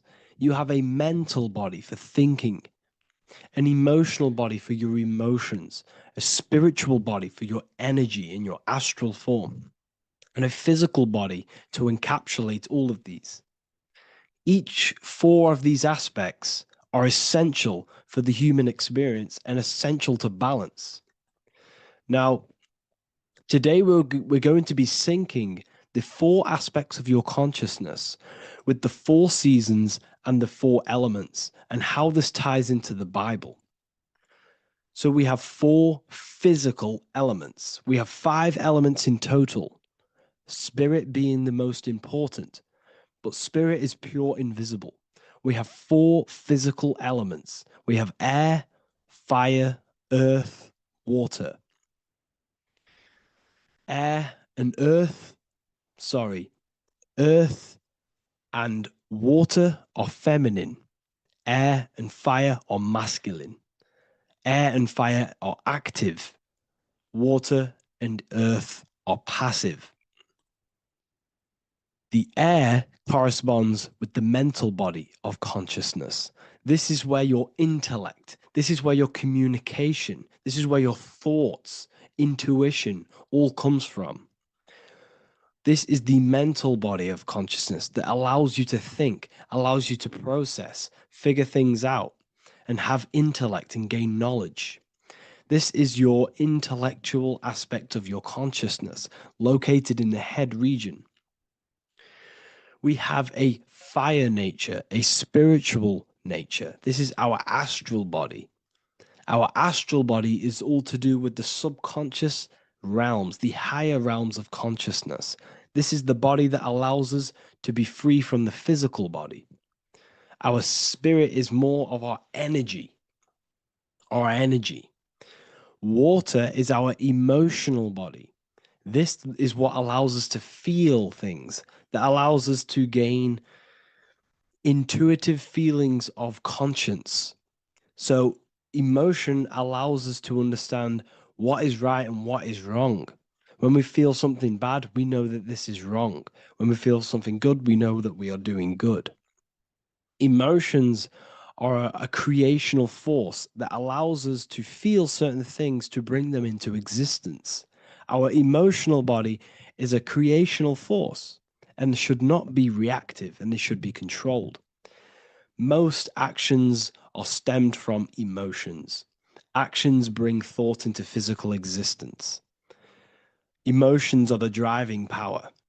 They are what drives your actions. The thought, then the emotion, then the action. Earth is your physical body.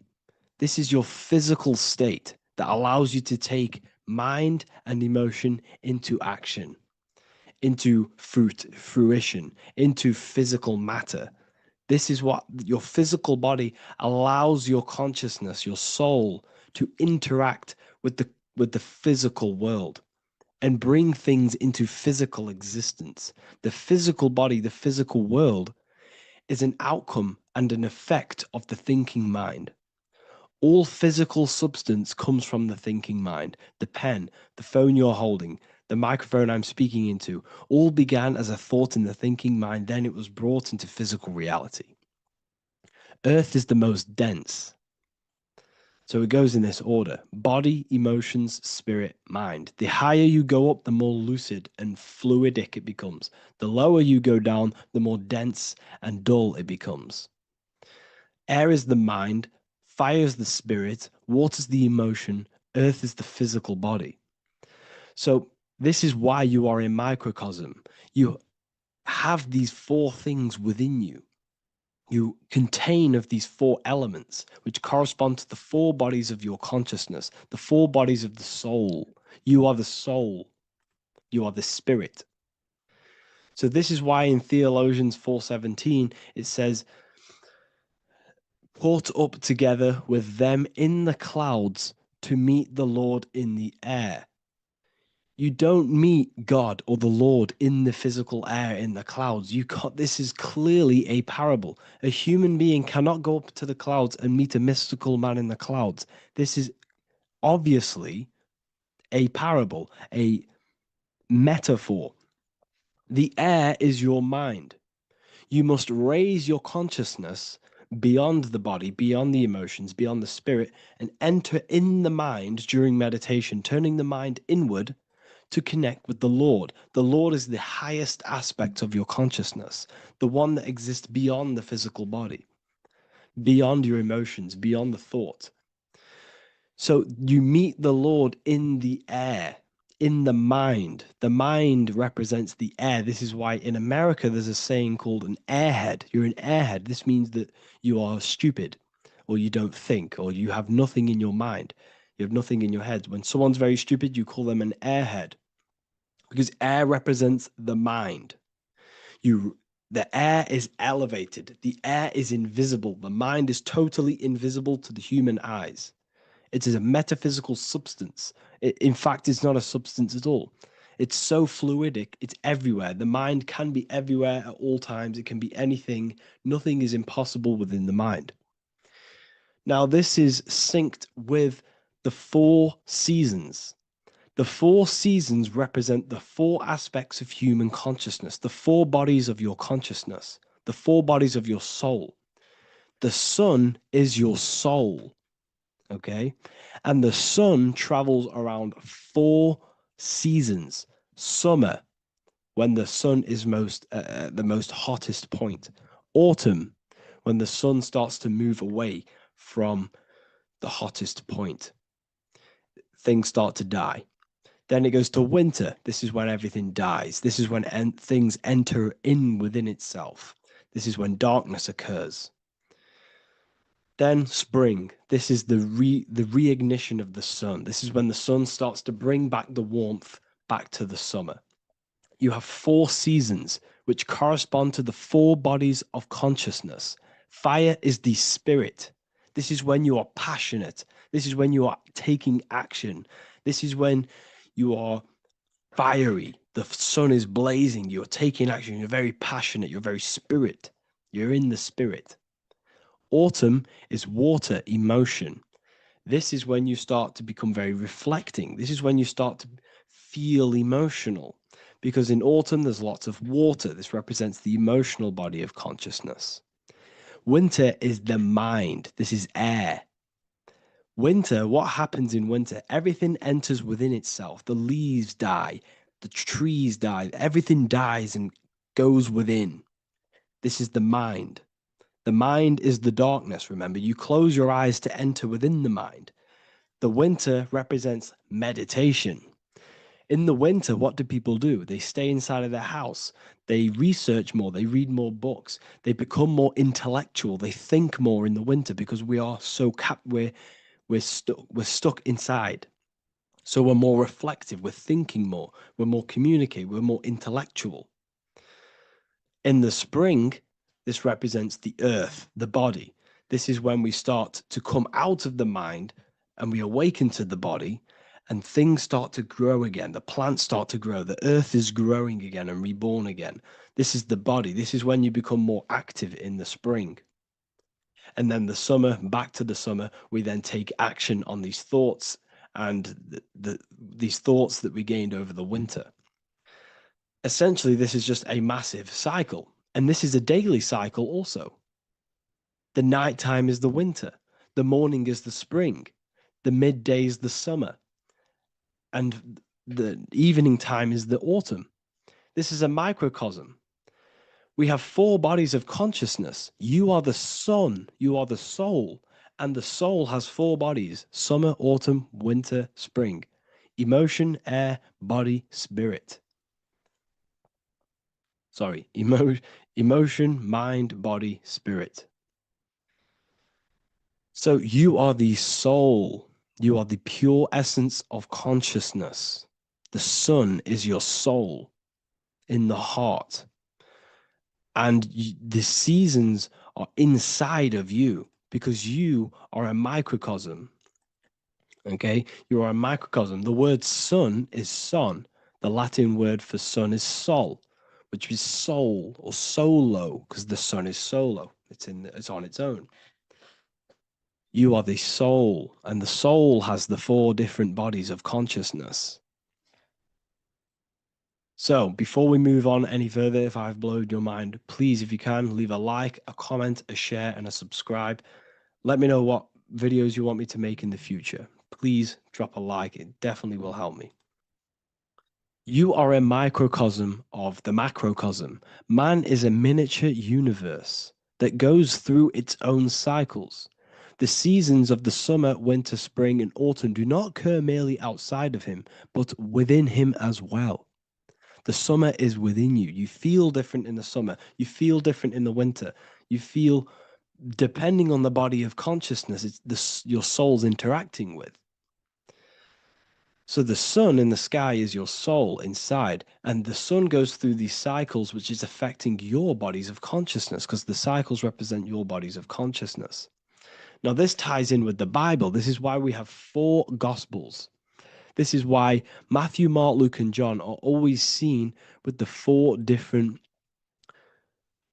zodiac sign animals or symbols. So you always see each one of the Gospels. If you just type in on Google Matthew, Mark, Luke, and John, type in ancient pictures, paintings, or pictures of them, and you will find these 4 zodiac signs are always standing with each one. Taurus, the bull; Leo, the lion; Scorpio, the eagle. An old symbol for Scorpio was the eagle, and a man for Aquarius. Here you see very, very ancient paintings and artwork. Here we see Matthew, the man, Aquarius. Here we see John, the Scorpio. Same here. We also see it on the tarot cards, on the world card. We see the 4 fixed zodiac signs.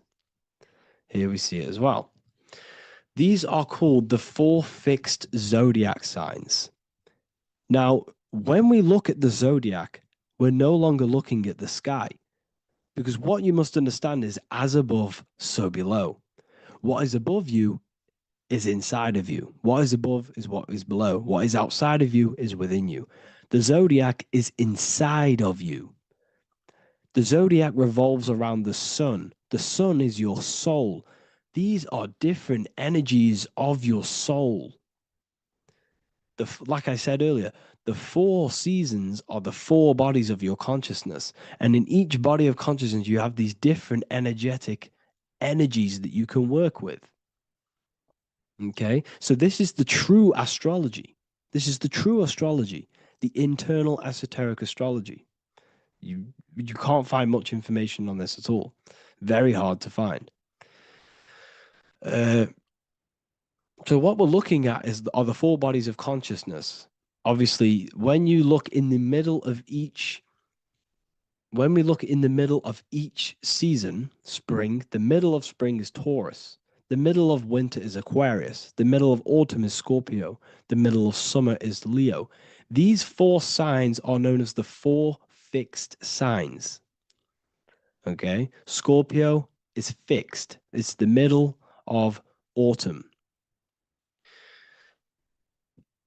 Scorpio is a water sign, emotion. Aquarius is the air sign, the mind. Taurus is an earth sign, the body. Leo is a fire sign, the spirit. This is why we see Matthew, Mark, Luke, and John with the 4 fixed signs of the zodiac, which represent the 4 bodies of consciousness. Leo, the spirit, fire. Luke, Taurus, earth, body. Matthew, Aquarius, air, mind. John, Scorpio, water, emotion. Each gospel is depicting Jesus and showing Jesus in each gospel. Each one of these gospels is showing and depicting Jesus according to the different body of consciousness. In John, This is when Jesus starts to turn water into wine. Water is emotion, wine is transmuted emotion. This is when he does miracles with his emotions, water into wine. Aquarius, which is Matthew, air, the mind. Inside of the Gospel of Matthew, this depicts Jesus as an intellectual person, a person who's communicating and using his mind, his mental body a lot inside of the Gospel of Matthew. Go and read it, and you will see this. Luke, Taurus, earth, the body. Luke shows and depicts Jesus according to the body of consciousness, the physical body. He shows Jesus as a human, being a human being, helping people physically and helping people's physical needs, like giving away food and doing all sorts of good things for other people. Leo, Mark, inside of the Gospel of Mark, this shows Jesus as a spiritual teacher, a passionate person who is taking action. Each gospel is showing Jesus according to the different body of consciousness. And Jesus represents you, the Son. That's why it's called the Son of God, the light of the world. Jesus represents your soul, and your soul has these four gospels, the four bodies of consciousness, the four fixed signs, the four elements and the four seasons. These things all correspond to your consciousness. So this is Leonardo da Vinci showing you the exact same thing. Jesus is the I am, the Son, the soul, in the middle, on his own. Luke, spring, earth, body. There are three people in each group. There are four groups, and there are three people in each group. 1, 2, 3. 1, 2, 3, 1, 2, 3, 1, 2, 3. Fall, winter, summer, spring. These are according to the four bodies of consciousness. Here we see Aries, which rules the head region. He's on the head of the table. Gemini, he's holding up the two hands because Gemini rules the two hands, the two arms. Gemini is the two twins, which is the two arms and two hands, and the two lungs. Here we see the beginning of summer, which is Cancer. You see the big knife here. Cancer, him here, this gray-haired guy, holding a knife for the crab. Cancer, they pinch. You have a knife, symbolizing the crab. Leo, the middle of summer, showing dominance. The sun is very dominant. He's got his elbow on the table, showing dominance. Virgo has no Adam's apple. Cancer here is pointing at this woman's neck, saying there's no Adam's apple. This is Virgo, the virgin, the only woman. Jesus, the sun. This is Libra, the balancing. He's holding his arms out, balanced, showing the balancing of the sun, because when the sun enters Libra, the sun is balanced between winter and summer. So it's balanced. This is all astrology, but this is internal. Okay. This is Ezekiel's vision. Ezekiel had a vision in the Bible, and he saw the face of a man, the face of a lion, the face of an ox, and the face of an eagle. The eagle, Scorpio, the ox is Taurus, the lion is Leo, and the man is Aquarius. He saw the throne of God, and he saw the different bodies of consciousness. This is all symbolic for the different bodies of your soul. So when we look at the zodiac, we are actually looking at a map and the energies of our soul and the energies of our bodies and the energies of our consciousness. This is what we are looking at. Each zodiac is an aspect of our consciousness and an energy that we can work with and that we must purify. Balance and purification is essential. Imagine playing a brand new video game. Let's say a brand new video game came out and you had to play it. What happens when you play that game? You don't know the controls. You cause chaos in that game. You can't really run properly. You can't do anything properly. You're getting destroyed by other people who are playing that game. It's the same with your physical body. When you are born, you must learn how to play the game. You must learn how to balance the mind, learn how to balance the spirit, the emotions, and the physical body. We must balance and purify each body of our consciousness. We must We must look after our physical body with our physical health by eating physical, electrical food like fruits and veg. We must look after our minds by being conscious of what enters our eyes, enters our ears, enters everything. Whatever enters our five senses is affecting our mind, our mental health, our environment, mental. We need to look after our thoughts.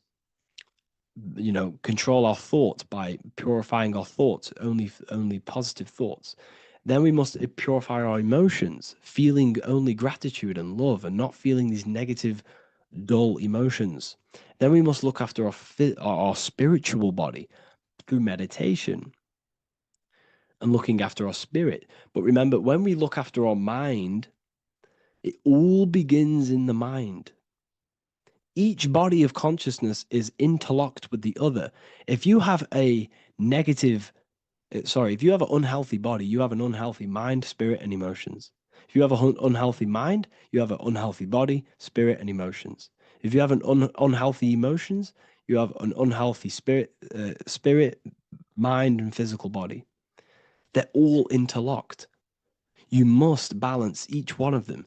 Look after your physical body, look after your thoughts, look after your emotions, look after your spirit.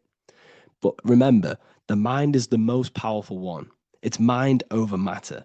Once we look after the mind, because once we start to control our minds and control every thought we think, this will then turn into discipline in our physical body. Because once we learn how to discipline the mind, we learn how to discipline what we eat, we learn how to discipline what we feel, we learn how to discipline our spirit. This is all interlocked, but work on the mind first. Work on the mind first. All of this knowledge is inside of the brand new Book of Wisdom, Volume 2. This is a revolution in human consciousness. If you've read it, please leave a review down below. If you've read Volume 1, leave a review down below. This is the next revolution. I don't see this information anywhere. This is the next revolution of human consciousness. And of course, if you are serious about this and you truly want to gain enlightenment and join an amazing community where you can connect with me on live calls, lectures, the Manifestation Mastery course, you can gain access to my library with over 45 PDFs plus my books. And if you do join the university, you can order a Volume 2 free of charge. All you have to do is to pay for shipping. If you truly take your knowledge serious and you want to take advantage of life, join the university. This is where truth seekers belong. Just want to say thank you all. Please leave a comment. Please leave a like. It's going to help me a lot spread this knowledge to the world.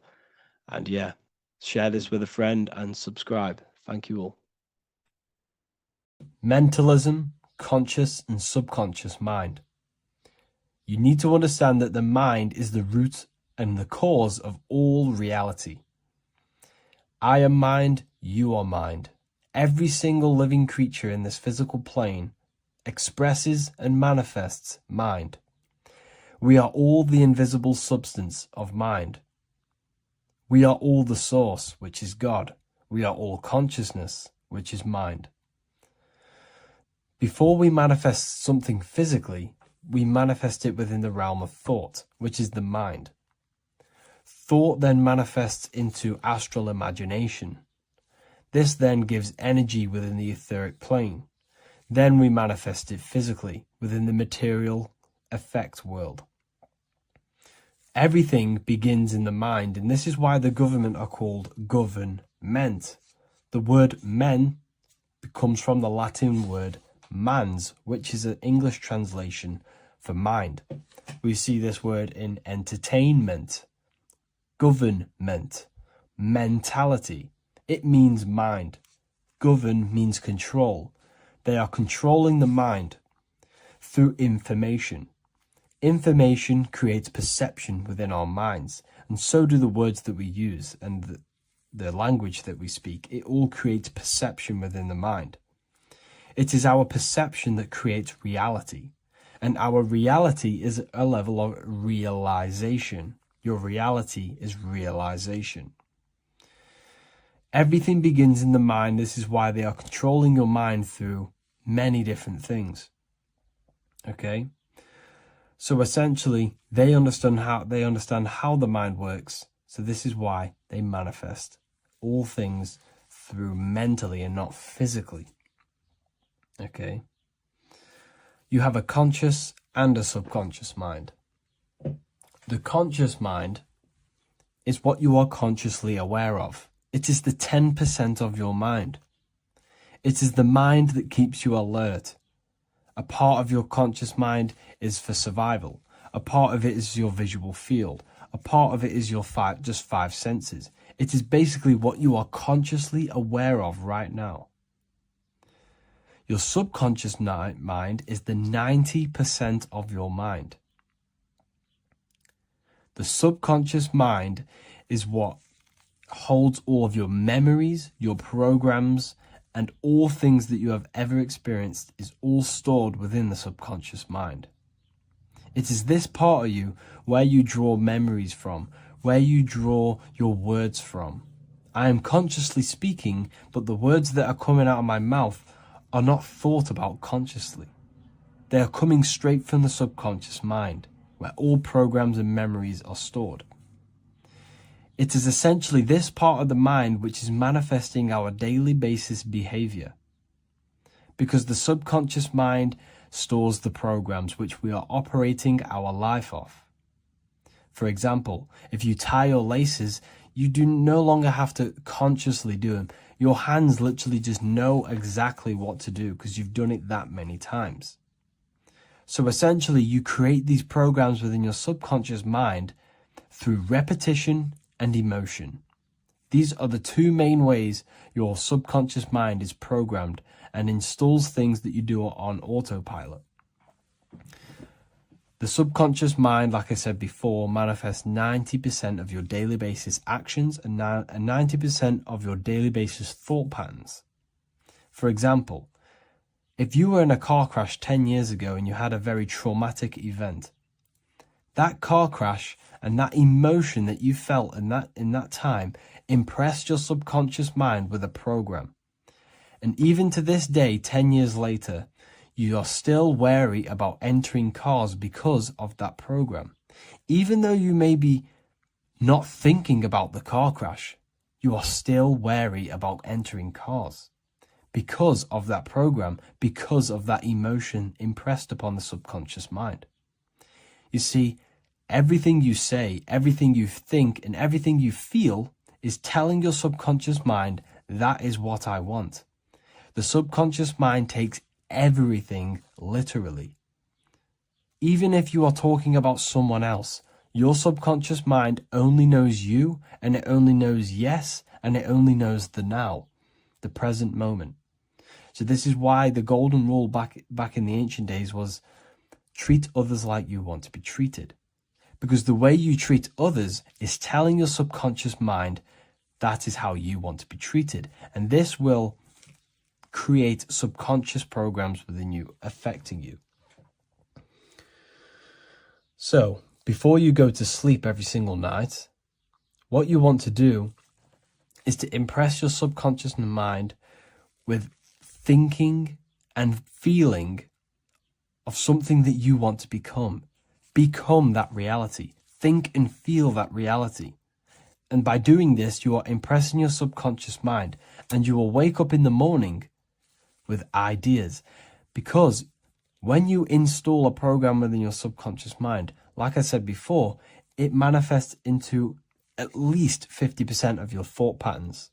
So let's say I created a program within my subconscious mind of how to become financially free. Well, I created the program that I am financially free. My conscious mind will start to slowly think about that program and how I can achieve that program, because the conscious mind operates on survival. So if you create a subconscious program of I am financially free, your survival conscious mind will start to operate and think and act on this program subconsciously. You won't even know that you are doing it, but you are. And this is the power of the subconscious mind.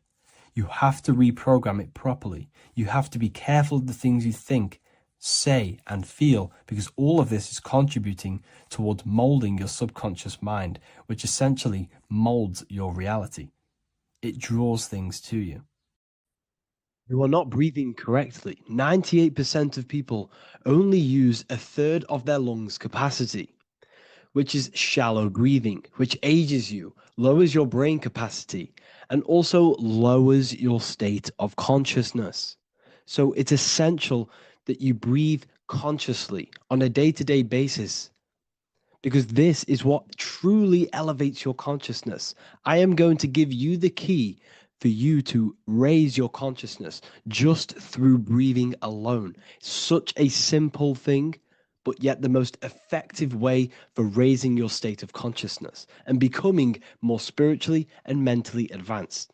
So tune in for this video, and I'm going to show you exactly how to do it and the symbolism behind breathing. Air is more than just air. It carries electromagnetic energy. So now I'm going to give you the science behind this spiritual truth.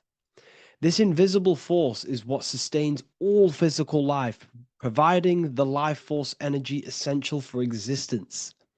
Electromagnetism. Everything is fed off electromagnetism. Your body is an electromagnetic battery. Now, we can prove that air carries electromagnetism just by doing a simple test, a simple scientific experiment, by getting liquid oxygen and pouring it between a north and south magnetic pole, two polar opposite magnets. We see that the liquid does not fall straight through it. It is sucked, it is magnetically attracted to these two opposing forces, opposing magnets. This is proof that air, liquid oxygen carries electromagnetism. When you are breathing electromagnetism, the essential life force behind all living beings. This is known as energy or prana, chi, ether, or spirit. This is all the same thing. Air is not just empty space, it is energy, it is prana, it is life force, it is spirit, it is ether, chi, prana. You are an electromagnetic being. Your consciousness is in direct correlation with your electromagnetic aura or biofield around your body. Your state of consciousness is mirrored within this field around your body. Now, your breath, when you breathe in, you're breathing electromagnetism or life force. Breath is the vital link between the physical and the spiritual, bridging the body with the soul. Through breath, we connect with both tangible world and deeper, the unseen realms of energy and consciousness. Breathing deeply and properly elevates our consciousness, enhancing the brain's functions, heightening the sensitivity of our five senses. It also brings a profound calmness to the mind, creating a state of clarity and inner peace. Like I said earlier, breathing properly is the fastest way to elevate your consciousness. It is the fastest way, because breathing, when you stop breathing, what happens? You lose physical consciousness. Your body will shut down if you do not breathe in this vital electromagnetic energy in the oxygen. If your body does not get this for 5 minutes or however you can last without breathing, this makes you lose physical consciousness. Your body will not survive without this essential life force energy. Therefore, air is one of the most overlooked things. This is why we see the symbolism of Buddha having a big belly. Why does he have a big belly?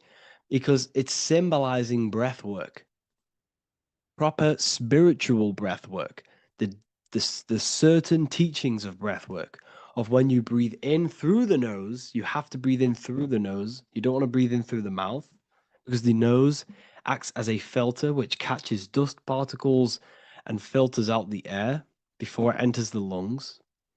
The mouth does not do that. The nose is for breathing inward. We breathe in through the nose, and when we breathe in, we breathe into our belly, not our lungs. When we breathe into our belly and our belly expands outwards, we are then moving this energy down from the nose down the spinal column. And when we breathe back out, the belly goes in, which is raising the energy up the spinal column, back out through the mouth. This is the true way of breathing, because when we breathe, we are moving energy. We are moving electromagnetic energy. When we breathe in through the nose, the energy travels down the spinal column. And when we breathe out, we are raising this energy back up the spine, some of it going out the mouth, and some of it reaching the brain, activating dormant brain cells in the brain. But when we breathe, we need to make sure we are using 100% of our lungs' capacity, because the lungs is what transforms this special energy into consciousness, physical consciousness. So this is why Buddha has a big belly. It's not because he was fat. It's not because he was overweight. It's symbolism. It's symbolism of breath work. So try this. Do this for 2 minutes while you watch this video. Breathe in through the mouth as hard as you can until you no longer can fill any more air into your lungs and belly. Breathe it into your belly, not your lungs. And breathe out through the mouth. Do this for 5 minutes or 2 minutes, however long. I promise you, breath affects your consciousness. You will notice the difference. If you do it quicker, the quicker it'll affect your consciousness, and you might go lightheaded. But that lightheaded is you activating your spirit, your energy body. So try this just when watching this video. When you breathe consciously, you are renewing both your energy body and astral body, aligning your consciousness with a higher state. This practice feeds new life force energy into the body, revitalizing and enhancing your overall well-being.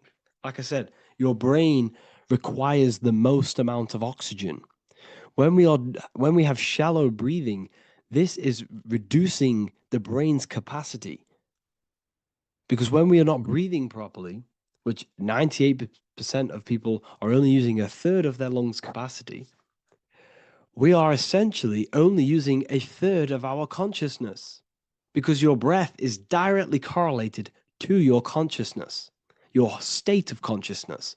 When you breathe in through the mouth, out through the mouth, out in through the nose, out through the mouth, consciously and deeply for 5 minutes, you will notice that your senses are more powerful and sensitive. Your brain is quicker.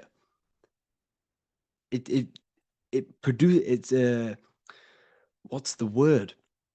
It processes information quicker. You become quicker. You become a superhuman, and you feel more spiritual because it activates your spirit, your astral and energy body. So when we meditate, it's definitely important to breathe in through the nose and out through the mouth as deeply as possible to align with a higher state of consciousness. And this is the easiest way to separate your consciousness from the body. When you breathe in deeply for long periods of time, while meditating, while taking no thought, when no thought is present and you gain a rhythm of deep breathing, this is the gateway. This is the gateway to opening your consciousness. Because when you stop thinking, other aspects of your consciousness can open up. All of our lives we've been thinking, which is blocked off the higher states of consciousness. So breathing is very, very important. It affects our overall well-being. And this is Yahweh, the in and the out of breathing. When we breathe in, this is Yah. You can hear it. It sounds like Yah. And when we breathe out, that is Way. This is the name of God, apparently. But God is within you. You can connect with God. You can connect with source consciousness within you by breathing, by raising your state of consciousness through breathing and meditation. This is why the Bible tells you the Spirit of God has made me, and the breath of the Almighty gives me life. You are consciousness. You are God. You're an extension of God's consciousness. Job 27:3. as long as my breath is in me and the Spirit of God is in my nostrils. The Spirit of God is through breath. John 20:22. And when he said this, he breathed on them and said to them, receive the Holy Spirit. The word spirit means breath. In Greek, Hebrew, Latin, it all means breath or wind or air. The Holy Spirit is a certain way of breathing, a breathing technique that elevates your consciousness, that syncs you up to a holy consciousness, an elevated state. That is the Holy Spirit. That's why it tells you in the Bible, when he said this, he breathed onto them. He breathed onto them and said, receive the Holy Spirit. You must breathe to receive the Holy Spirit. When you breathe, you are renewing the body's energy. You're taking in new life force, which is regenerating your cells, regenerating your brain, nervous system, and also connecting with consciousness, pure consciousness. This is not something that we should be doing during meditation. Yes, it is.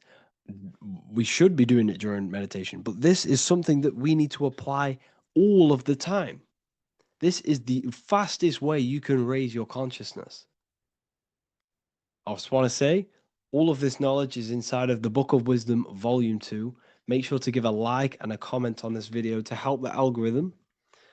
And let me know what you think about the last book or this book if you have read them, to let the new people know what they're looking at with this book. This is truly life-changing, the Volume 2 and Volume 1 is truly life-changing. You can get them in a bundle also.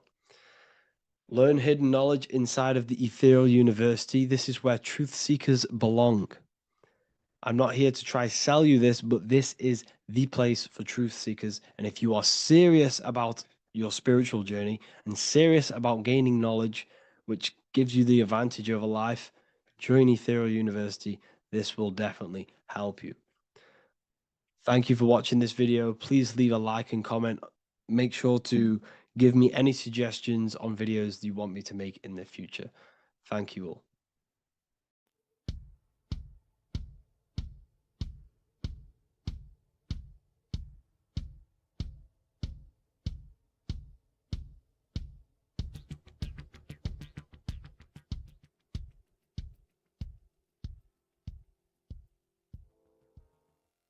Welcome people, we're back with another video. I will now be keeping track of my YouTube and trying to upload every week. In this video, we'll be talking about the chakras. The chakras are the 7 attributes of God, and they are the 7 planets. These are literally vortex portals within us that connect us to these vices and characteristics of God. Each one of these energy centers are a spinning wheel of energy which controls the cells and organs in that particular area of the body. For example, it's literally a mini brain for that area of the body. Each chakra has a vice which you need to turn to a virtue in order to climb up through the system. They work like a stairway system. You have to go through each chakra in order to unlock the one above. This process is turning matter into spirit as you descended from spirit to matter. Saturn is Satan, that's why it's the lowest chakra, and that's why the devil is red, because red is the lowest vibrational color. When you are in these lower states of consciousness, you are in your animal nature. This is your physical side of your nature, and you are mainly being driven by your animal instincts or your ego. Moving back to your higher self or your spirit self is not an easy process. It takes a while. However, with discipline, consistency, and motivation, you can achieve this, and this is what the ancients called Christ consciousness. Once you have achieved this, it is basically a state of mastery of the mind. You no longer lust for the lower animal nature things. Now, let's start with the root chakra. This is located at the base of your spine, and you can feel this chakra by tensing your anus. This energy center is in control of your survival needs, your vitality, stability, and security. Now, if this chakra is unbalanced, you will feel insecure, fear, anxiety, unstable, low self-esteem, anemia, over or underweight, and constipation. In order to balance this chakra, You need to feel grounded, embodied, stable, calm, centered, a sense of safety and trust in yourself and the world around you. The next chakra is the sacral chakra, which is located around the belly button area. You can feel this chakra just by sucking in your belly. This chakra is to do with relationships, self-worth, creativity, empathy, and most importantly, sexuality. This is the most important one in order to start to raise your vibration overall, is giving up the over-sexualized nature. In order to balance this chakra, you need to come into harmony with all the toxic relationships that you have. Get rid of the fear, the anxiety, the isolation, and 100% get rid of the over-sexualized nature. Lust is one of the most lowest vibrations you could possibly feel. It is literally manifesting hell. In order to work on this chakra, you need to feel self-worth.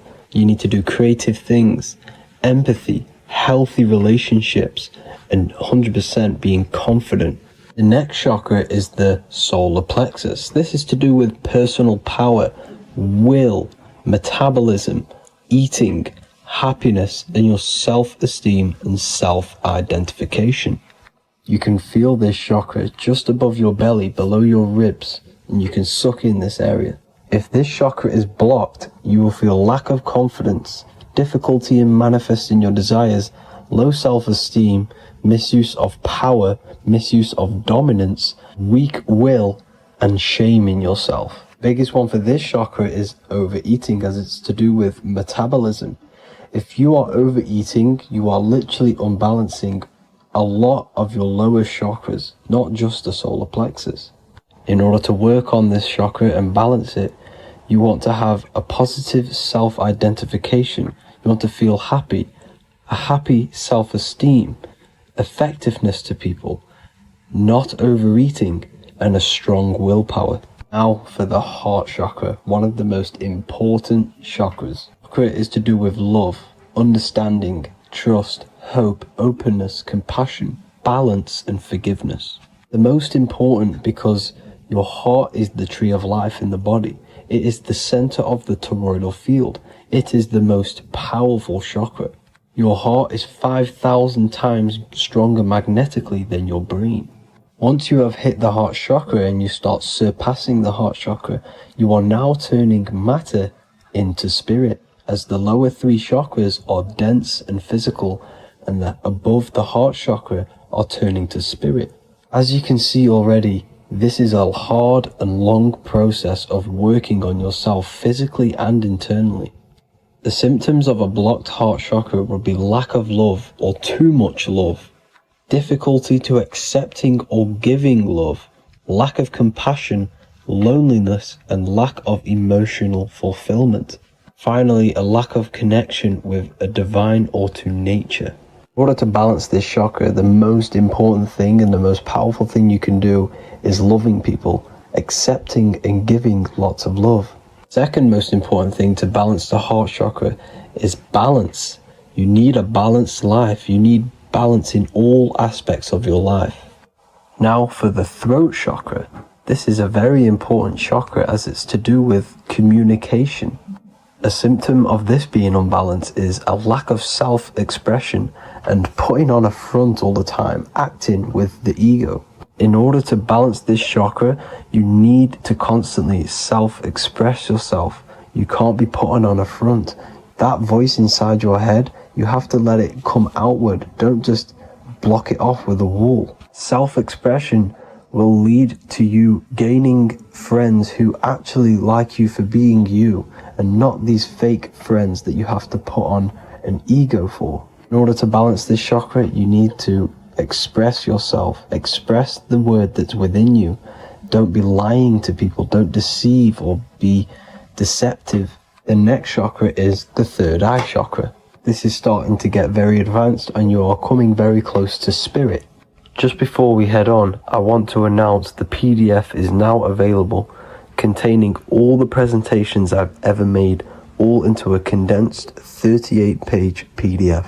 The link will be below this video for you to access. And if you want to learn how to create reality using your mind, how to attract your desires, how to get out of the situation you are in, the link will also be there for the Manifestation Mastery course. Now for the third eye chakra. The third eye chakra controls the pineal gland, which is your first eye. It's to do with your psychic abilities, channeling, telepathy, astral travel, visions, and connection to the higher self. You need all of the chakras aligned to get the full potential out of your third eye or pineal gland chakra. For example, if you're astral traveling and you fear something, you will be instantly shot back to your body. So you need to master all of the chakras before you go on and try and do these higher spiritual activities. Symptoms of the third eye chakra being blocked is lack of imagination, lack of vision, lack of concentration, blocked or clouded intuition, can't see the big picture, and especially overly reliant on logic and intellectual thinking. A good way to work on this chakra is imagining things, vision things, trust your intuition at all times, always follow that inner voice. Cut out the tap water which contains fluoride. Fluoride blocks the pineal gland. And cut out all junk food because all of this is affecting your pineal gland. When in meditation, you want to focus your eyes and your attention to the center of your head between the two eyebrows. This is where the pineal gland is located. This will help and awaken the pineal gland over time when you keep doing these meditations. Finally, for the crown chakra, this is to do with universal consciousness, all-knowing, enlightenment, cosmic connections, the God source. This chakra is blocked by being cut off from spirituality, plagued by the senses, being tricked into the five senses and being tricked into thinking you are the body.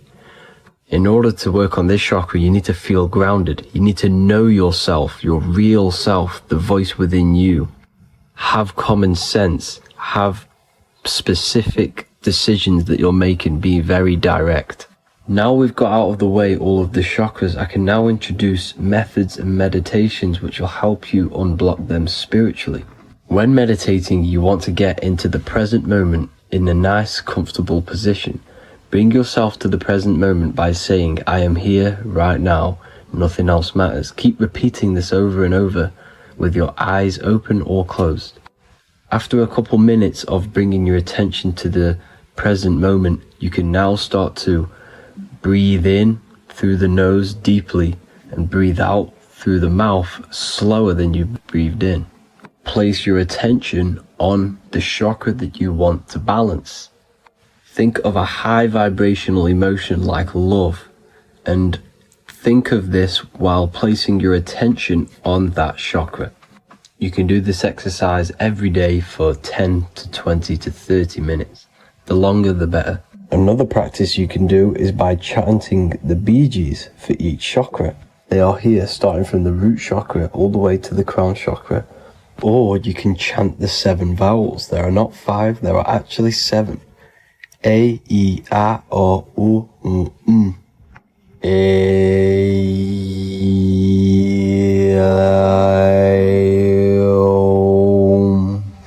This is the proper way of pronouncing the 7 vowels. These are so powerful because these are the only things that exist. It is literally the sound of God. By pronouncing them right, you can actually create a lot of power within you and align your chakras. That's it for this video, people. I'd appreciate a comment and a like to help the algorithm. I appreciate you all. Love and light.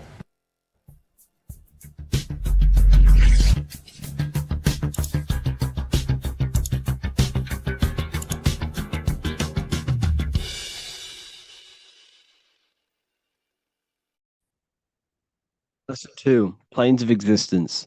These planes are all aspects of your mind. They are in you, they are outside of you, as above, so below. The Godhead is the sole purpose. This is how spiritual manifests into physical. This is the process that the universe goes through in creating the physical universe. So it starts with the Godhead, the sole purpose, then the mind, then the astral, then the etheric, then the physical. Then everything is mental. Everything exists in the mind. These dimensions are not separate. They're all dimensions within your mind. They're different vibrational states, pretty much. So the mind is the realm of thoughts. This is where thoughts reside. There's no form to a thought. It's invisible. There's no physicality to it. It's the most lucid. The higher you go, the more lucid it is. The lower you go, the more solid it becomes. Okay? So the mental plane is the most lucidic. So the mental plane is the thought alone. The astral plane is the imagination of the thought. This is where the thought forms manifest into some sort of form. Not physical form, but some sort of form, lucid form. Like dreams. Then it goes to the etheric, then physical plane. The etheric plane is the blueprint. It's like a blueprint of the astral and the physical form. It's basically the realm of energy. This is where energy is and frequency. And then the physical plane is where physical manifestations happen. So essentially, this physical world is a product and the world of effect. Everything goes through this is a world of effect. You can't change this world by manipulating it physically. You can, but it's not going to last long. It's not long term. This is where we get the saying as above, so below from. You change the higher planes, you manipulate the lower planes. If you manipulate the astral plane, you manipulate the physical plane. This is a mirror effect. You manipulate the mental plane, you manipulate all of the planes. So these planes are how things manifest into physicality. Everything starts in the mind, then goes through the astral. Now, the higher, middle, and lower astral are the vibrational states of the thought, because remember that the mental plane is the thought alone. So, for example, I'm going to give you an example now. This is a chair. Think of a chair. That's just don't imagine the chair. Just think of the thought of a chair. So you have the thought of a chair in your mind. Then now, imagine that thought. What form does it have? This is the astral plane. This is the imaginational plane. This is where you imagine things. So when you hold something in the screen of your mind, this is astral matter. You're creating out of astral matter. That's what imagination is. Depending on the vibration of that thought that you are manifesting in your imagination, depends whether it goes to the higher, middle, or lower astral. If it's a high vibrational form, high vibrational thought, you create the higher astral plane. This imagination will go into the higher astral. Or if you think of a chair to murder someone on it with spikes and kill someone on it, it will go to the lower astral plane because it's a lower vibrational thought form manifesting. So you got to use these planes to manifest things, to imagine things. You can manipulate the astral plane through astral projection. This is a very, very deep, this is a very occult teaching of astral projection. And that's going to be taught later on in another course because that's not for everyone. But you can still access the astral plane through imagination. And that is how you pretty much get there. You use your conscious mind to project yourself, your consciousness, your awareness into the astral plane. So if you manipulate these higher planes of existence, you manipulate these lower planes as above, so below. You got to look up. But it all starts in the mind. Use your thoughts correctly. Use your thoughts. Use your imagination. Use your energy. And this will all combine to manifest something physical. Okay? So use these planes to manipulate this physical world, because whatever you do in these planes, you manipulate the lower planes. It's like a mirror. So that is the planes of existence. They all exist inside of you. They're outside of you. As above, so below, as within, so without. They are everywhere. They are inside of you. They're not separate. They're all aspects of your mind. Hello, and welcome back to The Real University. Today we're going to be talking about hidden spells within the language, English language. This is why we call it spelling. A lot of people are already aware of this. However, I'm going to go over some words that have double meaning, meanings to them, behind them, which trick your subconscious mind. So the word grammar comes from the word grimoire, which is also known as the book of spells or a magic book on how to create magical objects like wands, amulets, how to perform magic spells, charms, and summoning and invoking supernatural entities such as spirits, which are on the other side of this physical reality. So what you must understand is what you say in this physical world is also happening in the astral world as well. So your words are spells. They cast spells into the spirit plane. They cast spells into your mind. They cast vibrational frequency into your cells in the water. Water holds a lot of energy. So we're going to be going all over this. The subconscious mind takes everything as truth. Everything you say is truth to your subconscious. And you should know this by watching the Manifestation Mastery 2.0 course. I talk about this. This is so important that you understand this because everything is truth within the subconscious. It only knows you. Your subconscious mind, if you watch the course, you should know this, it's responsible for 90% of your daily basis behavior. The thoughts that you are thinking on a daily basis, the things that you do, the things that you say, 90% of what you do and say and think you did yesterday because of the subconscious mind holds all of your programs. What you say is molding your mind.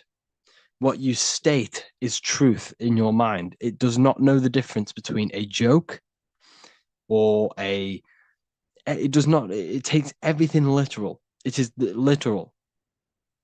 Your mind is a manifesting supercomputer. And whatever you say into it, it says that is what I want. So whatever you tell your mind, that is what you'll have. That is what you'll believe. So every word you say is truth within the subconscious. So this is why double meaning words have an effect on your subconscious. And this is why I'm raising awareness here. So talking is a tall king. You are either a tall king by talking, by using your words wisely, or you're a small king because you create big or you destroy yourself with your words. So talking is Phoenician. This is phonetics. So this is etymology is when you take the root words, but phonetic etymology is when you take the sound of the word. So talk and tour are the same because when you talk, you're creating sound waves, which is a form of a light wave. And when light waves expand in all directions, it creates a torus field. And everything is torus fields. So if you affect one torus field, it affects every torus field in creation, as above, so below. So what you say is affecting the torus fields around you in your body. You are made out of these torus fields. This is why talking is torusing. You're creating light waves, sound waves, and you are permeating creation. And this is why the Bible tells you the tongue has the power of life and death, and those who love it will eat its fruit. So the tongue is what creates these sound waves that we are producing when we talk or speak. Okay. So this is what we are essentially doing, creating sound waves. And these waves are vibrating and they affect the cells in our body and everything. This is why words are swords. This is why the word is within sword. They are swords. They cut, they damage because frequency is the only thing that can penetrate you without your consent. In the very beginning, the Bible, John 1:1, it says, "In the beginning was the Word, and the Word was with God." This is obviously a metaphor. There was no spoken word out of a spoken mouth. It's basically saying God created the world with the use of cymatic frequencies, sound waves. Everything is sound waves, and this is observable.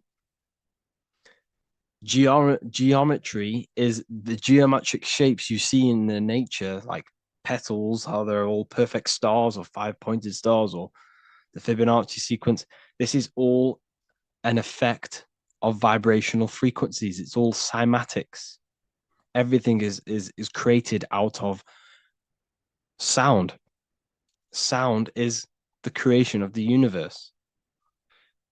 So this is how powerful words are. It's a cymatic frequency. Hello. Hell. When you say hello, you're subconsciously implanting hell into your mind and the people around you's mind. This is why it's casting a spell. Even though you may pick up on it, but your subconscious picks up hell.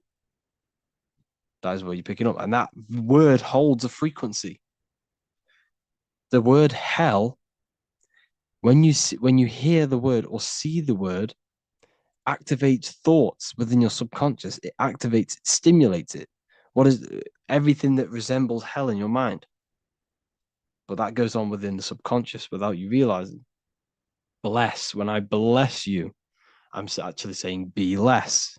So you're not blessing someone. You're saying be less. Appreciate. Appreciate. Weekend is when you're weakened. You see, they've casted spells on our cycle of life. The weekend is when you're weekend. You are weakened from the weekdays, when the working days are the weekdays, and the weekend is when you're weakened and you rest. Because in the days, you are in physical or emotional shock, unable to think or react properly. This is the days you're in. You're in a daze in the weekdays. See? Parents are a pair who rents. Because you don't, well, in this, we do own our children, but in the system, we technically don't. You're a pair who rents. Slaughter. They want you to think that slaughter is laughter. You see how it's implanting messages in your subconscious to make these things okay? They want you to think slaughtering is okay. So they put the word laughter in slaughter. I'm telling you, people, the people who made this language are satanic. They are witch. These people are wizards. We're getting ran by wizards, dark occultists, and wizards. That is who we're getting run by. And they've been running for thousands of years, and they know exactly what they're doing. They've covered all aspects. They've covered the language, the frequencies, the music, the food, the water. They control everything. In every aspect of your life, they have some part in it. And it's all occult knowledge through magic. It's all magic. It's all a form of magic. Awake. Awake is an event where the family and friends of a deceased gather before the funeral. That's awake. Why are we talking? Why is the word funeral? Why is death associated with being awake?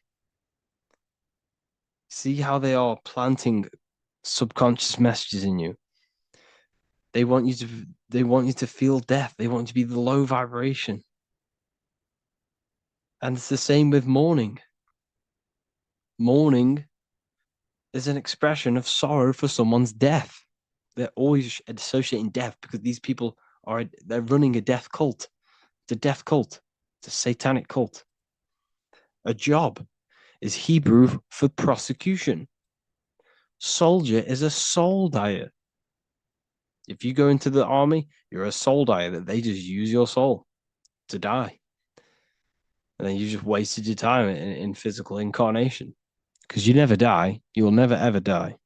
ever. You're eternal. You never ever die. This body is just a suit. So you're a soul dyer if you go in the soul, if you're a soldier. SOL means soul or sun because the sun is a soul. Music. So we say music. See, MEU sick. Music. See how it's me, you sick? Music. Me, you sick because music is frequency and frequency penetrates your body without your consent. The music we listen to today is making people sick mentally, emotionally, and physically. What you hear, what you see goes into the mind, it goes into the body and the spirit. It destroys you. It's hypnotism. Music is hypnotic. It's a form of hypnosis. When you listen to music and you can't think. You can't think. It makes your body move without you even being conscious of it. It's hypnosis. It makes you sick. The right music is good, don't get me wrong, but the music they use today is making you, me and you, sick. And that's another one. When we say things are sick, oh, that's really good. So we say sick. It's another spell that you're casting. You're calling yourself sick. Your subconscious mind doesn't know the difference. You're calling yourself sick, ill. Spellcasters will often use the word abracadabra when spellcasting. This is because the word abracadabra in magic means I create when I speak. Every word you say is molding your mind in some form of way. Not only is it molding your mind, you're casting frequency, you're producing frequency, light waves, sound waves into the ether around you. Okay. This is another good one. Look at the 5 vowels. A, E, I, O, U. They tell you to speak it in this order as well. They teach you this order, this exact order. A, E, I, O, U. I, O, U. Subconscious spell on yourself without you even realizing it. It's a subliminal message that you will not realize, but your subconscious will pick up. We are taught to speak them in the specific arrangement because the last 3 letters have a double meaning.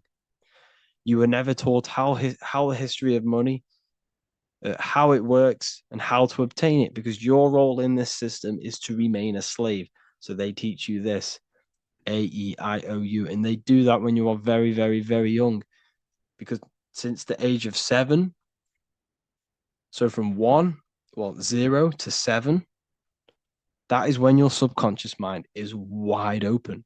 So when a baby, why do you think they pick up on everything you do? If you say one thing, the next day they're saying it. It's because their subconscious is wide open to programs. Why? Because they're trying to learn what this world is. So their subconscious mind is wide open, taking in everything that you do, everything you say, your body language, the way you handle yourself, the way you talk to other people. They're taking in every little thing you say and do and making that a program so they can understand this world and the people around them. And at the age of 7, that is when their programs are written for life and they will basically go off them for the rest of their lives. This is why it's important to look after what you do in front of your children, not just what you say, your body language, the things you eat. They pick up on everything. They're trying to make a sense of the world. From the age of 0 to 7 in school, you learn this. I owe you. It belittles you. You owe nothing. No one has right over you. This should not be real. There should be no government. We should not have. No one should be over you. Everyone is equal. Everyone is the I. Everyone is God manifested. So we don't owe anyone anything, but it's a spell in your subconscious. Signature. Sign your nature. Sig is sigil. A sigil is a magic. Is a is a symbol used for magic. A sigil nature. So your signature is your sigil, and when you sign that, it gives mental power over you.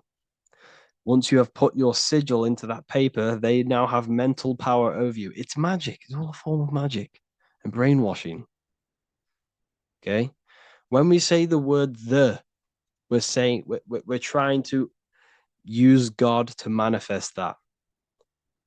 Okay, because the comes from theo in Greek, which means God. So when we say theology, ology means the study of. Theology is the study of God. That's what theology is. Theo, when we say I am we are using God to bring it into existence. God is the I am. The I behind you, the I am, that's God. That's what manifested everything in your life. Everything in your life, that invisible creator inside of you has manifested everything you physically see. You are the invisible architecture, the invisible artist behind your life. The I, that's God. The only one. So when we use the word I am, this is how to bring the power to yourself. When we say I am strong, I am wealthy, I am free, I am financially free. When we say this, that I am, this is when we are bringing, we are directing vibrational frequency into our own being, into our own magnetic field, and into our own life. This is how we direct vibrational frequency and direct our word. So when we say I am directing my frequency into myself to manifest something external. Also known as the chi or the prana. It's just basically your magnetic energy. So speaking has the ability to change your genes and DNA expressions. When we listen to affirmations over and over and say them over and over for a long period of time, your genes will change. And your genes are a code for your external world, pretty much. Anything that is written in your genes will manifest into your external world. Okay. All of this is just done by your intentions, thoughts, and what you say. And if you think this is a conspiracy theory was a term invented by the CIA to discredit, confuse, ridicule, and disqualify any alternative information that contradicted the mainstream narrative. That's what a conspiracy theory was. It was created by the CIA for any belief that went against their mainstream narrative. Hollywood, the biggest spell casting scheme cult in the world. Hollywood. I'm going to make a whole lecture on this. Hollywood is holy wood, which comes from a holly tree, which the ancient Phoenicians and magicians used to take the holy wood. It was called holy wood because it was the best wood to make wands out of and cast spells. That's why they get their name. And what is the films? All the films, all the music that comes out of Hollywood, it's all a form of magic, subconscious spells to fill your mind with ideology, fill your mind with this narrative. That's what they're doing through the movies and the music. Anyways, I hope you like this lecture.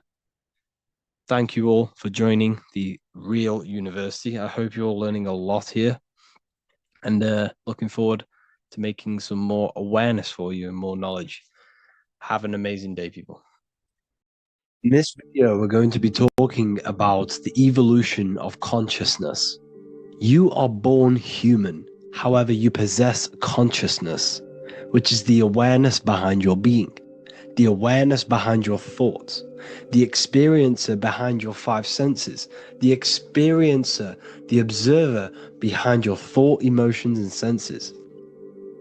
You are an eye, an invisible consciousness looking through a lens, which is your body. Your body produces this physical world that you experience. Your brain produces this world. Your brain and body is a technological computer. However, you are an infinite, ever-expanding consciousness behind this physical body. And there is an evolution of consciousness, a cosmic journey of expansion, And this is why we see so much pyramid symbolism in the occult and esoteric world, and especially within Freemasonry. Because the pyramid represents climbing, an evolution, a raising state of consciousness, a journey. Steps symbolize a journey upwards. This is the raising and the evolution of consciousness, our inner world, the transmutation of our inner selves, of our souls and consciousness and our minds. So when we see this pyramid, we're seeing a evolution, a way up to source consciousness. And the eye in the pyramid represents your source consciousness. It represents illumination. It represents divine guidance through this evolution of consciousness. This is why we see the ladder. Consciousness is ever expanding on an infinite journey of evolution.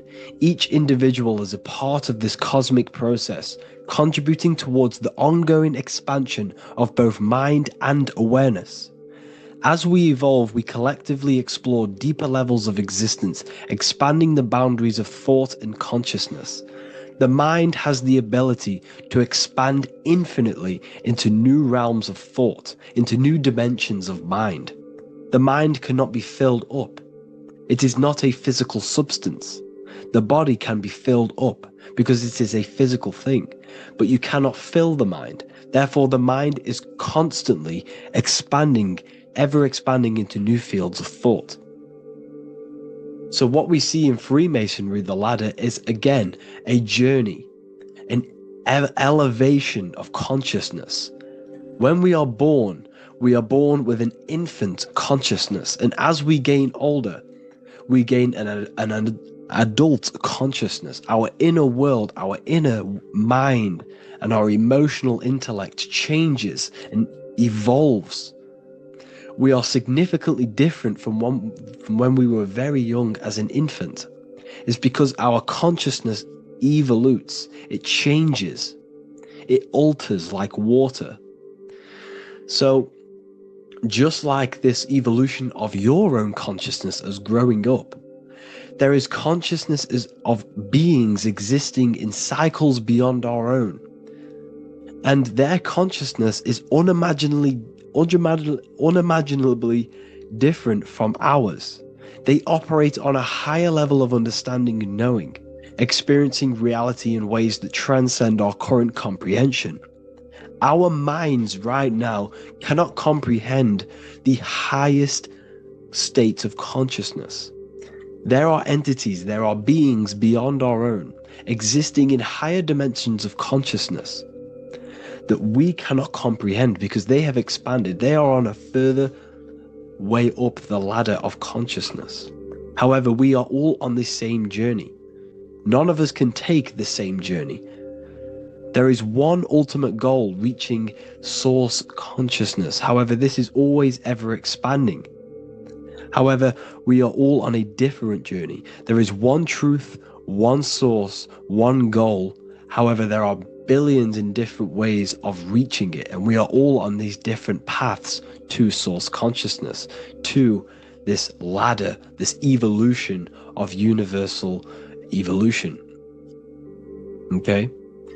Their awareness is attuned to new dimensions of existence, reflecting a more advanced stage in the cosmic journey of consciousness evolution. So when you take DMT, you are shot into these higher realms of consciousness where you meet these beings who look similar to these images. They are not speaking to you physically. They don't speak to you three-dimensionally through vibration and words. They speak to you mentally. If you have done DMT, then you know this. And if you have met these beings, then you know this. You might have even met some of these types of beings on mushrooms or any psychedelic drugs. Because ultimately, when you take these mind-altering substances, it's altering your consciousness. It's merging your consciousness with the spirit of that substance.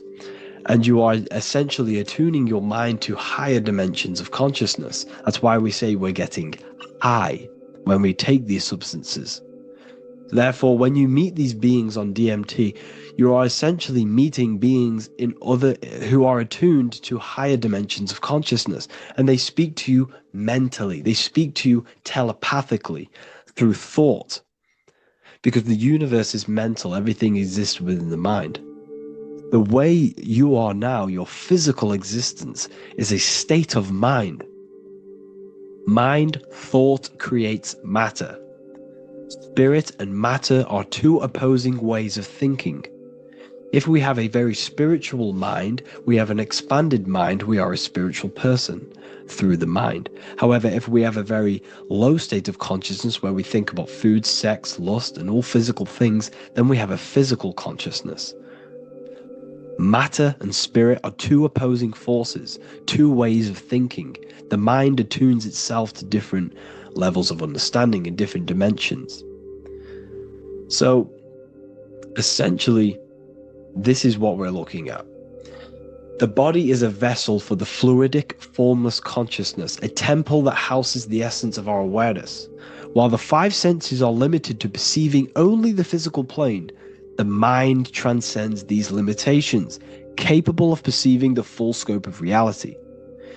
It is through the mind that we access deeper truths beyond the material, tapping into boundless nature of existence. Physical existence is a thin band, a thin layer of reality. It's like 0.001% of reality. And your five senses are only tuned into this layer of reality.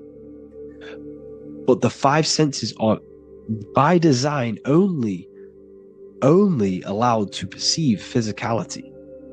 But the mind has the power to expand beyond this physical five sense state. The mind has the power to expand and evolute. It is a conscious decision whether you want to take this path or not. You can stay in a three-dimensional way of thinking, or you can expand your consciousness from within. It's not an external journey. There is no God going to save you. You must save yourself. Therefore, behind every single one of these eyes is the same source consciousness. However, we are all different cells in a different journey. The organs in your body, the cells in your body are all alive. They all possess same consciousness, universal consciousness. However, we are all on a different journey of evolution. As above, so below. As the baby is in the mother's womb, when the baby becomes conscious, there is a world outside of its mother. What does it do? It presses and seeks a way out to be born in the other world outside of its mother. It is the same with your consciousness, your mind. When your mind becomes aware that there is realities beyond the immediate surroundings, it seeks a way out. And this is exactly what I'm doing to you now. I am now expanding your mind and telling you there is other ways of reality. There is other dimensions of consciousness which you can access through inner transmutation, through different ways of thinking, spiritualism, and meditating and connecting with yourself and detaching from external things. We can upgrade our consciousness. Your body is a womb. Why Jesus says you must be born again to see the kingdom of God, because you are born physically and then you must be born again spiritually, awakening your inner consciousness. So like I said, as the baby is in the womb, it's the same principle. As above, so below. You were a baby, you were in your mother's womb, and you figured out there is a world outside of your mother, so you seek to way out your mother to be born in another world. It's the same now. You must do this now. This is your spiritual evolution. This is the evolution of consciousness. It's ever expanding. When you die, this is a transition. You must learn to not fear death. This is another part of your spiritual journey. You must master death. Therefore, like I said before, the mind has limitless capacity to expand into new realms of thought, continuously exploring uncharted ideas and concepts without boundaries. The mind can ever expand. It can never be filled. It can never, ever know everything. There is infinite fields of knowledge, infinite fields of thought. Your current state is just one stage on an infinite pathway. You won't remain human forever. The human experience is a crucial phase where we learn to balance polarities, master the fundamental laws of the cosmos. It is a period of growth and transformation, preparing us for the next stages in our cosmic evolution. The goal is to strive for perfection, yet the true perfection is unattainable. It's like a tunnel, and there is a light at the end of the tunnel. And as you walk through this tunnel, the light is ever moving backwards. You should forever seek to meet that light, but you will never meet that light because consciousness is ever expanding. You should strive for perfection, yet knowing that perfection is forever unattainable. The journey is endless, with each step revealing deeper layers of understanding and experience. The pursuit of growth and expansion is itself the essence of our evolution. You can find all of this knowledge in the amazing book that I have read for years. I have read this book, The Emerald Tablets of Thoth, the Atlantean, by M. Dorial, translated by M. Dorial. I'm telling you now, this book, now that I've told you this, you have some context on the book. The whole book is about evolution of consciousness. He's talking about higher dimensions beings. He's talking about how you can transcend this physical plane. It is truly the most amazing book you will probably read. One of the best spiritual texts you'll see. It's hard to understand, so you must read it over and over again. And the more your mind progresses, like for me, I read this every couple months. And the more I learn about consciousness, the more I expand my own consciousness. And every time I read this book, I pick out something new that just completely blows my mind, because you can only understand this book to your level of consciousness, to your level of understanding. So now that I've told you all this information, go and read this book and it will absolutely blow your mind. And so will the Book of Wisdom Volume 2, which is now available. I released it the other day. I'm just going to read a page out now. This page is called Spirit and Matter. The Earth is not merely a dense, lifeless rock drifting through space. It possesses spirit, a living essence that animates its form. But what do we mean by spirit? Spirit in esoteric terms refers to the energy, the life force, animating the principles infused in matter. So essentially, what this page is talking about is how everything has spirit, consciousness within it. You are the middle, you are spirit and matter. You have the ability to expand your mind to the God self and raise above our animal instinct, our material self, and know the divine and expand. Animals cannot do this. Animals are not self-aware. Humans possess self-awareness. We can observe our consciousness. We can say, why do I exist? We can look in the mirror and know that we need growth. And this is what Anunnaki means. Anu means above. Anu was the supreme god of the sky, which is a metaphor. He represents spirit above, heaven. Anu came down to earth and married Ki, the goddess of the earth, which represents matter. It's a myth, it's an allegory. Anu married Ki and gave birth to the Anunnaki. Spirit came down and infused with matter and gave birth to the human, which is you. You are spirit infused in matter, Anu and Ki, Anunnaki. You are the Anunnaki. And this is just one of the teachings in my book. Honestly, this book is absolutely amazing. If you truly, truly want to expand your consciousness, give this book a read. And obviously, if you're inside the university, I give you this book for free. A paperback version. If you join the university, follow the steps inside of the general chat, you'll be able to download this book. Sorry, not download it. Order a paperback for free. All you have to do is pay for the shipping. You'll also gain amazing knowledge inside of my library, where your mind will just be overblown with the amount of esoteric books. There's over 45 rare occult books, plus you get a PDF of the Volume 1 and Human Health Guide. You get reoccurring updates where I expand on symbolism, occultism, where you'll just feel absolutely amazing once you understand esotericism in yourself. You'll also learn how to create the dream reality that you want with the Manifestation Mastery course, where I teach you how your consciousness creates reality. You'll have a real lectures where I post lectures on symbolism, occultism, esotericism. There's a conscious community and live calls and Q&A where you can ask me questions and I'll answer your questions. I just want to say thank you to everyone who has joined the university. Thank you for even liking and watching this video. Any support I just appreciate every single one of you.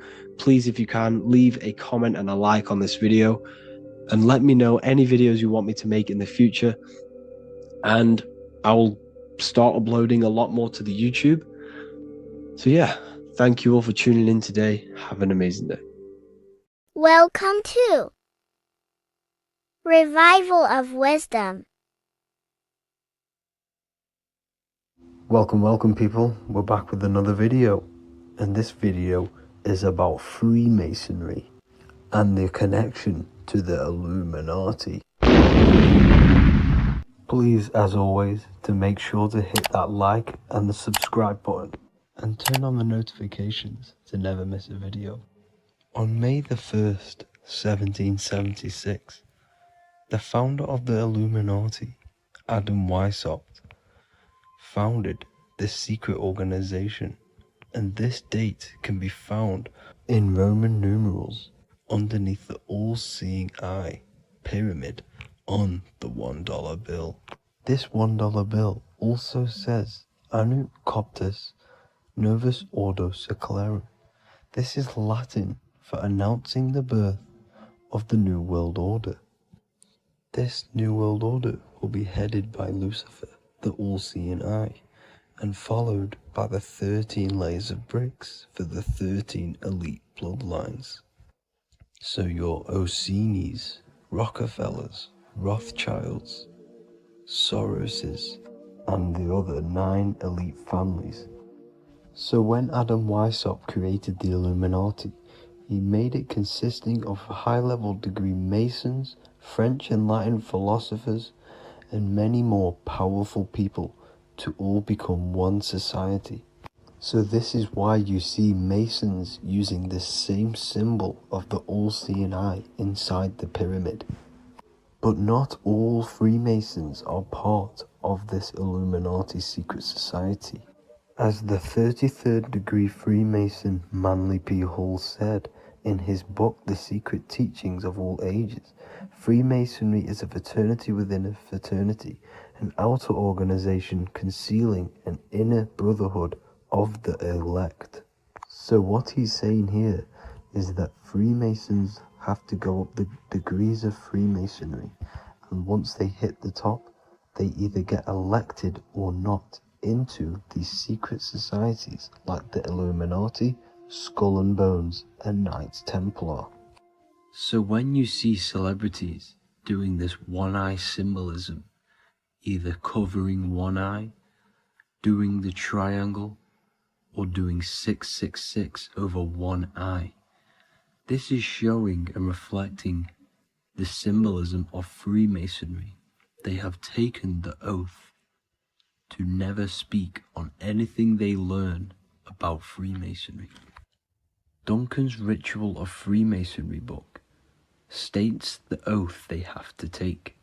Quote, I ... of my own free will and accord, that I will hail, ever conceal, and never reveal any of the secrets, arts, points of Master Mason's degree to any person whomsoever.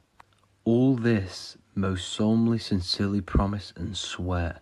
Now, this is what happens when they break the oath, stated in this book, quote, myself severed in two, my bowels taken from thence, and burnt to ashes.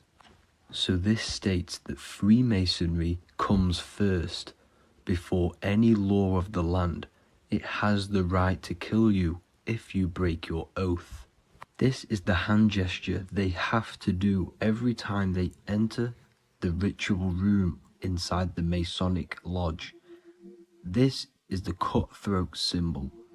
showing you and reminding you of the oath and what will happen if you break it.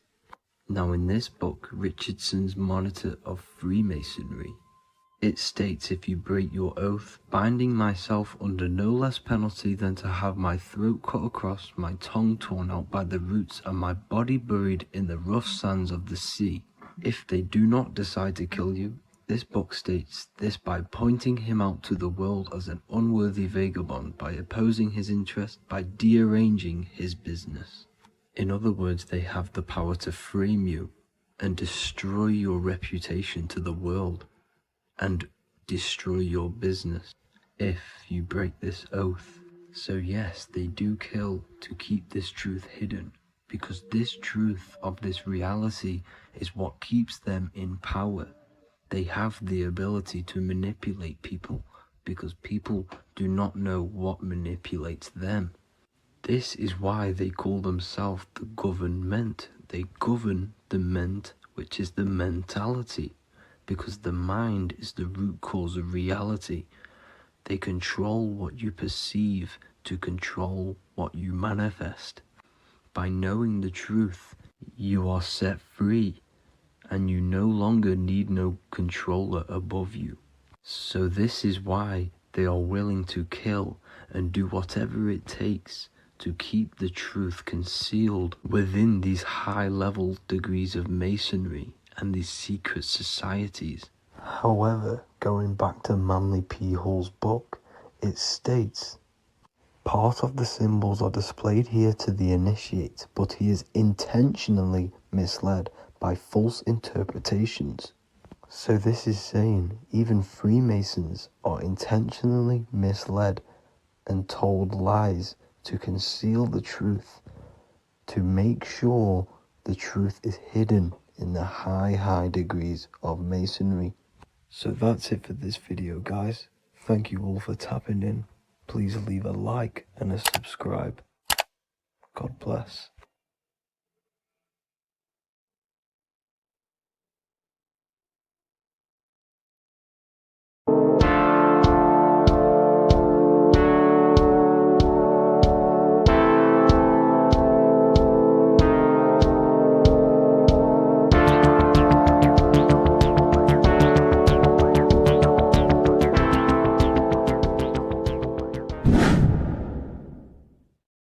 What is good, people? It's Revival of Wisdom. I hope you're all doing well. Now, this video is how to raise your holy oil or your kundalini. Let's get straight into this. So this is a monthly cycle. Every month, when the moon is in your zodiac sign, this oil is released. Now, the moon is in control of monthly cycles. For women, it's the menstrual cycle, and as well, this holy oil cycle. The moon changes sign every 2.5 days and passes through the zodiac signs in 27 days. So the moon tells the day, the sun tells the time, the stars tell the month. This reality is a massive clock, if you like to say. It's a cycle. Okay. The moon controls the night, emotions, water, fluids, and the mind. Okay. So this oil is produced in the claustrum. It's produced in the claustrum, which is here, right? This is where you get Santa Claus from. Now, the claustrum is at the center of the brain, and it is next to the pineal gland and the pituitary gland. Once it starts in the claustrum, this is the holy present. This is the present that Santa gives to us, Santa Claus. And it goes to the pituitary gland and the pineal gland. And what's connected to the pituitary gland and the pineal gland is the Ida and the Pingala. The Pingala is the pineal gland's nerve, which is the honey, which is the positive charge, electric. And the pituitary is the Ida nerve, which is the magnetic charge. This is the milk, the land flowing with milk and honey. This is the brain, the heaven, okay? And it travels down the spine using these two nerves, these electromagnetic charge. And this is what the ancients symbolized with the two serpents wrapped around the spinal cord, the Ida and the Pingala. And this travels down to the sacrum or the solar plexus. Okay. So once it's here, okay, the spine is an elongation of the brain. So the spine is pretty much the brain. It's an extension of it. And it's kind of a microcosm of how we descended from heaven to physical reality, to physical matter, which is our consciousness has done. Our consciousness has descended from heaven into physical matter. And this is a microcosm of it. Okay. So once we're in the sacrum bone, this holy oil, like I've just explained, this holy oil starts in the center claustrum, goes down the chimney to the sacrum. This is the sacrum, the solar plexus, and drops the present off at the sacrum. Now, once we're at the sacrum, we need to raise our vibration to take this oil back up the spine. Okay. And the River Jordan symbolizes this in the Bible. King Herod wants to kill Jesus in Nazareth, which is here, this is the River Jordan, is Nazareth. He goes to be born in Bethlehem and then goes back up to Nazareth to Joseph and Mary. Joseph and Mary, the pineal gland and the pituitary gland. The Bible is huge symbolism. It's all metaphors for this sacred process which goes on inside of your body. You are the Temple of Solomon. You are the Holy Land. The Holy Land is your brain. Once this oil is at the sacrum, you need to raise your vibration in order to take it back up. Once this oil has gone back up to the pineal gland, it activates the crystals which are wrapped around your pineal gland. Your pineal gland is this tiny little beam here. This is the claustrum. This is the pineal gland. And it's wrapped in crystals. And when this oil travels back up the spine by raising your vibration, back to the upper room where Jesus met the 12 disciples, or the 12 cranial nerves in the brain, and it activates and it turns on this pineal gland. And once it's turned on, it illuminates all the cells and the nerves in your brain and turns them all on and activates the higher God man, the God consciousness, Christ consciousness. And it regenerates the whole body. This is the secret to regeneration. It regenerates all the cells in the body. And this is how the ancients lived for thousands and thousands of years, as talked about in ancient texts. They lived for hundreds and thousands of years because they knew this secret. And this fluid, this brain fluid, the secretion, or the Christos in Greek, which means gold, because this is the alchemical process from turning lead to gold. Your body is the alchemical furnace. Now, the ancients knew about this center of the brain because they symboled it. This is the Eye of Ra, and it's the brain. And this is what's wrapped around our consciousness. Our consciousness isn't wrapped around the brain. The brain is built around the consciousness. We are the consciousness. You don't have a soul, you are the soul. Okay? Now, the head, heaven, hell, heel at the bottom of your foot, that's hell. Head is heaven and hell. Simple. Now, the pineal gland produces DMT, which is dimethyltryptamine, which is known as the spirit molecule. So, let's move on. Now, when this oil travels up, back, the spine, the chimney, it crucifies at the top, which is called the vagus nerve. So when it reaches here, the optic thalamus, it crosses and crucifies once it's raised back up, And this is why Jesus dies at 33. He was crucified at 33. Because you have 33 vertebrae on the back of your spine. And then it's crucified by the cross of the vagus nerve. When this oil crosses the vagus nerve, this is the crucifixion at 33. And it symbolizes the death of the physical consciousness. You then become spirit. You then become God consciousness, activating the Kundalini, regenerating the body and the mind. Okay. The Garden of Eden. You are the Garden of Eden. The land of milk and honey is upstairs. The pituitary, which is the milk, the pineal gland, which is the honey, which is DMT. It even says this in the Bible. As he brought us into the place, and he has given us this land, a land flowing with milk and honey, which is also symbolized as the sun and the moon. The Bible also says, the light of the body is the eye, not the eyes, the eye. If therefore thine eye be single, thy whole body shall be full of light. This is the activation of the pineal gland by raising this oil back up to the pineal gland, to the center of the brain. Neither shall they say, see that here, or see there, for behold, the kingdom of God is within you. So he's saying, don't look out there. Nothing is out there. It's all inside of you. Everything's inside of you. You're the universe. Now, how to raise this oil back up to the pineal gland? Every month, like I said, the moon controls the cycle. The moon controls monthly cycles.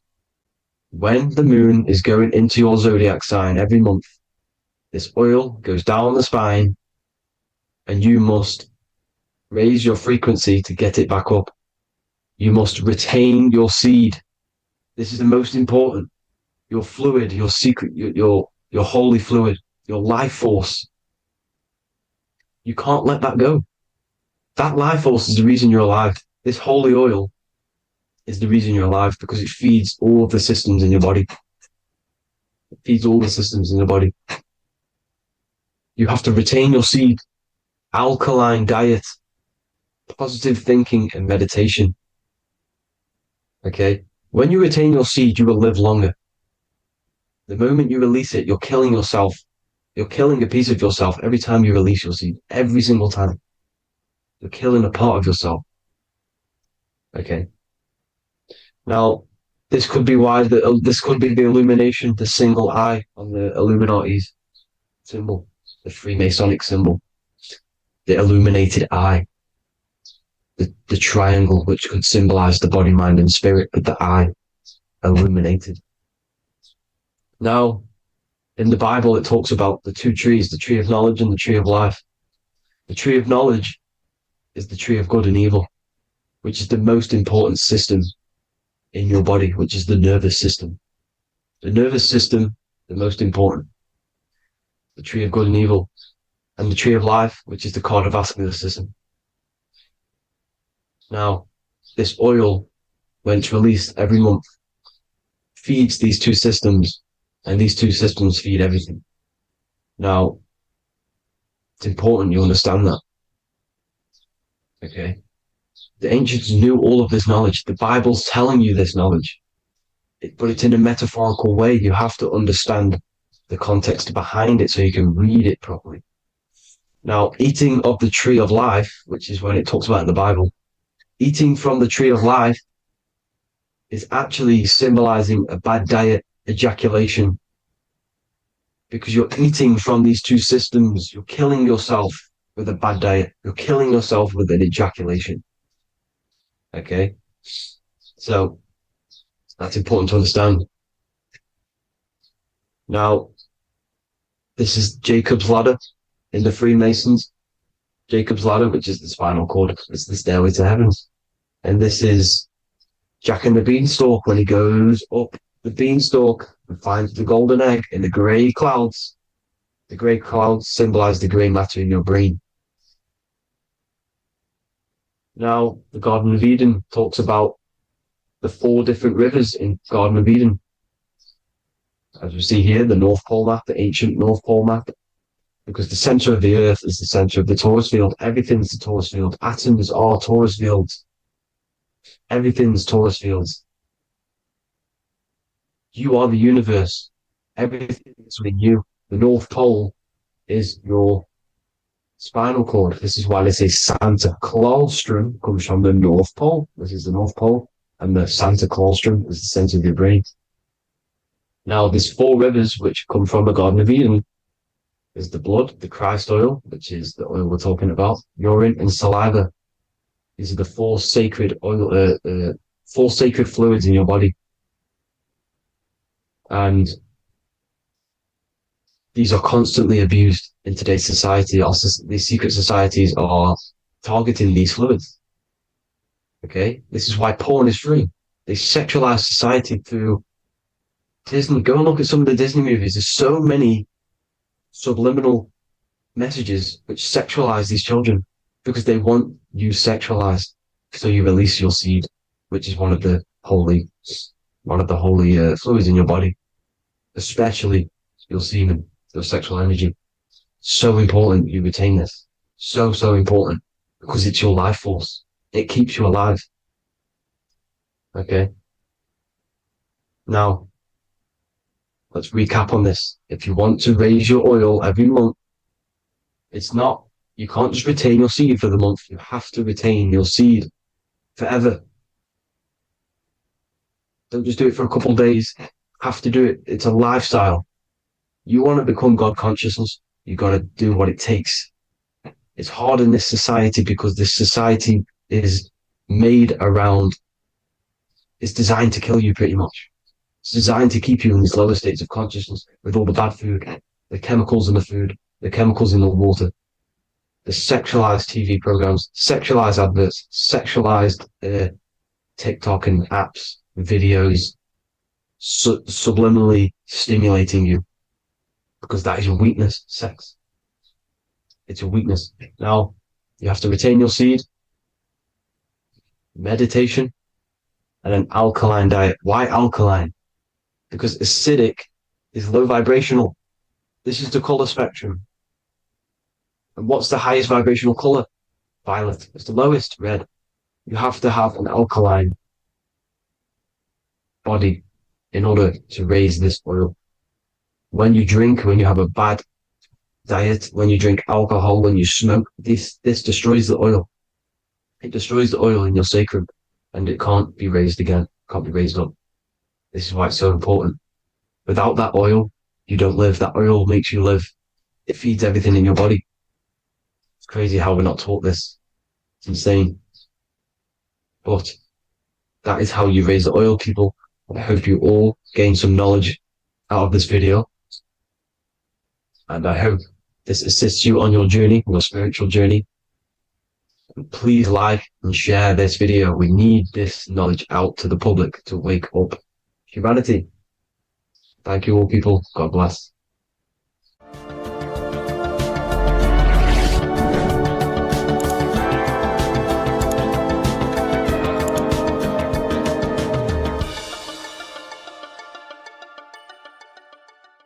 You're living in 4 planes of existence right now, but most people are only aware of one.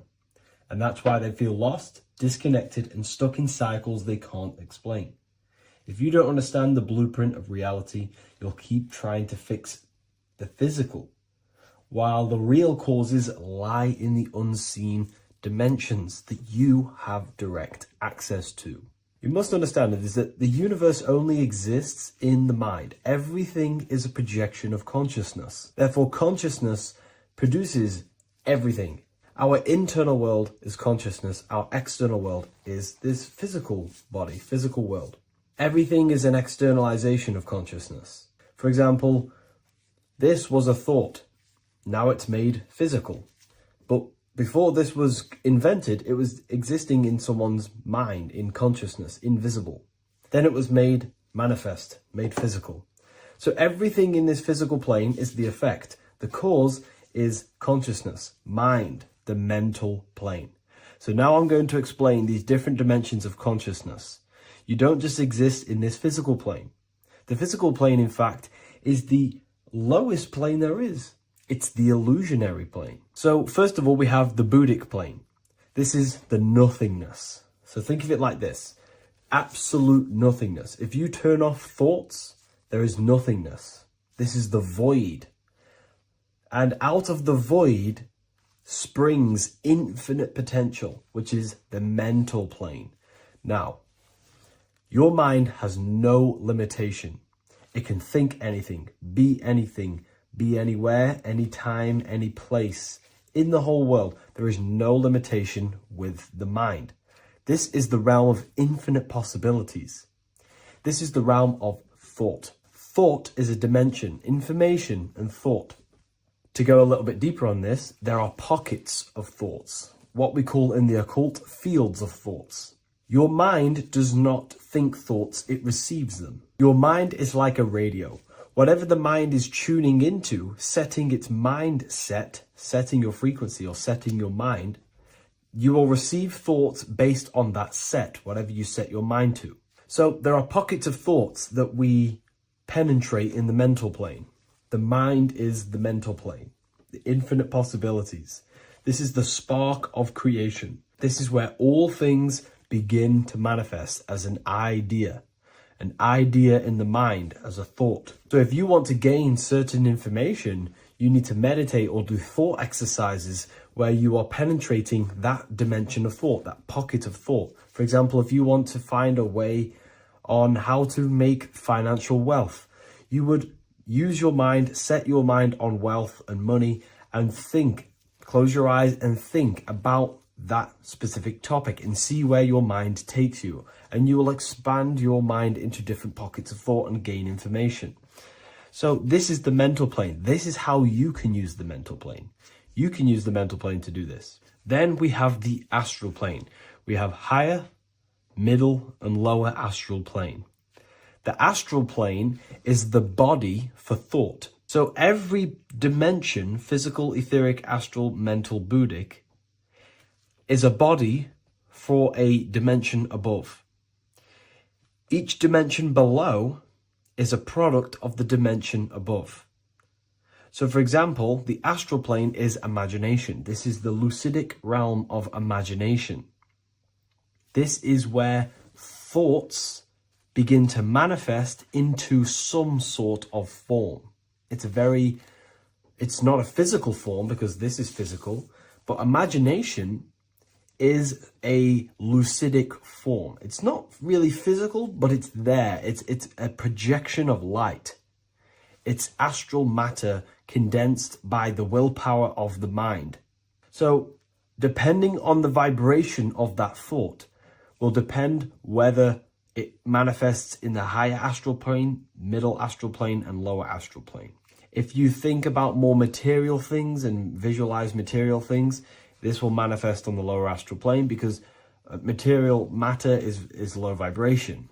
Now, that does not mean it's evil. That does not mean it's bad. Okay? It just means low vibration just means more material. But if you think and imagine more spiritual things, this manifests on the higher astral plane. So the astral plane is the screen in your mind that allows you to vision an apple, that allows you to vision anything. It's that mental projection that's inside of your mind. Now, this is what we call the third eye.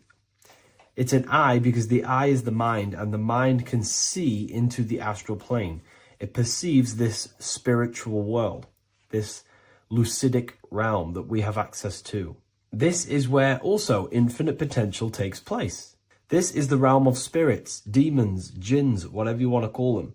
Spiritual entities exist in this.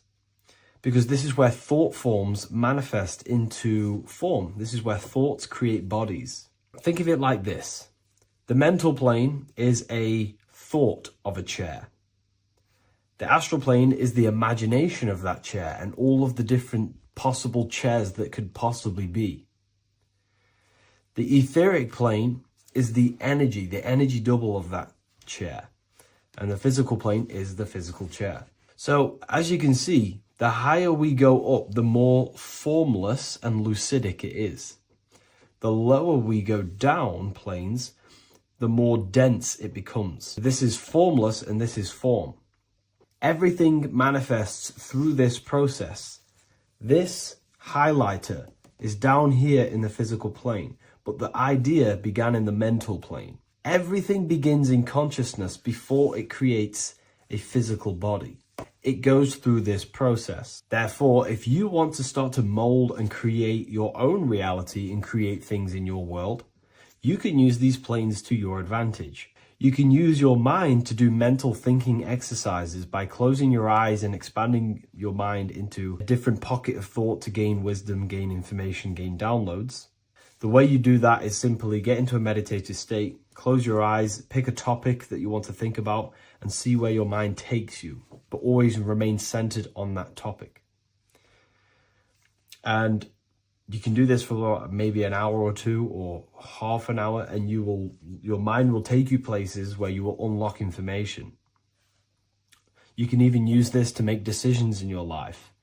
Think of the topic and see where your mind takes you. You'll gain information. This is how you use the mental plane for ideas. The astral plane is imagination. You have to reconnect with your imagination very vividly. Your imagination, your consciousness is infinite.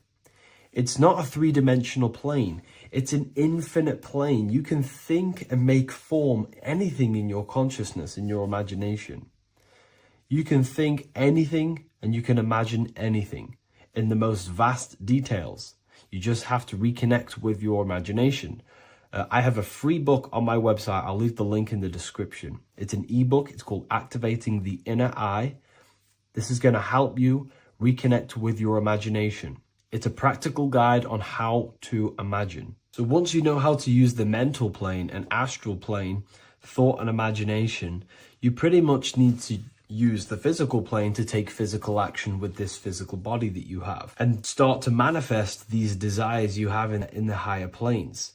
Now, it's very important that we master the mind, because the mind is the very fabric of reality. We become what we think about. Your life is a product of every thought you thought in the past. It is the mind that directs the flow of consciousness. And wherever this consciousness is flowing is what you will create in your life. Consciousness is the most potent force in the universe, and the mind is pretty much the universe in a microcosm form. It is infinite potential. And your mind will continue to expand into new realms of thought forever and ever and ever. You are eternal. You are not this physical body down here. You are consciousness. Literally dreaming that you are in this physical body. So everything begins with the mind. We need to be conscious of the thoughts that enter our mental field of consciousness. There is a level of self-awareness that you can reach where you can become conscious of pretty much every single thought that enters your mental field. Now, we have over 7,000 thoughts a day. You can gain such mastery over your mind where you can become conscious of every thought you think. And that is when you gain superior power.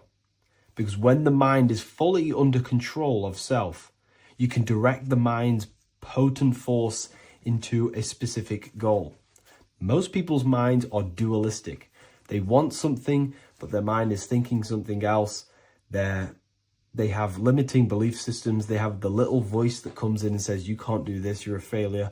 That is a fractaled mind. The mind needs to be singular. It needs to be on your team and not an enemy. Do not let your own mind take away your power.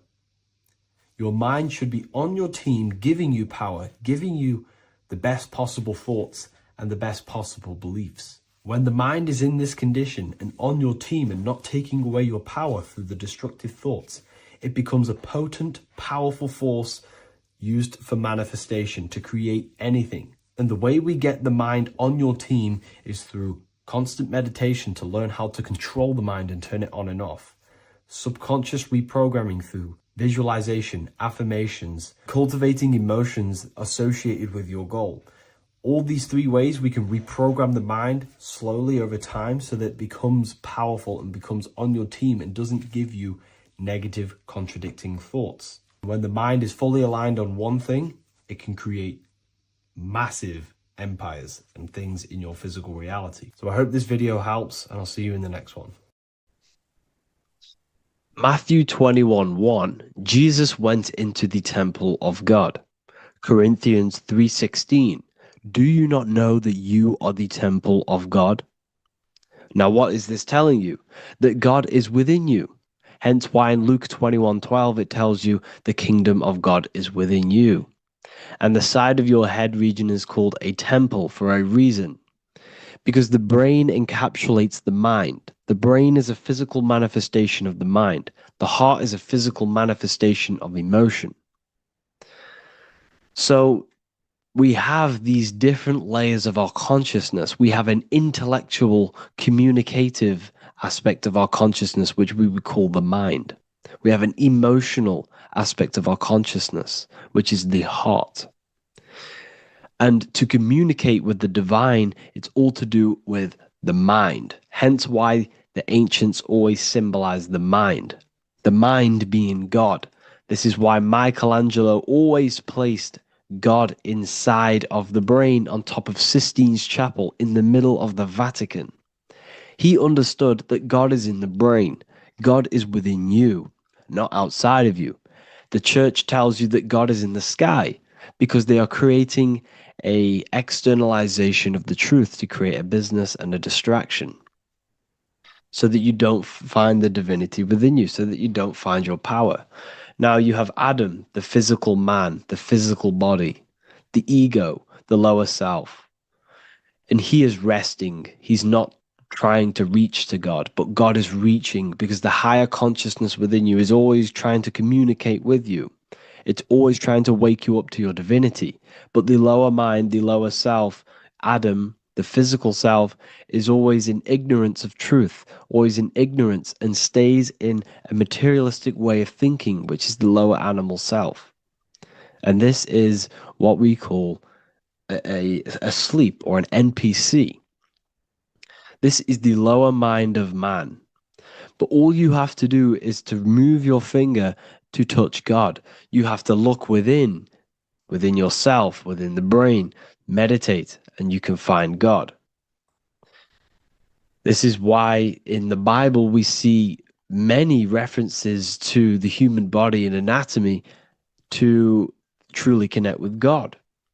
Kings 6:8, the door to the middle chamber was in the right side of the house, which is the right hemisphere of the brain. The middle chamber is the pineal gland, where the seat of your consciousness is, but the seat of your higher consciousness is, the mind. And they went up the winding stairs, which is your spinal column, into the middle chamber, and out of the middle chamber into the third. So they went up the winding stairs. This represents raising your consciousness up the winding stairs. Your spinal column acts as a stairway of consciousness. Depending on what sort of consciousness you are operating in, depends on what part of the spinal column you are using. Because the spinal column ascends and descends consciousness. What do I mean? If you are in a reproductive way of thinking and you're always thinking about sex, you're jerking off all the time and you're always eating, all of your brain's power and your mind's power is being descended into the lower aspects of the spinal column, which represents hell, the physical state of man, Adam, the ignorant state. We're basically living off low-level pleasures like an animal. And the stairway to heaven is your spinal column.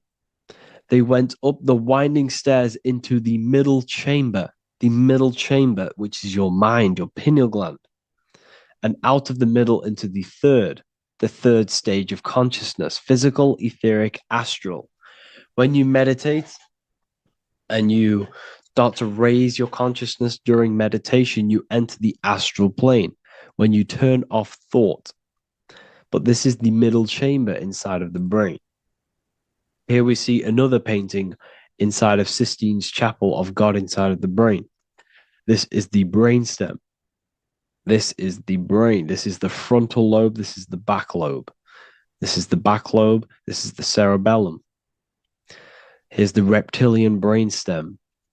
Here's the claustrum. This is what we are seeing here. Anatomy. Here is another one in Sistine's Chapel in the middle of the Vatican. This is depicting the brainstem. God's neck looks exactly like the brainstem. Here we see a real brain compared to God's neck, because the neck is just below the brainstem. And this is what they are symbolizing, because they knew that God is within you. God is a part of the human body.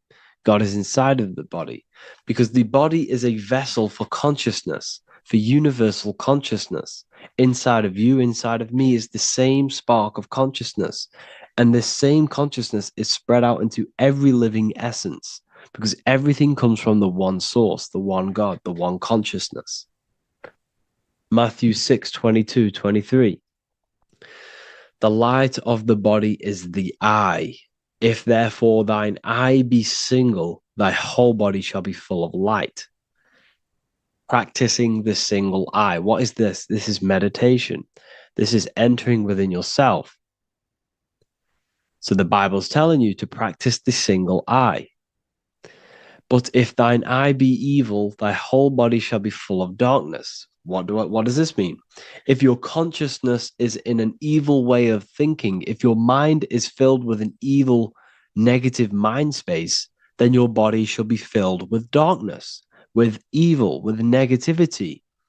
Because negative thoughts destruct the body. Positive thoughts heal and regenerate the body. So he tells you to be, the light of the body is the eye, your consciousness, the inner eye of consciousness, the eye that lets you see. And what do I mean? You look with your two physical eyes, but you see with the inner eye. What you see is perception. You look with the two eyes, and what you see is perception. You are seeing, you are understanding, and that's what consciousness, the mind, gives you. Consciousness, or the mind, is the force that allows you to be a human being, that allows you to understand things and interact with things and make decisions. It's an infinite intelligence. See, the mind is not the brain. This is a big confusion with people. Hence why the eye on top of the pyramid is separate from the bottom half of the pyramid, because the consciousness is separate from the body, the eye, the all-seeing eye. It represents the observer, the eye that sees into this body, into this world, into this. You are the perceiver. You are the invisible spirit within the body. Theologians 4:17. After that, we are still alive, and our left will be caught up together with them in the clouds to meet the Lord in the air. You don't meet the Lord in the physical air. Okay? This symbolism of the ancient Christian artwork is showing you this is symbolic.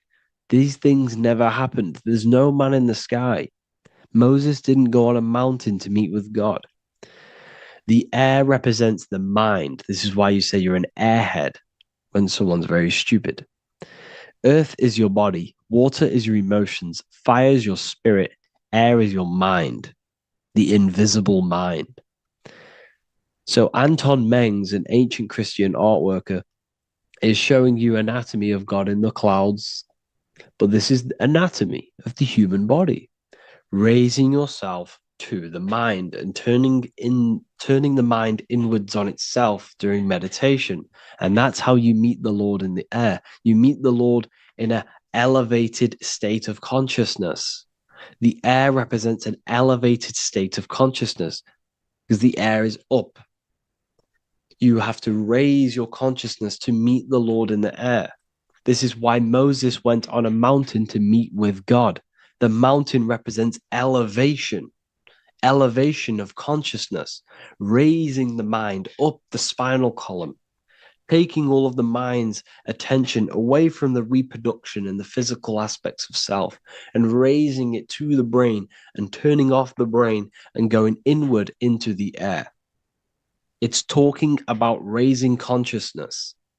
It's allegorical. It's a spiritual, metaphorical text. The side of your head's called a temple because inside that where that temple is, right in the middle of where you call the temple, is the inner chamber, the open room, the holies of holies in the Bible, or the land flowing with milk and honey, or Mount Zion. There's so many different names for the brain, or the upper room where Jesus meets his 12 disciples, the 12 cranial nerves in your brain. This is the temple of God. Your body is a temple of consciousness. It encapsulates the consciousness. It encapsulates the mind and soul. John 10:30, Jesus states, I and the Father are one. Psalms 46:10, be still and know that I am God. He's talking about the I am within you, not within Jesus. Everyone refers to ourselves as I. I am God.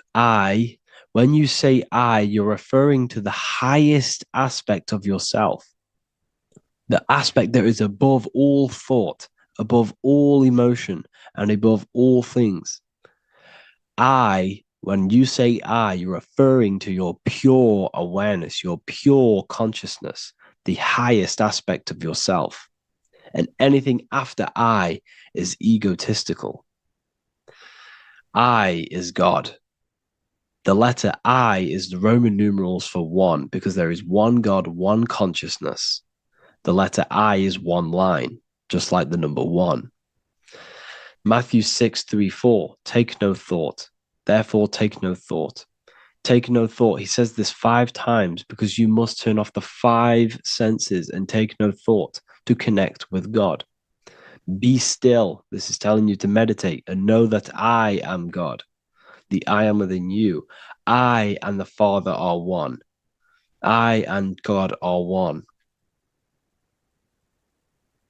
You, who you think you are, is a completely wrong. The body is matter. Your name isn't you. Your job isn't you. Your reputation, your trauma, your memories, your friends, family, worries, bills, interests, dislikes, goals, passions. Anything to do with the thinking mind is not you. Who you think you are is a part of your thinking aspect of consciousness. But once you remove thought, you are no longer your name. You are no longer your body. You're no longer your reputation. You are the I. You are pure awareness, pure consciousness. Pure consciousness. And this pure consciousness has latched on to this name, this job, the body, and your traumas. Your pure consciousness has attached itself to this character who you're playing in the physical world. And this is essentially who you think you are, but you are not. You are the I, you are the self, you are pure awareness. So, in order for you to detach from these things, you must learn how to detach from your name, your job, your reputation. And you do this through meditation by turning off the thinking mind. Turning off the thinking mind allows other aspects of your consciousness to open up. What do I mean? Your whole life you've been thinking, and all of these thoughts has attached you to this physical body. You haven't allowed your consciousness to open up. And you can only do this by taking no thought. That's why Jesus tells you, take no thought. When you turn off the thinking mind, other aspects of your consciousness starts to open up. Other aspects of your being can open up. And this is how you astral project. This is how you do all these mystical things and things to do with consciousness. It's taking no thought. Imagination, emotions, thought, and memory are all to do with consciousness. These things are not physical. You can't touch thought. You can't touch emotions. You can't touch these things because they are not a physical thing. So you must turn off these things for other aspects of your consciousness to open up. Okay?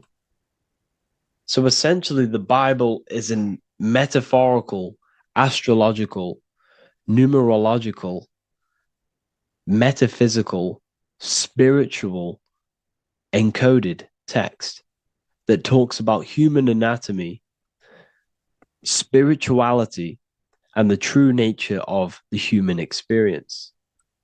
Everything they teach you in school is to make you think that you are this body. Everything they teach you in church is the externalization of the true teachings of Jesus. Jesus was telling you to meditate. Jesus was telling you to practice the single eye. Jesus was telling you to look within yourself and find God. He wasn't telling you to pray to him. Mark 16:19, he was taken up to heaven and sat at the right hand of God, the right hemisphere of your brain. John 21:6, cast the net onto the right-hand side of the boat and ye shall find fish. Fish is understanding. The boat is your body, your brain. Cast your awareness into the right side of your brain and you will find understanding, because the right side of your brain is all to do with the creative aspect and the intuition and the spiritual sides of your consciousness. This is why God is here. This is why Michelangelo depicted God in the right hemisphere of your brain, because this is all human anatomy. And I speak about all of this in the brand new Book of Wisdom, Volume 2, which is now available. The start of the revolution has begun. This book is truly going to change the way people see the world. It's got so many more topics than the last one. It's truly a revolution. It's written in so much detail. It's very practical. I cannot wait to share this one with you. I just want to say thank you for the opportunity for me to create this book, because without you, I couldn't have created this. And I just love sharing my work with you. And I thank every single one of you for the support, the watch, like the views and the likes, everything, especially the people who have joined the university and stuff like that. And for people who have joined the university, you do get a free Book of Wisdom paperback if you just go to the general chat and follow the description, follow what the instructions that I gave you in the chat, and you'll be able to order a free Book of Wisdom if you are inside of the university. Plus, you get all of my other books, 2 books, and over 45 occult books on occult and esoteric things.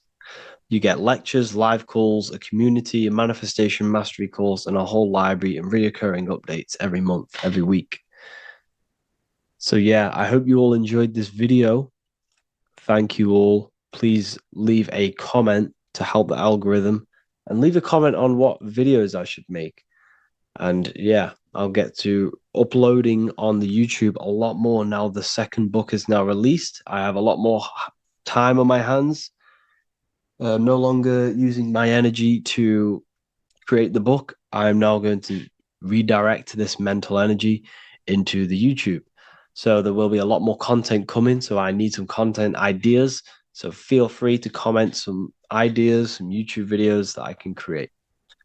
Thank you all, people. Have an amazing day. As above, so below. This is one of the most crucial teachings within esotericism, occultism, or what we like to call it today, spirituality. I don't like calling it spirituality because it's not spirituality. I teach human consciousness. I teach the science of you and your consciousness alone and your being. And in order to fully understand you and this world around you, you must understand this number one principle of as above, so below. There is many misconceptions of this, and there is many simple teachings of this, but I'm going to break it down today from the most simplest to the most complex, and you will see the connections between all things. This is the most important lesson you could ever learn, and I'm going to teach it you today. So what you must understand is, with the term as above, so below, it applies with everything you see in this world and about yourself. We have something called the macro, which means the bigger scale. On the bigger scale, we have the whole earth. If we look down from the sky on top of rivers, this is what we see. We see this tree pattern. Then on a smaller scale, we see trees have the same pattern. Then we look even closer. We're going smaller and smaller into the leaves of the tree. We see the same pattern. Then we go even more micro into the human brain and look at the human brain cells, and we see the same pattern. This is proof this is a fractal universe, and everything is in the micro is reflected in the macro. As above, so below. As within, so without. On the macro is a reflection of the micro. So now that you understand this, we can go a bit further. A yearly cycle of spring, summer, fall, winter is a macro. A micro is a daily cycle. So a day is a mini year. The summer is the midday. Autumn is the evening. Night is the winter. And spring is the morning. This is a macro, a reflection. We have a miniature cycle of the zodiac every single day. And this cycle is also reflecting the cycle of life and death. We live, we are born, which is the spring. We live, which is the summer. We then age, which is the autumn. And then we die, which is the winter. And then we are reborn again. This is the cycle of life and death. And you do this every single day. You see, death is a macrocosm of sleep. This is why we say sleep is the cousin of death. Because you die every single night. You do this process of life and death every single day. As above, so below. What's in the micro is in the macro. So when you go to sleep, you are essentially dying. And then in the morning when you wake up, you are then born again. This is a fractal cycle that we live in. Everything in this whole world is fractal. Everything applies to as above, so below. We have the sun, we have the moon, we have the day, we have the night. We have the life, we have the death. We have the conscious, we have sleep. As above, so below. We have the conscious mind. Because now we're diving into as within, so without. As above, so below more refers to the external world. As within, so without is referring to your inner world and the outer world. What you must understand is about yourself. You exist in two realms. You're an individual. The dual nature of you. You exist in two realms at once. You have an inner world of your thought, emotion. This is the inner world that no one else can see but yourself. And you have an outer world with a physical body which everyone can see. So you exist in two worlds. You have the inner voice, you have the outer physical voice, which I'm speaking to you with now. But I also have an inner voice, which no one can hear, only but me. So you exist in the light and you exist in the darkness. The sun represents your external self, your physical, conscious mind. The moon represents your shadow self, the inner self, the psyche self, the spirit self. There is an as above, so below. The sun is within you. The moon is within you. Everything is within you. Now that you understand as above, so below, what is your body? Your body is a miniature earth. Let me repeat, your body is an earth. Your body is the earth. Okay? Because like I say many times in all of my videos, you are not in the world. The world is you. You are the universe. Your brain is a computer creating this reality. What you see with your eyes is produced in the back of the brain called the visual cortex. You don't look into the world, the brain produces the world. The body produces the world. When you touch something, you're not actually touching something. This is the electrical nervous system. When you touch something, what you feel is actually electrical signals on your nervous system reporting back to your brain. Therefore, when this body dies, you leave the earth because this body is the earth. Okay? As above, so below. You have the mental plane, the astral plane, the etheric plane, and the physical plane. This is essential for understanding reality and the teaching of as above, so below. Everything in this material plane began in the thinking mind. For example, the microphone I'm speaking into, the phone you're watching this video off, or the laptop or iPad. Where did this begin? It didn't begin in the factory. The first ever place this item begun was in the mind of an individual. The invisible realms of mind is where all physical things and physical items begun. Essentially, this physical plane is the effect of the thinking mind. This world is the world of effect. It's the world of outcomes. When you see something, it is already manifest. It is already being manifested. It is an effect. And in the effect of the cause, which is the thinking mind. Therefore, the mind creates thoughts, which is the mental plane. Then after thoughts creates imagination, which is the astral plane. These two are spiritual. They are non-physical. So spirit kind of means non-physical. Then you have the physical planes, the etheric and the physical plane. As above, so below. What happens in the mind is manifest on the physical plane. Like I said, the phone that you are holding, it was a thought, and then it brought down into a physical reality. As above, so below. You change the mind, you change your reality. Your environment, the word environment has ment in it because your environment is mental.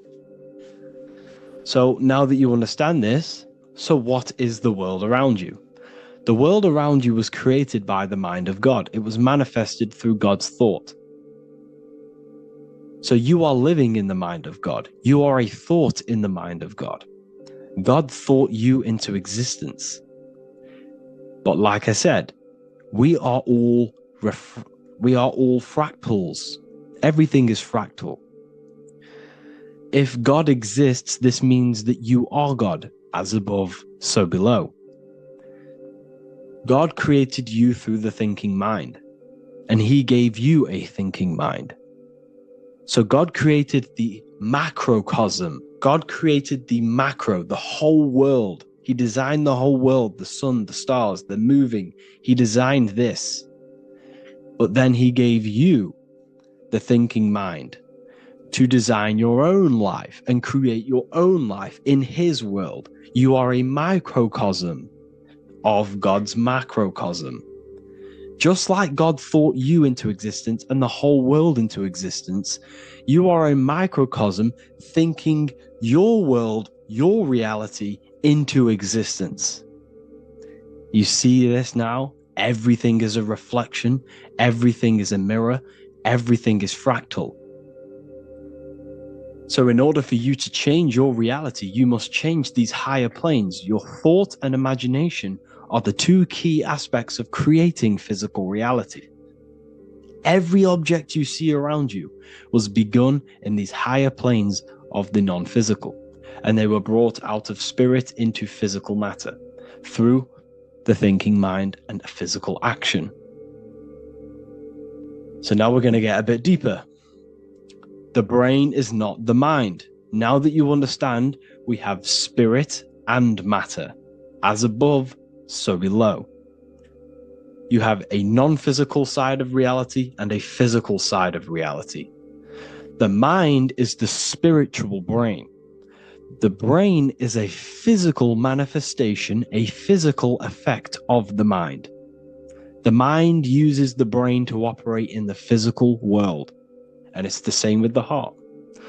The soul manifests itself physically through the heart. The heart is a physical manifestation of the soul, of the emotion, thought and emotion, the mind and the soul, the brain and the heart, heaven and earth.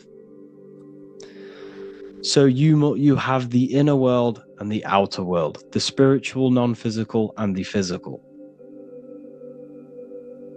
So we are all on this process of awakening, an expansion of our minds into new fields of thought, into new fields of awakening ourselves. Because essentially we are born into this world. But you are born many, many times. You can be born physically and you can be born spiritually. Like I said, everything is fractal.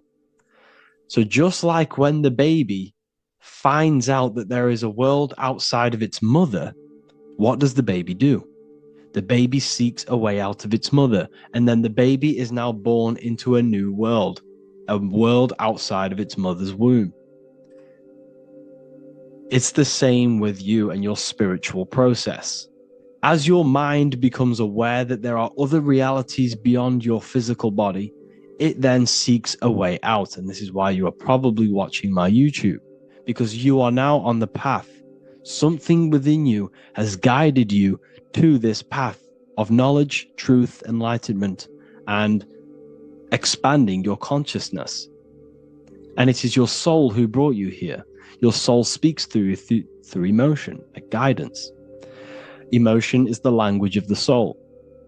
When you feel very bad, this is your soul telling you you're not in the right place. You're doing the wrong things. Because the soul is always unfolding its purpose, which is expansion and learning. That is it. The mastery of the self and the learning of the mind is the only thing that counts in the end after this life. So you are on a journey of expansion, of learning, creating, and spiritual rebirth. As above, so below. What does this body tell you? When I see someone overweight, I don't see the overweight. I don't see the body. I see the mind.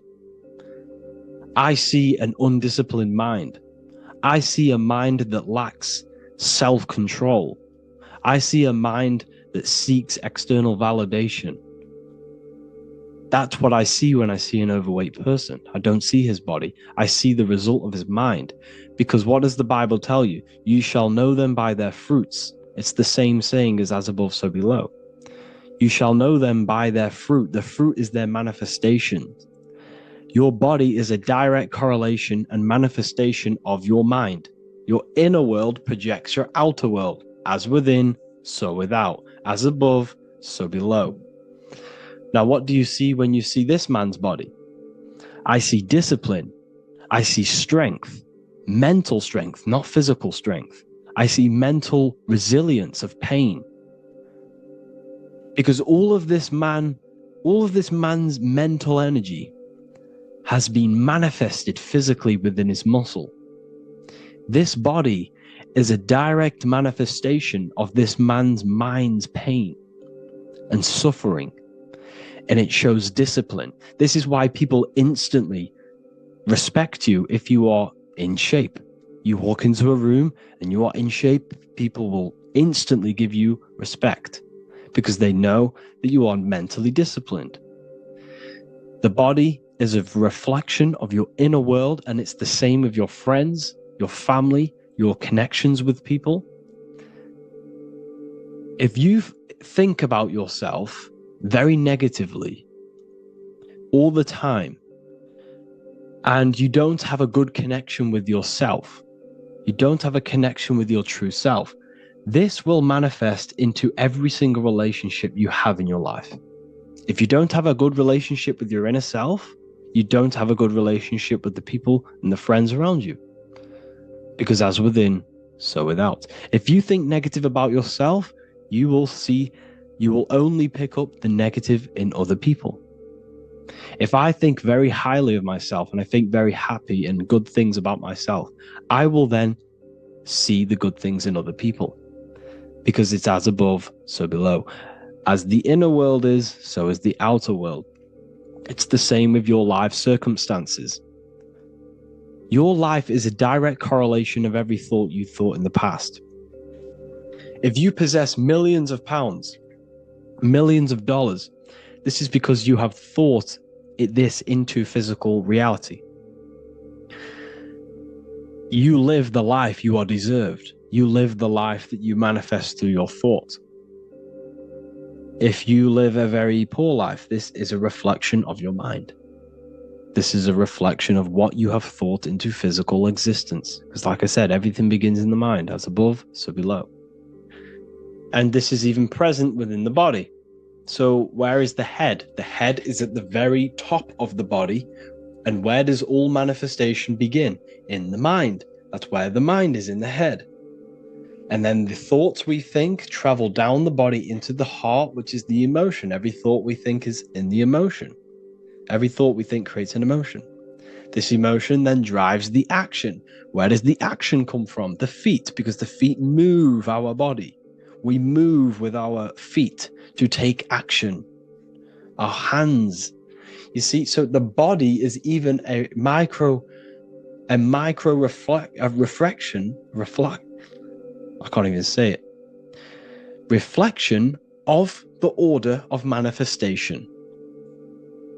This blew my mind when I figured this out. You see, the head, the thoughts begin here. This is the beginning of all manifestation. Then it comes down to the heart. This is the emotion. Then you take the action. The thought and emotion then sparks the action, which is taken with the hands and the feet. And where's the lowest point on the body? The feet, and that's touching the physical earth. So the head is where the thought is, the non-physical, and the lowest point on the body, which is touching the physical earth. So the head represents spirit, the feet represent matter, spirit and matter. Your room, if I walk into your room and I see a messy room, I don't see the room, I see a messy mind. The room is a reflection of the mind. If you have a messy room, this is your mind. It's an externalization of your unsorted mind, undisciplined mind.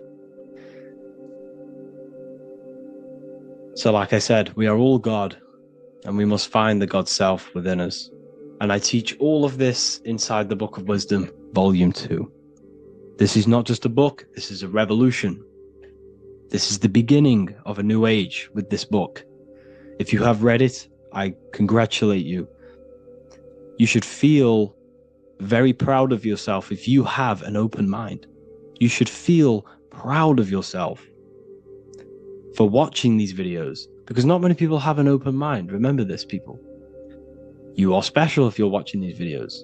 You have the mind. You have the ability to see through the illusion. And I take my hat off to you. You want to take this to the next step? Read the book.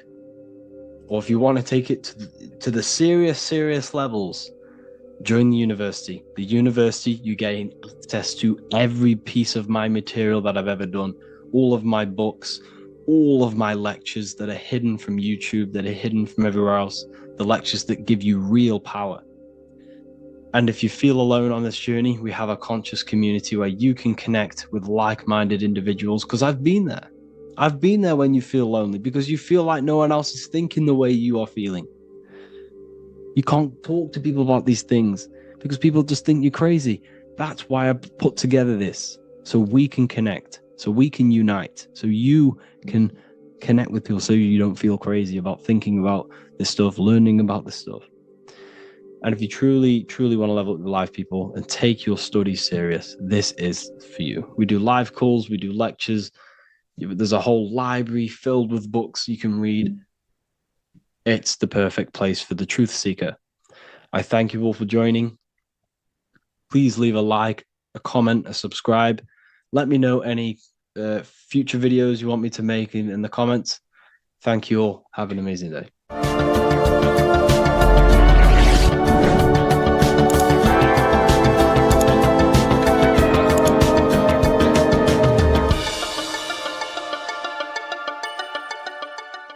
Welcome to Revival of Wisdom. Welcome people, we're back with another video. In this video we're talking about how Jesus Christ and Christianity is all sun worship. The Holy Bible of Christianity is not meant to be taken literal for history. It is a story and has lots of metaphors. Starting with the symbol of the cross of Jesus. This cross originates from this ancient cross of the sun.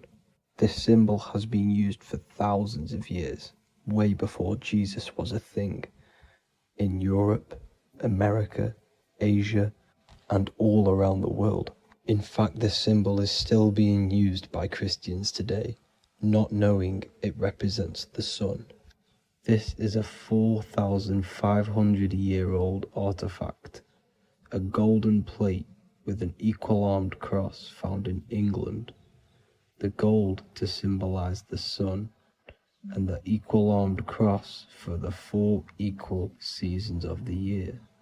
So this is why in the Bible you have Matthew, Mark, Luke, and John, symbolizing the yearly cycle of the sun and the 4 equal seasons. Also in the Bible, Jesus is referred to as the light of the world.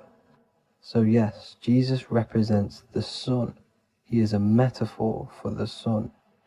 Hence why in all of these pictures and images and paintings of Jesus, there's always a sun behind his head, and some even with the sun cross behind his head.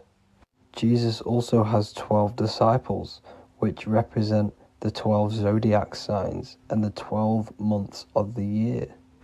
This is the Last Supper by Leonardo da Vinci. As you can see, the sun, being Jesus, is in the center, because the sun is in the center of the zodiac signs. There are 4 groups which symbolize the 4 equal seasons. Each group contains 3 people symbolizing the 3 months and the 3 zodiac signs in that season. There is only 1 female in the painting, which is Virgin Mary, who symbolizes Virgo, the astrological sign. So yes, Jesus symbolizes the sun with his 12 zodiac signs and 4 gospels for the 4 seasons of the year. However, there is another phenomenon. The 25th of December is known as the birth of Jesus Christ, which is known as Christmas today. Jesus symbolizing the sun and is born on December 25th. This is the day the sun moves 1 degree northward, bringing back the warmth, the growth of crops, the life and light back to the northern hemisphere. Everything is springing back to life, as we call it, spring. So it is said that the sun is born again on the 25th of December, and Jesus is known as the risen Savior, because the sun is our risen Savior, because it gives life to the whole of this realm, the warmth, the crops, and without the sun rising in the morning, we'd all die in about 2 weeks. And we all know how Jesus died on a cross. The sun also dies on a cross in the southern hemisphere. It dies on the Southern Crux constellation. And on December the 22nd, 23rd, and 24th, the sun remains in the same position.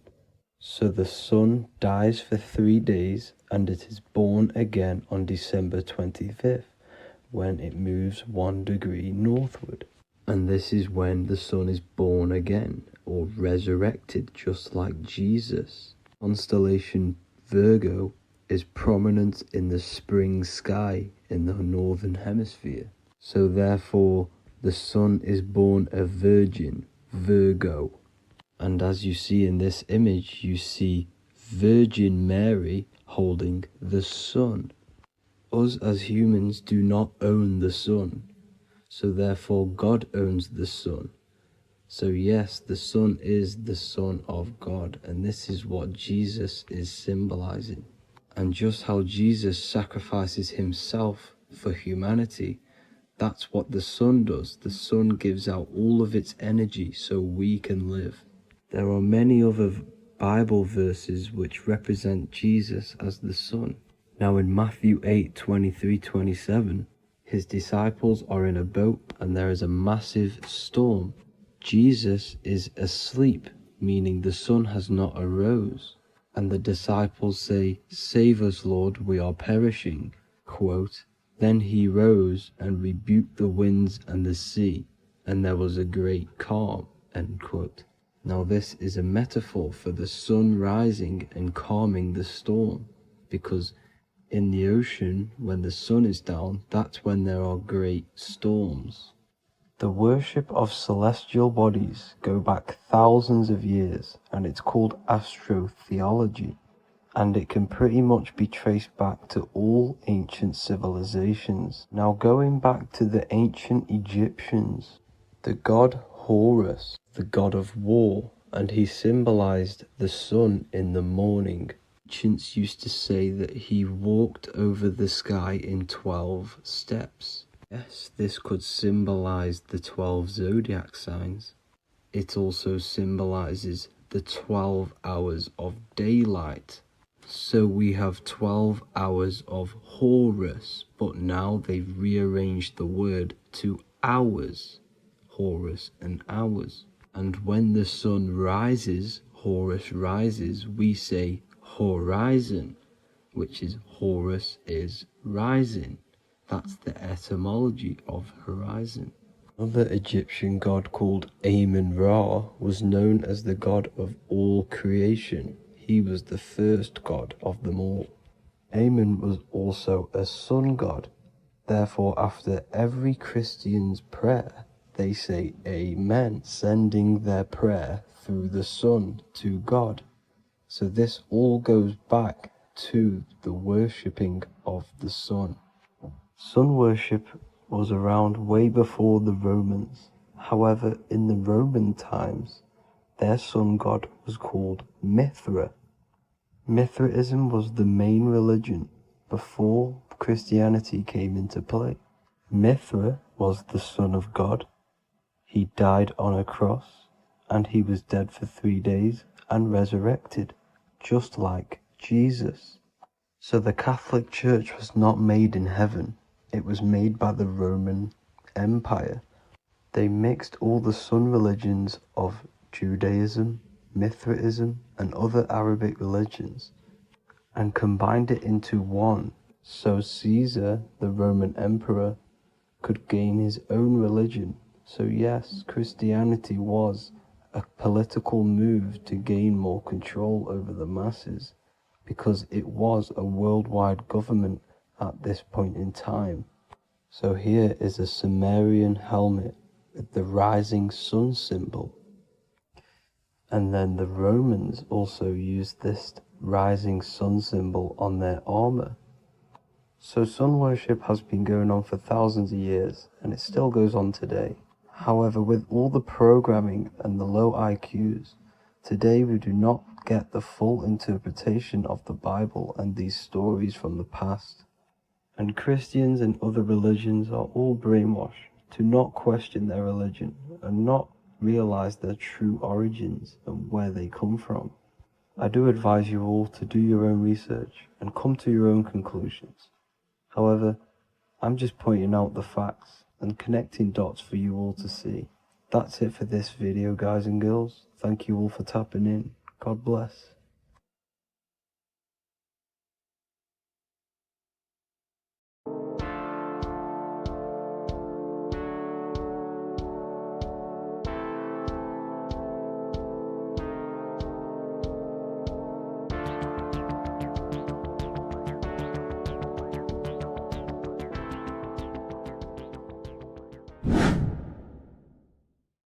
What is good, people? It's Revival of Wisdom. Today we're going to be talking about Saturn. I've done this video in the past. However, this video is going to contain a lot more in-depth explanation of Saturn. So the 33rd degree Mason, Manly P. Hall, said, Saturn is the key to crystallization, physical matter. Light is matter, matter is light. They are interchangeable. Low vibrating light turns into matter, high vibrating matter turns into light. And Saturn is the god of this world, this physical world. He crystallizes light into matter. This is symbolized as the Masonic checkerboard, matter and spirit, matter and light, light and matter. He's also the god of time, destruction, justice. He creates and destroys, because all things in time die. He creates and destroys you. So, because we live in this physical world, which is the electric world, this is why we say electricity, because it comes from the root word of El, Saturn. They used to call Saturn El, E-L. This is why we used to say Elohim is God. The real God of this world is Saturn, but it's being hid. This is being hid. Jesus is Saturn. All of this is Saturn. It's all Saturn worship. It's the real God of this world, So, physical matter is a result of two opposing forces equalized on the plane of inertia, because everything is created out of electromagnetic toroidal fields.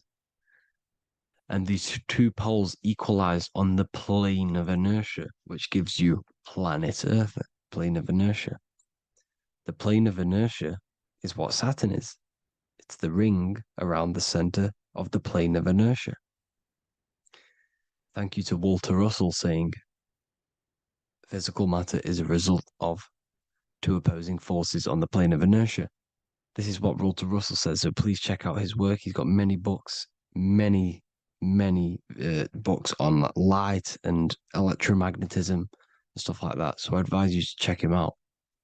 So the torus field gives you the binary code 0 and 1, the female vagina, and the male phallus.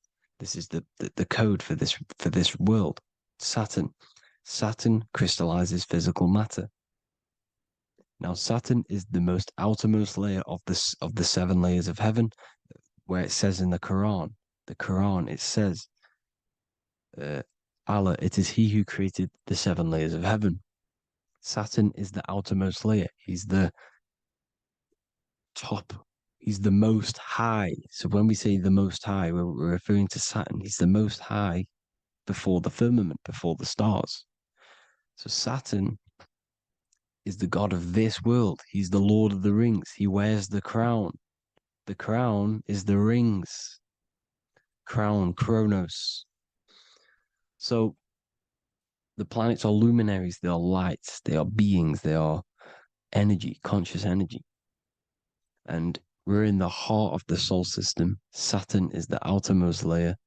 He is the one of this world. He's the god of this world. Now, on the North Pole of Saturn, you have the hexagon. Add up all the sides. It creates the 6-pointed star. Or it can be created as a cube. The cube is very important. The 6-pointed star is very important. 6 points, 6 triangles, 6 side, 6, 6, 6. Black cube adds up to 6 in gematria. Now, what did I say in the beginning? Saturn crystallizes the physical world. He creates physical things out of light. You are a light being. This is why we say human. Hue means the light spectrum. Hue, man, we are light manifested into physical forms, human. And we are incarnated through Saturn. Satan, same thing. The number of the beast is 666, and the 666 comes from the 6.6 triangle, 6 sides of Saturn, 666. We are all known as carbon-based life forms. Carbon, the atomic structure of carbon, is 666, 6 protons, 6 electrons, 6 neutrons. We are materialized into our physical bodies through Saturn, through the number of the beast. These bodies are the beast, it's the animal. The divine, the Christ, is the consciousness within, because you are a physical, spiritual being combined into one, hexed into one. Hexagram. This is a hexagram. You're hexed into physical matter, spirit and matter, light and dark, combined into one. Now you contain of the mark of the beast, the mark of your body. Your body's the beast. It says in the Bible, Satan, who is the god of this world. This world. There are many different worlds, but this world is run by Saturn, and it says that in the Bible. Saturn is Satan. It's the same thing. And look at the crown of thorns wrapped around the heart. The soul is in the heart. The mind is in the brain. The soul is wrapped around the rings of Saturn. You're wrapped in physical matter. This is what it's showing you. This is symbolizing the rings of Saturn wrapping you. And the cross on top is the cross of the cube. The cube the black cube of Saturn, unfolds into a cross. So Satan, who is the god of this world, Corinthians 4:4 in the Bible, Satan, who is the god of this world, has blinded the minds of those who don't believe.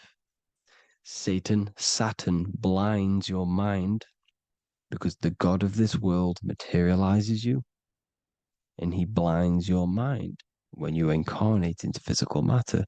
When you enter this soul system, not the solar system, you hit Saturn first. He materializes you. And look at the symbol for Saturn. This is the symbol for Saturn. All of the planet symbols are created out of the Holy Trinity.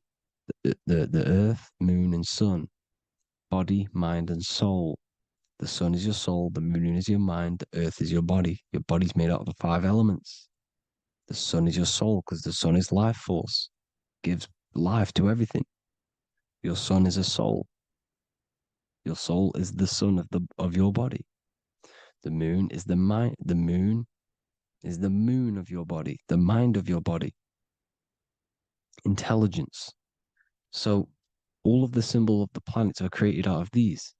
The Saturn symbol is created out of the Earth cross, matter, and the moon crescent, moon, mind, matter over mind. This is why Satan, who is the god of this world, has blinded the minds of those who don't believe. He blinds your mind. Look at the symbol, it's showing you. The Saturn symbol is matter over mind when it should be mind over matter. So we descend into a soul system, into our 666 Saturn carbon suit bodies, and we are matter over mind. Then we have to move up the spine to go back up to spirit, to mind over matter, where you manipulate your own reality. Now look at this. It creates the number 5. 5 is the number of change. You're moving from this side of the number sequence over to the right side. You're moving from the spiritual into the physical world.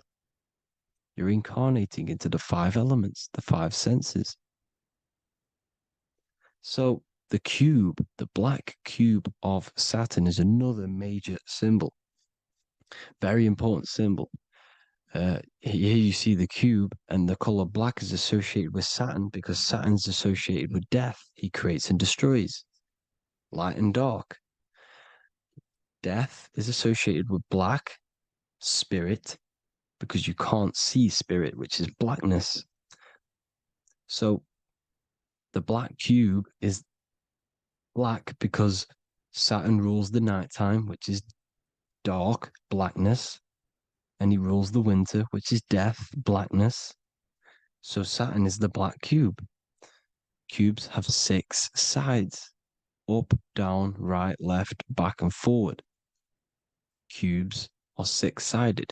Everything is 6-sided inside of this creation because you're incarnating, you're materializing, crystallizing into the cube, the world of the cube. Everything's a cube. Everything's got 6 sides. Here's Leonardo da Vinci showing you that you're in the cube. Leonardo da Vinci did this famous painting. You're in the cube, you're hexed into physical matter, where you're incarnated into the 3rd dimension, the 3-dimensional world, which is a cube, 3D. And black cube adds up to 6 sides of the black cube. The Kabbalah means cube god in Arabic.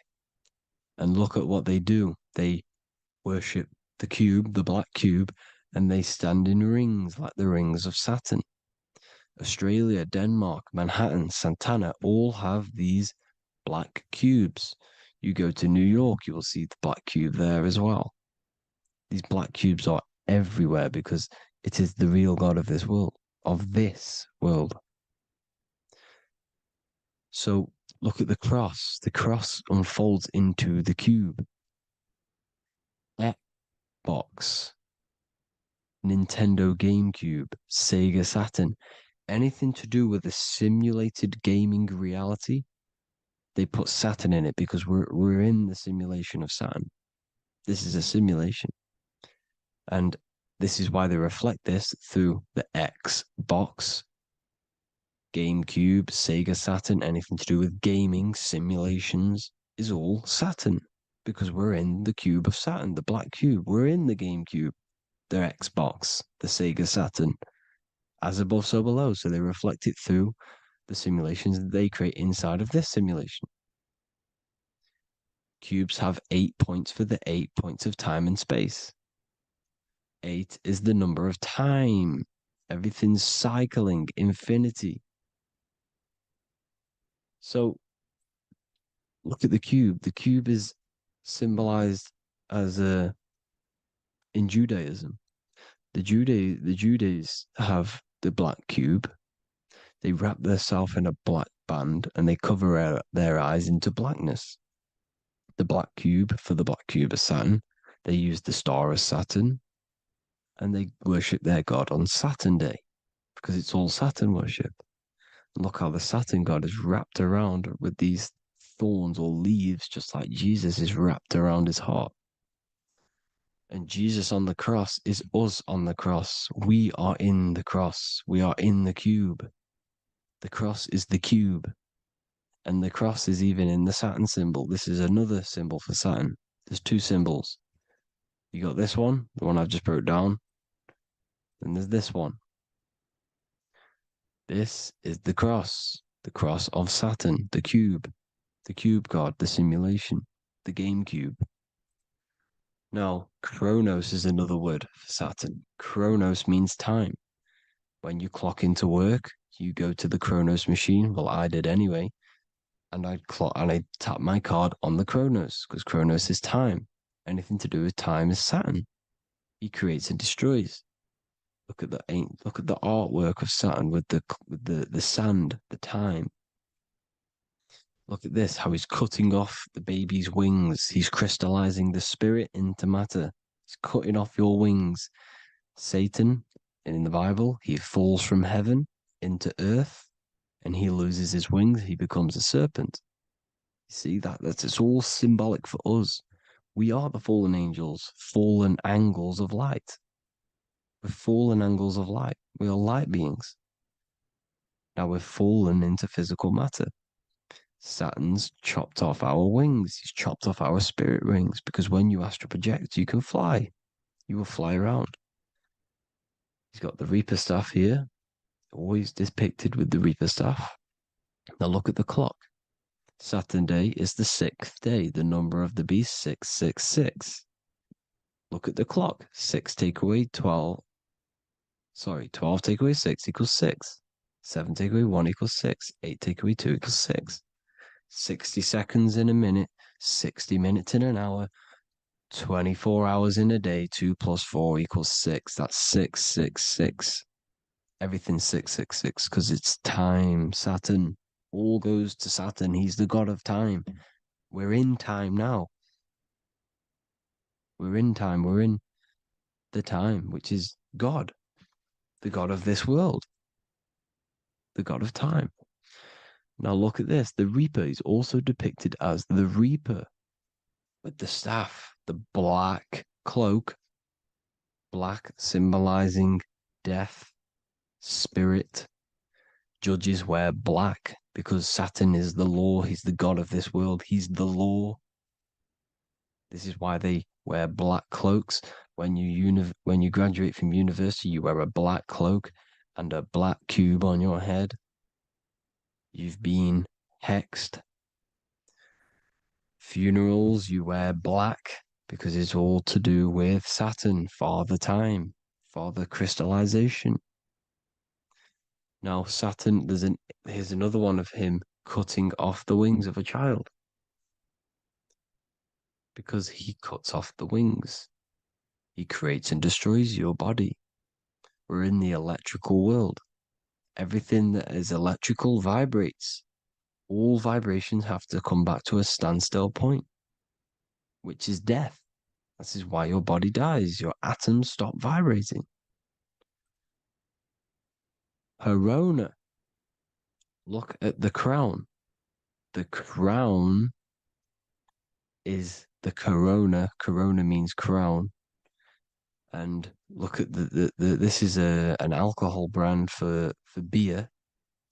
You can see the staff of Saturn in the symbol with the moon crescent. corona, which is the crown, Saturn, the crown on Saturn, the rings. And then you've got the staff. It's all Saturn worship.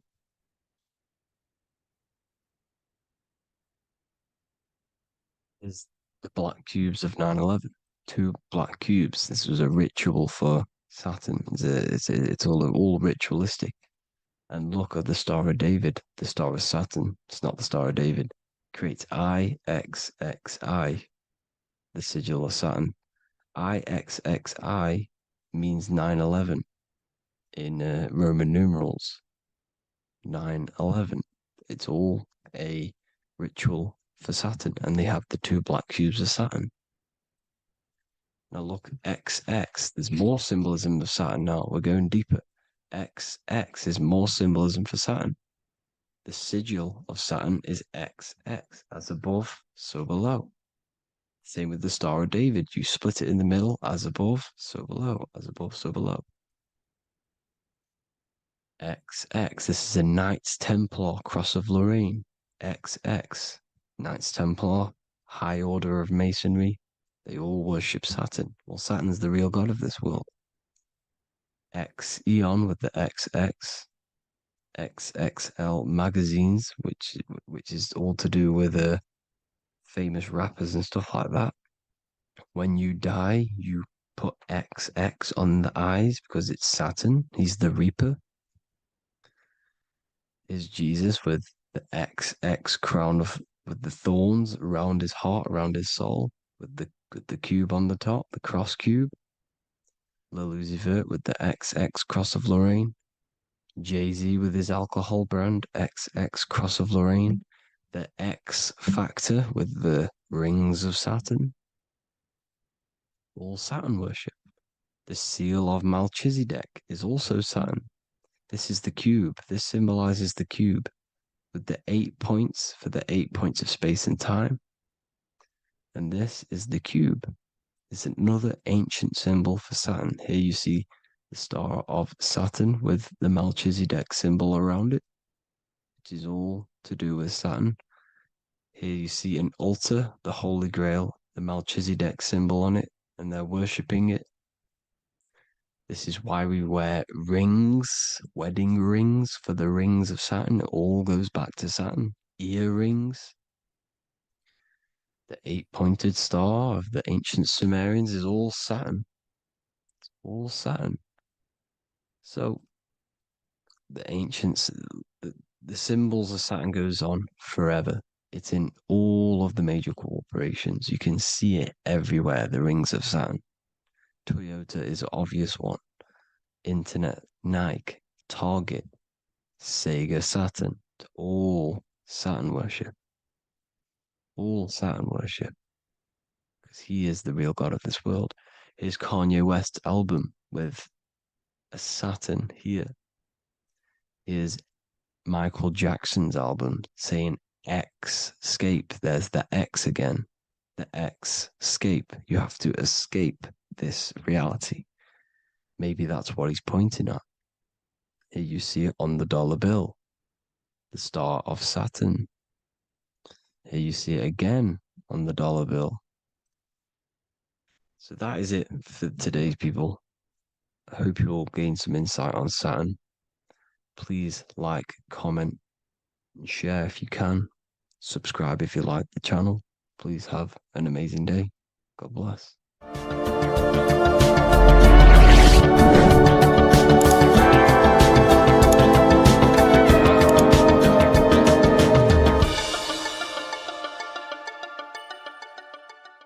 Welcome to Revival of Wisdom.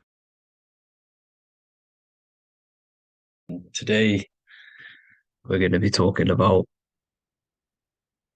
portals, portal symbolism, what portals are, okay, and how they show them to us, because they have to tell you the truth, guys. This is the thing with the universal law. They have to tell you the truth. And they tell you through symbols, they tell you through movies, and different things like that. But let's jump straight into this. So first, I want to talk about the Freemasonry symbols. Okay, so first we got, obviously this is some Freemasonry art, but notice how you've got the ladder with a key. Okay, so this is ladder symbolism with a key. So maybe this is talking about ascending. Okay, because look, because this is ascending into the heavens, because it's a ladder with humans going up it with a key. In order to ascend, you must have the key.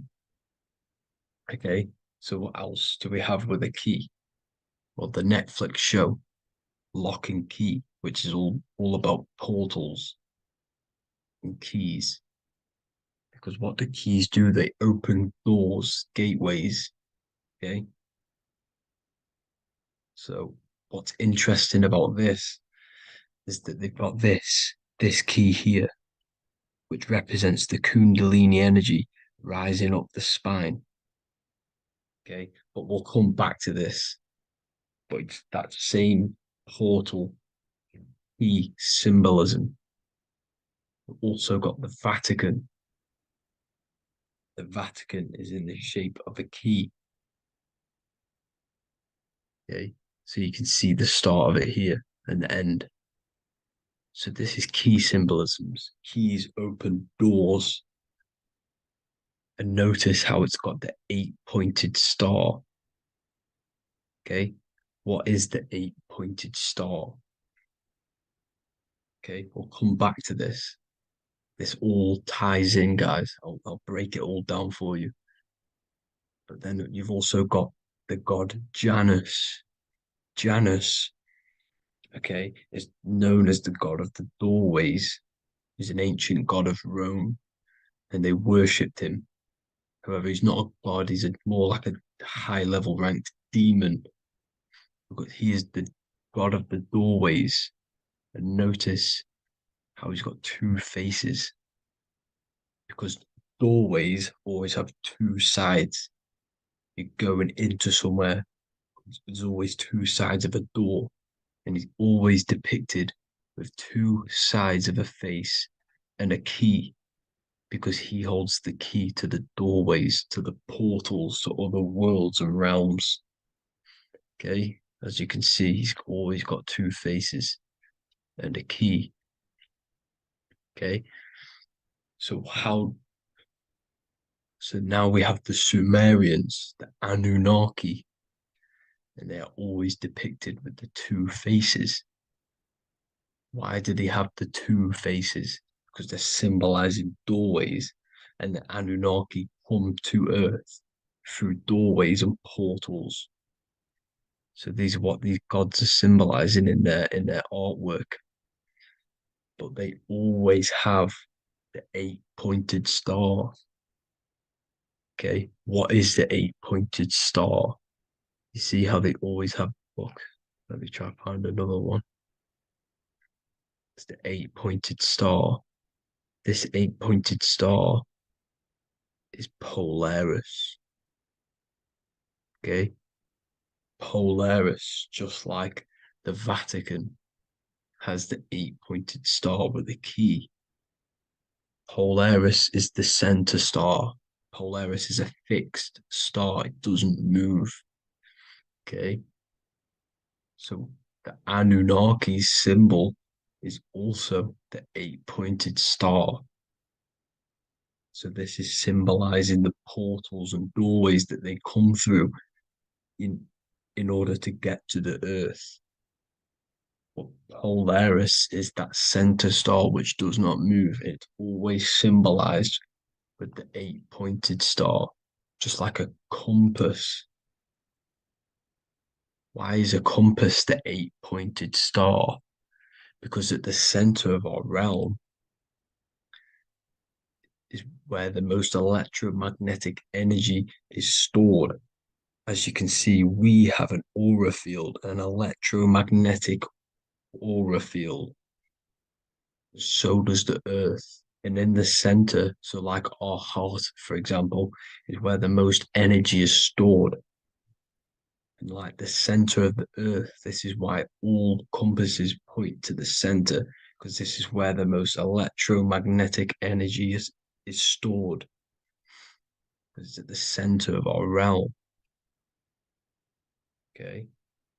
So like I was saying with the lock and key series, see this here?